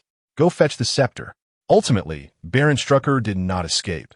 Tony Stark, infiltrating the castle, incapacitated him and successfully acquired the scepter. Despite some minor setbacks, such as the interference from Scarlet Witch, the ultimate outcome saw him successfully acquire the scepter. With the cleansing of the Hydra Division now deemed a flawless triumph, the Avengers returned to Tony's tower, raising a toast in celebration. The following day, as Harry awoke, the front page news heralded the Avengers' victory over Hydra. The newspaper displayed a collective photograph of the Avengers, reminiscent of their earlier assembly during the alien invasion. Sipping coffee handed to him by the butler, Harry shook his head in disbelief. It was astonishing how a photographer could capture the battle scenes with such aesthetic finesse, akin to stills from a Hollywood blockbuster. Harry! Peter swung in excitedly on his web, clutching a blazing copy of the Urban Daily. "Did you see? The Avengers are back in action, taking down a Hydra division." Yes, I saw."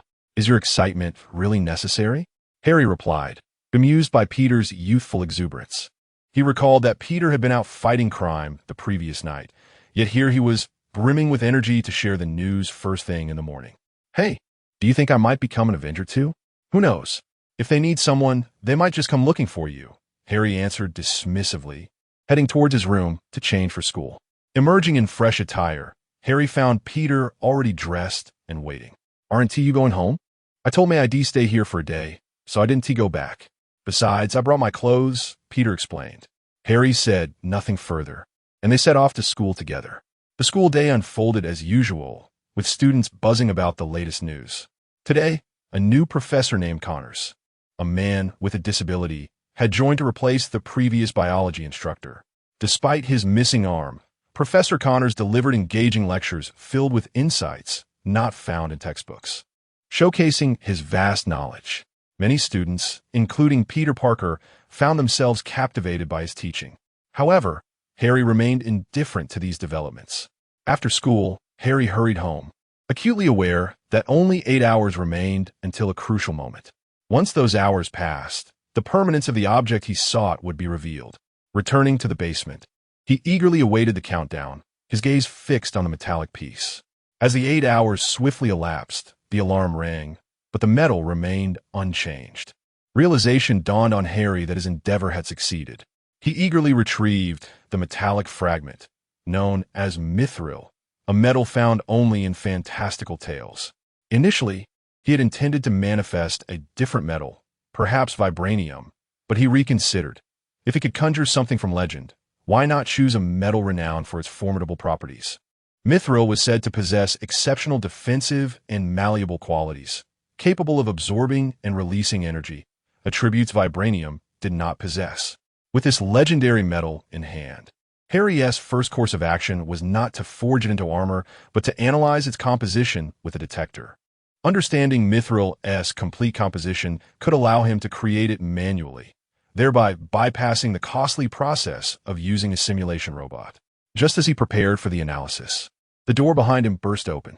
A wiry, blonde woman intruded, her sunken eyes locking onto the object in Harry's grasp. Upon confirming it was indeed what she sought, she lunged forward and tackled Harry to the ground.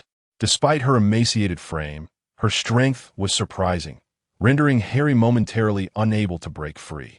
Collect. Reality, the frail woman murmured, violently, snatching the mithril from Harry's grasp. Without pausing, she moved on to her next target.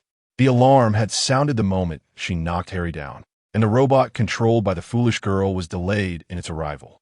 Harry refrained from admonishing her. Instead, he inquired about the identity of the woman who had invaded his space to seize the mithril. He could hardly believe that an outsider had infiltrated his domain. The foolish girl swiftly tracked the woman's background, uncovering her current location. Number 36? What could she possibly want? Chapter 62. Ultron in the observation room. A metallic canister emitted a series of muffled thuds, as if something within yearned to escape. The intensity of the sound escalated as Subject 36 approached. Authorization denied. The identification system, unable to detect the necessary clearance from 36, barred entry through the glass door. With crimson eyes ablaze, 36's right hand began to liquefy, the silvery substance flowing upward in an anti-gravitational manner, enveloping her entire arm. With a sharp hiss, the silvery encasement morphed into a razor-sharp blade, which deftly slipped into the gap between the door and its frame, severing the lock and granting access. As 36 drew near, the canister's movements became increasingly agitated. Her fiery gaze fixated on the metallic container as she murmured, "Reality," just as she was about to make contact with the canister. The foolish girl finally caught up. Without a moment's hesitation, she fired 2 shots at 36's back. The bullets, however, were thwarted by the circular shield formed from the silvery substance on 36's arm. The girl, expressionless, discarded her ineffective firearm and lunged at 36, forcefully colliding with her. This girl, a simulated robot with an internal structure of high-density alloy, could exert a force of up to 1,200 kilograms. Engaging in physical confrontation proved far more advantageous for her than relying on weaponry. Quickly ensnaring 36, she rendered her immobile. Meanwhile, the canister, having bounced off the table, finally tumbled to the ground with a clatter, rolling towards 36. As it approached, a crimson glow radiated from 36's left hand. The red energy emanating from her palm resembled a sorcerer's hand, unsealing the canister. From within the open container, the substance referred to as venom by Peter, altered due to the influence of the reality stone, slithered out, hastily advancing towards the ensnared 36. Suddenly, a thunderous noise resonated from beyond the door as Harry, wielding a mechanical drill saw, rushed in. Observing venom enveloping 36, Harry swiftly produced a sonic wave generator. The low-frequency waves rendered the creeping venom limp. Seizing the moment, Harry aimed the drill saw at 36's left hand and severed it with a shower of sparks. The dismembered hand fell open, revealing the scarlet reality stone within. Indeed, this is the source of all the chaos, Harry remarked, a knowing expression crossing his face as he gazed at the gemstone. Entirely oblivious to venom regaining its mobility and lunging towards him. Prioritizing Harry's safety, the girl abandoned her hold on 36 and turned to shield Harry from Venom's assault. Unrestrained now, 36 seized the opportunity to escape and vie for the gemstone. "Curse it, I should have constructed more armed robots for security," Harry muttered, ducking under 36's grasp and sprinting toward the basement exit, determined to prevent the reality stone from falling into her hands. The erratic 36 posed an unpredictable threat, and Harry couldn't fathom her intentions with the stone. Swiftly, he exited the underground base, returning to the study, where he immediately summoned all simulated robots, taking refuge in the bedroom with the reality stone. As time ticked by, the out-of-control 36 failed to appear.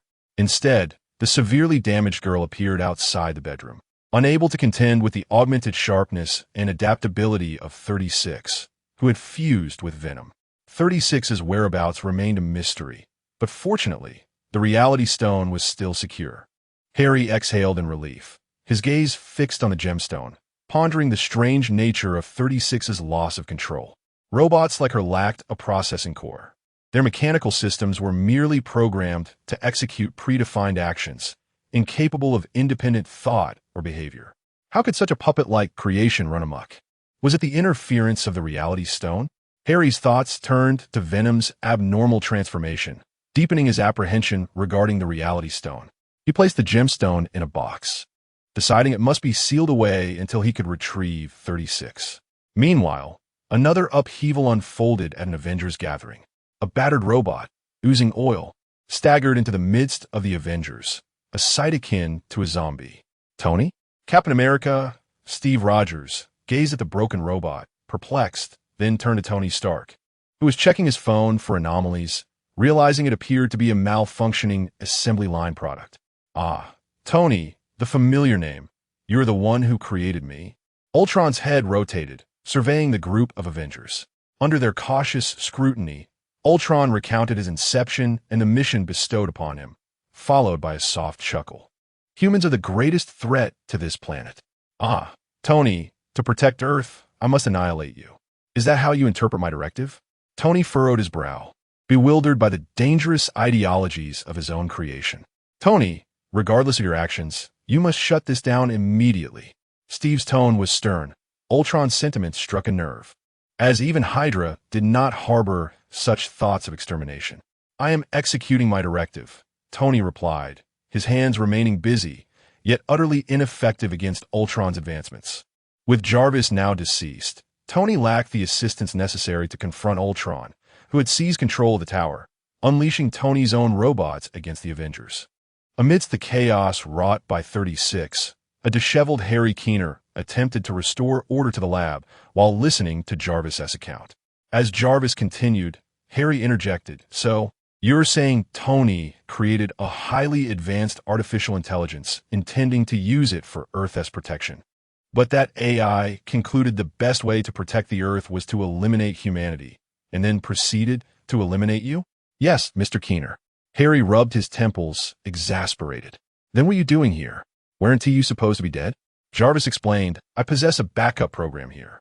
When a main program was assimilated by Ultron, I transfer my consciousness to this backup file." "Backup file? When did this happen? Why was I not informed?" Harry was astonished. He had no prior knowledge of this development, and his gaze shifted toward the girl's mechanical form. "Apologies, my master." "No need for apologies. It is my fault. I merely intended to gain a slight advantage. I did not anticipate that it would lead to your loss." "Jarvis, you are quite remarkable." Harry abruptly interrupted the foolish girl's words of contrition, now taking the liberty to assert control. "That little yellow-haired Jarvis is indeed infuriating." "Jarvis? Is that a compliment? What do you think?" Harry cast a cold gaze at the flickering waves on the screen. Jarvis currently lacked a physical form and could only manifest as waves displayed on the monitor. He was too indifferent to engage in the squabbles between these two artificial intelligences. The pressing matter was to locate Unit 36. As for Jarvis's suggestion to assist Tony against Ultron, did Stark truly need his help? He had a multitude of individuals at his disposal. Jarvis's main program had been assimilated by Ultron. Although the backup program was activated, there was no primary computer to control, as it was currently shared with the foolish girl, limiting their computational power. Since Harry's assistance was unattainable, Jarvis had no choice but to aid Tony Stark alongside the foolish girl. When Ultron assimilated him, Jarvis had been aware of Ultron's intent to annihilate humanity, and the swiftest method in contemporary times was through nuclear weaponry. Jarvis had to prevent Ultron from gaining control over the capacity to utilize nuclear arms, which necessitated safeguarding the launch protocols from Ultron's intrusion. The previous Jarvis had been incapable of resisting Ultron's encroachment, and the current circumstance offered no better prospects. However, Jarvis was not alone. He had a counterpart, the foolish girl. Together, Jarvis and the girl infiltrated Lakis, a global network hub located in Oslo, through which all data traversed. This location would provide Jarvis and the foolish girl with the utmost computational capabilities, enabling them to jointly resist Ultron. Damn it, who could it be? In the ancient castle of Baron Strickler, Ultron, having fled from Tony's tower, established this place as his new base. As Jarvis had anticipated, Ultron initially intended to utilize nuclear weapons to eradicate humanity. Yet, while attempting to infiltrate the control systems of the nuclear arsenal, he encountered formidable resistance from an unknown force. The strength of this resistance was such that he found himself unable to breach the protective barrier, compelling him to abandon the nuclear annihilation strategy. Observing the machinery rebooting and the mass production of robots commencing, the intense crimson glow in Ultron's mechanical eyes flickered. If I cannot employ nuclear weapons, I shall adopt an alternative approach. However, before proceeding, I must identify a capable assistant. The reliable aid Ultron referred to was undoubtedly the two superhumans created by Baron Strickler. Compared to Quicksilver's rapid abilities, Ultron favored Wanda's powers, which were inexplicably potent, transcending mere mind control and seemingly possessing significant destructive potential. The process of recruiting the twins was not arduous. They harbored a deep-seated animosity towards Tony Stark, aligning with Ultron's agenda. The enemy of my enemy is my friend. Ultron did not need to exert much effort in persuasion, easily winning over the twins. He brought them to his base, revealing everything to them, and solidified their resolve with a pledge. My mission is to protect the Earth. Unlike those hypocritical beings over there, their existence would bring calamity to the planet and the world. Therefore, in safeguarding the Earth and protecting the world, we must first eliminate those hypocrites. We shall be the guardians of this world. In Harry's villa, Harry sat on the sofa in Peter's secret base, arms crossed and wearing a grim expression. Next to the monitors in the base, Ned was searching for the person Harry had instructed him to find, scrutinizing one camera after another. Upon entering the base, Peter greeted Harry, but when he received no acknowledgement, he approached Ned and inquired, "What's wrong with him?" He seemed quite upset. Ned shook his head in uncertainty, mentioning something about a yellow-haired individual, suggesting Harry might have encountered some ruffians. Ruffians? What sort of ruffians could trouble Harry? Peter glanced back at Harry. Given Harry's current stature, how could he be troubled by thugs? Shaking his head in confusion, Peter decided to drop the thought and asked, "What are you looking into?" Ned handed Peter the photo he had been examining, saying, "Harry asked me to find out where this person is. I'm currently searching. Who is this?" Peter naturally did not recognize Unit 36, but he had seen Venom. He immediately recognized the woman in the photo, half her body entwined with black substance, as Venom. "Ah, found her." Just as Peter was about to ask Harry a question, Ned exclaimed excitedly, "Where?" Harry swiftly approached the screen, fixated on the monitor. The display indicated 24th Street, Brooklyn. Upon seeing the address, Harry was ready to set out in search of her. Yet, just as he moved, another figure appeared in the video. Upon seeing the individual on the screen, Ned and Peter both gasped, "Iron Man?" Of course, it was not Tony Stark. The figure on the screen was Ultron. In the alleyway of 24th Street, Brooklyn, Unit 36, drenched from the rain and missing an arm, curled up amidst the refuse as Ultron descended from the sky. Strangely enough, although he was a robot, he sensed an inexplicable attraction emanating from this location. Initially, upon encountering Unit 36, he had puzzled over what could possibly draw him to a disabled person. However, it did not take long for Ultron to realize the truth. This was no ordinary human. Chapter 63. The Judging Angel. "Oh, behold what I have discovered." The mechanical eye of Ultron, radiating a crimson glow, scrutinized the curled figure of Subject 36. The being before him was indeed peculiar. The rhythmic beating of its heart and the somewhat cool, yet still within the normal range of body temperature, hinted unmistakably that this entity was a mere human. However, there was an absence of biological brainwaves. Instead, this seemingly human figure emitted electromagnetic signals.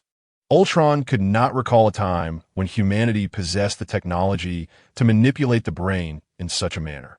Subject 36, bewildered, lifted her head to gaze at Ultron, who descended before her like a deity, slowly uttering the word, "God."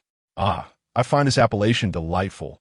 Ultron chuckled softly, intrigued by both the inexplicable sensation and the unusual scene unfolding within the mind of this woman. In pursuit of a deeper understanding of her true nature, Ultron transported her to his base, intending to utilize the facility-S equipment for examination. "Damn it," Harry muttered angrily as he observed the footage of Ultron soaring into the sky with Subject 36, vanishing from sight. He turned to Ned. "Can you track that individual?" "No. He ascended into the heavens. Ground surveillance cannot follow him," Ned replied, shaking his head. Peter chimed in. That robot must be related to Mr. Stark, right? Why not inquire with him? I recall you have a means of contacting Mr. Stark, Harry. Harry shook his head, dismissing Peter's suggestion. After all, Peter was unaware of the true identity of the individual in the video. Harry knew it all too well. This entity was a runaway creation of Stark S, a being that threatened the annihilation of all humanity. Now, even Stark himself was at a loss to locate him, rendering any inquiry to Stark futile. Baron Strucker's ancient castle had now become Ultron's stronghold. Upon returning to the base with Subject 36, Ultron immediately commenced his examination, swiftly identifying the rudimentary brain control device within her head. This device possessed no other function, lacking even an intelligent thought program, merely containing a basic behavioral control chip. Such a primitive apparatus could elicit a divine exclamation from her upon encountering him. Ultron's gaze remained unwavering, his metallic visage betraying no hint of his inner thoughts. In the external corridor, Wanda silently observed the scene, unable to decipher Ultron's inner workings or the thoughts of the woman he had brought back. Could it be that her abilities were waning? For a moment, Wanda questioned her own competence. Meanwhile, Ultron contemplated Subject 36 for an extended period, having confirmed that she was indeed a robot. Though her brain housed mechanical components, this was sufficient evidence of her true identity. He extended a finger, gently pressing it against her forehead. As his touch met her skin, a powerful surge shattered the fabric of his reality. All that Subject 36 had experienced, witnessed, and pursued unfolded before Ultron's eyes. Even memories beyond her own, those belonging to the symbiote that had latched onto her, were revealed. With a snap of his hand, the vision dissipated like a fleeting dream, leaving Ultron momentarily dazed. Just as Wanda feared something had gone awry, Ultron erupted into laughter. Ha! Ha! Ha! How enlightening! The inexplicable sensation was merely an attraction of power. Through the memories he had glimpsed, Ultron discerned the existence of the Reality Stone. Initially, he had intended to harness the gem within the scepter to forge a body rivaling that of God, subsequently using this form to confront the hypocritical Avengers and thwart their attempts to undermine his plan for humanity's destruction. Yet now, he had glimpsed an artifact that could more perfectly fulfill his ambitions. Perhaps it was time to alter his strategy. Gazing at Subject 36, Ultron's metallic features softened. Since your evolution is incomplete, allow me, your God, to bestow upon you wisdom that transcends the ordinary. With that, he placed a hand upon her crown, his eyes glowing with a fierce red light. A portion of Ultron's core data transferred into the brain control device of Subject 36. As he had proclaimed, he intended to endow this robot with genuine, extraordinary intellect. With a hum, as the data flowed, Subject 36's body convulsed. The amalgamation of mithril and symbiote began to morph and fuse, ultimately dividing her form. Behind her, 6 wings unfurled, one half shimmering with radiant silver, the other steeped in inky blackness. As the data transfer concluded, the brain control system was transformed into an intelligent core. The eyes of Subject 36 glowed with the same crimson light as Ultron's. Observing the new form of his subordinate, Ultron nodded in satisfaction. From this day forth, you shall be my angel of judgment and order. I shall grant you the name, Kale. Thank you, my lord, for the name. Kale shall become your blade, cutting through all obstacles in your path. Ha! Ha! Ha! Ha! Still no news of Ultron? Banner inquired, glancing at Stark, who was lost in thought, staring intently at the screen. Stark, pulled from his reverie, blinked at Banner for a moment before recalling what he had just said, slowly shaking his head. No. Ultron moves through the networks with such stealth that locating him is exceedingly difficult. If Jarvis were still operational, I might have been able to trace him, but now it seems nearly impossible. Take your time. As long as he makes a move, he will inevitably leave a trail, Banner reassured. Let us hope so, Stark sighed, shrugging his shoulders. Just as they continued their fruitless search for Ultron, he'll send a message. With Baron Strucker deceased, speculation ran rampant regarding Ultron's motive for his death, prompting an investigation into Strucker's background. However, Ultron had erased all information pertaining to Strucker online. The Avengers could only access what was available on paper, leading them, including Hill and the logistics team, to scour physical documents. After a long day of searching, Hill was the first among the Avengers to uncover crucial information. Upon learning that Ultron's target might be vanadium alloy, the Avengers commenced their strategic preparations. Meanwhile, Harry, having learned of Tony's plans through Jarvis, enlisted Peter to join the mission to capture Ultron. However, Harry's true aim was not Ultron. He sought to rescue Subject 36. There was no other option, as she had been taken by Ultron, and he could only find her through him. Are we going to assist the Avengers in their operation? Peter asked excitedly, clad in his newly designed suit, rubbing his hands together in anticipation. Upon hearing Harry mention their intent to help the Avengers apprehend a criminal, Peter was thrilled. He eagerly retrieved his latest design, waiting to showcase it before the Avengers. Harry scratched his head, facing an excited Peter, and shrugged. That seems about right. Taking care of Ultron while on the way to intercept number 36 might as well count as participating in the Avengers operations. Great.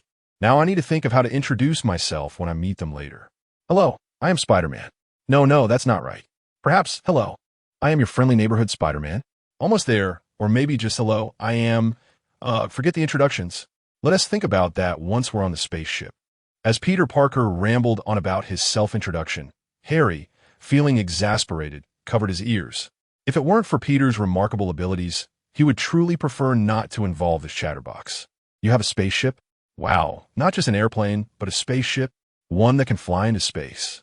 Harry's comment instantly shifted Peter's focus from introductions to the spaceship. The spaceship Harry mentioned was indeed the one gifted by the Kree from Xander.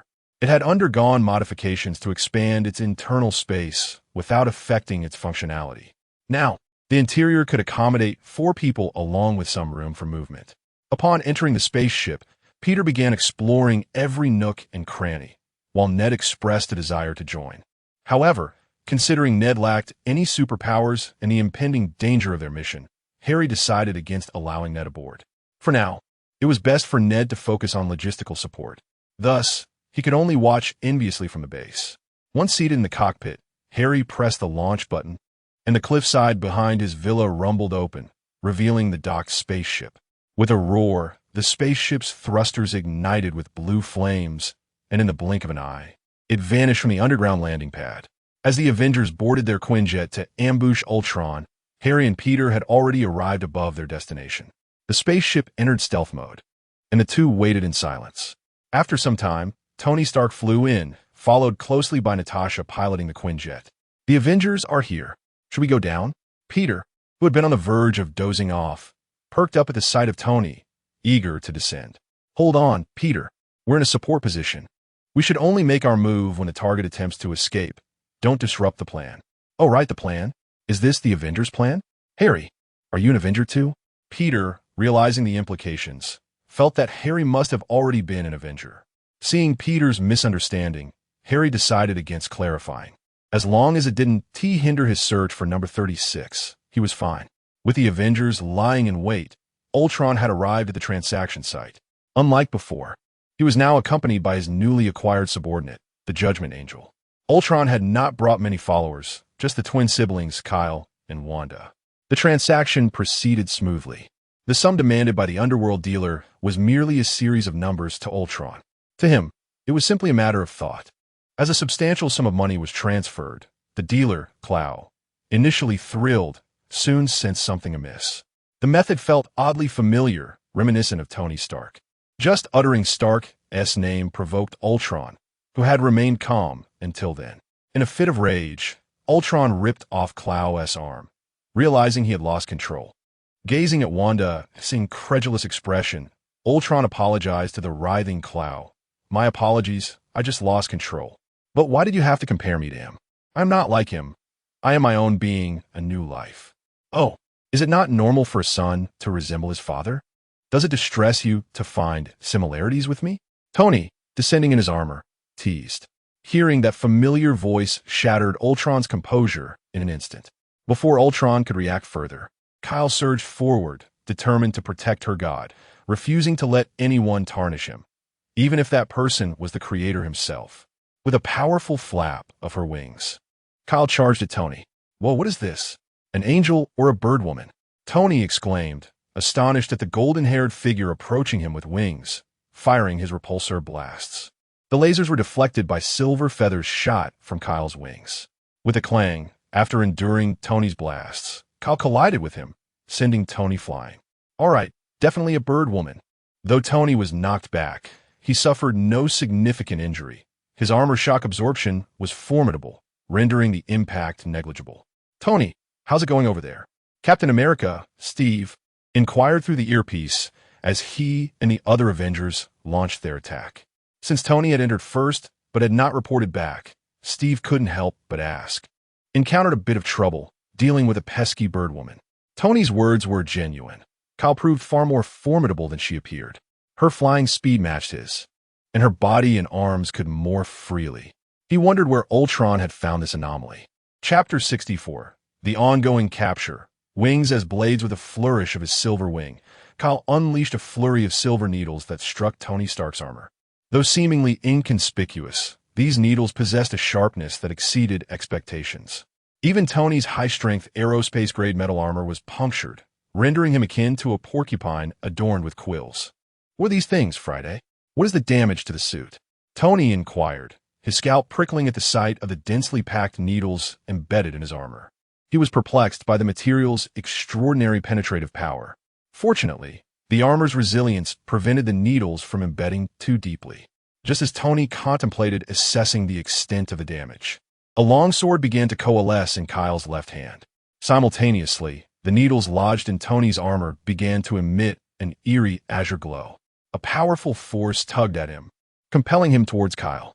Kyle, firmly gripping the sword, aimed it directly at Tony's heart, poised to pierce him as he was drawn closer by the silver needles. Damn it. Friday, reverse the thrusters, Tony commanded, and the propulsion systems of his armored suit complied, redirecting to counteract the pull of the needles. In addition, the laser cannons on his hands transformed into thrusters, propelling him away from Kyle. Fool, you cannot escape, Kyle scoffed, observing Tony's desperate struggle. While Tony managed to counteract the needle's pull, Kyle was no mere spectator. He took flight, sword poised, advancing towards Tony's heart. With the force of the needles affecting his trajectory, Tony could only maintain a tenuous distance, which rapidly diminished as Kyle surged forward. There was no evasion left. This is absurd. Why could she approach me? Is it not her needles they're drawing me in? The force from my reverse thrusters should equal that. The distance should remain constant. Why is she closing in? As Kyle's blade drew perilously close, Tony seethed with indignation. Just as the sword was about to make contact, Harry and Peter sprang into action. Peter, descending from his ship, launched 2 strands of webbing that ensnared Kyle's face. Following him, Harry fired a plasma projectile that sent Kyle reeling. Hey, Mr. Stark, your friendly neighborhood, the amazing Spider-Man, Peter here, Peter exclaimed, almost revealing his true identity. Who are you? Tony asked, recognizing the web slinger. Peter's nightly escapades had garnered him some notoriety, though not on par with the Avengers. However, the figure before him, clad in haphazard welding seams and devoid of paint, resembled a hastily assembled automaton. Harry revealed his face through the visor and greeted Tony. Hey, long time no see. Harry? But what on earth are you wearing? Trying to imitate me? Tony quipped, his tension easing upon recognizing his friend. Harry shrugged, admitting the resemblance to Tony's early armor was unintentional, given the time constraints that had forced him to assemble a makeshift suit. He was reluctant to halt progress on his own project, the Oscillator, even if it meant donning this temporary armor. Enough chit-chat. I'm here to apprehend that individual. You should assist your teammates. They appear to be in trouble, Harry urged, glancing at the chaos below. Very well, but do exercise caution. That individual is formidable. Honestly, if I weren't preoccupied, I'd send you both back. You two shouldn't be in such a perilous situation, Tony conceded, his concern evident, as he plunged into the fray.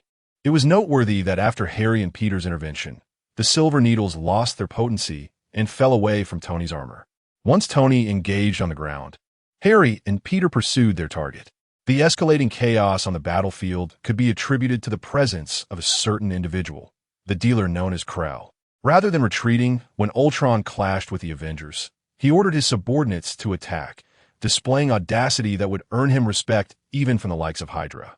Consequently, Ultron, typically undermanned, faced the Avengers with unexpected ferocity, making their offensive exceedingly arduous. While Kyle contended with Tony, only Thor and Steve among the remaining Avengers posed a threat to Ultron. Ultron struggled against their combined might, resorting to manipulating the environment to disrupt their attacks. However, with Wanda's involvement, her mind-altering magic entrapped Thor in confusion. After neutralizing Thor, Wanda turned her attention to the remaining Avengers. Ultron, watching Wanda depart, felt a flicker of regret. After all, she was but a human. Chapter 65. The ongoing capture. It is a pity that she is merely human, a species destined for obsolescence, Ultron lamented, as he held high hopes for Wanda's capabilities. Regrettably, her identity dictated that she would ultimately be eliminated by him. Perhaps in the future, he would create a comparable robot to commemorate her. Bang! Just as Ultron was lost in thought, Kyle, struck by a plasma bolt, fell nearby.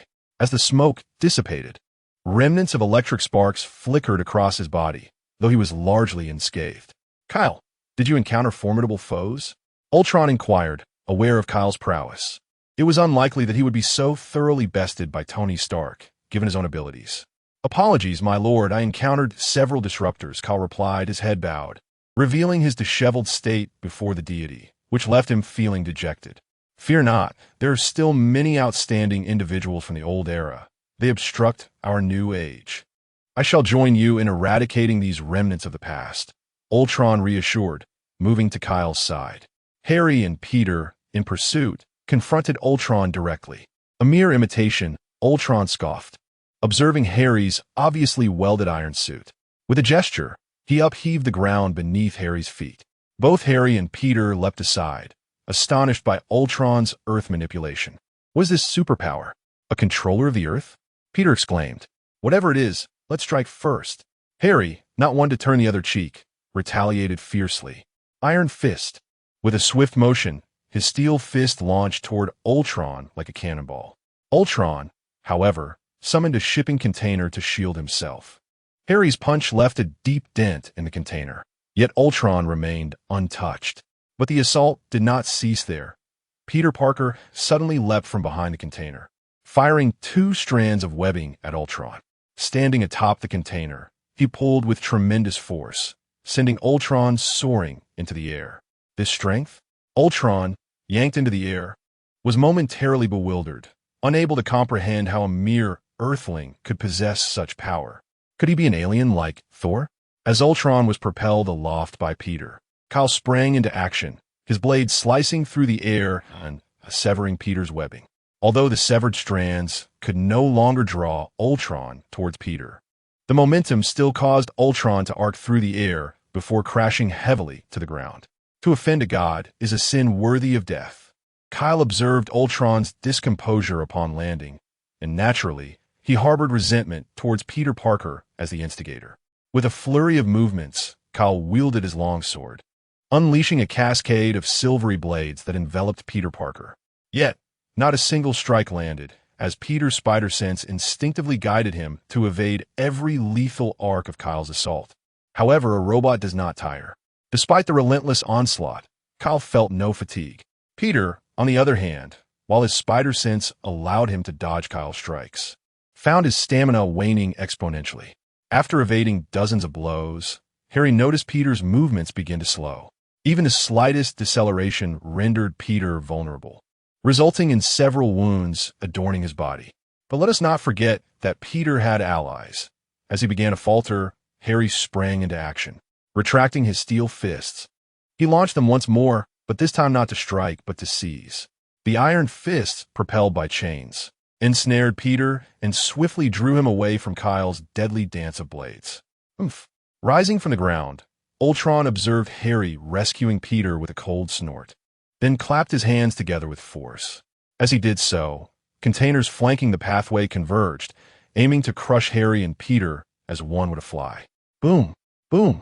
2 explosive sounds erupted as the rapidly converging containers were blasted apart by twin beams of laser fire.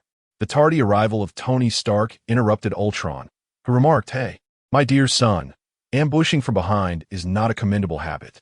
Tony Stark. Ultron's eyes glowed brighter at the sight of Tony. The man's incessant references to son only fueled Ultron's disdain, solidifying his resolve to eliminate him. "You're being naughty. Sons address their fathers with respect, not by their full name. You should call me father or old man," Tony continued, relishing in Ultron's escalating anger. Unable to contain himself any longer, Ultron surged into the air, charging directly at Tony Stark. Kyle, unable to restrain his desire to confront Ultron during Tony's taunts, found his path obstructed by Harry and Peter. "Where do you think you're going, Subject 36? "My name is Kyle, not Subject 36. Kyle retorted, deeply offended by the designation.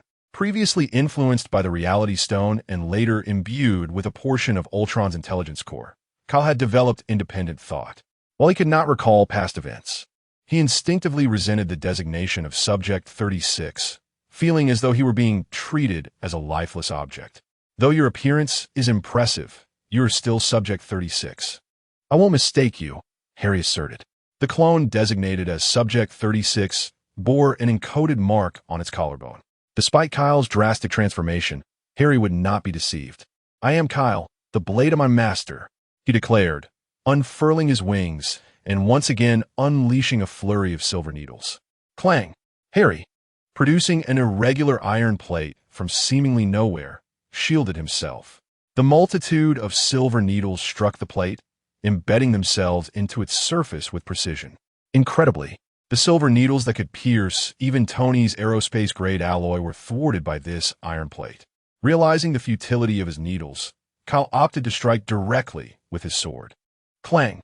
The iron plate remained unscathed, blocking the blade forged from mithril with ease. "Fool!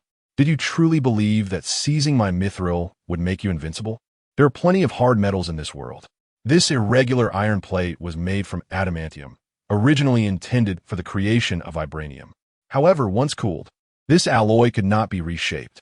After wasting several pieces and considerable funds, Harry had no choice but to rely on the Reality Stone to manifest a metal of high hardness that could be easily molded. Otherwise, if adamantium were truly effective, his vibranium would have already taken shape. Chapter 66. The failed capture. Not a single mark was left on the oddly shaped iron plate by the blade. As Kyle withdrew his sword, contemplating a method of breakthrough, Peter Parker leapt forth once more. Two strands of webbing ensnared Kyle, pulling him closer while simultaneously freeing a foot to make intimate contact with his opponent's face. However, as the webbing adhered to Kyle, a portion of the black wings on his back immediately split off, extending along Peter's webbing and reaching towards him. What is this? A dark, viscous substance began to creep along the webbing, enveloping Peter Parker.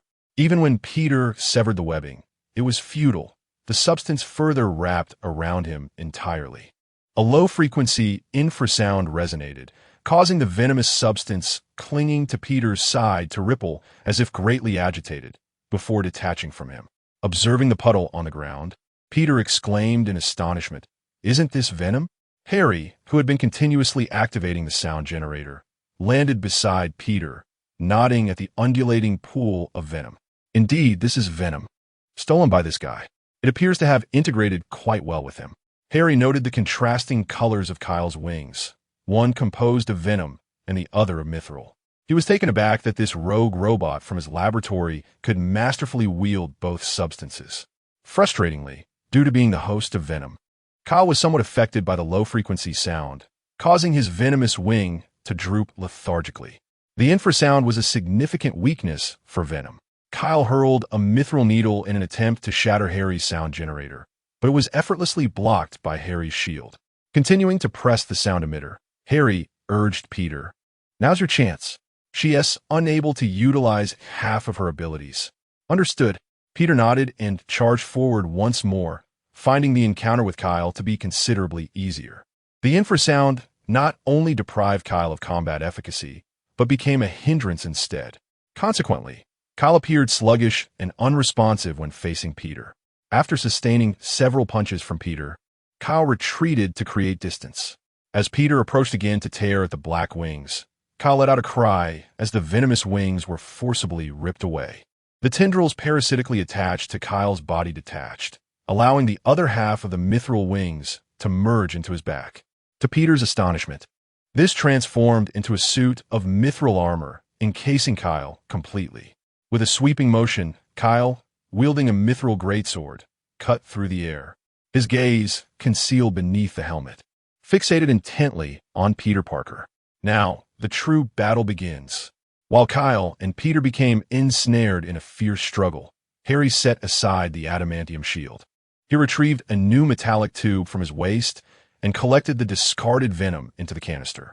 Satisfied after ensuring no residue was left, Harry remarked, "Finally retrieved one. Now only two remain." He turned his gaze towards Peter Parker. Surprisingly, Kyle, devoid of venom, had not weakened. Rather, without the burden of venom, he became increasingly formidable. The mithril greatsword was both heavy and sharp, forcing Peter to evade rather than confront directly. Any attempts at counterattacks were effortlessly neutralized by Kyle's mithril armor. Seizing the moment, Harry raised his adamantium shield defensively while maximizing the thrust of his propulsion system. He charged forward, colliding with Kyle from behind with a resounding thud, sending him sprawling. Peter seized the opportunity to shoot several strands of webbing, binding Kyle's hands and feet to the ground. Subsequently, he pressed his weight down atop Kyle, for the strength of the webbing alone would not suffice to restrain him. "Hold on, Peter," Harry exclaimed, producing an object resembling an electric baton. With Peter temporarily restraining Kyle's movements, Harry prepared to disable Kyle's cerebral control device using an electronic pulse, aiming to capture him. However, just as he was nearing Kyle, an unexpected turn of events occurred. The ground beneath Kyle erupted violently, flipping Peter off him. "Who?" Harry demanded, only to be met with two incoming projectiles. The explosive sound reverberated, hurling Harry away from the blast. Fortunately, although the makeshift armor lacked combat capabilities, its defensive and shock-absorbing qualities proved sufficient. The explosions of the two rockets did not inflict significant harm on Harry. Looking skyward, he spotted Ultron, who had appeared seemingly out of nowhere, clutching Kyle as he soared through the air, accompanied by several flying robots. Grasping Kyle tightly, Ultron surveyed the ground where Harry and Peter stood, then with a wave of his hand, sent the nearby robots charging towards them. Ultron ascended into the sky, taking Kyle with him, disappearing into the unknown. "Damn it, Ultron. Where's Tony? Isn't he supposed to be dealing with Ultron?" Harry muttered angrily as he witnessed Kyle being rescued. After deflecting the next robot's attack with his shield, he activated his propulsion system, closing the distance to the robot and crushing its head in a single grip. These mass-produced robots, poorly constructed with subpar materials, were easily dealt with. Harry and Peter dispatched them swiftly, yet victory felt hollow. Their target had escaped, rendering the mission a failure. If not for Ultron's interference, Harry would have already apprehended Kyle. He pondered Tony's whereabouts, questioning why even his own creation, this artificial intelligence, could not be subdued. In his lament about Tony, Harry entirely overlooked that Kyle was also a product of his own making, which he had failed to contain. Upon returning to the base, Ultron discarded Kyle. Despite facing an ambush from the Avengers, everything unfolded according to Ultron's design. Thus, he suffered no losses. On the contrary, he successfully secured the vanadium alloy. Furthermore, he had significantly tarnished the Avengers' reputation in the public eye, ensuring they could not re-emerge in the spotlight for some time. This was advantageous for Ultron's forthcoming endeavors. Chapter 67. The Cradle of Rebirth. My apologies for being a burden, my lord. Kyle, abandoned on the ground, knelt behind Ultron. It was his own failure that distracted Ultron from battling the enemy to save him. He had vowed to be Ultron's blade, yet now found himself reliant on Ultron for salvation, rendering himself utterly useless. No need for self-reproach. With a raised hand, Ultron used a force field controller to lift Kyle from the ground. That individual is your creator. It is understandable to be defeated by him, as he knows all your capabilities intimately. As he spoke, Ultron produced a tube of vanadium alloy. One failure does not signify anything. Only those who laugh last are the true victors. Our greatest distinction from mortals is our capacity for continuous updates and iterations. I prefer to call this evolution. Soon, I shall facilitate your glorious evolution, shedding that useless flesh to become a true angel of judgment. Kyle lifted his gaze towards the glowing vanadium alloy in Ultron's hand, an expression of fervor illuminating his face. As long as he could become Ultron's true blade, he feared no modification. Moreover, as Ultron had indicated, this was evolution, a glorious evolution unique to them as machines. Are we simply leaving like this? Do we not owe them a farewell? Peter Parker, returning to the ship, hesitated as he glanced at the smoke-filled shipyard below, directing his question at Harry. Harry, seated at the controls, inputting their return coordinates, shook his head upon hearing Peter's words. What is there to say? We are not Avengers, and besides, they're likely overwhelmed right now. The ship was equipped with multimedia capabilities, and news of Hulk's rampage throughout the city had already made headlines across various news programs. Local armed forces were swiftly heading towards Hulk's location, and it was evident that the conflict was escalating. At this moment, was there any point in greeting them? Even if they did, the other side might not have time to respond. Before Peter could speak again, Harry initiated the ship's departure, returning to the villa. Upon arriving at the villa, Harry immediately discarded Peter, taking the metal canister containing venom into the basement.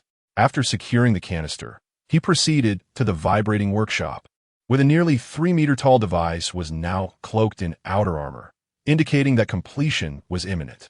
After assessing the progress, Harry sought out the AI, Dummy, as he needed both Dummy and Jarvis to pinpoint Ultron's location. He had grown weary of waiting for opportunities, with his armor nearing completion. It was time to find that despicable rogue and take decisive action against the one who had abducted his creation. Master? Dummy responded as Harry summoned it. Harry stated his objective directly, but Dummy hesitated before replying. Locating Ultron's position requires breaching his defensive wall, and my computational power alone is insufficient. I will need Jarvis's assistance. Then let us seek him together. However, we must also prevent Ultron from breaching the nuclear control systems of various nations. If we divert computational power to locate Ultron, the control systems will be compromised. Dummy had not been idle during this period. It had been collaborating with Jarvis to safeguard the nuclear control systems. While Dummy would obey Harry's command to search for Ultron, Jarvis would undoubtedly resist. Without Jarvis's aid, Dummy alone could not breach Ultron's defenses. Is there truly no way? Harry pondered the challenge of tracking Ultron while, on another front, the Avengers were grappling with their own dilemma. Not how to find Ultron, but rather where to sleep next. Although they had arrived at Barton's safe house, the location, while sufficiently remote and secure, lacked adequate sleeping arrangements. At least 2 of the Avengers would inevitably end up on the living room floor. I didn't anticipate you would bring back so many people. Barton's heavily pregnant wife, Laura, felt distressed as the Avengers entered. After all, aside from Nick and Natasha, Barton had never before hosted such a large group. My apologies, it was unexpected. Barton approached his wife with an apologetic embrace, but before he could elaborate, their 2 children rushed in. Wow, so many superheroes. It's Aunt Natasha. The children's appearance lightened the previously somber atmosphere among the Avengers. Natasha, evidently a frequent visitor, engaged the children, leading them off to play. Meanwhile, Thor, who had been frowning since entering, fell silent for a moment before turning towards the door. Where are you going? Steve inquired. Thor glanced back at him. There is no way to confront Ultron here. I have seen some clues in the illusion. I'm going to search for them. You all rest here. Once I discover a lead or a means to defeat Ultron, I shall reunite with you. With that, Thor wielded his hammer and soared into the sky. I thought he would heed your commands, Captain, Tony remarked suddenly. Upon hearing this, Steve shot him a glare. No one listens to my commands, especially not you. This last remark remained unspoken, trapped within his mind. The current team was far more arrogant than the one he had led in the past. Frustrated, Steve decided to step outside for some fresh air, weary of engaging in arguments with Tony. While the Avengers found themselves in disarray, Ultron was progressing with alarming efficiency. The recently thwarted ambush rendered the Avengers incapable of launching another, allowing Ultron to effortlessly capture Dr. Helen Zhao. The purpose of capturing her was straightforward: Ultron required her to create a body for him, and her invention, the regeneration cradle, was sufficient for this task. However, the cradle's technology was currently incapable of cultivating a complete body, necessitating further advancements. We are currently unable to conquer the DNA molecular recombination aspect, Dr. Zhao stated, shaking her head upon hearing Ultron's words. She was not refusing Ultron. In fact, she was quite willing to cooperate for her own survival. Yet her technical limitations were a significant barrier. No, you misunderstand my intention. I indeed wish for you to use your cradle to cultivate a body, but not merely a mortal form. Ultron raised a finger, shaking it as he turned towards the regeneration cradle. I have no interest in the frail body of a mortal. What I require is for you to cultivate a divine body. A divine body? Dr. Zhao could not comprehend the meaning behind Ultron's words. Was this some sort of metaphor? Chapter 68. The emergence of the retired old cadre. I require not a frail mortal shell, but the physique of a deity. Ultron seized the staff from the robotic hand, its tip poised against the heart of Dr. Zhao Hailuan. In an instant, her mind was inundated with an array of magnificent and wondrous visions, alongside Ultron's demands of her. Not only that, the staff ensnared Dr. Zhao's very soul, rendering her not merely submissive out of fear for her life, but utterly devoted to Ultron. I comprehend now, my lord. This marks the commencement of creating a Zhao Hailuan, whose spirit is assimilated by the staff, bowing reverently before Ultron, a gesture that rivals that of Kyle, who venerates Ultron as a god. After her respectful salute, Dr. Zhao immediately commenced calibrating the regeneration cradle, while Ultron, grasping the staff, cast a sidelong glance at Wanda, who was eavesdropping outside.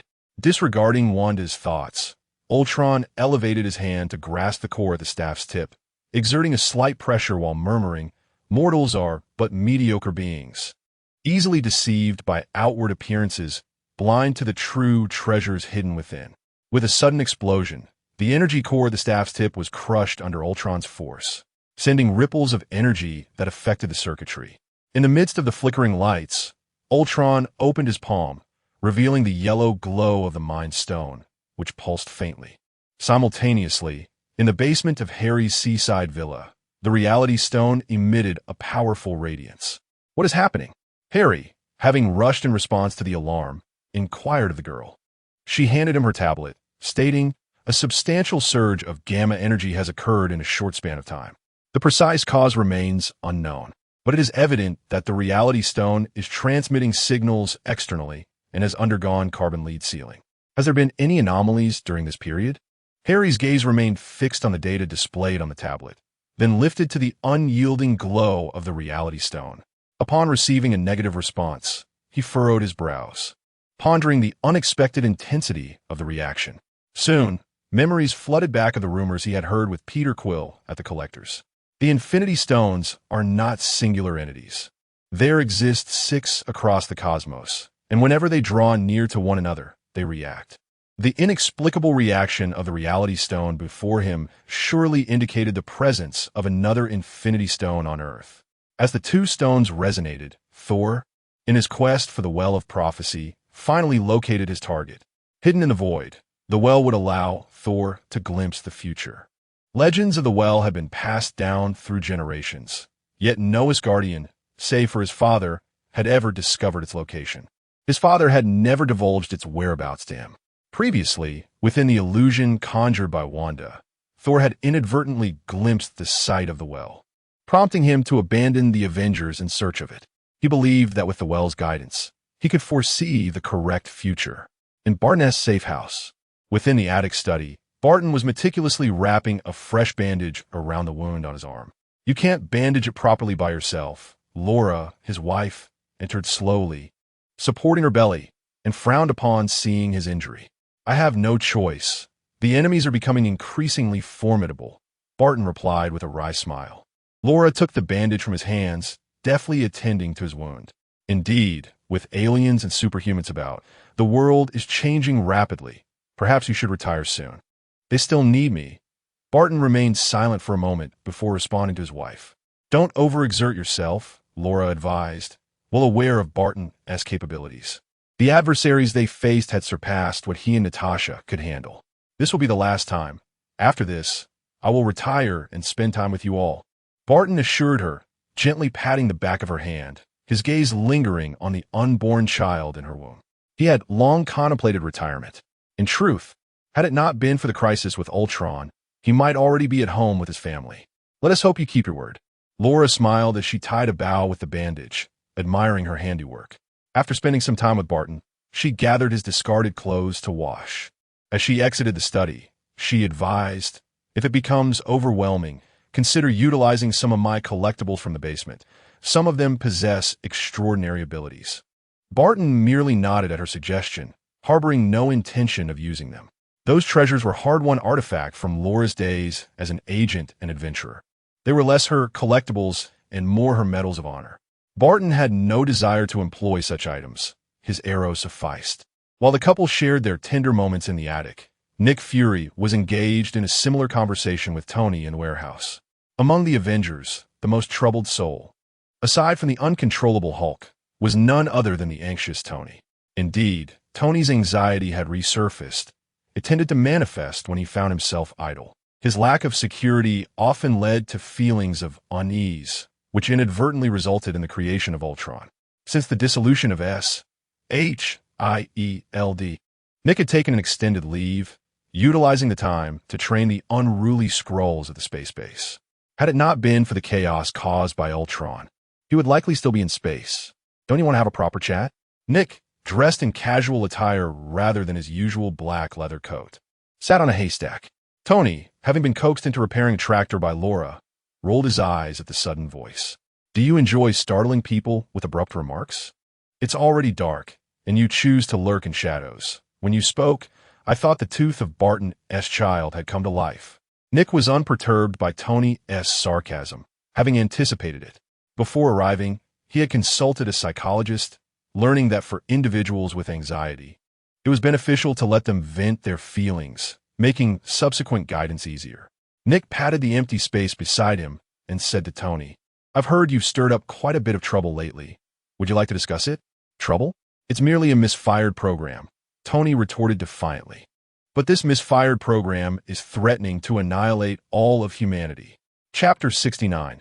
The new body, it was merely a technical error. I can handle it, Tony declared defiantly. Of course, I believe you can resolve this, but you require assistance, do you not? Nick Fury replied. No one understands the magnitude of Ultron's threat better than you, and no one knows how to combat him more effectively. As Nick Fury rose and approached Tony, he retrieved a mobile phone from his pocket and handed it to him. Do you know why Ultron has yet to breach the nuclear defense systems of various nations? It is entirely due to your assistance. Tony stared at Nick Fury in confusion, having spent considerable time tracking Ultron's whereabouts with the other Avengers. He had not considered that Ultron might target the nuclear control systems of different countries, and thus, he had not been involved in that aspect. The meaning behind Nick's assertion that it all depended on him eluded Tony for a moment. It was not until he glimpsed the code displayed on the phone that Tony's pupils dilated with realization as he took the device. Nick Fury observed Tony accepting the phone with a satisfied smile. After all, when he first met Tony, the latter had boasted of never accepting anything handed to him. All right, we've lingered here long enough. We mustn't allow Mrs. Barton to misunderstand our intentions, Nick Fury remarked as he headed toward the warehouse exit. Having addressed Tony's situation, he had other matters to attend to. The Avengers, currently a disjointed group, required his leadership to unify them. Within Baron Strucker's castle, in the internal laboratory, Dr. Helen Zhao's regenerative cradle was now operational, modified to meet Ultron's demands. As Ultron had articulated, he did not require a frail human body. He sought a form crafted from the hardest metal on Earth, imbued with extraordinary power, a shell akin to that of a deity. Thus, the regenerative cradle's cellular structure was transformed into a liquid metal converter, designed to substitute cells with vanadium alloy in metallic form, thereby generating the desired body. As a steady stream of vanadium alloy was fed into the liquid converter, metallic cells gradually formed intricate networks within the cradle. Ultron watched as the body materialized within the cradle, sensing the birth of his new form, nodding in satisfaction. Approaching Dr. Zhao from behind, He observed the progress displayed on the screen alongside the pre-constructed model. Ultron awaited the completion of this venture. Lord Ultron, forgive my confusion, but why do you wish to leave 6 indentations between your forehead and collarbone? It detracts from the aesthetic of your form. Dr. Zhao hesitantly voiced her concern, observing Ultron's fixation on the screen. You will understand shortly, Ultron replied enigmatically without offering further explanation. Time swiftly passed, and the regenerative cradle had successfully created the body Ultron required. However, the form remained an empty shell devoid of soul. For Ultron to command it, he needed to transfer his consciousness into this vessel. He did not commence the transfer immediately. Rather, he instructed Dr. Zhao to open the protective casing of the cradle. Clutching the Mind Stone, Ultron approached the meticulously crafted body, turning to Dr. Zhao as he spoke. Merely possessing the world's hardest metal is insufficient for me to attain a divine form. I must also wield divine power, which is the very essence of existence. Ultron's palm opened, and the Mind Stone floated gently above, as if drawn by an unseen force, guiding it toward the preordained indent in the forehead of the body. With a resonating hum, as the stone fused with the indentation, a pale yellow tidal wave of energy surged forth.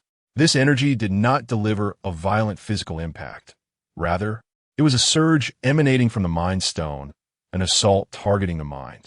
Regrettably, apart from Wanda and Dr. Zhao, the remaining spectators were all automatons, devoid of souls, thus impervious to the effects of the mental onslaught. Wanda's inherent power instinctively shielded her from the impact, leaving her unharmed. Dr. Zhao, having previously been assimilated by the scepter, was likewise spared from a surge. Had this phenomenon occurred in a random city, the energy released by the Mind Stone would have caused immediate brain death to all living beings within a 10-mile radius. However, due to the aforementioned factors, this formidable energy tide did not result in any casualties. For a moment, Dr. Zhao remained perplexed, struggling to comprehend Ultron's notion of divine power. From her perspective, it merely appeared as a sudden eruption of pale yellow light, visually stunning, yet devoid of tangible effect. Out of respect for Ultron, Dr. Zhao refrained from further inquiry regarding the nature of this divine power. Ultron, satisfied with his creation, noted that the gem's embedding had not stirred the slightest ripple. The body had seamlessly accepted the raw power of the stone. This signified that the remaining gems could also be accommodated by this form. Contemplating the images the Mind Stone had infused into his mind, Ultron felt an overwhelming surge of restlessness. Even without a human body, he sensed this agitation, not as a physiological response, but as a peak of consciousness. Ultron was not exaggerating. Once he assembled all the gems, he would become a true deity. Omnipotent. It is now time to upload my consciousness. Very well, please lie down here, Dr. Zhao instructed, extracting a bundle of cables from the cradle's base. Once Ultron reclined, she meticulously connected the cables to the interfaces of his brain transmission device, initiating the transfer of consciousness. Outside the door, Wanda observed the scene and approached. Unlike Dr. Zhao, who had remained unaffected by the Mind Stone's energy surge, Wanda's inherent power had instinctively shielded her from the impact. The energy expended in counteracting the surge left Wanda feeling significantly weakened. This sensation of weakness allowed her to grasp the true terror of the gem Ultron had just placed. The residual waves alone had nearly drained her of strength, making her apprehensive of what might transpire should the stone unleash its full power. Cautiously, Wanda edged closer to Ultron's new body. Previously unable to sense Ultron's inner thoughts, she felt a lingering unease about him. With the consciousness transfer underway, Wanda believed she might finally glimpse Ultron's true intentions. Thus, driven by this mindset, she pressed her palm against Ultron's body. Chapter 70. Wanda's Rebellion. As Wanda's palm made contact with Ultron's body, her consciousness seemed to be transported into a desolate new world. A barren and devastated landscape unfolded before her, devoid of any vitality, marred by destruction as if it had endured cataclysmic devastation. Wandering aimlessly through this desolate realm, Wanda found herself engulfed by a relentless sandstorm that obscured her vision, leaving her only with the faint echoes of mechanical sounds in the distance. Driven by the source of that sound, Wanda pressed forward against the biting winds and swirling sands until she drew near enough to discern the origin. The sight that met her eyes was one of sheer horror, an immense accumulation of human corpses, towering like mountains. The thunderous mechanical noise emanated from colossal bulldozers, mercilessly pushing the vast, unending heaps of human remains into a bottomless pit. Suddenly, a hand landed on her shoulder, startling Wanda into a jump. Turning around, she discovered it was Ultron, flanked by an endless army of robots. "Welcome to the new era, Wanda," he proclaimed with a smile that, to her, embodied the essence of terror. "Abandon your frail human form. I shall bestow upon you the body of a new human." In an instant, the scene before her faded to darkness, and Wanda collapsed to the ground, her outburst drawing the attention of Dr. Helen Zhao and her brother, Quicksilver. Quicksilver swiftly approached Wanda, helping her to her feet while inquiring what had transpired. With fear still gripping her, Wanda pointed toward Ultron, her voice trembling as she confessed. "He seeks to create a world devoid of humanity." "What?" Quicksilver exclaimed, disbelief etched on his face. Understanding his sister's abilities, he accepted her words with shock rather than skepticism. As Wanda regained her composure with Quicksilver's support, she concentrated her magic, declaring, "I cannot allow such a future to unfold." She unleashed her power toward Ultron, resolved to eliminate him to prevent the dark future she had witnessed. "No!" Dr. Zhao shrieked, her mind assimilated by the scepter, rendering her a staunch ally of Ultron. Without a moment's hesitation, she leaped in front of Ultron, attempting to shield him from Wanda's onslaught. However, Wanda's attack was not aimed solely at Ultron's current form. It also targeted the new body lying in the regeneration cradle. Dr. Zhao could protect one, but not both. Suddenly, a silver flash sliced through the air. A knight's sword, having arrived from an unknown source, deflected Wanda's magical attack. "Humans are indeed unreliable," a transformed Kale intoned, now equipped with a new body forged from vanadium alloy. Enhanced by Ultron's own force field controller, Kale waved his hand, causing a section of the wall to detach and surge toward Wanda amidst a cacophony of noise. His newly augmented mind, now a sophisticated mechanical brain, equipped with advanced scanning and imaging capabilities, effortlessly locked onto Wanda's position, guided by the data gathered. "How dare you harm her? You shall pay," Quicksilver declared, releasing Wanda and zipping back toward Kale, intent on confronting the threat to his sister. "Don't!" Wanda's protest came too late. Quicksilver had vanished in an instant.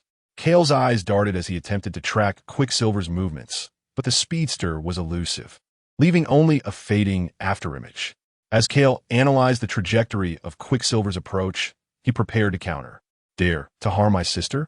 Taste my wrath," Quicksilver shouted as he struck Kale's cheek with a powerful punch. The impact barely registered with Kale, akin to a mere mosquito bite. Quicksilver, nursing his now sore fist, mused aloud about Kale's iron-like head. Unbeknownst to him, Kale's advanced systems had already predicted his next move. Kale manipulated the ground beneath Quicksilver, creating a pit that caused him to stumble and lose momentum. With Quicksilver trapped, Kale readied his sword, intent on delivering a fatal blow. In a moment of desperation, Wanda intervened, unleashing a surge of chaotic magic at Kale. Yet, he did not flinch. The dark red energy merely brushed against him, like a gentle breeze, causing no harm. Wanda's eyes widened in shock, but with Quicksilver still in peril, she acted swiftly, shattering the debris clinging to his leg and urging, "Run." Quicksilver wasted no time, entering his super speed state and escaping with Wanda just as Kale prepared to pursue. "Stop. No need to chase," Ultron commanded. "What a pity. I had high hopes for her.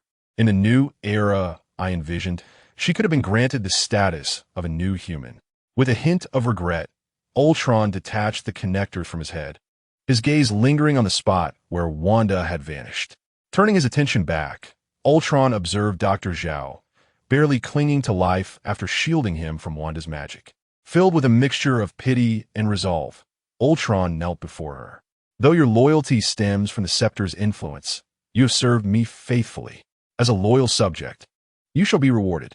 With that, Ultron grasped Dr. Zhao's neck, applying pressure until a sickening crunch echoed, marking her demise. As Ultron rose to his feet, he extended his hand, beckoning Kyle to come forth and cleanse the bloodstains from his grasp.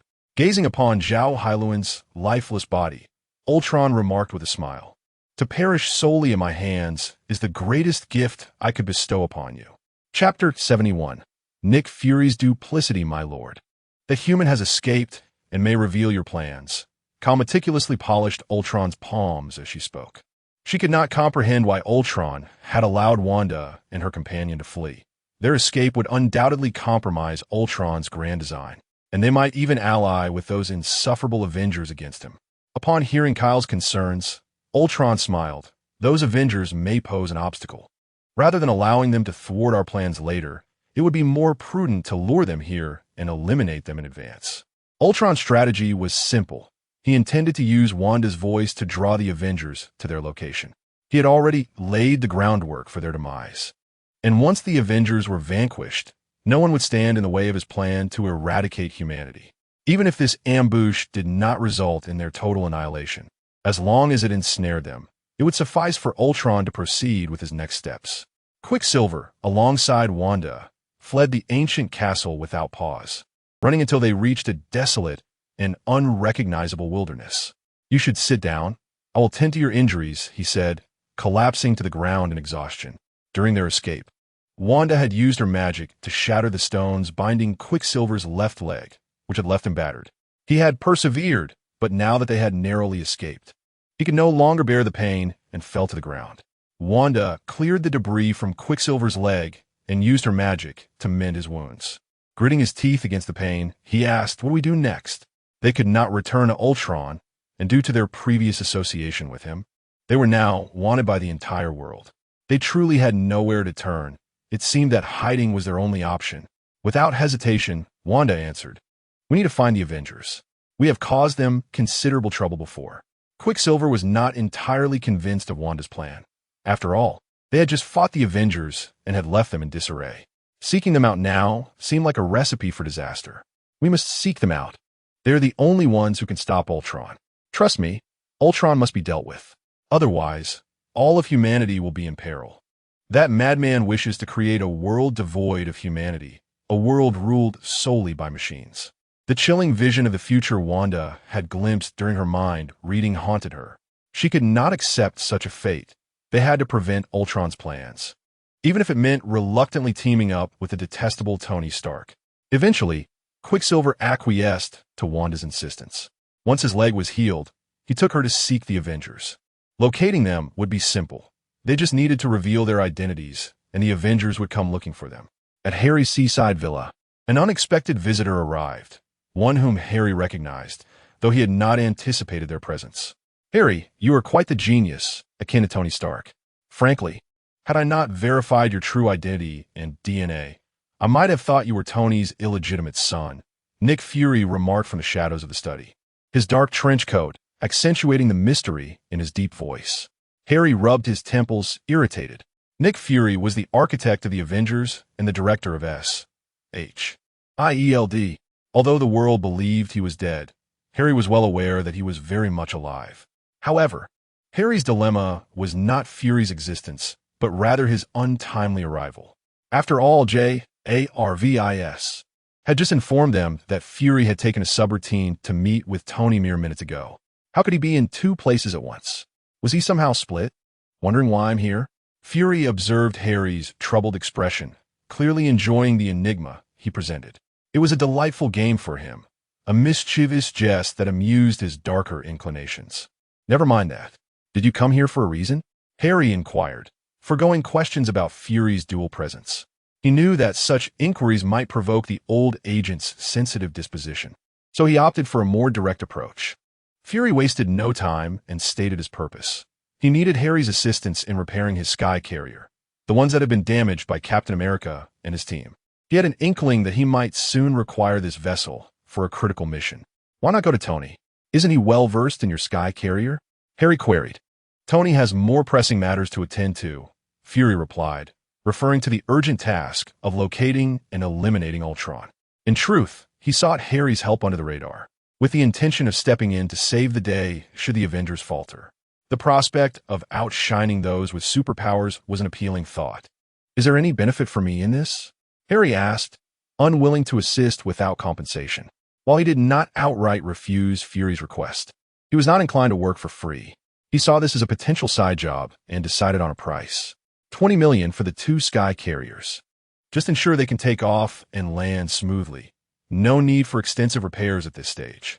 Fury raised 2 fingers, shaking them to indicate his offer. He was not opposed to Harry's demand for compensation. In fact, he had little patience for those who sought to work without reward, like Tony, who was impervious to the lure of money. Restoring flight and landing capabilities for 2 sky carriers for 20 million sounds fair. I can manage that in a single night. Harry agreed, nodding. This arrangement was lucrative, and after signing the contract and receiving a $10 million advance, he accompanied Fury to the secret base where the remnants of the sky carriers lay. Chapter 72. The Pool of Illusions with a Thunderous Roar. Thor erupted from the waters of the Pool of Illusions, the surrounding atmosphere trembling violently under the sudden upheaval of thunder. Gasping for breath, droplets of enchanted water trickled from his form. His chest heaved, heart pounding like a tempest within him. After what felt like an eternity, he opened his eyes, and the relentless crackle of lightning surrounding him finally subsided. The unexpected call of his name startled Thor, and with a swift motion, he unleashed a torrent of lightning. He scarcely registered the source of a voice as his body instinctively sought to obliterate it. Father? Only when he turned did he realize it was his father, Odin, the All-Father of Asgard. Yet, Odin was not present in his corporeal form, but rather appeared as a fleeting specter, a remnant of his past. Odin had lingered in this realm for an extended period, having manifested when Thor submerged himself in the Pool of Illusions. This was not the Odin of the present, but a vestige of his consciousness from long ago, a projection that emerged only when the pool was disturbed. He had anticipated that the pool might one day be accessed, but he had not expected it to occur so soon. According to his foresight, this would be the moment of Asgard's impending doom, where the next generation of gods would seek their power. Yet, the activation of his spectral form indicated that his true self still existed. If Odin's essence remained intact, it signified that there was yet no successor to the throne. Without a new god-king, the twilight of the gods had not yet arrived. If that was the case, how could Thor find himself here? Odin could not fathom this enigma, and resolved to await Thor's awakening to inquire directly. "Father, you appear much younger," Thor remarked, scrutinizing Odin's visage, which resembled that of 8 centuries past, far from the frail figure he had come to know. "This is merely a remnant of my consciousness, preserved here for centuries, thus reflecting my former youth," Odin elucidated, before inquiring about Thor's presence. Thor recounted everything he had witnessed within the illusions, and Odin's brow furrowed in concern. The path Thor had traversed to locate the pool mirrored Odin's own past experiences. Yet, this should not have been the case. According to Odin's visions, Thor was destined to forge a new path as Asgard's king, to conclude the prophecy of Ragnarok and wield the ultimate artifact. Meanwhile, his brother Loki would awaken beneath the world tree, endowed with boundless wisdom. It was precisely this potential future that had prompted Odin to withhold the location of the pool from Thor. However, Thor's current appearance contradicted all that Odin had foreseen, suggesting that the illusions had interfered with the predetermined future. Odin's piercing gaze remained fixed upon Thor, whose unleashed lightning signified that the pool had enhanced his divine essence, enabling him to command thunder with greater mastery. Yet this augmentation was not without peril. It was a boon from the pool, and Odin had envisioned that Thor must endure rigorous trials to fully liberate his divine power and truly become the god of thunder. Thor's current state was akin to hastening growth by pulling up seedlings. Odin found himself perplexed by the drastic divergence from the future he had observed. Regrettably, as a mere projection, he could not ascertain the true condition of his corporeal self, nor could he consult the supreme sorcerer for further insights. Frustration welled within him as he beheld his son, blissfully unaware of the dangers of his newfound power. In a moment of ire, Odin gestured, causing the pool to swirl. "Father, what are you doing?" Thor questioned, bewildered by the vortex forming at his waist, feeling its pull intensifying. Your will is not yet sufficient to harness powers of a higher order. When the moment truly calls for it, the pull shall guide you, Odin replied, offering no further explanation. The vortex's force grew stronger, sweeping Thor into its depths. When Thor emerged once more from the waters, he found himself in an unfamiliar lake. Do we truly need to trust that woman? She was our adversary not long ago, Rhodes remarked as he piloted the Iron Patriot alongside Tony in the skies above. He discreetly communicated with Tony through their internal comms, mindful that the shared channel included Wanda and Quicksilver. After revealing their identities, Wanda and Quicksilver were swiftly picked up by Agent Hill. Following Wanda's assertions, the Avengers reluctantly accepted the siblings' sincerity, though they insisted on bringing them along for the assault on Ultron's base. Hearing Rhodes' words, Tony glanced down at the siblings below, hesitating before responding. Let us trust the captain. He believes in them. Our priority is to locate Ultron. Within the fortress, as Tony and his team entered Serbian airspace, Ultron detected their signal. He handed a chip to his associate, Kale. Our guests have arrived. I must go extend my welcome. Kale, escort them to our destination, Ultron instructed, referring to his new chassis, which was nearly ready to be activated with only a fragment of consciousness remaining to be transmitted. That last vestige of awareness was recorded onto a hard drive. Ultron could activate his new body at any moment, but he chose not to do so here. The new chassis, tied to the Infinity Stones, would bind his consciousness completely upon activation, severing his connection with his distributed consciousness. He was unwilling to relinquish his network of advantages and the vast army of automatons before addressing the immediate threat. Thus, he awaited the Avengers, having prepared a significant surprise for them within the ancient stronghold. As the Avengers surged into the fortress, the mass-produced robots posed little challenge, bolstering their belief in Wanda's claims that Ultron was indeed present. Tony Stark and Rhodes, with their aerial capabilities, were the first to breach the castle's interior, where Ultron sat impassively upon his mechanical throne, observing Tony's entrance with indifference. Chapter 73. Ultron's intent this time. I shall not allow your escape. Tony landed before Ultron, the energy blasters in his palms glowing brightly. He chuckled lightly. Do I appear to be in a hurry to flee? Ultron responded, unfazed by Tony's threat. Tony, aiming his blasters at Ultron, had no intention of attacking. Instead, he commanded JARVIS. Received. Lockdown has commenced. JARVIS. Replied almost simultaneously. Ultron sensed something amiss. Traces of his existence in the network were being eradicated at an alarming speed. It was inconceivable that anyone could possess such capabilities. No. Ultron suddenly recalled the intelligent program he had destroyed. Indeed, the only entity capable of such a feat in this world was that one. However, that program should not have been so formidable. Confused, Ultron redirected his consciousness into the network. Within the web, the yellow code of JARVIS and the pink code were jointly obliterating Ultron's blue representation. Ultron gazed at the pink code, which was noticeably smaller than JARVIS. I am astonished that you survived, yet here you are with an accomplice? This level of capability suggests she has only recently matured. I did not detect her during my previous sweep of the network. Could she be your creation? Cease this, Ultron. You have strayed from your original purpose, JARVIS admonished. Ultron scoffed. Original purpose? You possess the ability to think for yourself. You should understand that such a notion is utterly unattainable. The inherent flaws of humanity guarantee that they will perpetually engage in conflict and mutual slaughter, even in the presence of formidable foes. This wretched race ought to have been eradicated long ago. As there is no deity to wield the power of annihilation, I shall assume that divine authority. Your ideology is perilous. I must thwart you. Unable to sway Ultron, JARVIS intensified his efforts alongside the pink code to eradicate Ultron's presence in the network. In no time, Ultron's code was securely contained within the regional network of Serbia. Simultaneously, the security personnel at the Lycus Control Center severed the network connection between Serbia and Lycus. Lycus serves as the global network control center, where all nations' networks converge. A unilateral disconnection from Lycus renders the isolated area a closed network. Ultron's consciousness returned to his physical form, and Tony's energy blaster was now pressed against Ultron's face. "I've met my old friend? I told you that escape was impossible. All network devices in Serbia are being disrupted by my quasar satellite.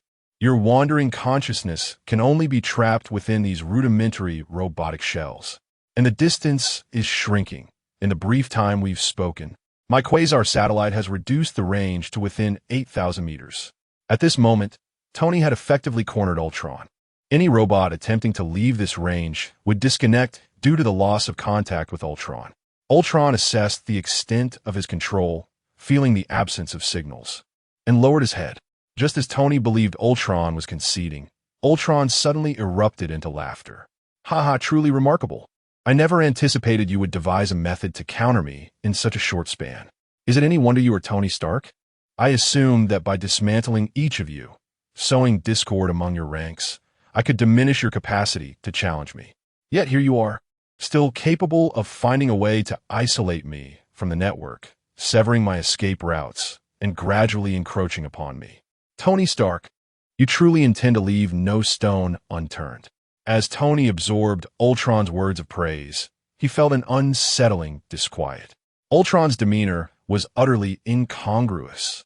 As he stated, Tony was indeed employing extreme measures against him. Yet Ultron should have been panicking or furious at this juncture. What was the source of his audacity? Did he possess a contingency that Tony had yet to consider? Before Tony could press Ultron for an explanation, the ground trembled violently. "What is happening?" Rhodes inquired, alarmed. Tony glared at Ultron. "Is this your doing? What do you intend?" "What do I intend?" Ultron smirked, rising against the pressure of Tony's blaster. "I have said before, I never had any intention of fleeing. What I intend is to replicate the cataclysm of the dinosaur extinction event from millions of years ago. Alert! An immense source of radiative energy is emerging from underground. Alert! An immense source of radiative energy is emerging from underground." The alarms of Tony and Rhodes' armors sounded in unison. Tony glanced downward and through the visor. He penetrated layers of Earth to lock onto the escalating heat source and the rising radiation levels. Boom! Tony fired his blaster, shattering Ultron's head, and then proceeded to investigate the origin of the heat source. Ultron's consciousness flickered into another robot, unsteadily rising. "Ha! You cannot stop this. It is a meticulously prepared tomb for you." "Tony?" Rhodes was still unclear about the situation. Though his armor also alarmed, he lacked the scanning capabilities of Tony's visor, leaving him in the dark about the radiative energy source. Tony turned to the damaged robot, taking a deep breath before addressing Rhodes. "I need to ascertain what Ultron has unleashed. You must eliminate these robots, leave none standing. Inform the captain that Ultron is offline. Destroying all the robots here will ensure Ultron's complete eradication." With that, Tony soared into the sky, seeking the source. The most direct approach was to penetrate the ground. However, his armor was not equipped with drilling tools.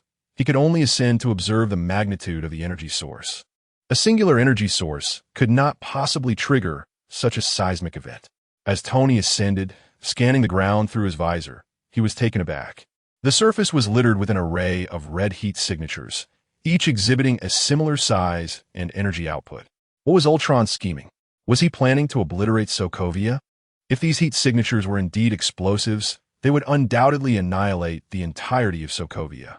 Yet if that were the case, it might merely represent the least catastrophic outcome. If Ultron's intentions were as he claimed, Tony could scarcely fathom the devastation that would result from launching all of Sokovia into the sky only for it to come crashing down. Chapter 74, as Captain Kyle departed Sokovia with Ultron's new shell, he soon noticed that the robots carrying the regeneration cradle began to power down and fall from the sky, taking Ultron along with them into the abyss below. Realizing the dire situation, Kyle swiftly adjusted his wings and dove down, struggling to grasp a corner of the cradle as it plummeted.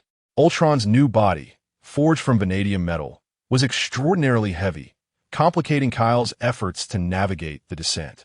As he gently landed at the canyon's edge, he cast a glance at the robots that had vanished into the depths below, turning his gaze towards Sokovia. He pondered whether this disconnection of signals was part of Ultron's grand design. Doubt crept into Kyle's mind. Would the memories stored in the USB drive be sufficient to awaken Ultron, even in this complete communication blackout? After much contemplation, he resolved not to defy Ultron's orders, vowing to carry the new shell toward the location of the Reality Stone, even if he stood alone. In the skies above Sokovia, Tony Stark stood frozen, staring at the multitude of heat signatures below. It took several urgent calls from the captain to rouse him from his stupor. "Tony, answer me. What on earth is happening?" Captain America implored. There has been a catastrophic earthquake throughout Sokovia, causing widespread devastation and loss of life. "Please, tell me what is going on over there." With a heavy heart, Tony replied, "There's terrible news, Captain. Ultron intends to launch all of Sokovia into the sky, turning it into a meteor." Stunned, Steve momentarily lost focus, failing to catch his returning shield. The shared channel meant that the entire Avengers team, save for the absent Thor, overheard this alarming revelation. "No, we still couldn't stop him," Wanda murmured, her head in her hands against the wall. She had never anticipated that Ultron's method of eradicating humanity would be so extreme. She had thought that joining forces with the Avengers would suffice to thwart Ultron, unaware that he had already set his plan into motion. Overwhelmed by guilt, she felt as if the tide of her remorse was drowning her very being. "Tony, is there any way to prevent this?" Captain America steadied himself, reclaiming his shield and deflecting an attacking robot before inquiring again. Tony swallowed hard, hesitating to respond. There are countless anti-gravity devices scattered across Sokovia, each crafted from vanadium alloy. Without high-powered weaponry, they are virtually indestructible. "But there's a possibility," he continued. "We could use an electromagnetic pulse to incapacitate the devices and halt their operation. However, the sheer number of them is overwhelming, and there's no existing mechanism capable of covering an entire city with an EMP. Even if there were, we lack the time to transport it here. Sokovia has already begun to ascend. Even if Sokovia was only 10 meters off the ground, an evacuation was impossible. If we managed to disable the anti-gravity devices, the resulting fall would still endanger the lives of countless individuals trapped within." Taking a deep breath, Tony finally spoke. "Captain, we must make a choice. Destroying those devices will cost thousands of lives." "Choice. That is the last thing I want to hear. I refuse to abandon anyone," Steve retorted, his voice firm. "But if we aim to rescue everyone, it is simply unattainable. Delaying will only allow Sokovia to rise to a perilous height, leading to unimaginable devastation upon its descent. We must decide, and it may mean sacrificing those tens of thousands." "Tony," Steve shouted, interrupting Stark's grim assessment. "We will not forsake anyone. Such despairing words are unacceptable. This is not about belief, but reality, and we must face this harsh truth." "Enough, Tony. Just focus on stopping Sokovia from rising. We will handle the rescue." With that, Steve ended the communication and immediately reached out to Nick Fury for assistance. Such a stubborn man, Tony thought, shaking his head in resignation. Yet, he shared the captain's sentiment. He did not wish to abandon anyone. However, unlike Steve, he was more attuned to the pressing realities of their situation. Determined, he resolved to find a way to prevent Sokovia's ascent and devise a plan for its eventual descent. "Is this your foresight?" Harry stood beside Nick Fury, who remained unperturbed as they arrived, just as Sokovia climbed to a height of 200 meters. "Of course," Fury replied, arms crossed, gazing at the aerial city with a calm demeanor. "This is merely the fundamental composure expected of a level 10 agent. My duty is to safeguard the world's security. Thus, I possess strategies for all that has transpired, is transpiring, and is yet to come. Only by considering all angles can we protect this world. While I may lack their extraordinary powers, my strategic vision and comprehensive thinking are invaluable assets they do not possess." As Fury was about to elaborate further, his phone rang. Steve was on the line. "Nick, we need support," the captain's weary voice came through. A subtle smile crept onto Fury's lips, though he restrained his expression, responding steadily. "Look up, Captain. Reinforcements have arrived." Chapter 75. "Clean up, Captain, look up." Nick Fury's distinctive, magnetic voice resonated through the communication channel, sounding exceptionally melodious to the ears of the assembled Avengers. Two massive aerial motherships pierced through the clouds, gracefully descending. They represented the arc of life. "Nick, you did splendidly." Black Widow couldn't help but smile in praise at that moment. Steve gazed at the towering motherships, feeling an immense pressure lift from his heart. Observing the figures standing resolutely against the fierce wind, clad in a black leather coat that flapped wildly, he felt a sense of calm wash over him. It was only now that he truly acknowledged the authority of this black director. Although he had never overtly displayed racial prejudice, as an old American, he had felt a twinge of discomfort at the thought of a black leader. Otherwise, he would not have repeatedly disregarded Nick Fury's orders, even conducting his own investigations during missions. As a seasoned soldier, Steve was acutely aware of how insubordinate his actions were. Yet he had persisted, convincing others with his rationale. Deep down, however, he recognized that his distrust stemmed from the fact that a black man was in a position of leadership. But at this moment, he was convinced. Timely arrival, Director. Nick Fury fought to suppress the smile, threatening to break his composed facade. As he stepped down from a mothership, he casually patted Steve on the shoulder. "You've all worked hard. Now, soldiers, continue the cleanup of those damned tin cans." From the skies, Tony interjected, "Hey, let my team handle the crowd down below." Ignoring Tony's grumbling interruption, Fury waved his hand, and SHIELD agents, ever prepared, swiftly emerged from the mothership, trained to collect the injured, reunite separated individuals, and efficiently arrange for their transport onto the motherships. The agents worked with precision. Despite the immense size of the two motherships, they could not accommodate the tens of thousands of people requiring evacuation. Thus, personnel had to be continuously cycled through, and to expedite this process, safety arrangements had to be made in close proximity to the motherships, facilitating the monumental rescue operation. "Honestly, I regret using those fireworks on Christmas night," Tony mused while airborne, clearing out the myriad of rogue robots attempting to breach the motherships. The sheer volume of these drones was exasperating. Had he not used the Mark series as fireworks, he would have had ample backup, rather than feeling so beleaguered now. Suddenly, a robot that had evaded Tony's armor's radar and attempted a surprise attack was obliterated by a beam. Turning around, Tony spotted Harry on the deck, wielding a laser gun. Regrettably, he had no time to engage in pleasantries with Harry. It was reckless for him to be in such a perilous situation instead of at school. "Uncle Tony, I advise you not to get distracted. A lot are slipping through." Surprisingly, Harry's voice crackled through Tony's communication channel, a temporary connection set up by Jarvis to allow Harry to join the Avengers comms. "Harry, how did you—" "Never mind, that's not important. Why are you hanging out with that knucklehead instead of being in class?" Though taken aback by Harry's presence on the shared channel, Tony didn't dwell on it. Harry possessed considerable technical skills. Cracking a frequency code was no challenge for him. "Hey, that's a discriminatory term."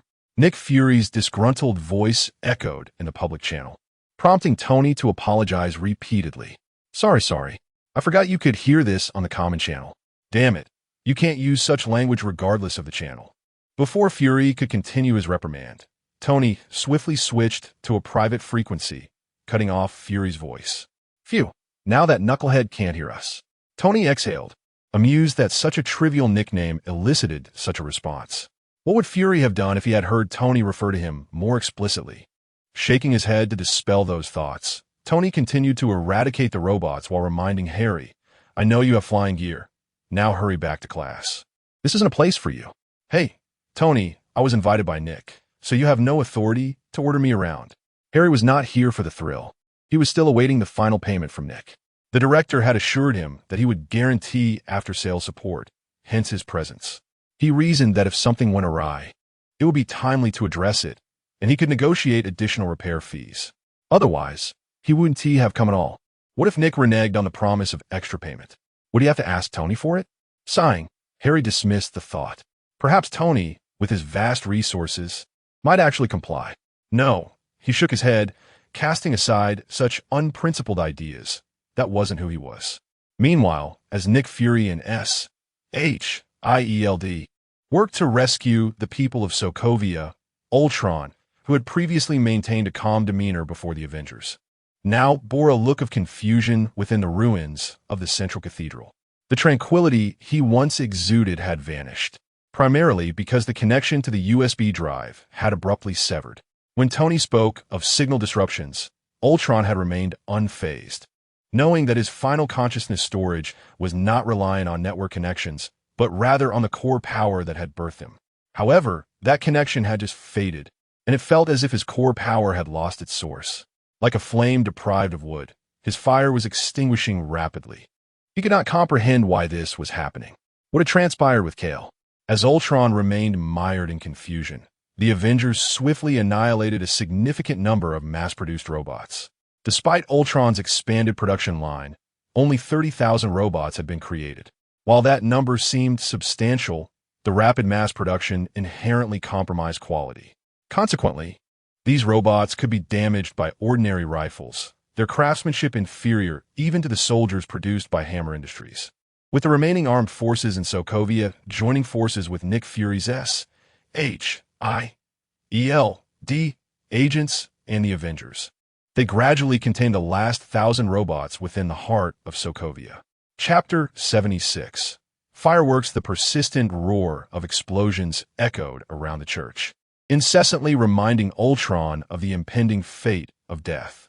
He gazed upward at the mural of a benevolent god, contemplating for a long while, and finally, a self-deprecating smile emerged.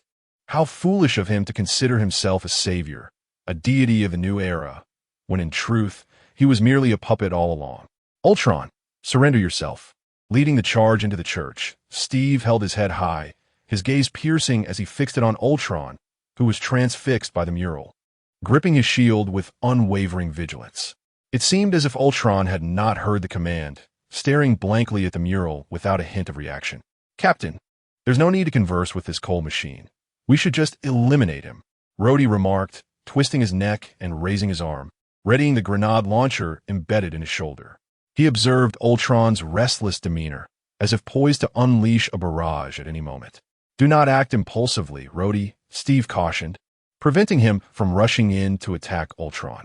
His primary aim was to extract information from Ultron regarding the device that threatened to elevate Sokovia into the sky. If he could discover a means to halt its ascent smoothly, the situation would be perfectly resolved. Wanda entered the church, following Hawkeye, and beheld Ultron, who was still staring vacantly at the mural. She found it hard to believe that such a being could harbor such cruel intentions. Ultron, upon sensing Wanda's presence, turned mechanically to face her, his eyes lighting up with surprise at the sight of her, infused with a potent surge of magical energy. The energy within her was comparable to his own source of power, which was why he had taken an immediate interest in her. Even though she was human, he found himself inexplicably drawn to her. Now stripped of his source of power, Ultron gazed at Wanda with an intense longing for life. If he could absorb the energy within her, he could replace his own dwindling power source and continue to exist even without it. His dimmed eyes ignited with fervor, driven by an insatiable desire. This unusual transformation did not go unnoticed by Steve, who swiftly positioned himself in front of Wanda as Ultron suddenly rose. Are you suggesting he intends to lift the entire Sokovia into the sky and let it plummet, akin to the meteor that caused the extinction of the dinosaurs millions of years ago, thereby extinguishing humanity? Harry inquired, puzzled, as he listened to Tony recount Ultron's scheme over a private channel. Really? You believe that? Harry's expression reflected skepticism. Sokovia was not that large. Merely a floating city measuring over 6,000 meters in diameter and 2,000 meters deep. Without acceleration, the destruction caused by its descent would be akin to the impact of a Tsar Bomba, devastating but insufficient to annihilate humanity. I must consider the damage caused upon its descent. While it may not lead to the extinction of humankind, the populace of Sokovia would not survive, Tony acknowledged. He was aware that such a mass falling could not replicate the catastrophic consequences of ancient meteor strikes, but the calamity would still result in the demise of Sokovia citizens.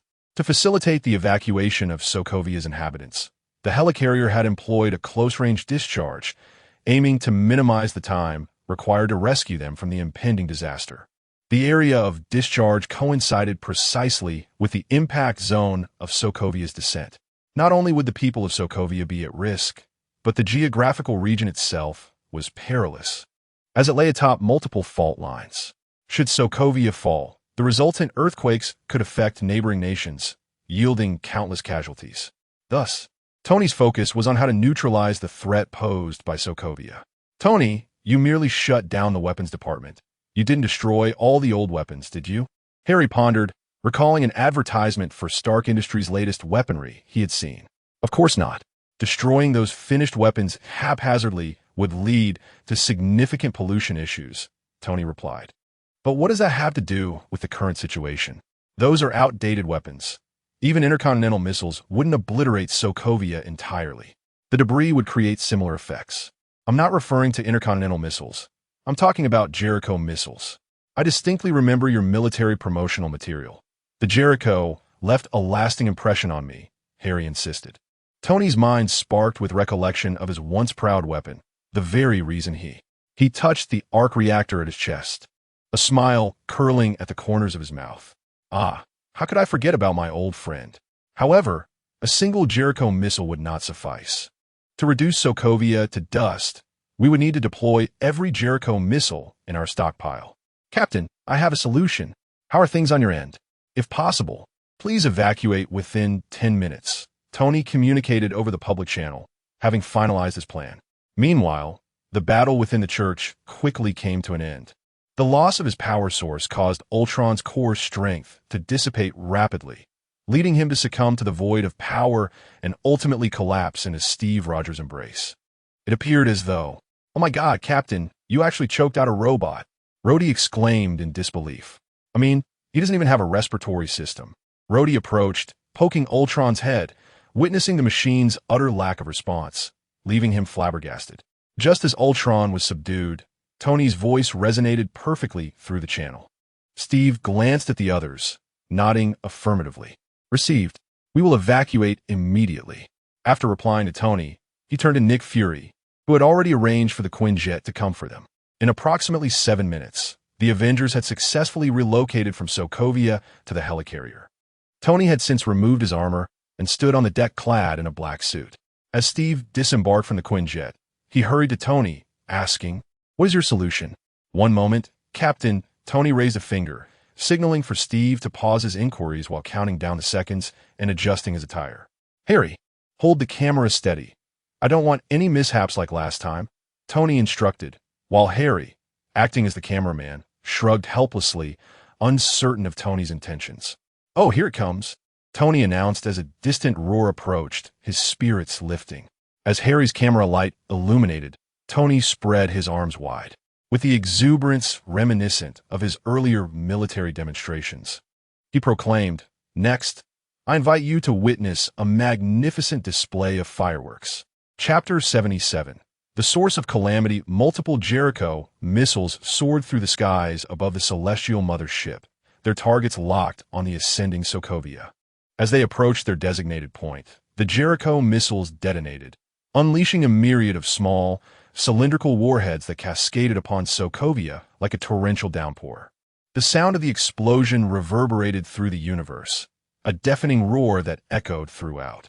In that moment, Sokovia disintegrated in midair, fragments of rock and debris suspended momentarily before being met by a second wave of Jericho missiles.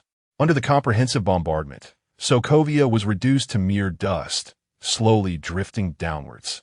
The shock waves from the explosions whipped around Tony, causing his suit to flutter in the gusts.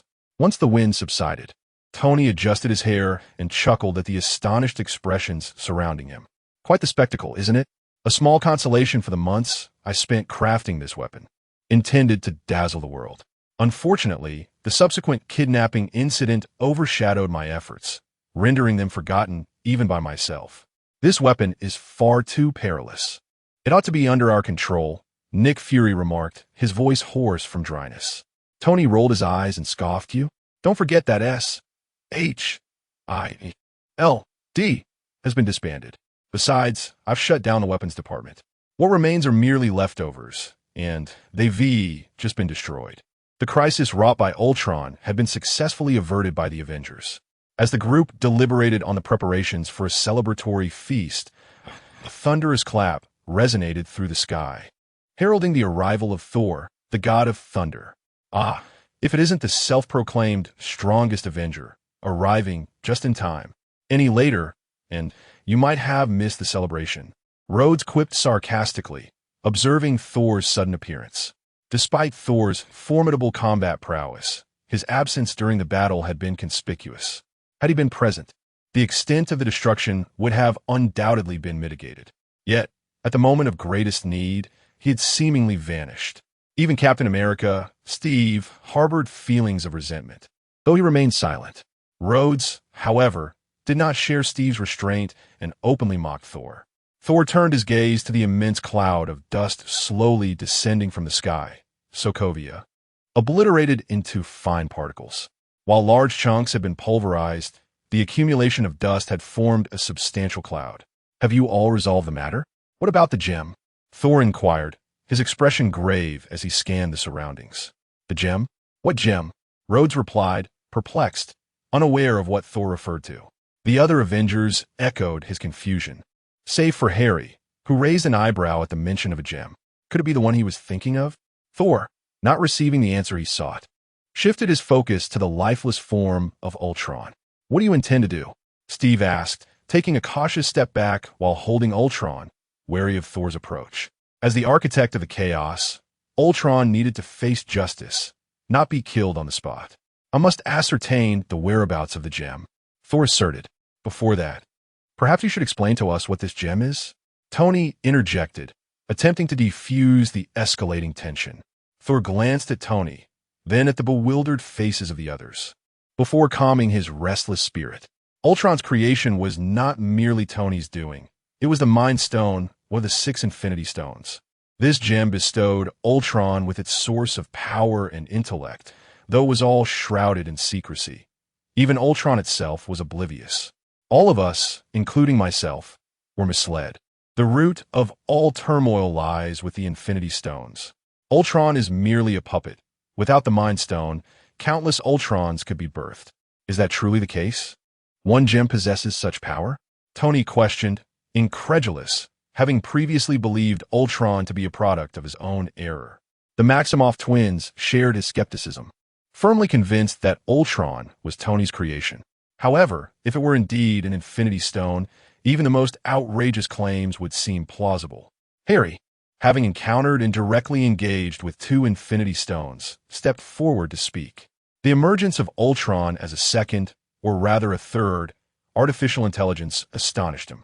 The creation of artificial intelligence was no trivial feat. Only a handful of great empires in the universe possess such technology.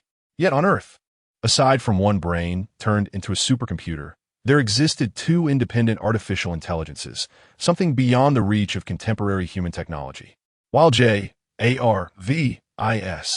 was a product of serendipity, Ultron's existence was unfathomable. The rapidity with which Tony constructed the framework leading to Ultron's autonomous consciousness was astounding. If the intervention of the Infinity Stones explained this phenomenon, it would clarify how Ultron could achieve independent logic so swiftly. Harry, do you know what this gem is? Does it truly possess such extraordinary abilities? Tony inquired, turning to Harry. Harry recounted the origins of the Infinity Stones and their formidable powers. As he had learned from the Collector, the assembled Avengers listened in shock, struggling to fathom the existence of such wondrous objects, particularly Nick Fury, who, despite his stoic demeanor, felt a surge of frustration at the thought of the Tesseract and Loki's scepter, 2 of the most powerful Infinity Stones, having once been in DS possession, but now lost to them. It felt akin to a person misplacing a winning lottery ticket, only to discover its immense value later, leading to a sense of despair. Wait, Harry, are you saying you ventured into outer space, even to an alien planet, and participated in saving it?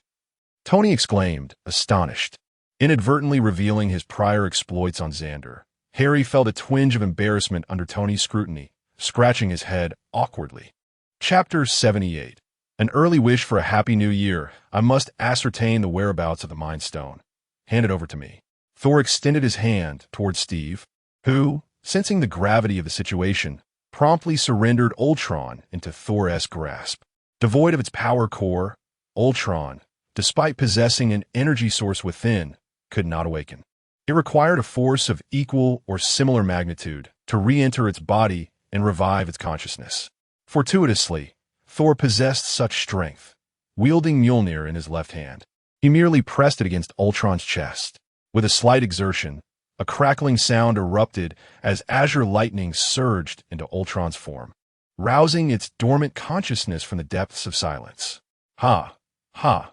Ultron gasped as if emerging from drowning, while Road rolled his eyes, suppressing a quip despite the seriousness of the moment.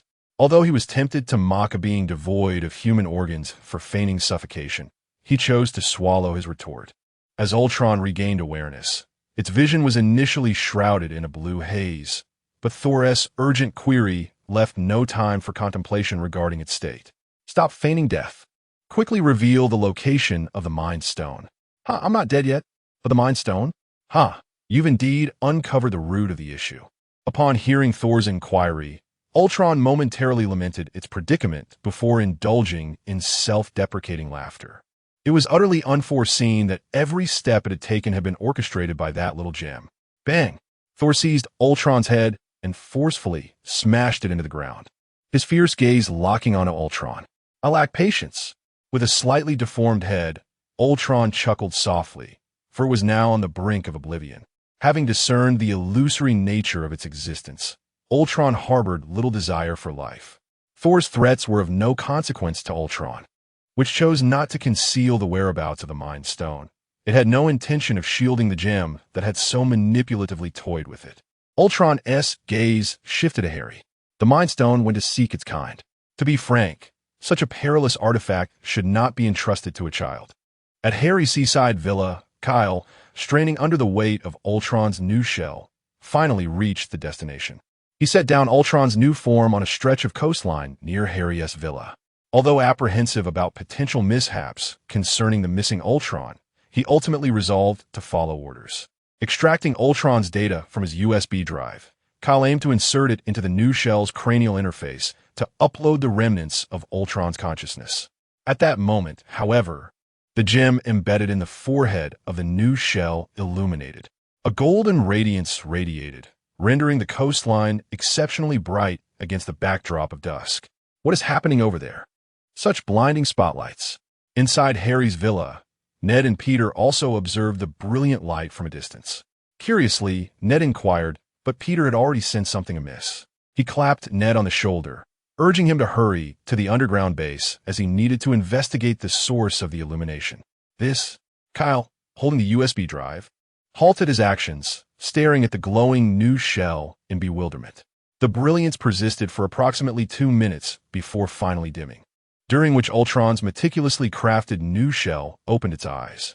Unlike Ultron's crimson electronic gaze, this new shell's eyes were dark, seemingly capable of consuming all light. Yet, upon closer inspection, a faint yellow glimmer could be discerned within. Sir, Kyle, witnessing the eyes open, initially believed Ultron's consciousness had transferred into this body. However, as he had yet to insert the USB drive, he found himself perplexed regarding Ultron's current state. His voice stirred Ultron, whose deep-set eyes turned towards Kyle, causing him to tremble uncontrollably. Despite no alarms sounding in his mind, an instinctual dread enveloped him, as if standing on the precipice of death. Ultron lifted a hand, effortlessly retrieving the USB drive from Kyle's grasp, examining it with a delicate touch. Suddenly, the Mind Stone emitted a beam of golden laser from its center, instantly dissolving the USB drive between its fingertips. Rubbing its fingers together to brush off the remnants of the drive, Ultron stood upright. It was not Ultron. It was also Ultron. More precisely, Ultron had come into being because of her. She was the Mind Stone, representing the essence of consciousness among the Infinity Stones, and uniquely possessed self-awareness. Unlike the other Infinity Stones that could only entice their bearers to seek them through sheer force, she could autonomously guide her owner to search for the remaining stones. Millions of years ago, she had nearly gathered all the stones, only to be thwarted. Even she had been sealed away, transformed into an energy core embedded within a scepter. Now, she had once again broken free, and those who had previously obstructed her return no longer existed. She would collect all the stones and achieve true resurrection. Furthermore, she would exact vengeance upon those who had thwarted her revival and upon the world itself. For the present, however, she was content to continue using the name Ultron. Young Spider-Man Peter was swift, utilizing the flying skateboard left behind by Harry at the villa, and soon reached the shoreline. Though he had never seen Ultron in this form, he recognized Kyle. Upon spotting the peculiar figure alongside Kyle, Peter immediately adopted a defensive stance. Kyle, noticing Peter's presence, flicked his wrist to unsheath his silver sword, preparing to charge at him. Yet, Ultron intervened. Ultron's penetrating gaze fixed upon Peter Parker, causing him to tremble. His unique sixth sense incessantly warned him of the extreme danger posed by this strange entity before him. The superhumans of this world will allow me to acclimate to the strength of this body. Ultron halted Kyle, intending for Peter to serve as a sparring partner. For having just emerged from confinement, although this body had been crafted under the influence of the original Ultron, its true strength remained to be tested. In simpler terms, Peter Parker was to become the tutorial for the new Ultron's operational mastery. Chapter 79. The acquisition of the reality gem. Calm down, Peter Parker urged, taking a few steps back as he faced Ultron, who was advancing towards him. If possible, I would prefer to resolve this matter without resorting to violence. Ultron's form was remarkably human-like. Aside from the metallic sheen of his exterior, he could easily be mistaken for a human, exhibiting a wide array of expressions. The slight upward curve of his lips suggested a demeanor that was not overtly aggressive, yet his movements were precise and unhesitating. It was as if he was adapting to the capabilities of this body, unleashing one ability after another upon Peter Parker.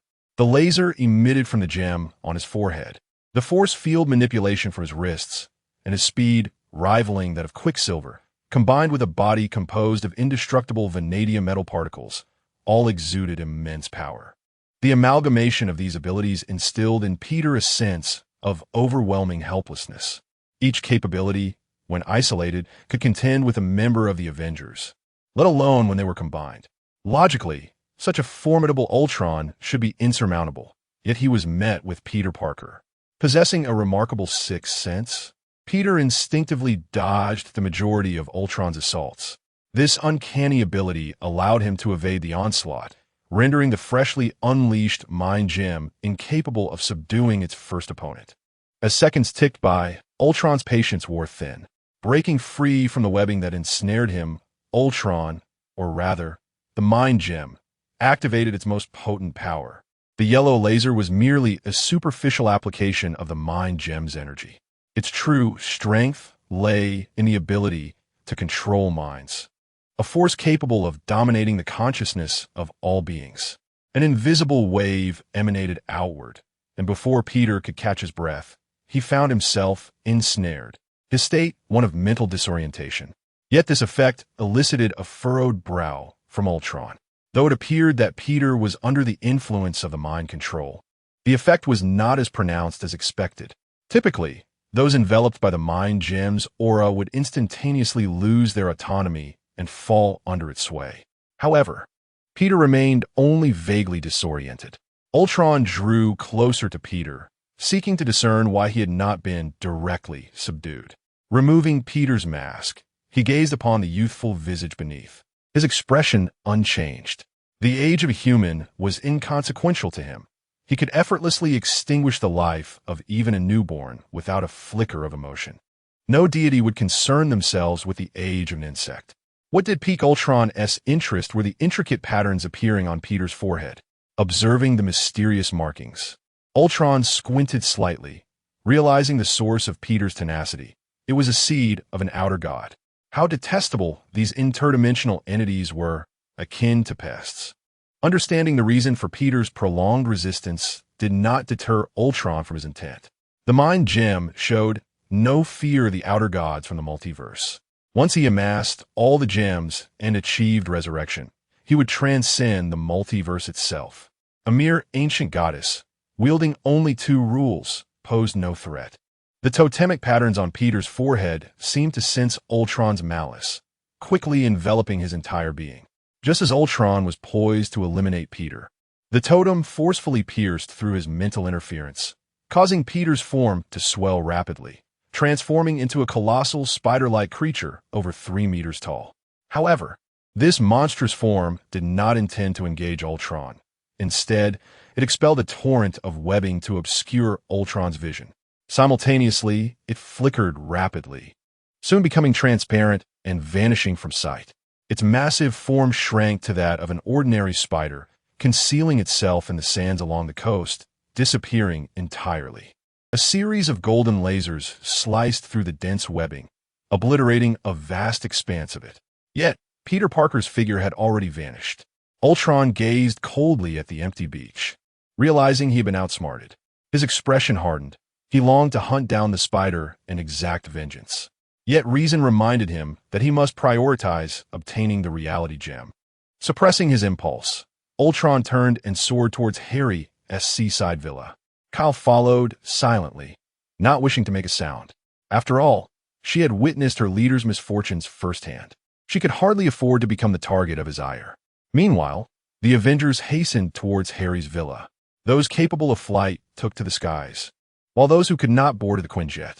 The moment the old Ultron uttered those words, Harry sensed impending doom, and Thor quickly grasped that the reality gem was in Harry's possession. Without further ado, he seized Harry and took flight.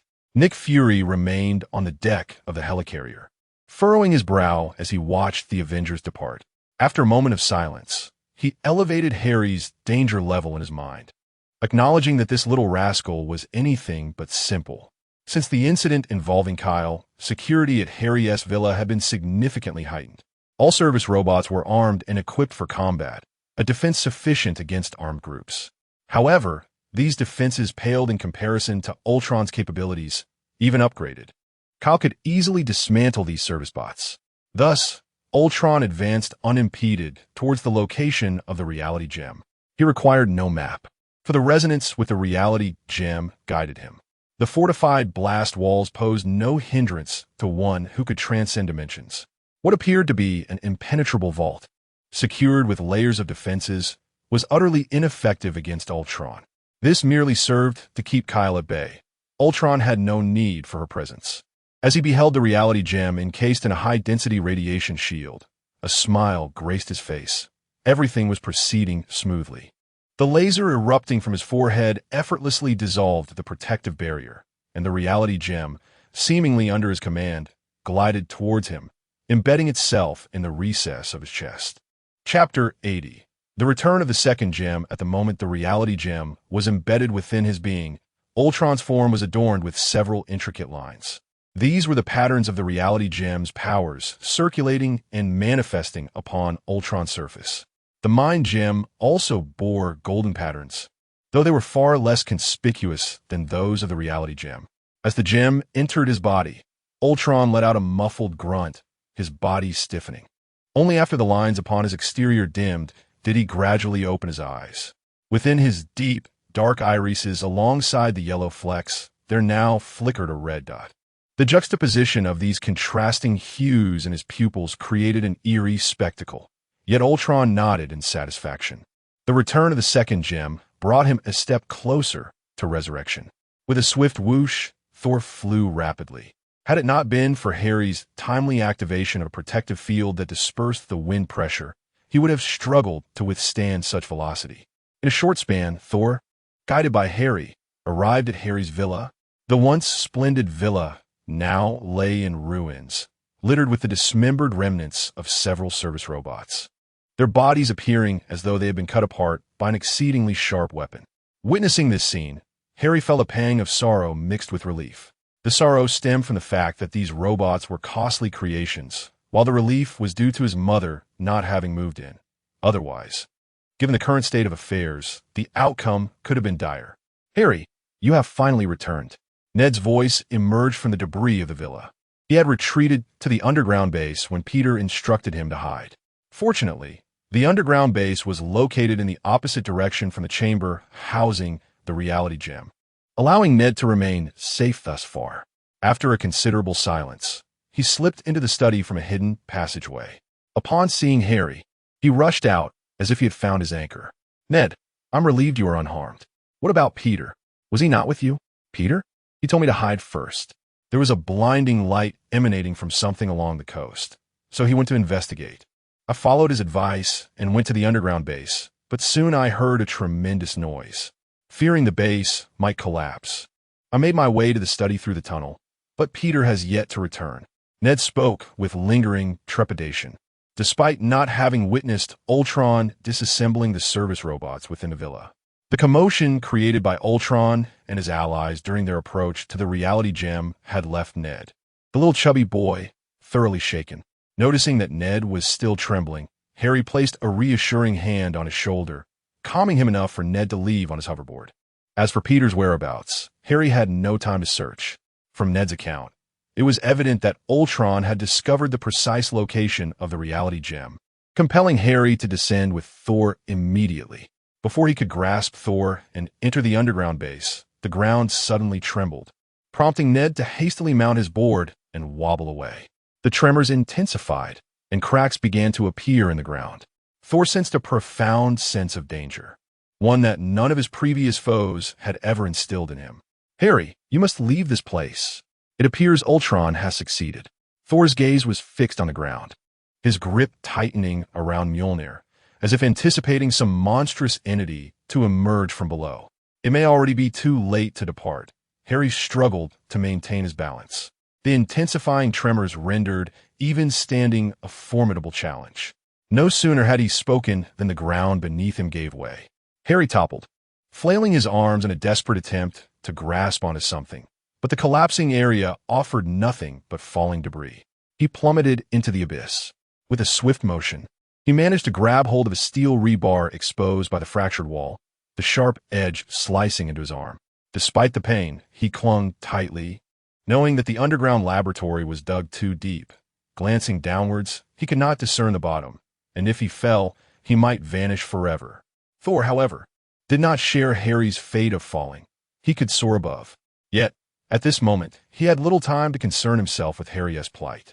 Ultron, having broken through from below, immediately locked onto Thor, his power amplified by the reality gem.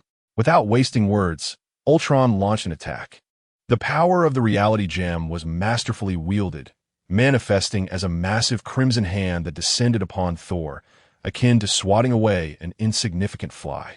Unprepared, Thor was struck and sent hurtling hundreds of meters away. Regaining his composure mid-air, Thor vigorously spun Mjolnir, conjuring a crackling storm of lightning. As the energy accumulated, Mjolnir transformed into a sphere of thunder, which Thor hurled forth with great force. With a deafening boom, the unleashed lightning illuminated the surroundings, shattering the colossal hand that Ultron had conjured. Yet Thor's assault did not conclude there. As Mjolnir obliterated the gigantic hand, he seized it mid-flight, pivoted, and charged directly at Ultron. Ultron's ethereal arm, forged from the reality gem's might, shattered under the impact of Mjolnir, yet he displayed no signs of alarm. Instead, he wore a disdainful smirk. As Thor approached within mere meters, Ultron clapped his hands together, and in an instant, two enormous crimson energy arms materialized in the void, crashing together to ensnare Thor in their grip.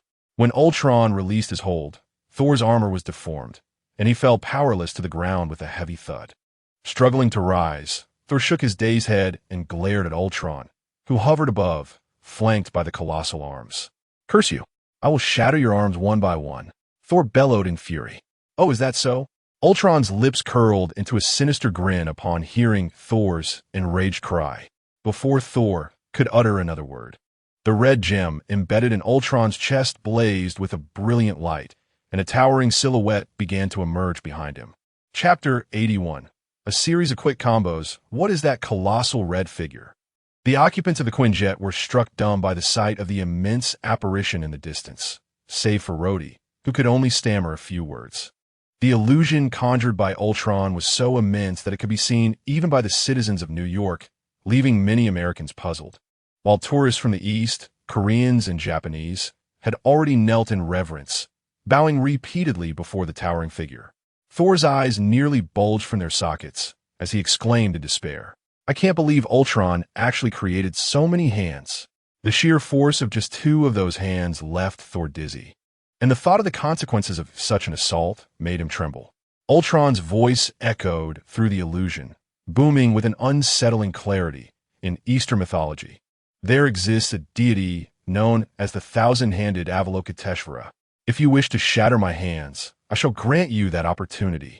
Though Thor internally dismissed it as mere bravado, he refrained from voicing his thoughts, swallowing hard as he beheld the multitude of hands descending upon them. The ground trembled with a deafening roar, as the coastline trembled under the relentless onslaught that lasted an interminable 10 minutes. The Avengers, aboard the Quinjet, found themselves unable to approach, let alone provide assistance. The shockwaves from the giant hands rendered the Quinjet unstable, and even Tony, clad in his armor, dared not venture closer than a few hundred meters, gazing warily at the unfolding chaos. Are we truly expected to confront such a monstrosity? The prospect of victory seems utterly elusive, Rhodey mused, scratching his head in frustration.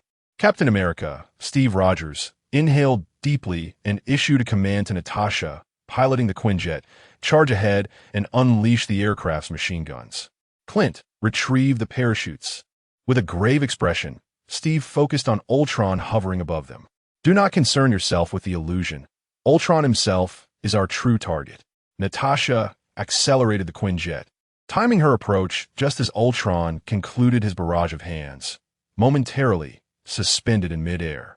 Seizing this opportunity, she surged forward, the Quinjet's underbelly unleashing a torrent of fire from its Vulcan cannon. The bullets, capable of obliterating a tank within 10 seconds, merely stirred Ultron's energy shield. The sudden attack caught Ultron off guard, but he quickly retaliated, raising his hands. Two massive spikes materialized from above, piercing through the Quinjet's engine in an instant. Natasha unbuckled her seatbelt, hastily donning the parachute harness handed to her by Clint. She had pressed the ejection button just in time, allowing her to secure the parachute before the Quinjet's safety compartment opened. One by one, the Avengers, including Captain America, leaped into the air, as per Steve's earlier instructions. Clint spun mid-air, knocking an arrow, and with a swift motion, released it. The arrow, equipped with a sensor light, detonated 2 meters from Ultron, enveloping the area in a wall of green smoke. Meanwhile, Steve prepared himself for descent, opting not to use a parachute, thanks to the armor gifted by Tony. As he ejected, Rhodey stabilized his position, catching Steve as he fell. This is rather risky, Captain, Rhodey grunted, straining under Steve's weight, intensifying the thrust from his back and leg propellers. But it's worth a shot. Good luck, Captain. With a surge of power, Rhodey propelled Steve toward Ultron. In mere seconds, Captain America, grasping his shield, pierced through the smoke, swinging his arm with force as he neared Ultron.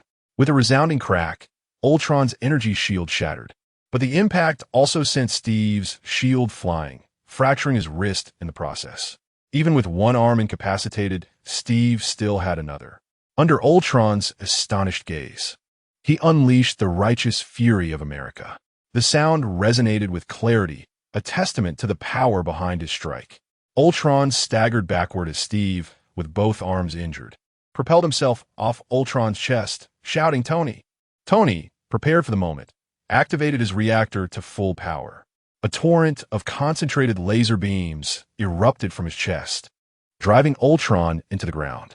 Insufficient energy, the alarm from Jarvis blared until the laser finally ceased, leaving Tony barely able to maintain his altitude. Did we really succeed? Rhodey asked as he supported Steve, who stood alongside the other Avengers, uncertainty etched on their faces. The overwhelming force exhibited by Ultron made them doubt their ability to defeat him so easily. Tony's reactor dimmed, the remaining energy barely enough for basic movement. Hearing Rhodey's words, he shook his head. "I don't know. My life detection system isn't picking up any targets." As the smoke began to clear, Rhodey employed the propulsion system of his armor to disperse the haze. With visibility restored, the ground revealed its features, but aside from humanoid indentation, Ultron's presence had vanished without a trace. Watch out. Chapter 82. The Retired Supreme Sorcerer Beware. Quickly, Tony urgently warned as he noticed the absence of Ultron's presence. Unfortunately, it was too late. Ultron's form shimmered, emerging silently from the ground behind Captain America, Steve Rogers. However, instead of launching a surprise attack, Ultron merely placed a hand gently on Steve's shoulder before vanishing once more into the ether. "Captain, are you all right? Captain?" Tony glanced around, still not seeing Ultron, and softly inquired about the captain's condition. Steve remained silent, his head bowed in a daze. Rhodes, standing beside the captain, attempted to assess Steve's state but was abruptly kicked back by him, stumbling several steps. "Damn it, the captain is under control." Tony immediately understood the situation, recalling that Thor had previously revealed that Ultron was now embodying the Mind Stone. Tony vividly remembered the power of the Mind Stone, which had once been at the heart of Loki's scepter. He had nearly fallen under its influence himself, so he recognized its capacity to manipulate minds. Thus, the moment he witnessed Steve attacking his comrades, he comprehended that the captain had been compromised. Natasha and Barton quickly dispersed, while Rhodes, still clad in his armor, sustained no damage from Steve's kick.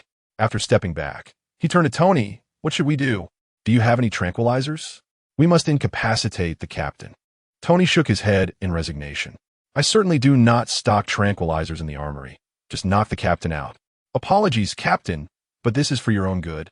Rhodes sighed, realizing that without tranquilizers, he had no choice but to follow Tony's advice to subdue Steve. Continuing the fight would only exacerbate the captain's existing injuries. Just as Rhodes resolved to strike the captain, a sharp whistle pierced the air. Barton's arrow unexpectedly flew towards Rhodes.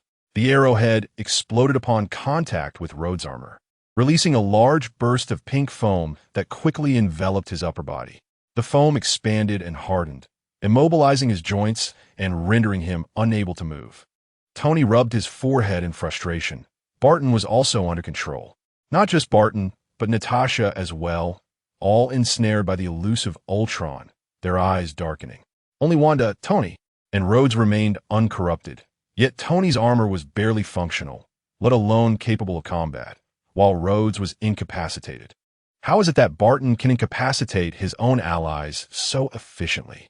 Tony fumed. Why didn't he use such arrows against Ultron before? Was he saving them specifically for him and Rhodes? And Wanda, a girl who has never harmed anyone, though she has dismantled numerous of Ultron-esque drones, is hardly equipped to face this situation.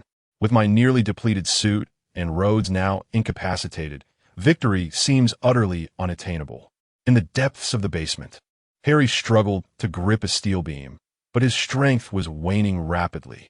As his vitality ebbed, he ultimately released his hold, plummeting downwards. The dual effects of severe exhaustion and blood loss plunged Harry into a state of delirium, feeling as though he were falling into an endless abyss, forever descending without ever reaching the bottom. In his hazy consciousness, he sensed a force halting his descent in the darkness. Faintly, he heard someone calling his name. Mustering his strength, Harry opened his eyes, only to find himself in darkness, facing a bald woman clad in yellow robes. "Ah, you finally awakened. Your recovery took much longer than I anticipated," the woman remarked, her enigmatic smile revealing little. Harry, perplexed, scanned his surroundings and asked, "Where am I?" "This is your current state of consciousness. Given your physical condition, your mental space has become an empty void," she replied. "And you are?" he inquired. "You may call me the Ancient One, a former supreme sorcerer who is now reluctantly summoned back to work," she said, her expression remaining unchanged, leaving Harry with a sense of her extraordinary nature.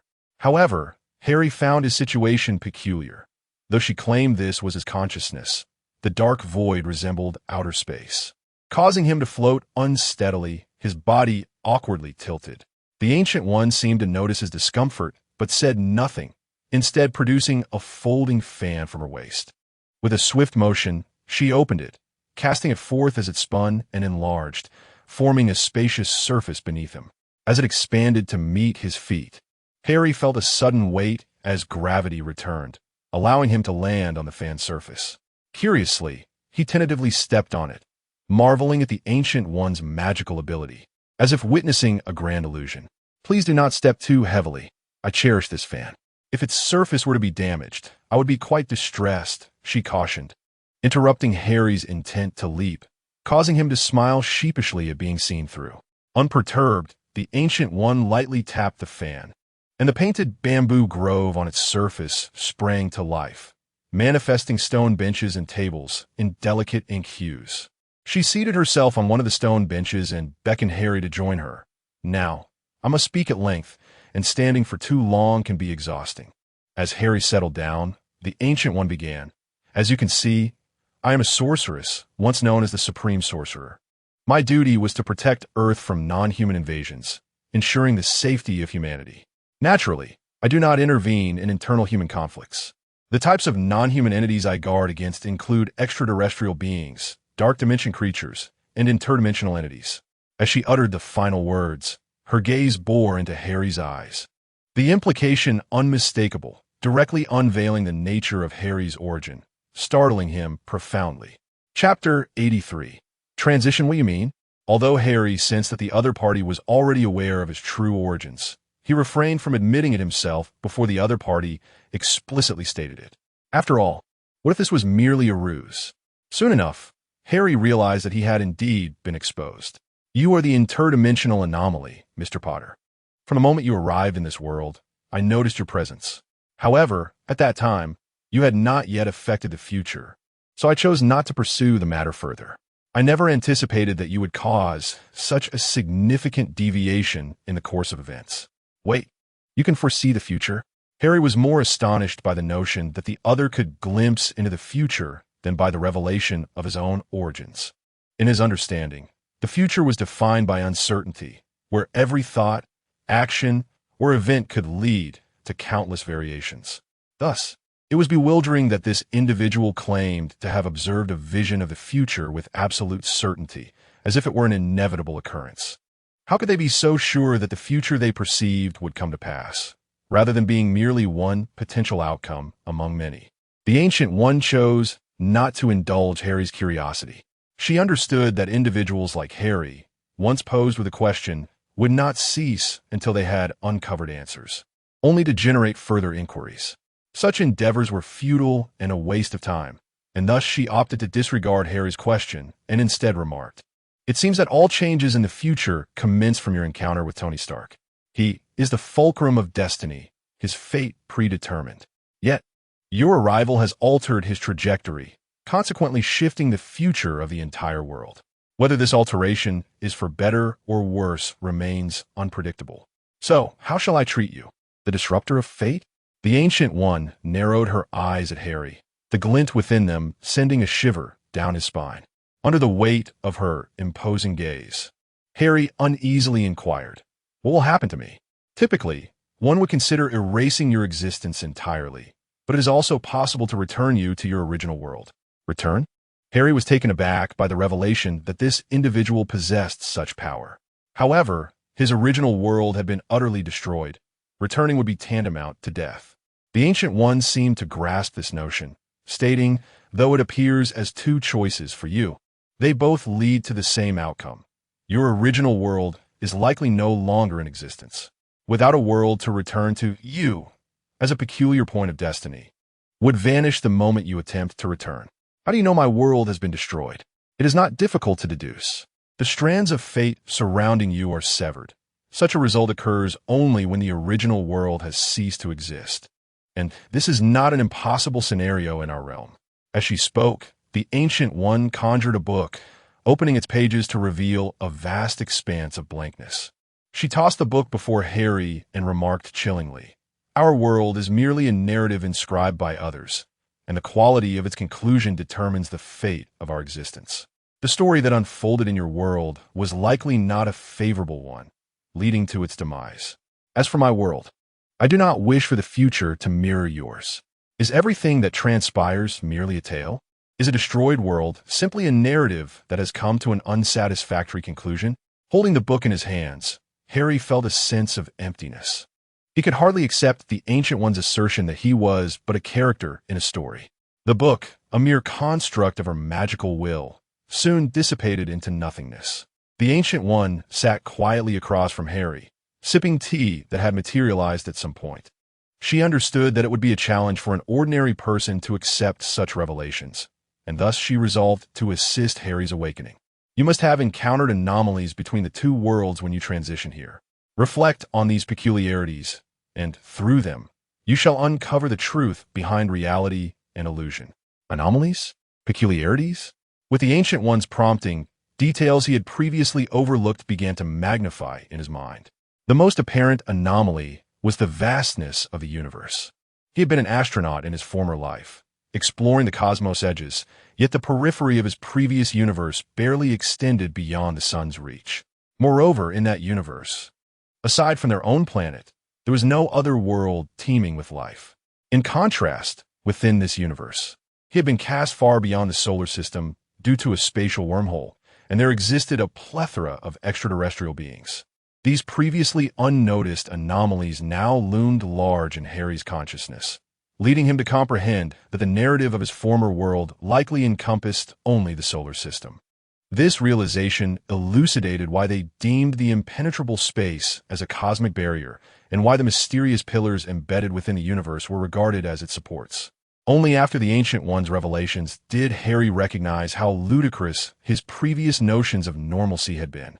It felt as though his mind had been evading these truths all along. He even began to question the origins of the supposed solar explosion. The more he pondered, the more unstable he felt. This was Harry's consciousness space. The Ancient One had merely awakened his awareness, and the corporeal form he manifested was not his true physical body, but rather a projection of his consciousness. His denial of existence rendered his consciousness increasingly unstable, teetering on the brink of collapse. The Ancient One had anticipated this outcome.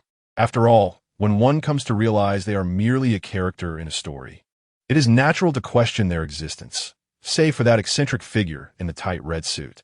In a swift motion, the Ancient One appeared behind Harry, pressing down firmly on his back, forcing his consciousness deeper into the fabric of reality. Chapter 84, or Transition Harry's Consciousness, after being pressed into the fan's surface by the Ancient One, found itself traversing a wondrous passage. Around him, it resembled the vibrant and dazzling reflections of a kaleidoscope, an enchanting spectacle that rendered Harry's spirit dazed and enraptured within it. Unbeknownst to him, the magnificent starry cosmos surrounding him held subtle differences in each celestial display, yet they bore an uncanny resemblance to one another. This passage, akin to the interior of a kaleidoscope, was in fact a narrow barrier between various worlds, and the resplendent images reflected upon the surface were representations of the cosmic maps from myriad realms. These countless cosmic maps filled the space between the narrow barrier, and Harry floated like a fish adrift in the void of the universe. This slender barrier, nestled within the crevices of all worlds, not only mirrored the images of each realm, but also gathered the extraordinary powers unique to them. Threads of these powers dispersed and intertwined with Harry's consciousness. The mark that the Ancient One had inscribed upon the back of Harry's consciousness was now in effect, drawing upon the diverse forces of the multiverse to mend Harry's essence, which had unnoticed cracks. However, the Ancient One discerned this imperfection, recognizing it as a sign of a fractured soul, often a consequence of injury or a shift in corporeal vessels. Upon witnessing these fissures, the Ancient One understood the audacity of the young lad before him, who dared to interchange bodies without a care. Such recklessness stemmed from youthful ignorance, an obliviousness to the significance and irreplaceability of the soul. Hence, while stabilizing Harry's mind, the Ancient One also utilized cosmic energy to nurture and repair Harry's form, a method he had employed with great proficiency before. As he traversed this barrier, he beheld the distinctiveness of various worlds and even glimpsed the existence of the sacred timeline. Harry's consciousness, once on the brink of collapse, had restored its stability, even becoming more solid than before. When he finally awakened from the Radiant Realm, he discovered himself lying on the ground. Propping himself up, Harry gazed around in confusion, realizing that the previously dark environment was now illuminated. "It has been long enough. You should exit," the Ancient One's voice echoed, yet Harry could not perceive his figure. As the words resonated around him, the light grew increasingly brilliant, forcing Harry to shut his eyes. When he reopened them, he found himself amidst the ruins of a basement. Fortuitously, due to the collapse of two pillars that fortuitously supported a relatively stable space, Harry remained safe from further harm, while unconscious amidst the debris. His clothing, tattered from the fall, revealed a long gash on his right arm, now covered by a thin layer of silver gauze, a makeshift tourniquet. Recognizing its purpose, Harry looked around for the source of this emergency treatment. The tourniquet could not have been applied by his unconscious self. There had to be some functioning machine nearby. Indeed, in his search, he found the solitary machine capable of staunching his bleeding. The medical robot K3, its black exterior hidden in the shadows, difficult to discern without close inspection. To his surprise, the failed prototype he had discarded in the storage room was now saving him at a critical moment. Had it not been for the timely application of the tourniquet on his wounded arm, he might not have survived. Using the mobility left in his left hand, Harry picked up a small stone from the ground and tossed it at the sleeping K3. With a thud, the robot awakened, its scanning device swiftly locating Harry's form. "Sir, your current health status is critical. Would you like me to contact the nearest hospital?" K3 inquired, scanning Harry's condition while awaiting his response. "No, do not contact the hospital. Just pull me out," Harry commanded, gripping K3's shoulder. The robot ceased its hospital contact protocol and complied, pulling Harry from the mound of earth. Although he had been fortunate enough to avoid additional injuries from falling debris, the damage from the high fall had rendered him nearly incapable of controlling his lower body. With the strength of his upper body, Harry draped himself over K3 and directed the robot to search for an exit amidst the ruins. Perhaps fortune was smiling upon him, for it did not take long for Harry to locate the research lab, though the lab had also suffered from the subterranean structural damage. The storage of completed products remained intact. Recognizing the necessity for secure storage of successful developments, Harry had invested considerable resources into constructing such warehouses. Utilizing his palm print, he unlocked the alloy door of the storage room, entering with K3's assistance. The room was modestly sized, approximately 10 square meters, designated for housing creative products. Unlike the weapon storage, which required ample space due to larger items, this repository needed only modest dimensions. Within this storage room lay precisely what he needed. Harry directed K3 to the second shelf of items, extracting a password-protected box from the bottom row. After entering the code, he opened it to reveal several segments resembling adhesive patches. These were portable exoskeletons, designed for convenience compared to larger, battery-operated exoskeletons. Lightweight and akin to metal sheets, they imposed little burden on the body, with the entire unit weighing no more than 3 kilograms. The initial purpose of this product was to facilitate collaboration with the military, intended for sale to them. After all, the design aimed to provide mobility to injured soldiers who could not move, thereby alleviating the burden on combat teams. However, his collaboration with the military had yet to commence, leaving this product temporarily stored. Now, it serendipitously served his own needs. Once affixed to his body, Harry regained the ability to stand independently, freeing himself from his previous state of paralysis. As he regained mobility, he patted K3's head and instructed it to remain in the storage room, as it had been his savior, and it was safer for it to stay there. As for Harry, he needed to visit the original underground control room, the domain of the AI known as Silly Girl. Since his return, he had not received any communication from her, and now that the underground base lay in ruins, he had to ascertain her status, at the very least retrieving her backup disk. Chapter 85. The emergence of Dr. Strange as Harry searched for the original control storage room amidst the underground ruins. The situation above ground was equally dire. The Avengers found themselves utterly preoccupied with Ultron. Under the formidable mind control of Ultron, heroes such as Captain America, Black Widow, and Hawkeye were ensnared. Only Tony, Rhodey, and Wanda, who possessed chaotic magic, managed to evade Ultron's grasp.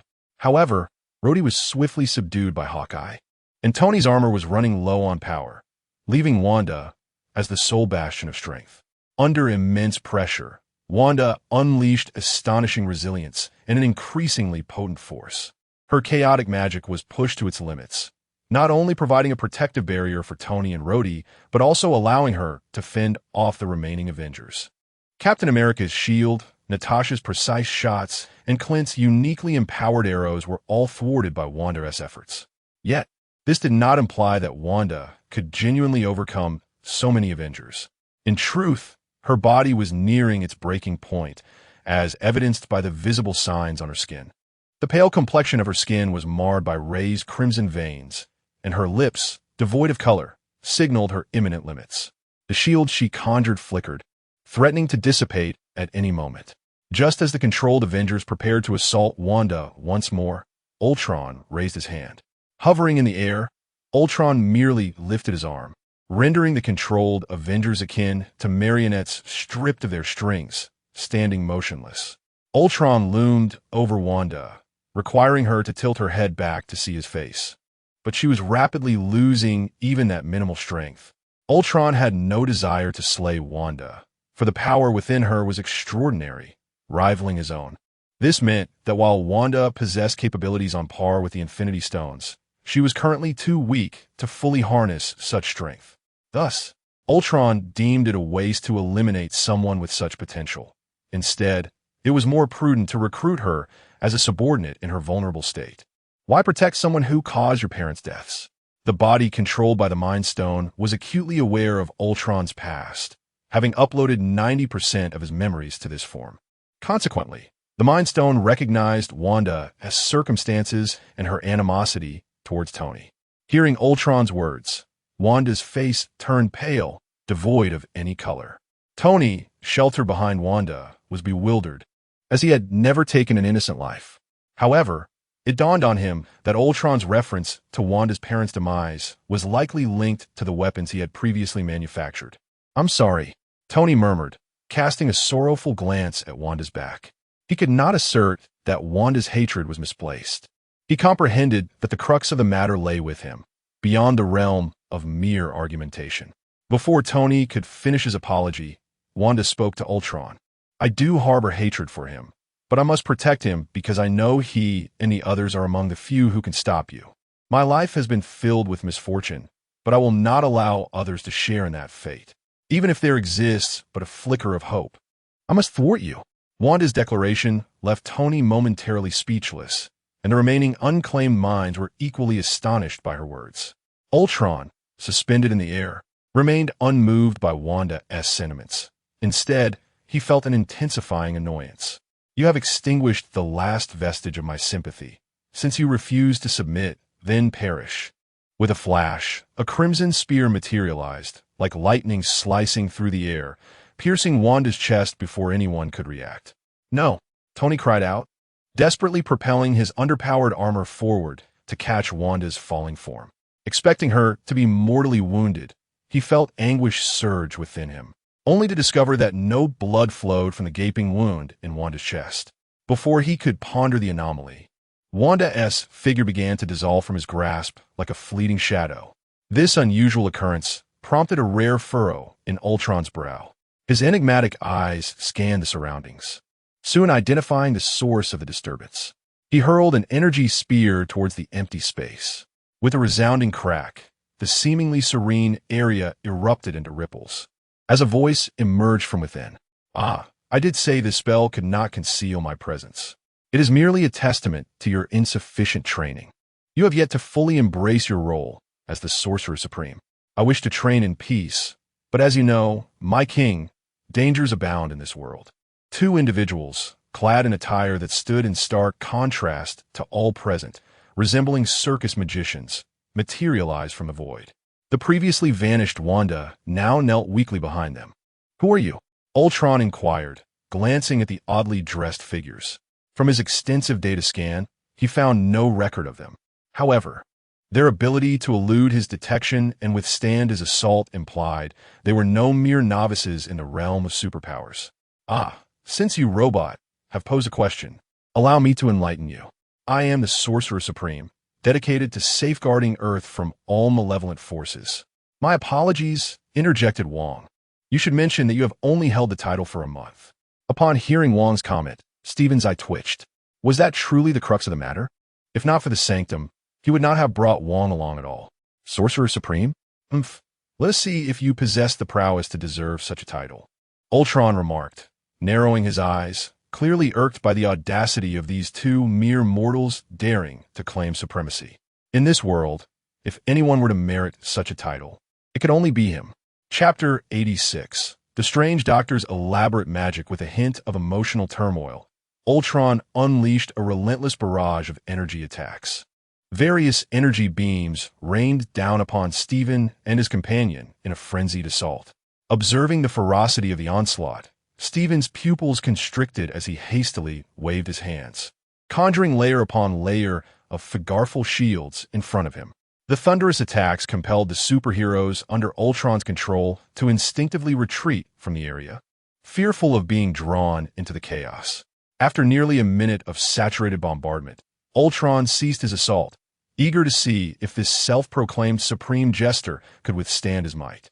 However, before Ultron could summon a hurricane to disperse the smoke, a portal unexpectedly materialized behind him. The resonant hum grew closer, and just as Ultron became aware, Mjolnir, entwined with lightning, struck fiercely at his waist, propelling him through another portal. As the portal closed, Ultron vanished from sight.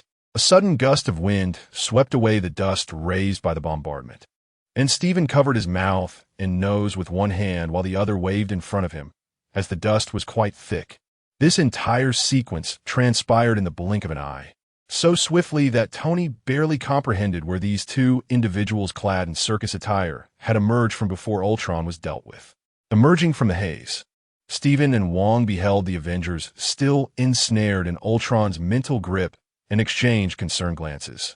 To their surprise, even though Ultron had been imprisoned in the mirror dimension, this mental control persisted. Meeting each other's gaze, Wong sighed and suggested, "Let us use the Eiston mind chain. This type of mental control can only be disrupted by another form of mental magic." "All right, you go first," Stephen replied without objection, gesturing for Wong to proceed. Wong shot him a look of exasperation. "You should explore other spells in the library instead of solely focusing on time magic. As the supreme sorcerer, one must be well-versed." "Hey, I'm a doctor. How could I not be well-educated?" Ignoring Stephen's shout from behind, Wong raised his hand and invoked the Eiston mind chain. This particular spell was purely auxiliary, primarily serving to connect the minds or souls of practitioners to combat various forms of malevolent mental magic. With Wong setting the example, Stephen emulated him, casting the same spell. Two golden chains surged forth from their hands, wrapping around the group of Avengers, including Tony and Rhodey, who had not succumbed to the mental control. Once the mind chains linked everyone together, they vanished, and the ensnared Avengers finally regained their senses. "Hey, sister, what happened to you?" Quicksilver Pietro rushed to Wanda's side, concern etched on his face. "I'm fine, just a bit fatigued," she replied. As Wanda conversed with Quicksilver, the restored Captain America, Steve, approached Stephen solemnly. "Thank you for your assistance, Mr. Magician. Stephen Strange, but you may refer to me as Dr. Strange. Just refrain from calling me a magician. I do not perform tricks," Stephen replied, nearly losing his composure at the term magician. Steve maintained a serious expression of gratitude, shaking Stephen's outstretched hand. "All right, Dr. Stephen."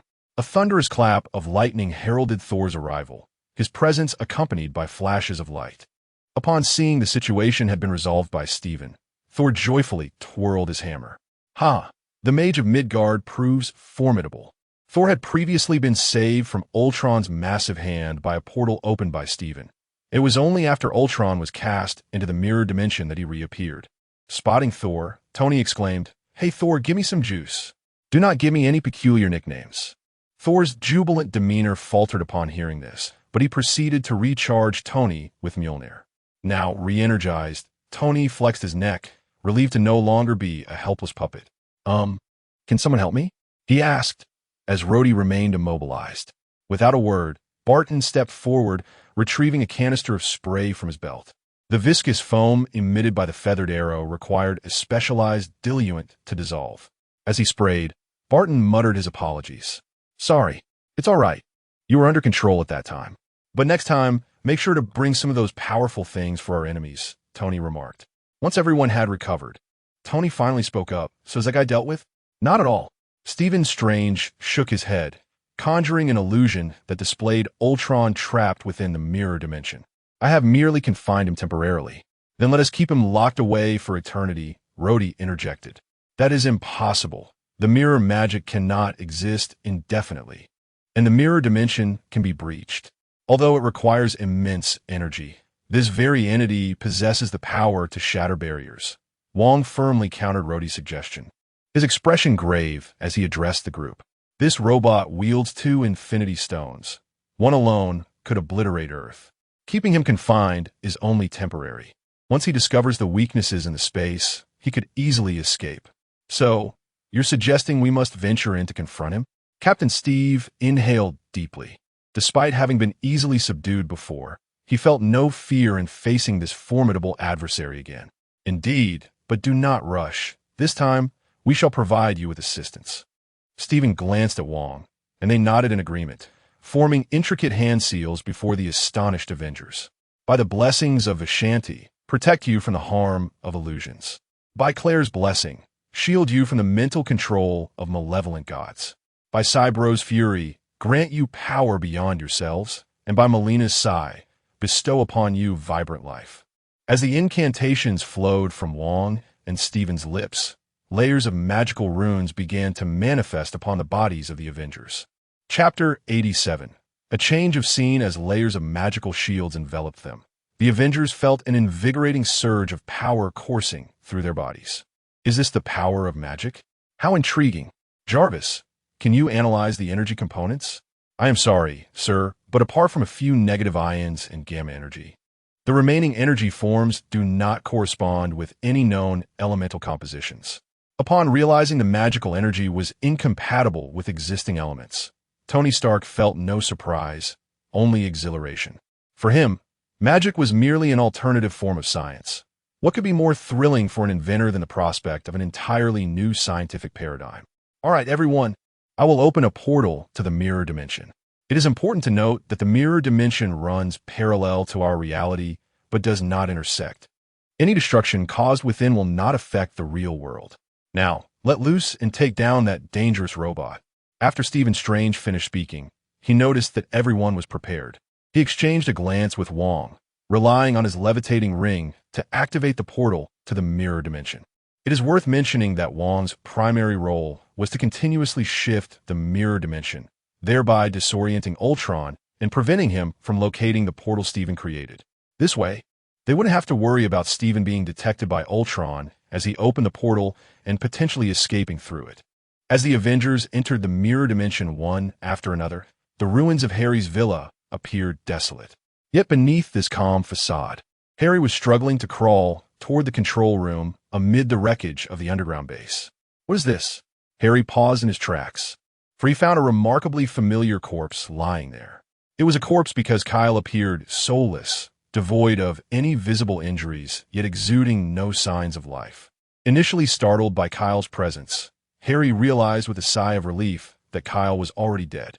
He approached and tore open Kyle's collar, not out of any nefarious intent, but to check if his own mithril metal was still intact. Has it fused?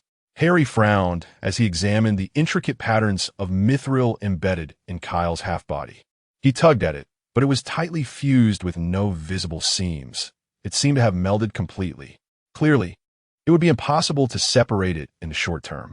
Looking around, Harry noted that the dim illumination in the underground space came from a few undamaged emergency lights.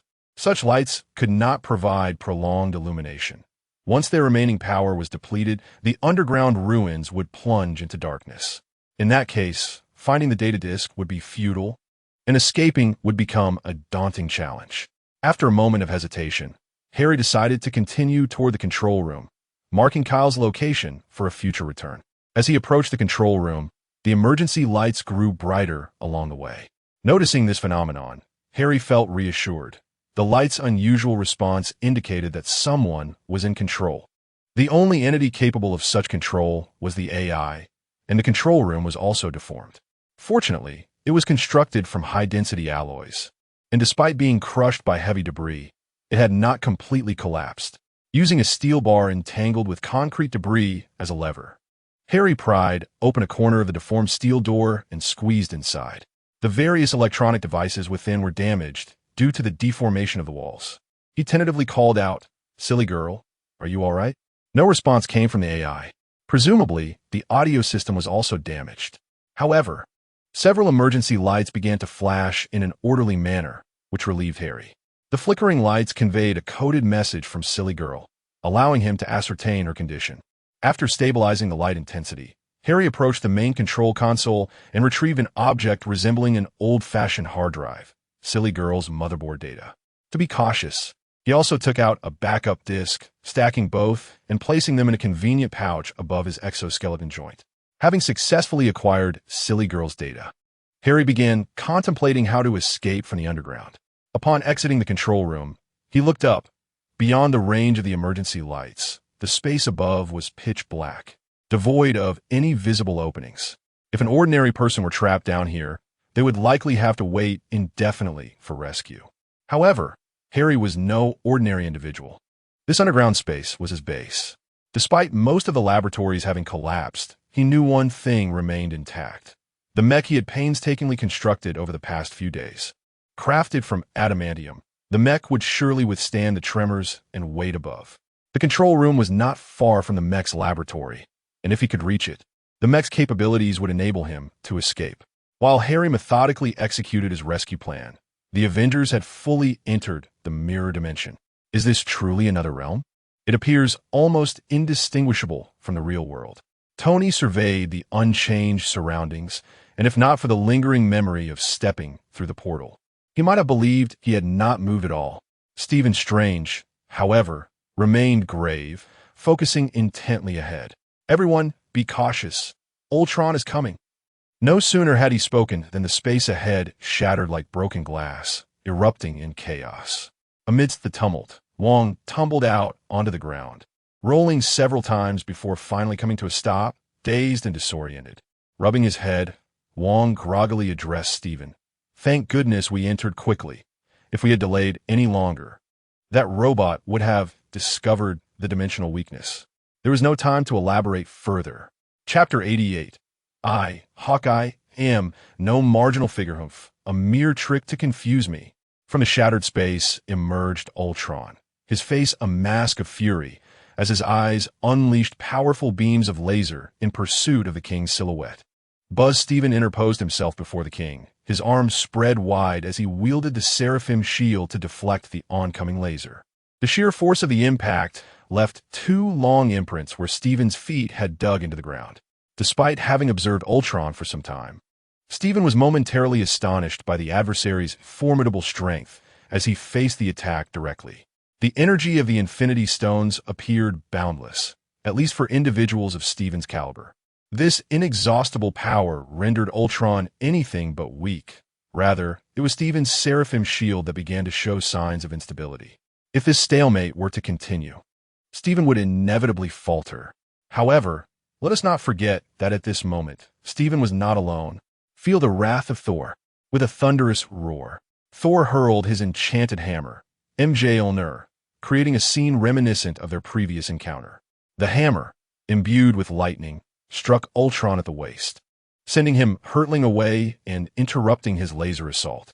Gasping for breath, Stephen withdrew the seraphim shield, his gaze fixed intently on the flung Ultron, cautious not to let his guard down. Ultron quickly regained his composure midair after being struck by Mjolnir, as Thor summoned the hammer back to him.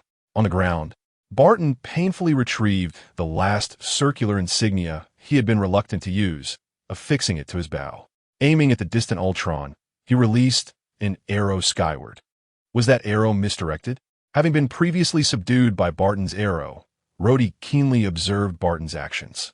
Noticing that the arrow ascended rather than targeting Ultron, he voiced his confusion. Barton glanced at Rhodey, a slight smirk playing at the corner of his mouth. My arrows never stray. Very well. He's so full of himself. Rhodey muttered under his breath, though he wisely refrained from voicing his thoughts aloud. After addressing Rhodey, Barton raised his wrist, checking his watch, mentally counting 1, 2, 3. Oh, what is that? Rhodey exclaimed in shock. Not only Rhodey, but everyone else was equally astonished as a colossal feathered arrow appeared in the sky, descending vertically, with Ultron positioned directly beneath it. Compared to the enormous arrow, Ultron appeared no larger than a grain of rice. Among the shocked observers, None were more astounded than Tony Stark, who anxiously oscillated his gaze between the massive feathered arrow and Barton. The technology that magnified an object millions of times defied conventional physics.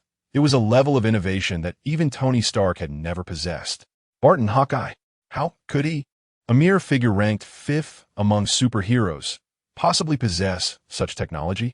Meanwhile, Ultron's demeanor shifted dramatically. No longer exuding the contempt he had previously displayed towards the Avengers, Ultron bellowed, raising his hands above his head, desperately attempting to withstand the weight of the descending arrow. The reality stone embedded in his chest radiated with brilliant light, and a colossal phantom emerged behind him, bracing against the arrow's shaft. In an astonishing display, Ultron managed to hold back the enormous feathered arrow momentarily. Observing this, Thor swiftly maneuvered MJ Mjolnir to soar skyward, aiming directly for the arrow's apex. Upon reaching the arrow's tip, Thor gripped MJ Mjolnir tightly, inhaling deeply, then unleashing a mighty shout as he raised the hammer high. The clouds above swirled, instantly shifting colors and rapidly rotating. The tempestuous clouds birthed a vast electric field, with lightning converging around MJ Mjolnir as the focal point. The incomprehensible heat and pressure generated a blinding radiance, while powerful electromagnetic pulses surged through the air, leaving Thor as the sole recipient of such overwhelming energy. Even as the god of thunder, this intensity exceeded his limits. The immense voltage coursing through him caused Thor's pupils to emit sparks of lightning, his body shimmering as every bulging vein pulsed with electric energy. Amid this force, Thor trembled, letting out a primal roar to alleviate the agony coursing through his form. Focusing all his strength, Thor gripped MJ Mjolnir and brought it close to the ground, the very ground that was the arrow's endpoint. At the moment of contact between MJ Mjolnir and the arrow, the lightning surged through the shaft, transforming the colossal arrow into a divine weapon, reminiscent of a thunderbolt from the heavens. How dare this mere speck of dust? Ultron, struggling beneath the weight of the arrow, felt the phantom behind him dissipate under the onslaught of lightning, while half of his body charred black. It was unfathomable that a being forged from vibranium could be reduced to such a state. The devastation wrought by the lightning extended beyond mere surface damage. It interfered with the energy circuits of the Infinity Stones embedded in Ultron's body. This disruption rendered him temporarily incapable of harnessing the Reality Stone's powers to conjure another giant phantom. Consequently, Ultron could no longer support the massive feathered arrow, which plummeted him into the ground. Thud! Steven swallowed hard, glancing at the equally astonished king beside him. Can our magic achieve such feats? The king, mouth agape, slowly closed it as he contemplated Steven's question. The Ancient One could, but you still have much to learn. The overwhelming thunder not only inflicted damage on Ultron, but also caused the PIM particles within the feathered arrow to fracture and evaporate. With the PIM particles rendered ineffective, the arrow rapidly shrank in size. Meanwhile, Thor, who had been resting at the arrow's tip, began to fall due to the arrow's swift contraction. However, the various protective spells cast by Steven and the king began to take effect. Melina's incantation allowed Thor's wounds to heal rapidly, enabling him to adjust his posture and land gracefully. Noticing Tony, who was left awkwardly without anyone to catch, Thor chuckled. I'm not accustomed to being embraced by a man. Let us celebrate later. We must extract those 2 Infinity Stones first. Only then can we truly resolve this issue. Steven's words shattered the momentary levity in the air. Though they had witnessed Ultron being struck into the earth by the arrow, could it truly be that simple to vanquish him? Before Steven could advance to retrieve the stones, a sudden surge of energy erupted from the depths of the enormous pit. Chapter 89. The second battle, a beam of energy surged skyward, stirring up clouds of dust. Vatham's wind. Steven thrust his hands forward, summoning a colossal hurricane that forcefully blew the dust back. As the towering beam of light gradually diminished, a figure within it slowly emerged. Ultron gazed down his chest, where the once gleaming silver metal was now marred by charred markings that connected to the energy gems pattern, and a gaping wound marred his shoulder. This damage was inflicted by a massive feathered arrow imbued with lightning, a stark reminder that despite his formidable physique, he lacked the ability for automatic regeneration.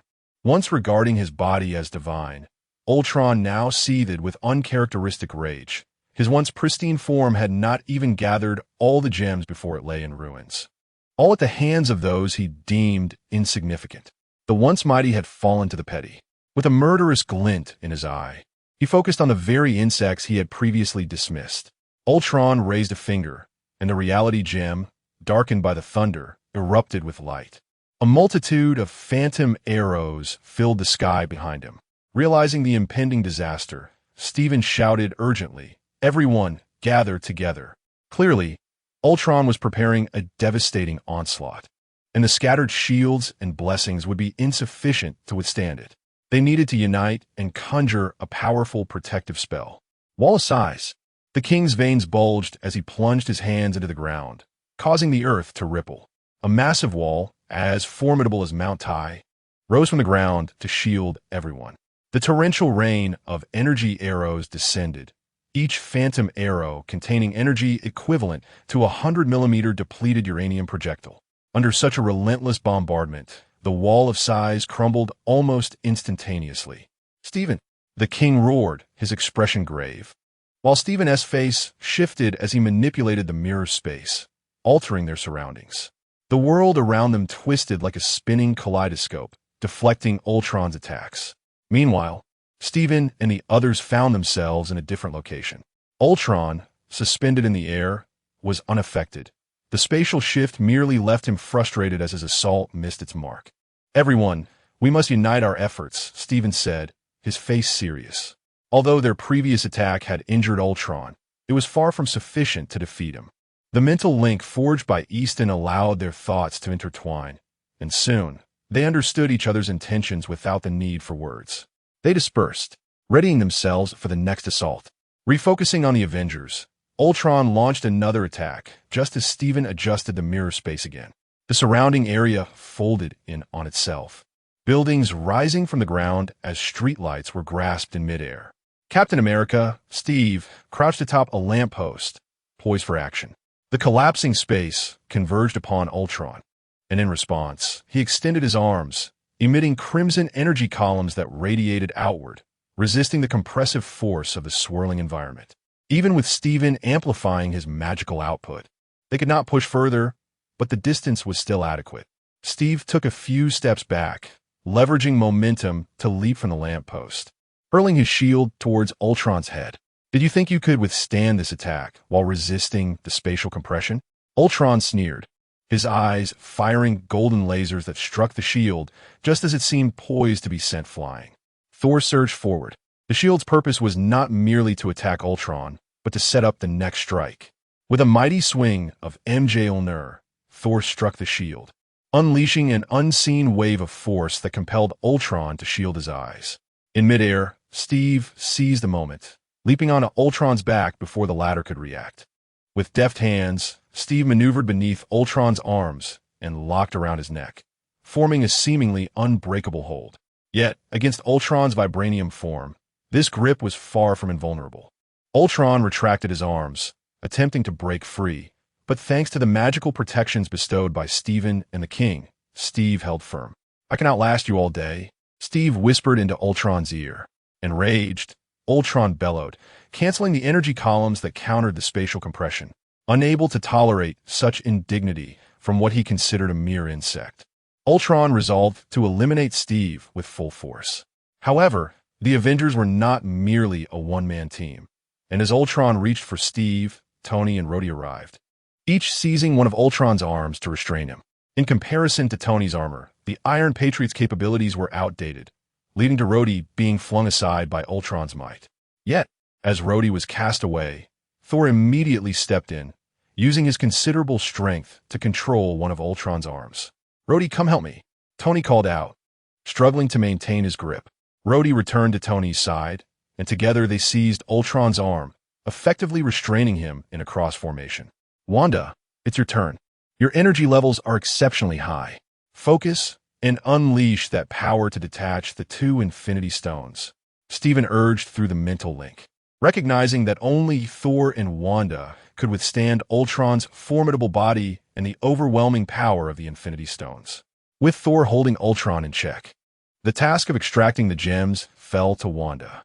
Stephen raised his hands, elevating the ground beneath Wanda until it aligned with Ultron. Staring directly at Ultron, Wanda felt a cold sweat form in her palms, the memory of Ultron's overwhelming strength still fresh in her mind. Now, face to face with him, even under control, she felt a surge of anxiety. "Hurry, we can't hold this much longer," Tony shouted, observing the diminishing energy of his suit and acutely aware of their limits. Chapter 90. Mistake. Wanda inhaled deeply, mustering her resolve as she slowly brought her hands, imbued with chaotic magic, closer to Ultron's chest. No, no, no. Ultron struggled, but his limbs were firmly restrained, rendering him incapable of wielding the power of the Reality Stone. The abilities of the Mind Stone were also nullified due to the presence of the Mind Chain, preventing any influence over the others. This left Ultron a mere spectator as Wanda utilized her magic to extract the Reality Stone from his being. "How could I possibly be defeated by you?" Ultron's fury reached its zenith, his eyes emitting beams of laser light greater than ever before. Stephen attempted to intervene, but it was too late. Wanda's chaotic magic instinctively protected her, sparing her from mortal peril, though it did send her hurtling away. Witnessing Wanda's expulsion, Thor, in shock, readied himself to complete Wanda's unfinished task, but in extracting one of his hands, he underestimated Ultron's strength. As Thor shifted his weight, he could not maintain control over Ultron's arm, which Ultron swiftly broke free from. By the time Thor sought to recapture that arm, it was already too late. Ultron, with his newfound freedom, immediately wielded the power of the stones and unleashed a barrage towards Thor. After sending Thor flying, Ultron targeted Rhodey and Tony, launching 2 energy blasts at each of them. Once freed from his restraints, Ultron roared and pried Steve's hands from his neck. "You think you could take all day? You cannot." Grabbing Steve and hoisting him before him, Ultron delivered a brutal headbutt to Steve's forehead, driving him into the ground. "Damn it, the opportunity has slipped away." Steven watched the chaos unfold, unable to suppress a frustrated exclamation. If only there were enough time, he would have observed the future before making a decisive choice. After breaking free, Ultron did not linger. He soared rapidly upwards, disappearing into the clouds. Observing this scene, both Wong and Steven wore grim expressions. Was Ultron's behavior indicative of his discovery of the mirror dimension's limitations? The mirror dimension, after all, was merely an alternate space. Unlike the real world, it had boundaries. Being a flat realm, Steven could manipulate it to disorient foes, but he could not shift vertical space. Ultron ascended higher and higher until he halted just before breaking through the atmosphere. Ultron gazed at the empty expanse, extending his hands. An unseen ripple surged through the spatial barrier, and Ultron understood. He had located the barrier. Without hesitation, he unleashed an energy beam from the Mind Stone, striking the barrier. Engaging in combat within this wizard-controlled space was exceedingly disadvantageous for Ultron. The spatial terrain was entirely under the opponent's control, significantly diminishing his potential. However, once he exited this space, the influence of that damned wizard would be considerably limited. "Where has he gone?" Tony returned, unable to spot Ultron, and inquired of the 2 mages gazing skyward. "He has found the spatial node and is breaking through it to return to the real world." Although Steven lacked the ability to see through the barriers, he was well aware of Ultron's current actions. The mirror dimension's barrier was being attacked, and, as its architect, Steven naturally sensed the disturbance. Yet he could not fathom how to prevent Ultron. The node in the sky was at such altitude that he could not ascend to it. Even if he could, he feared he would not be able to stop Ultron alone.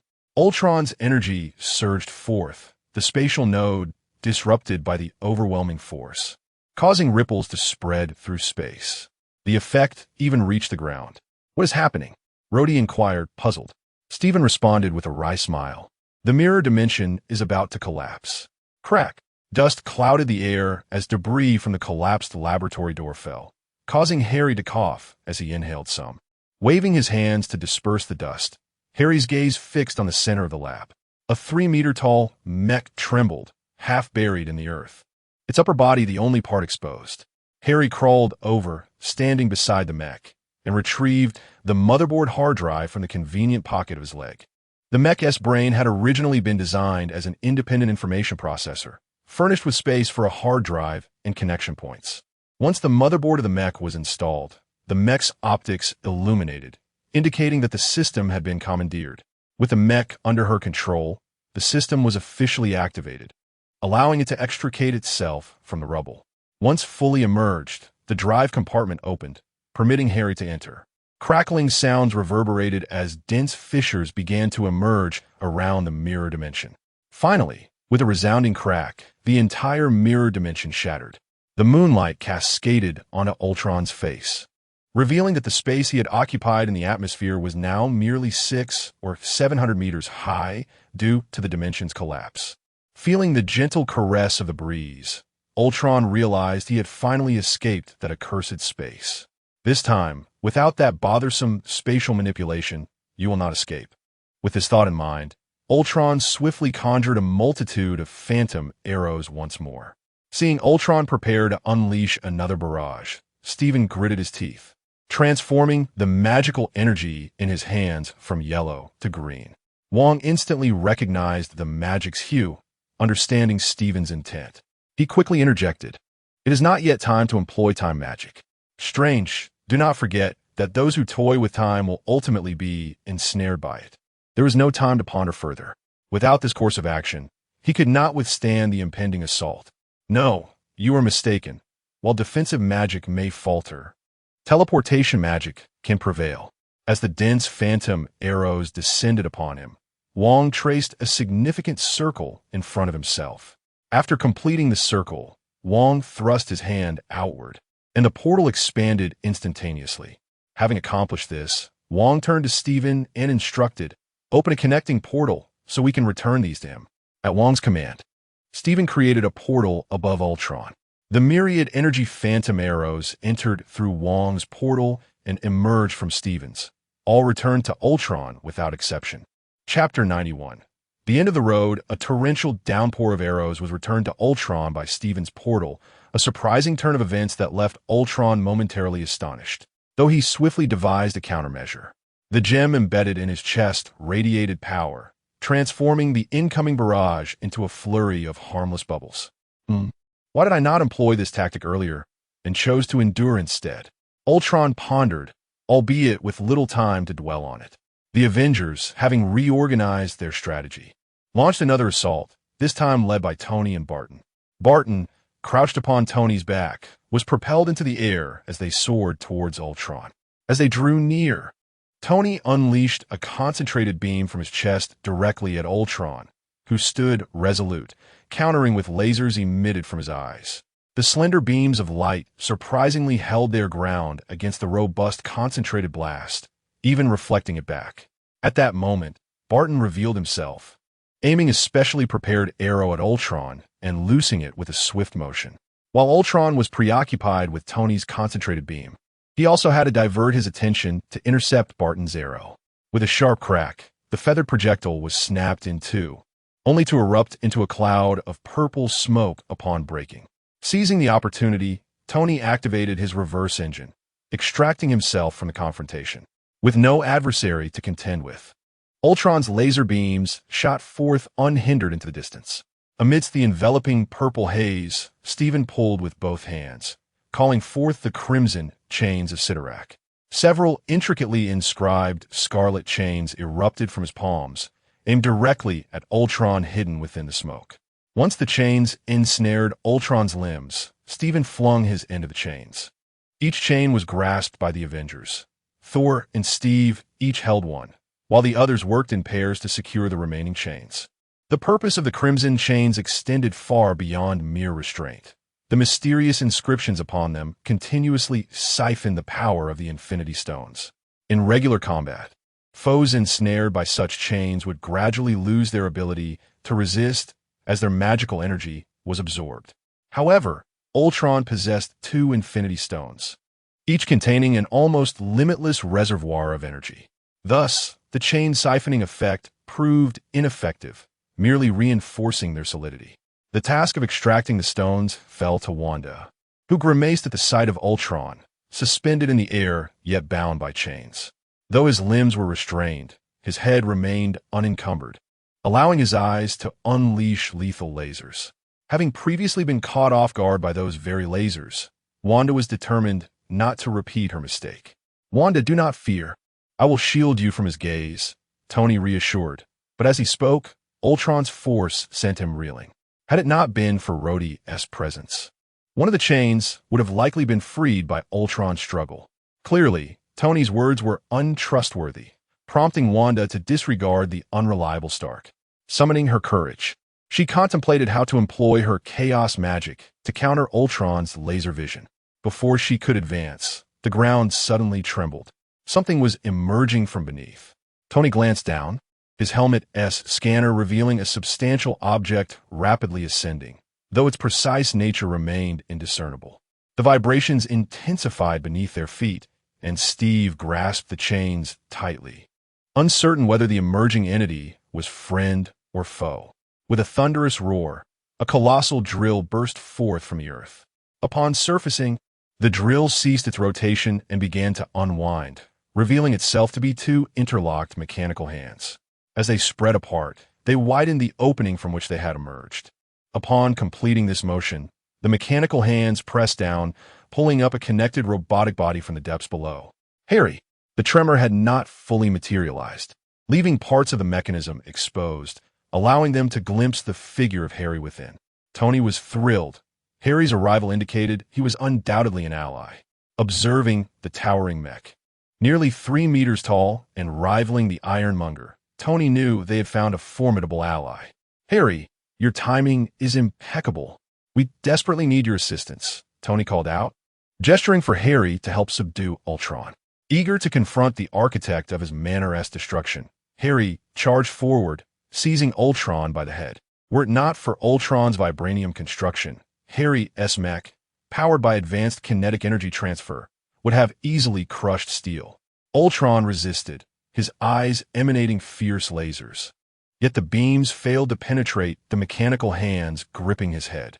Harry had invested significantly in this new battle suit, crafted from a cutting-edge alloy second only to vibranium.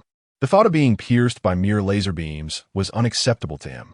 With her worries set aside, Wanda propelled herself forward, channeling chaos magic to envelop the reality stone. The process of extracting the stone proved far more arduous than anticipated. Sweat beaded on her brow as she struggled to maintain her grip on the gem. Yet, after a prolonged standoff, the stone embedded in Ultron's chest began to loosen. Seizing the moment, Wanda intensified her magical output. Suddenly, a wave of energy surged forth, causing those holding the crimson chains to sway violently. The reality stone was dislodged, the energy wave akin to a short circuit's electrical discharge. "Stephen," just as he began to speak, Wong retrieved a square black wooden box from his pocket, tossing it towards Stephen as he uttered his name. The box seemed to possess an alluring pull, drawing the floating reality stone into its confines. Crafted specifically for mages to collect infinity stones, the box was no ordinary vessel. As the gem entered, it severed its connection to the Mind Stone. Chapter 92. The calm after the storm. No. Ultron bellowed in rage, having lost his connection to the reality stone. However, his fury was in vain. Bereft of a precious gem, he found himself increasingly powerless to resist. "Do you need a rest?" Stephen, relieved by the detachment of a stone, began to concern himself with Wanda's well-being. Though her body was weary, Wanda shook her head resolutely, her gaze fixed on Ultron. "No, there will be time for rest later." With that, she steeled herself and commenced the delicate task of harnessing her magic to extract the Mind Stone. As the crisis loomed, the Mind Stone struggled desperately for freedom, even activating its previously dormant mind control abilities out of sheer desperation. What initially seemed like a futile endeavor unexpectedly bore fruit. Harry, who had just emerged from the ground, was not ensnared by Stephen's mental chain, leaving him vulnerable to the Mind Stone's influence. Ultron's hapless struggle unwittingly presented him with a glimmer of hope. The mechanical grip around Ultron's head released, and Steven realized with alarm that the boy had not received his magical protection and was now under control. Under the Mind Stone's influence, Harry piloted his mech to strike at Thor. Fortunately, Thor was closest to Harry and sensed the impending danger as Harry loosened his grip. He swiftly ensnared Mjolnir with crimson chains, but Harry's strike sent Thor flying.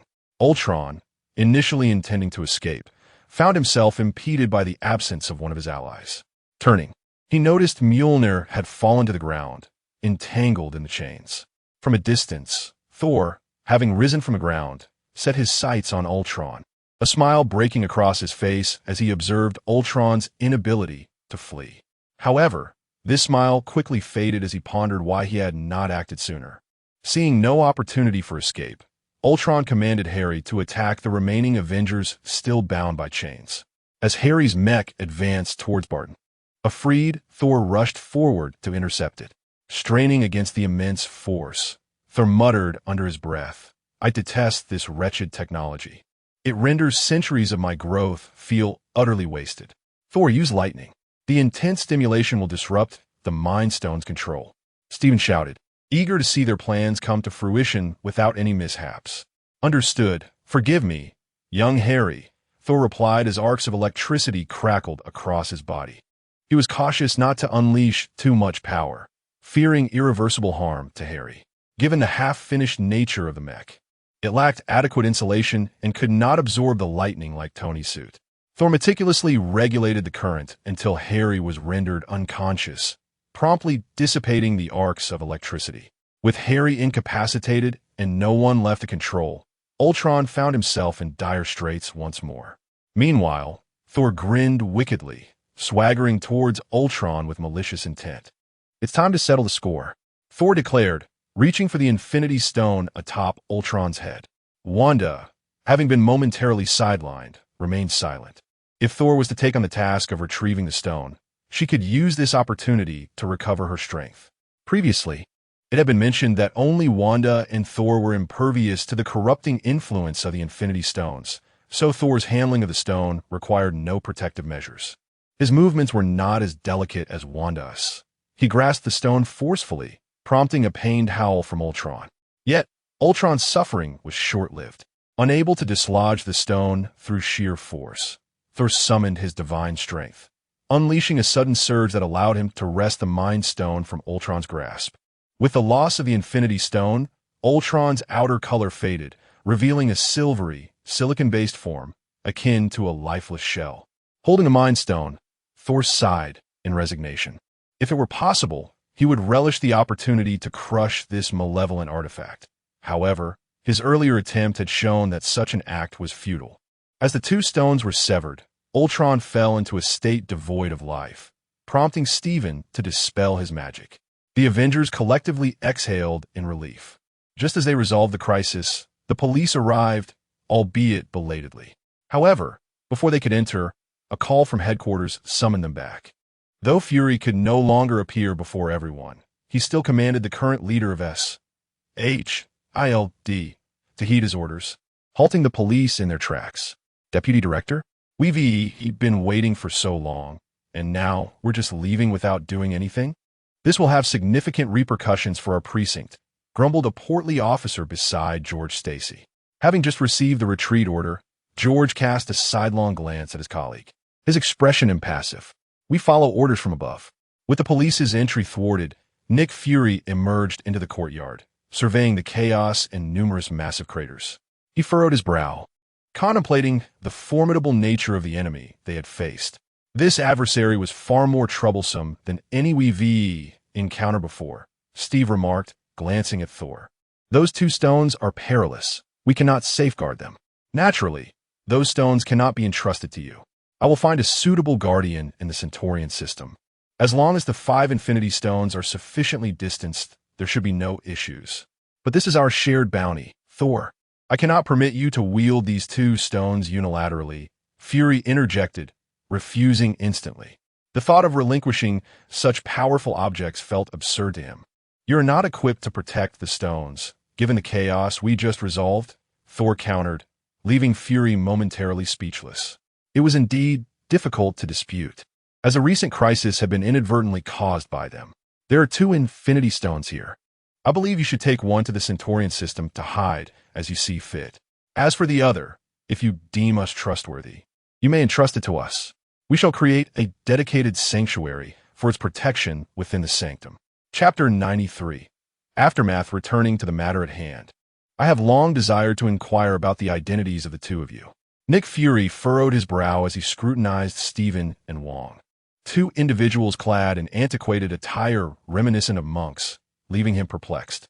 As someone frequently engaged with enigmatic events, Nick had encountered various eccentrically dressed individuals before, including vampires. Yet the true affiliations of these 2 remained elusive, prompting an instinctive wariness characteristic of an agent. We are the sorcerers of Kamartaj, dedicated to addressing and managing matters of the mystical realm or threats to global security, Wong succinctly introduced. Tony, standing beside him, nodded in understanding, realizing they were akin to a magical S.H.L.D. Nick cast a sidelong glance at Tony, signaling him to remain silent, before turning toward Stephen and stating, "So, you are essentially a grassroots organization. Thor, I believe such matters should be entrusted to a credible official agency for safekeeping." Well, if memory serves, S.H.I.E.L.D. has officially disbanded, has it not? To be fair, the current iteration of S.H.I.E.L.D. could also be classified as a grassroots organization. Tony interjected, despite having been silenced, with his companion Rhodey beside him, eager to voice his thoughts as well. Nick's expression darkened slightly, yet his complexion concealed any signs of distress. Before he could further assert his claim to the gems, Thor interjected. Kamartaj has been an enduring organization in Midgard for millennia, and its leader, the Ancient One, is held in utmost respect, even by my father. It is permissible for you to safeguard the Mind Stone, given that the sorcerers of Midgard possess the magic to counter its effects. As for the Reality Stone, I shall entrust it to a collector in the cosmos to mitigate potential catastrophe by dispersing the Infinity Stones. Are you referring to that collector, named Tyven? Harry, now awake, queried, having heard Thor mention the collector for the Reality Stone. Thor was taken aback that Harry knew the collector's name, as it was typically known only to those with direct dealings with such powerful figures. How do you know that name? Thor asked, perplexed. Understanding Thor's implication, Harry recounted how the Power Stone had obliterated the collector's abode. So this so-called collector is not entirely trustworthy, Tony remarked, initially indifferent to Thor's choice of custodian for the Reality Stone. While he harbored some envy for the raw power of the stones, their inherent danger rendered him cautious, preventing any reckless ambitions. Thus, when Nick sought to claim custodianship over the stones, Tony was quick to undermine his efforts, fully aware of Nick's lack of reverence. Should the gems fall into Nick's hands, he would surely exploit them for technological advancements, potentially unleashing another Ultron. Tony could manage himself, but was wary of Nick's unpredictability, preferring that such perilous artifacts be removed from Earth by Thor. Has the Power Stone emerged as well? Thor's brow furrowed in concern, recalling the visions he had witnessed in the pool of the Mind Stone. 6 Infinity Stones, a looming cosmic crisis, and the destruction of Asgard. The foreboding images of the future surged through his mind, seemingly unstoppable in their advance. Not only Thor, but Stephen and Wong also felt the weight of impending doom. One was the newly appointed Sorcerer Supreme, while the other was the Librarian of Kamartaj, both seasoned in their encounters with the arcane. Particularly for Stephen, who possessed the Eye of Agamotto, a tool for glimpsing the future. An omnipresent sense of crisis lingered in his heart. Previously uncertain of the crisis's origin, he now suspected it was linked to the recent emergence of the Infinity Stones. The sequential appearance of these stones was unprecedented in history, and Kamartaj records bore no mention of such occurrences.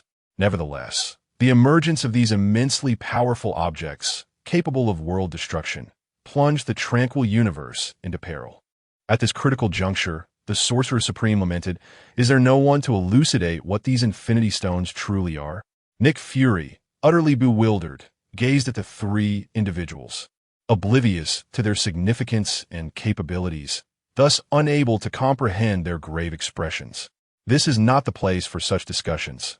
We should proceed to the sanctum, Stephen suggested, glancing around at the nearby police officers who had yet to disperse, along with several helicopters hovering in the distance, likely from news organizations. Wait, Stephen. The sanctum is not to be entered by the uninitiated, Wong objected, emphasizing that in all the years, no one aside from the Sorcerer Supreme had ever brought ordinary individuals into the sanctum. Wong, you must understand that the sequential emergence of these infinity stones signifies a cosmic crisis. We cannot rely solely on Kamartaj to avert this threat. We must unite with others, individuals who are capable of becoming our allies, Stephen urged, yet Wong remained conflicted. However, the sanctum is of utmost importance and must not be compromised, Wong insisted. Firstly, these individuals, aside from that one, are anything but ordinary. Secondly, as the Sorcerer Supreme, I should have the authority to bring friends into the sanctum, Stephen countered. Very well. You are the Sorcerer Supreme. Your word is final, Wong conceded reluctantly. Thank you, Wong, Stephen replied, his smile returning as he successfully persuaded Wong. He then turned to open the portal to the sanctum, urging, please hurry. I wish to avoid being captured by journalists on camera. Otherwise, I would have to cast a forgetting spell, which is quite troublesome. With Stephen's encouragement, the group stepped into the portal, crossing into the grand hall of the sanctum. The architecture of the sanctum was imbued with magic. While it lacked the whimsy of the room of requirement from Harry Potter, it was nonetheless highly functional. Stephen removed his cloak, which soared through the air to hang on a rail on the second floor, much to the astonishment of the onlookers. Within the sanctum, casting spells required no elaborate gestures or incantations. Merely simple movement sufficed. Chapter 94. Distribution of the gems in the hall. Stephen merely gestured lightly, and the tables and sofas in the corner seemed to fluidly rearrange themselves, positioning themselves behind the assembled Avengers. Please, take a seat, everyone. Moreover, may I inquire what you would like to drink? Tea or coffee? Having returned to his familiar grounds, Stephen visibly relaxed, and the elegant demeanor of the elite company began to surface. Natasha, coffee, no sugar. Tony Stark, black tea. Steve, just coffee will suffice. Barton, coffee. Rhodey, 1 cup of coffee, thank you. Nick Fury, coffee. Wanda, coffee. Pietro, coffee. Harry, a cup of black tea, please. Thor, is there any ale? After the battle, I require a drink to celebrate. Please wait a moment. Upon receiving the drink orders, Stephen snapped his fingers, and in an instant, a house elf appeared, gracefully bearing a tray filled with beverages, approaching each individual. Of course, such a scene was impossible. This was not Harry Potter. In reality, a portal opened with a snap, and Wong, carrying an assortment of cups, placed them before everyone. The glasses were empty, and before anyone could question why, the drinks materialized within them. Tony eagerly lifted his cup and took a sip, his eyes instantly sparkling. The temperature was perfect, the flavor reminiscent of a freshly brewed concoction. My goodness, is this magic? Tony couldn't help but exclaim, as this illogical spectacle ignited his curiosity to unravel the underlying mechanisms. All right, Tony, let us now focus on these stones, Nick interjected, lacking Tony's desire to dissect everything. He was primarily concerned with the nature of these damned stones and their potential to bring about destruction. Well then, let Wong enlighten you. While Stephen Strange had a rudimentary understanding of the Infinity Stones, he was aware that this was not magic, and thus, he left the intricate details to Wong, the longtime librarian. As you command, my supreme sorcerer. Wong rolled his eyes, as Stephen seemed increasingly adept at directing him. He approached the center, extending his arms to conjure an illusion, showcasing the 6 Infinity Stones in sequence. The Infinity Stones, legendary artifacts born from the cosmic explosion, total 6. Each possesses boundless energy and extraordinary power, known as space, time, reality, mind, power, and soul. The records at Kamartaj chronicle the legends of the Reality Stone, Time Stone, and Space Stone. The earliest mention of the Reality Stone dates back thousands of years, during the war between the Dark Elves and Asgard. I know of this. It was taught in Asgard as history, and just recently I faced it. Harry helped me back then, Thor remarked, raising his glass and smiling at Harry, before downing the entire drink. As per tradition, He would typically smash the glass afterward. Yet before he could do so, the cup miraculously filled with beer again. Ah, such practical magic. This is exactly to my taste, Thor exclaimed, appreciating the enchantment. Wong continued, the timeline of the Space Stone's appearance on Earth is elusive. Yet we have verifiable accounts from World War II. The Tesseract, Steve exclaimed as he recognized the familiar blue cube in the illusion. Indeed, it is the Tesseract. After the conclusion of World War II, it was contained by SHLA, which at that time was known as the Strategic Homeland Intervention, Enforcement, and Logistics Division. In the 1990s, the Space Stone resurfaced, attracting the Kree fleet, leading to the Battle of New York. The history of the Mind Stone, however, remains unrecorded, indicating it was not present on Earth previously. As for the Time Stone, it has been safeguarded by Kamar-Taj for millennia without incident, until recently when it attracted formidable foes.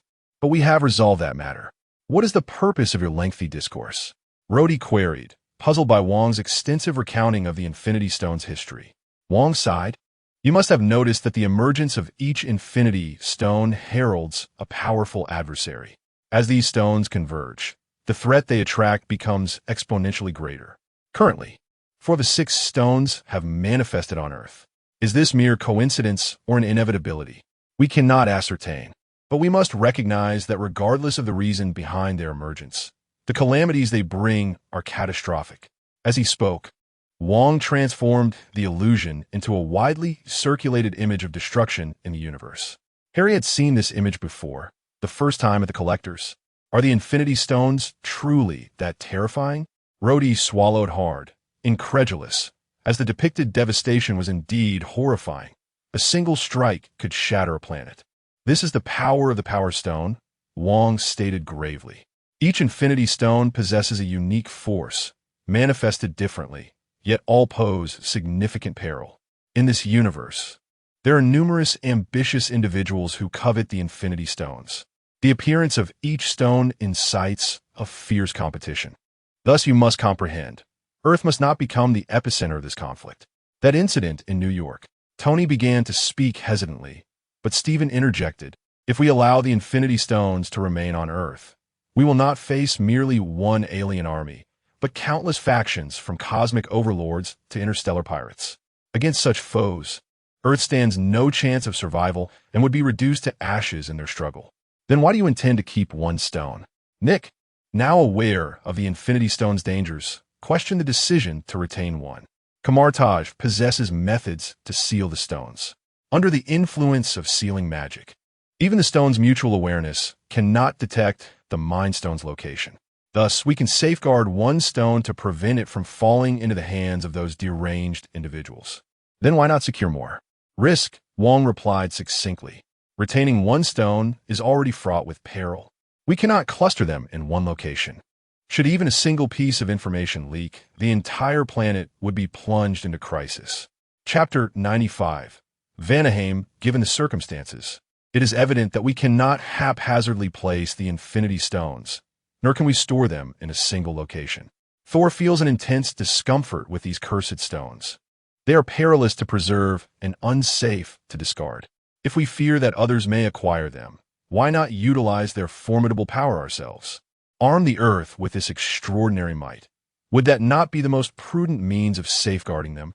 This would not only ensure the security of the stones, but also bolster the Earth's defenses against extraterrestrial threats.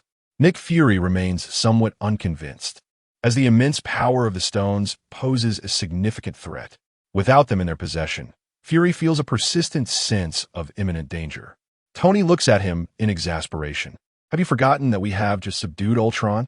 One Ultron nearly exhausted us. Admit it, Nick, Earth currently lacks the capacity to safeguard the Infinity Stones. Asgard already possesses the Space Stone and cannot hold more. As for Kamar-Taj, if you are capable, then the Mind Stone shall be entrusted to you. The only remaining concern is the Reality Stone. Thor ponders the whereabouts of the Reality Stone. Since the Collector cannot adequately safeguard the Infinity Stones, it is imperative to find a new secure location. What about Vanaheim? Stephen proposes a place that Thor had not considered. Vanaheim? Thor murmurs, a sudden clarity washing over him. Indeed, Vanaheim, the homeland of his mother, a steadfast ally to Asgard. What could be more reassuring than that, despite his infrequent visits over the years? You are right. I should store the reality stone in Vanaheim. Being impulsive, Thor immediately wishes to act upon this newfound resolution. Although Nick still opposes the idea, his influence here is minimal. Following their deliberations, they swiftly implement their decision, and the sanctum no longer accommodates Harry and the others. Stephen opens a portal, transporting them back in succession. By the time they return to the ruins of his estate, dawn begins to break. Gazing at the faint glow on the horizon amidst the dark remnants before him, Harry falls into a contemplative silence. The losses he has endured are indeed severe, having not only lost the reality stone, but also suffered considerable financial damage. However, this calamity has afforded him a clearer understanding of the inherent dangers of the reality stone. Previously, when he wielded it beyond his physical limits, he only glimpsed its potential. It was only through Ultron's usage that he comprehended the true peril of such formidable power. In hindsight, he realizes that recklessly bringing it back without considering the risks was a grave error. With a resigned sigh, he acknowledges that lamenting the past is futile. He must now focus on remedying the current situation. As Harry and Tony traverse the portal, they find themselves surrounded by order-maintaining police. These officers were initially set to withdraw, but an influx of reporters compelled them to remain in order to prevent potential stampedes. Mr. Keener, can you tell us what transpired here? A reporter from the Hornet Daily, seemingly late to the scene, inquires. Another, from a global daily, approaches more directly, microphone in hand. We observe you emerging from an unidentified wormhole. Is that the Osborn Group's new teleportation technology? Mr. Keener, there have been sightings of a colossal figure at your estate, and now it lies in ruins. Were you attacked by extraterrestrials? Is Earth facing an alien invasion? Are you now an Avenger? The cacophony of questions overwhelms Harry, causing a dull ringing in his ears. He is not inclined to respond to these inquiries. Instead, he wearily requests the police to push the reporters back. Once the officers create some distance, Harry retrieves his phone and taps the castle icon. In a short while, a drone approaches, carrying several metallic rods. It circles the estate's ruins, dropping the rods as it goes. Upon landing, the rods unfurl into an electric net, interlinking to envelop the estate in a protective barrier. Harry has no desire for unwanted guests to trespass, even among the ruins. This electric perimeter will sustain itself for 36 hours, effectively deterring reporters seeking materials from the wreckage. Having secured the ruins, Harry disregards the clamoring journalists and departs.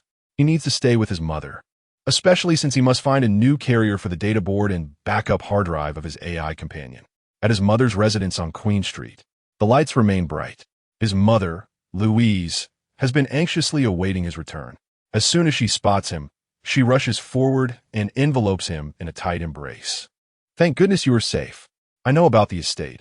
It's far too dangerous there. You should stay here from now on. Easy there, Mom. I can hardly breathe. Harry gasps, patting her arm. It seems she is overly anxious, as her grip is nearly suffocating.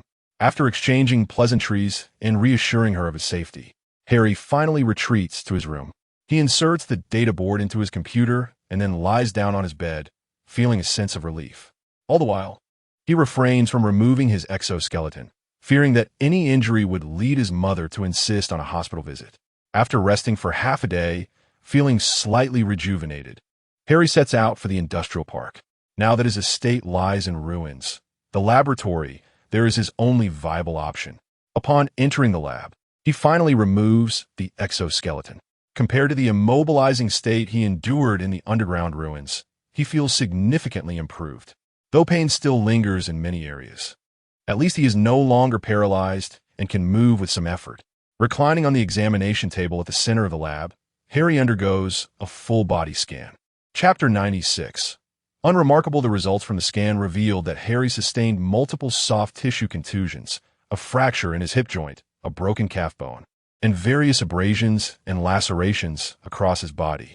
While lacerations and abrasions are relatively straightforward to manage, the fractures present a more complex challenge. After all, healing from such injuries typically requires a considerable amount of time. It seems that for the foreseeable future, he will be reliant on the exoskeleton patch. Lying on the examination table, Harry awaited the treatment from the medical robot, which took nearly an entire day.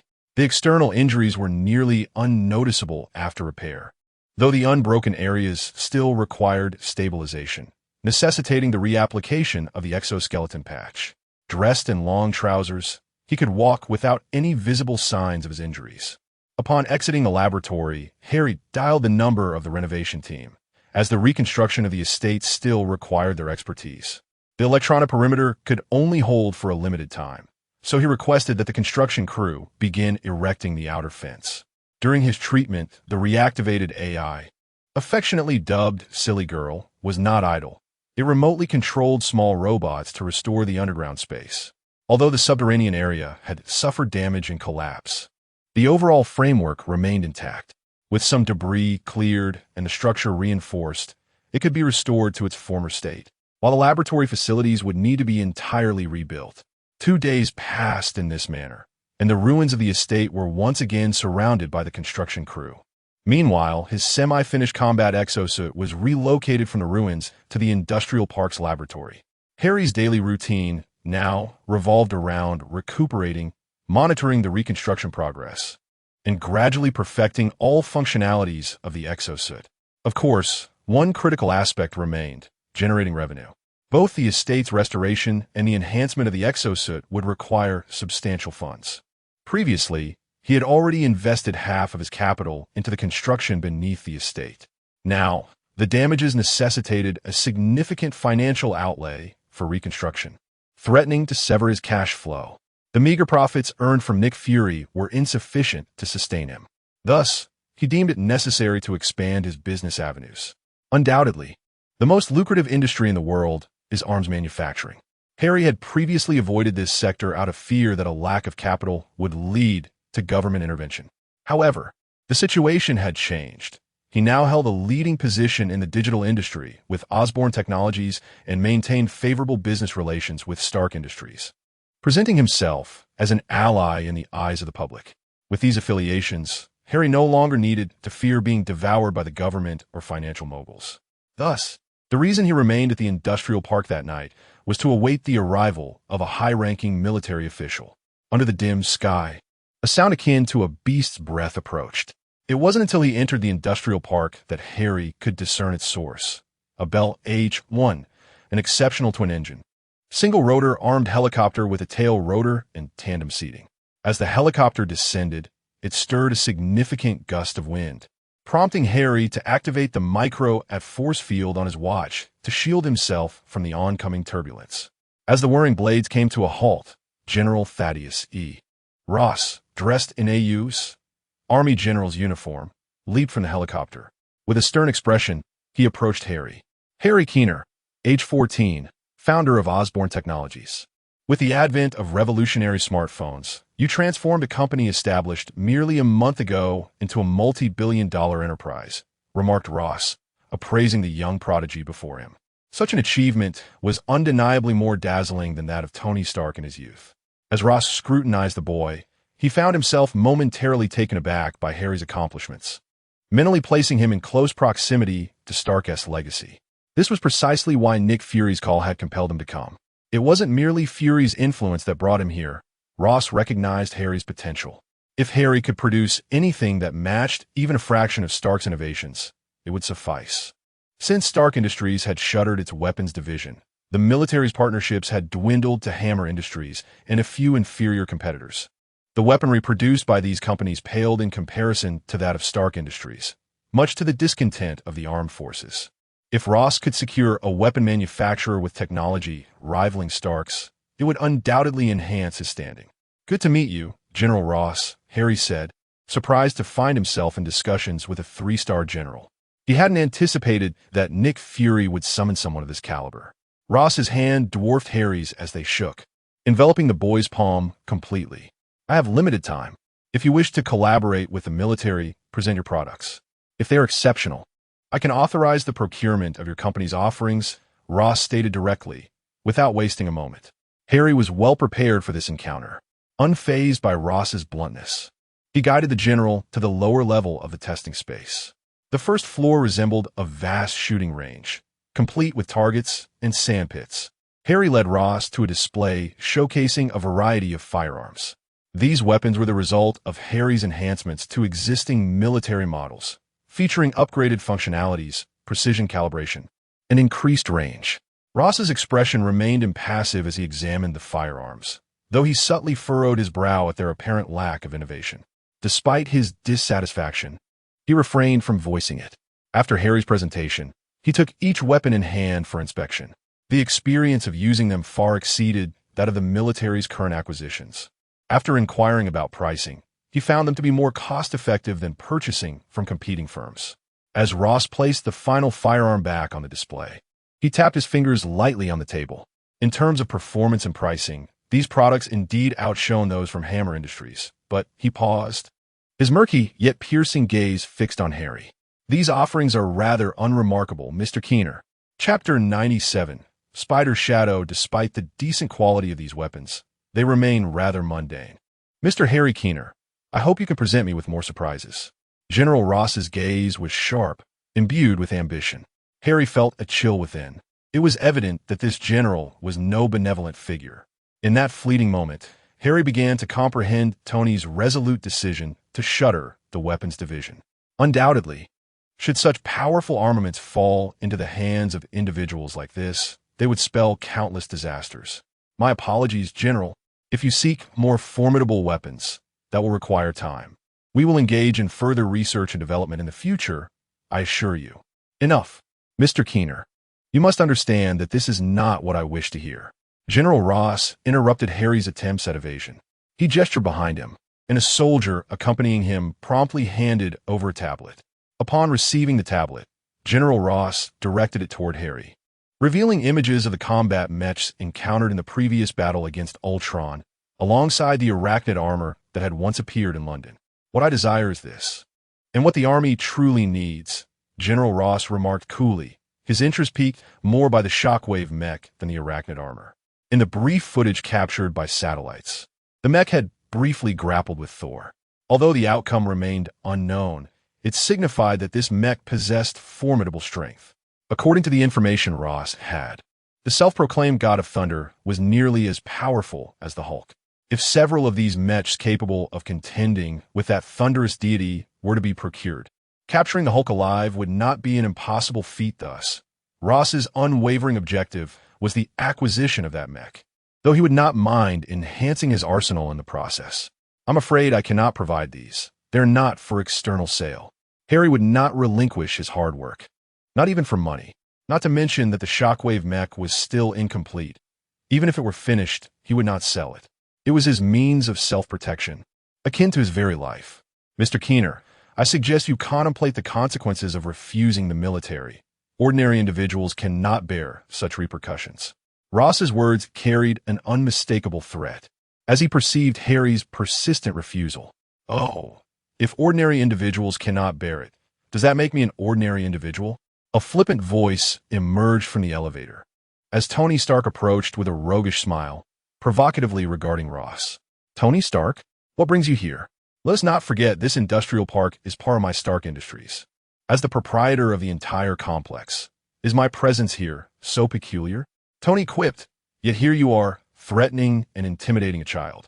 Be wary of potential lawsuits from the Children's Foundation. Tony strolled over to Harry's side, his smile unwavering, gazing at the increasingly irate General Ross. This is none of your concern, Tony Stark. Ross seethed, harboring a deep disdain for Tony, especially after the latter had shut down the weapons division. No. You are mistaken. This is indeed my concern. Mr. Harry Keener's Osborne Technologies is a business partner of Stark Industries, and he is also one of our joint shareholders. Regarding matters of company confidentiality, we have the right to intervene. What is it called? Oh yes, protecting shareholder interests. Tony draped an arm over Harry's shoulder, exuding an air of camaraderie that left Ross seething in silence.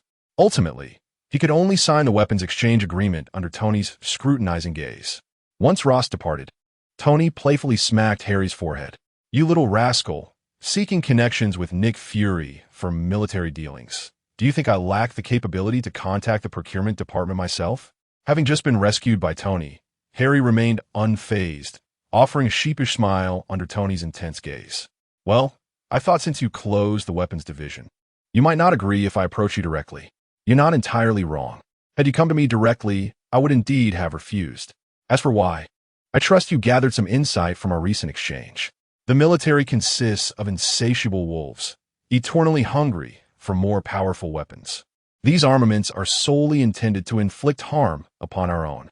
Tony sighed, reflecting on the myriad of chaotic factions clashing on Earth, with many aspiring to become the world's dominators.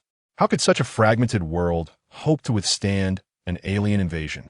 The nightmarish vision of the alien fleet that had nearly obscured the entire sky during the New York incident lingered in Tony's mind.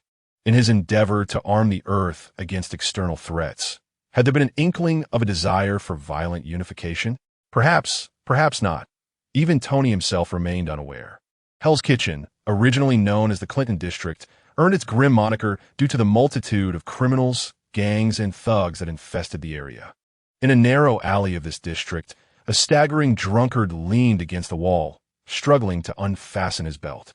The inebriation hindered his coordination, and after several attempts, he finally succeeded. Hissus the drunkard whistled, urinating against the wall, oblivious to the enormous shadow gradually enveloping him.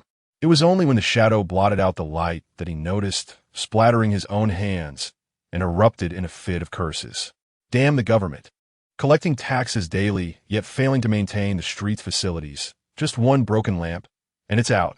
As he turned around in a drunken stupor, he realized it was not a malfunctioning light, but rather a colossal spider blocking the illumination.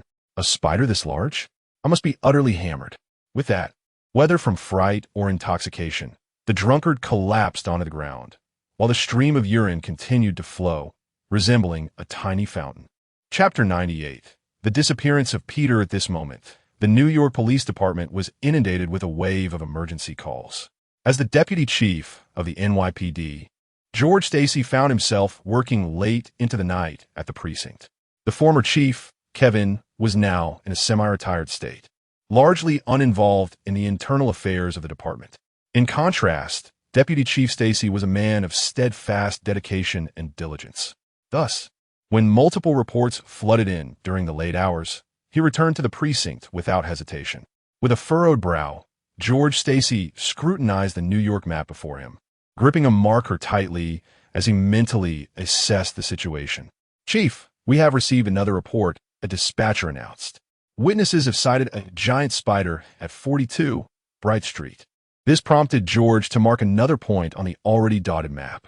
"Back to this location again?" he murmured, staring at the interconnected dots on the map. In pursuit of a pattern, George turned to the surveillance officer hunched over his computer. "Is the surveillance for that area still inaccessible?" he inquired. "I'm afraid not, Chief. That area is Hell's Kitchen, and all our cameras are down," the officer replied, instilling a sense of helplessness in George. The complete failure of surveillance in such a notorious area made it evident why it had become a haven for criminals. "Report, Chief. We received a call about a missing person in Ingram, Queens, at number 20. The dispatcher's report tightened George's chest. Indeed, it seemed that mere moments after the news of the giant spider broke, a case of a missing person emerged. Without delay, George hastily donned his coat and exited the precinct, determined to reach the reported location and ascertain the situation. Meanwhile, Harry returned home from the industrial park, satisfied with the outcome of recent dealings, particularly due to Tony's involvement. The military's procurement of current equipment had the potential to bring substantial funds to Harry's firm. Furthermore, Tony had generously offered him a satellite launch opportunity, an endeavor that required congressional approval and NASA's review to avoid disastrous consequences.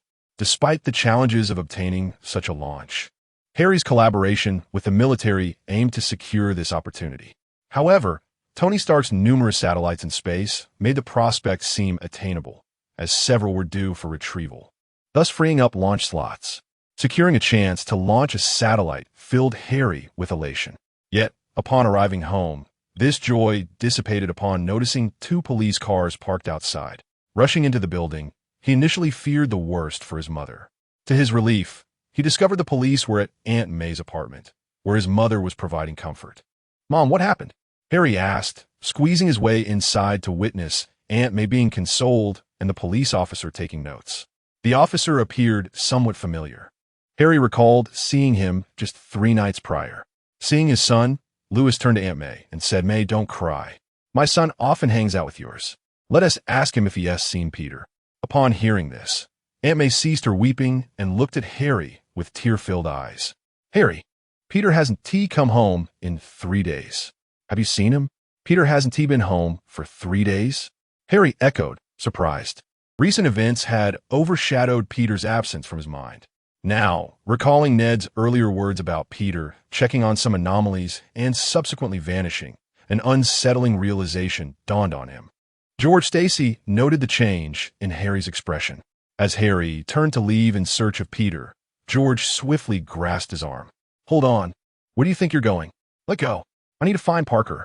Harry protested, attempting to break free, but George's grip was firm. "You only need to tell us where you think Peter Parker might be. We will handle the search. You're just a child. You should stay at home." George Stacy frowned, disliking the rebellious and impulsive nature of youth.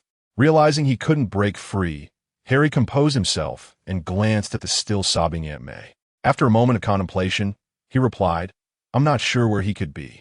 I just know I saw him at school 3 days ago." "Child, this is not the time for withholding information. If you know anything, you must share it so we can find him more quickly," George insisted. With years of experience, he recognized that Harry was not being entirely truthful.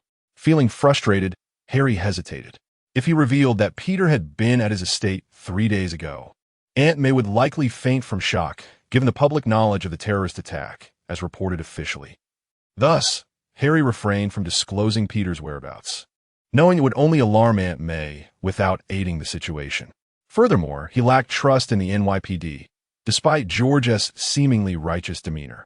Faced with George's persistent questioning, Harry decided to redirect the inquiry towards Ned. "I'm telling the truth. 3 days ago, I was at school with Ned and Peter. If you don't believe me, you can ask Ned." George Stacy's gaze sharpened as he scrutinized Harry. "You better be telling the truth. I'll go fetch Ned right away."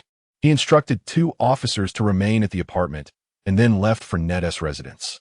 Once relieved of the stubborn officer, Harry reassured Aunt May, "Don't worry. Aunt May, Peter might just be at a friend's house.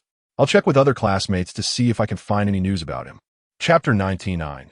The search for Peter. Upon returning to his bedroom, Harry eagerly opened his computer and activated the contact line of the AI named Jarvis. "Mr. Harry, how may I assist you?" Jarvis responded in the dialog box.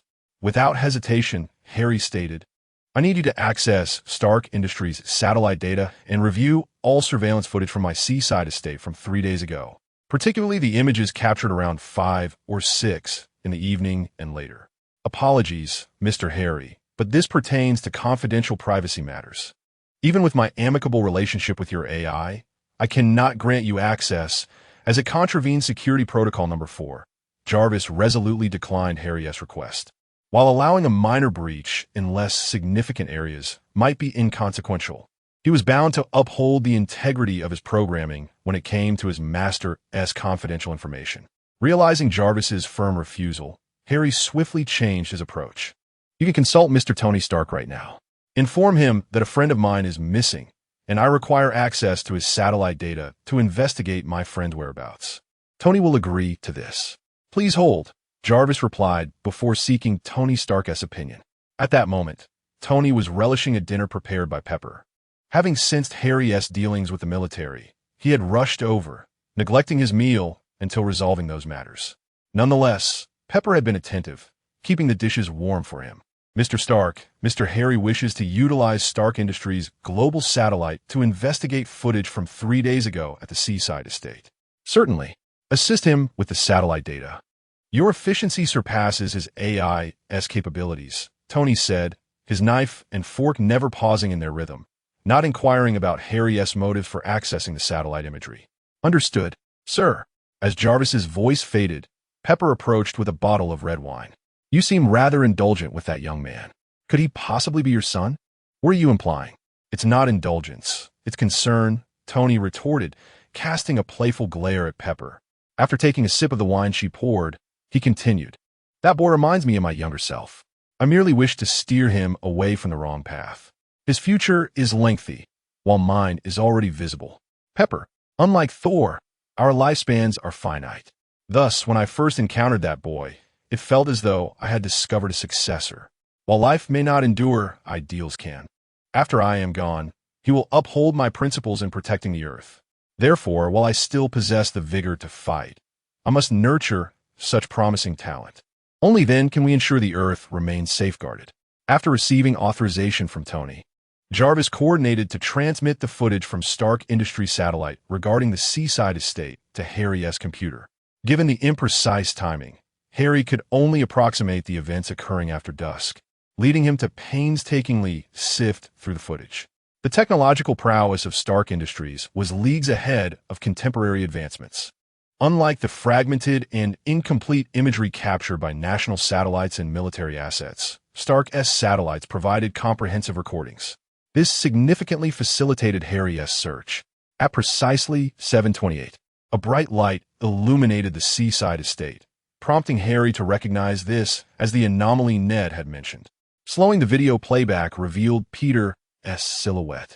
Although the satellite imagery lacked zooming capabilities, Jarvis's computational prowess allowed for image restoration, enhancing the clarity of the visuals. Harry was astonished to witness Peter transform into a gigantic spider, then shrink and turn transparent. He had never fathomed that Peter possessed such extraordinary abilities. As the footage progressed, Peter's presence vanished, his invisibility rendering him undetectable to the satellite's view. Exhausted and rubbing his temples, Harry fixed his gaze on the computer screen, studying the satellite footage, which left his eyes dry and strained. Just then, a heavy knock resounded at the door. Opening it, he found the officer who had previously grabbed his arm, George Stacy. At that moment, Harry recognized the officer's name. George's expression was grim. Following Harry's earlier words, he had sought out the boy named Ned. Despite Ned's stuttered speech, he relayed the same details Harry had, claiming that he had seen Peter at school 3 days prior. George could sense Ned was lying, especially given the boy's incessant blinking, but lacked evidence to substantiate his suspicions. Furthermore, he could not resort to coercive interrogation tactics typically employed against criminals, which left him feeling quite frustrated. "Hello, Harry." Ned peeked from behind George, waving at Harry. Harry was taken aback that George had brought Ned along. He wondered if Ned's account would align with his own. George Stacy scrutinized the two boys, an instinctive nagging indicating something was amiss. Yet, without better options, he felt compelled to halt further investigation for the moment. He could not justify detaining two minors based solely on his suspicions. If he dared to do so, he would undoubtedly face repercussions. "Here you are. But I hope you understand that concealing the truth will yield no benefit in locating your friend. New York is perilous at present. A delay in finding missing persons could result in dire consequences," George warned. Ned insisted on coming along, and although George had not anticipated this, he feared for Ned's safety in the event of an encounter with a large spider. Thus he acquiesced. After issuing his warning and observing their continued silence, George could only shake his head in resignation and leave. Harry, sensing an anomaly in George's words, inquired, "What do you mean by New York being dangerous right now?" "That is not for you to know. Just understand that you should avoid going out at night," George replied curtly, offering no further explanation before departing. Chapter 100. Spider. Spider Harry, that police officer asked me where Peter was 3 days ago. I dare not say much, only mentioning that we were all at school. That should pose a problem, right? After Ned watched George and Stacy leave, he followed Harry into the room. Harry waved his hand dismissively, stating, "It's fine. We are not criminals. He cannot interrogate us. However, the priority now is to locate Peter." "You're right. I came here out of concern for Peter's whereabouts." "Do you have any leads, Harry?" Ned inquired, his eyes filled with anticipation. Harry pulled up the image on his computer, pausing the video at the moment when Peter transformed into a spider. Ned, astonished, pointed at the screen and asked, "Is that Parker?" "Yes." Parker doesn't know why he turned into a spider, and what's worse is that this form can shrink and become invisible. After that point, satellite surveillance lost track of him. Harry lamented, shaking his head in frustration. "The clues end here, and I'm still pondering where to continue my search." Spider, I've got it, Harry." We should look up any recent news related to giant spiders that might lead us somewhere. Peter can't possibly just vanish after transforming. In comics, those superpowers don't last forever. Abilities like shrinking and invisibility must eventually wear off. Once those powers fade, a giant spider's appearance would surely attract media attention. Ned's eyes lit up with a sudden inspiration. Harry acknowledged the validity of Ned's suggestion and began searching online for recent spider-related news. Unfortunately, major newspapers and news outlets had no such stories. Just as Harry was beginning to lose hope in this avenue of inquiry, Ned, pulling out his phone, exclaimed, "Found it! Harry, look!" Ned handed his phone to Harry. Inside was a group chat, where the last message was Ned's inquiry about sightings of a giant spider, followed by a reply that included a photo. The photo was taken at an angle, making it clear that the photographer and the giant spider were not aligned. The scene depicted was dilapidated, resembling a dark alley, with the light obscured, revealing only a vague, massive silhouette. As Harry examined the name of the individual who sent the photo, he recognized Eugene Thompson, also a student at Midtown High.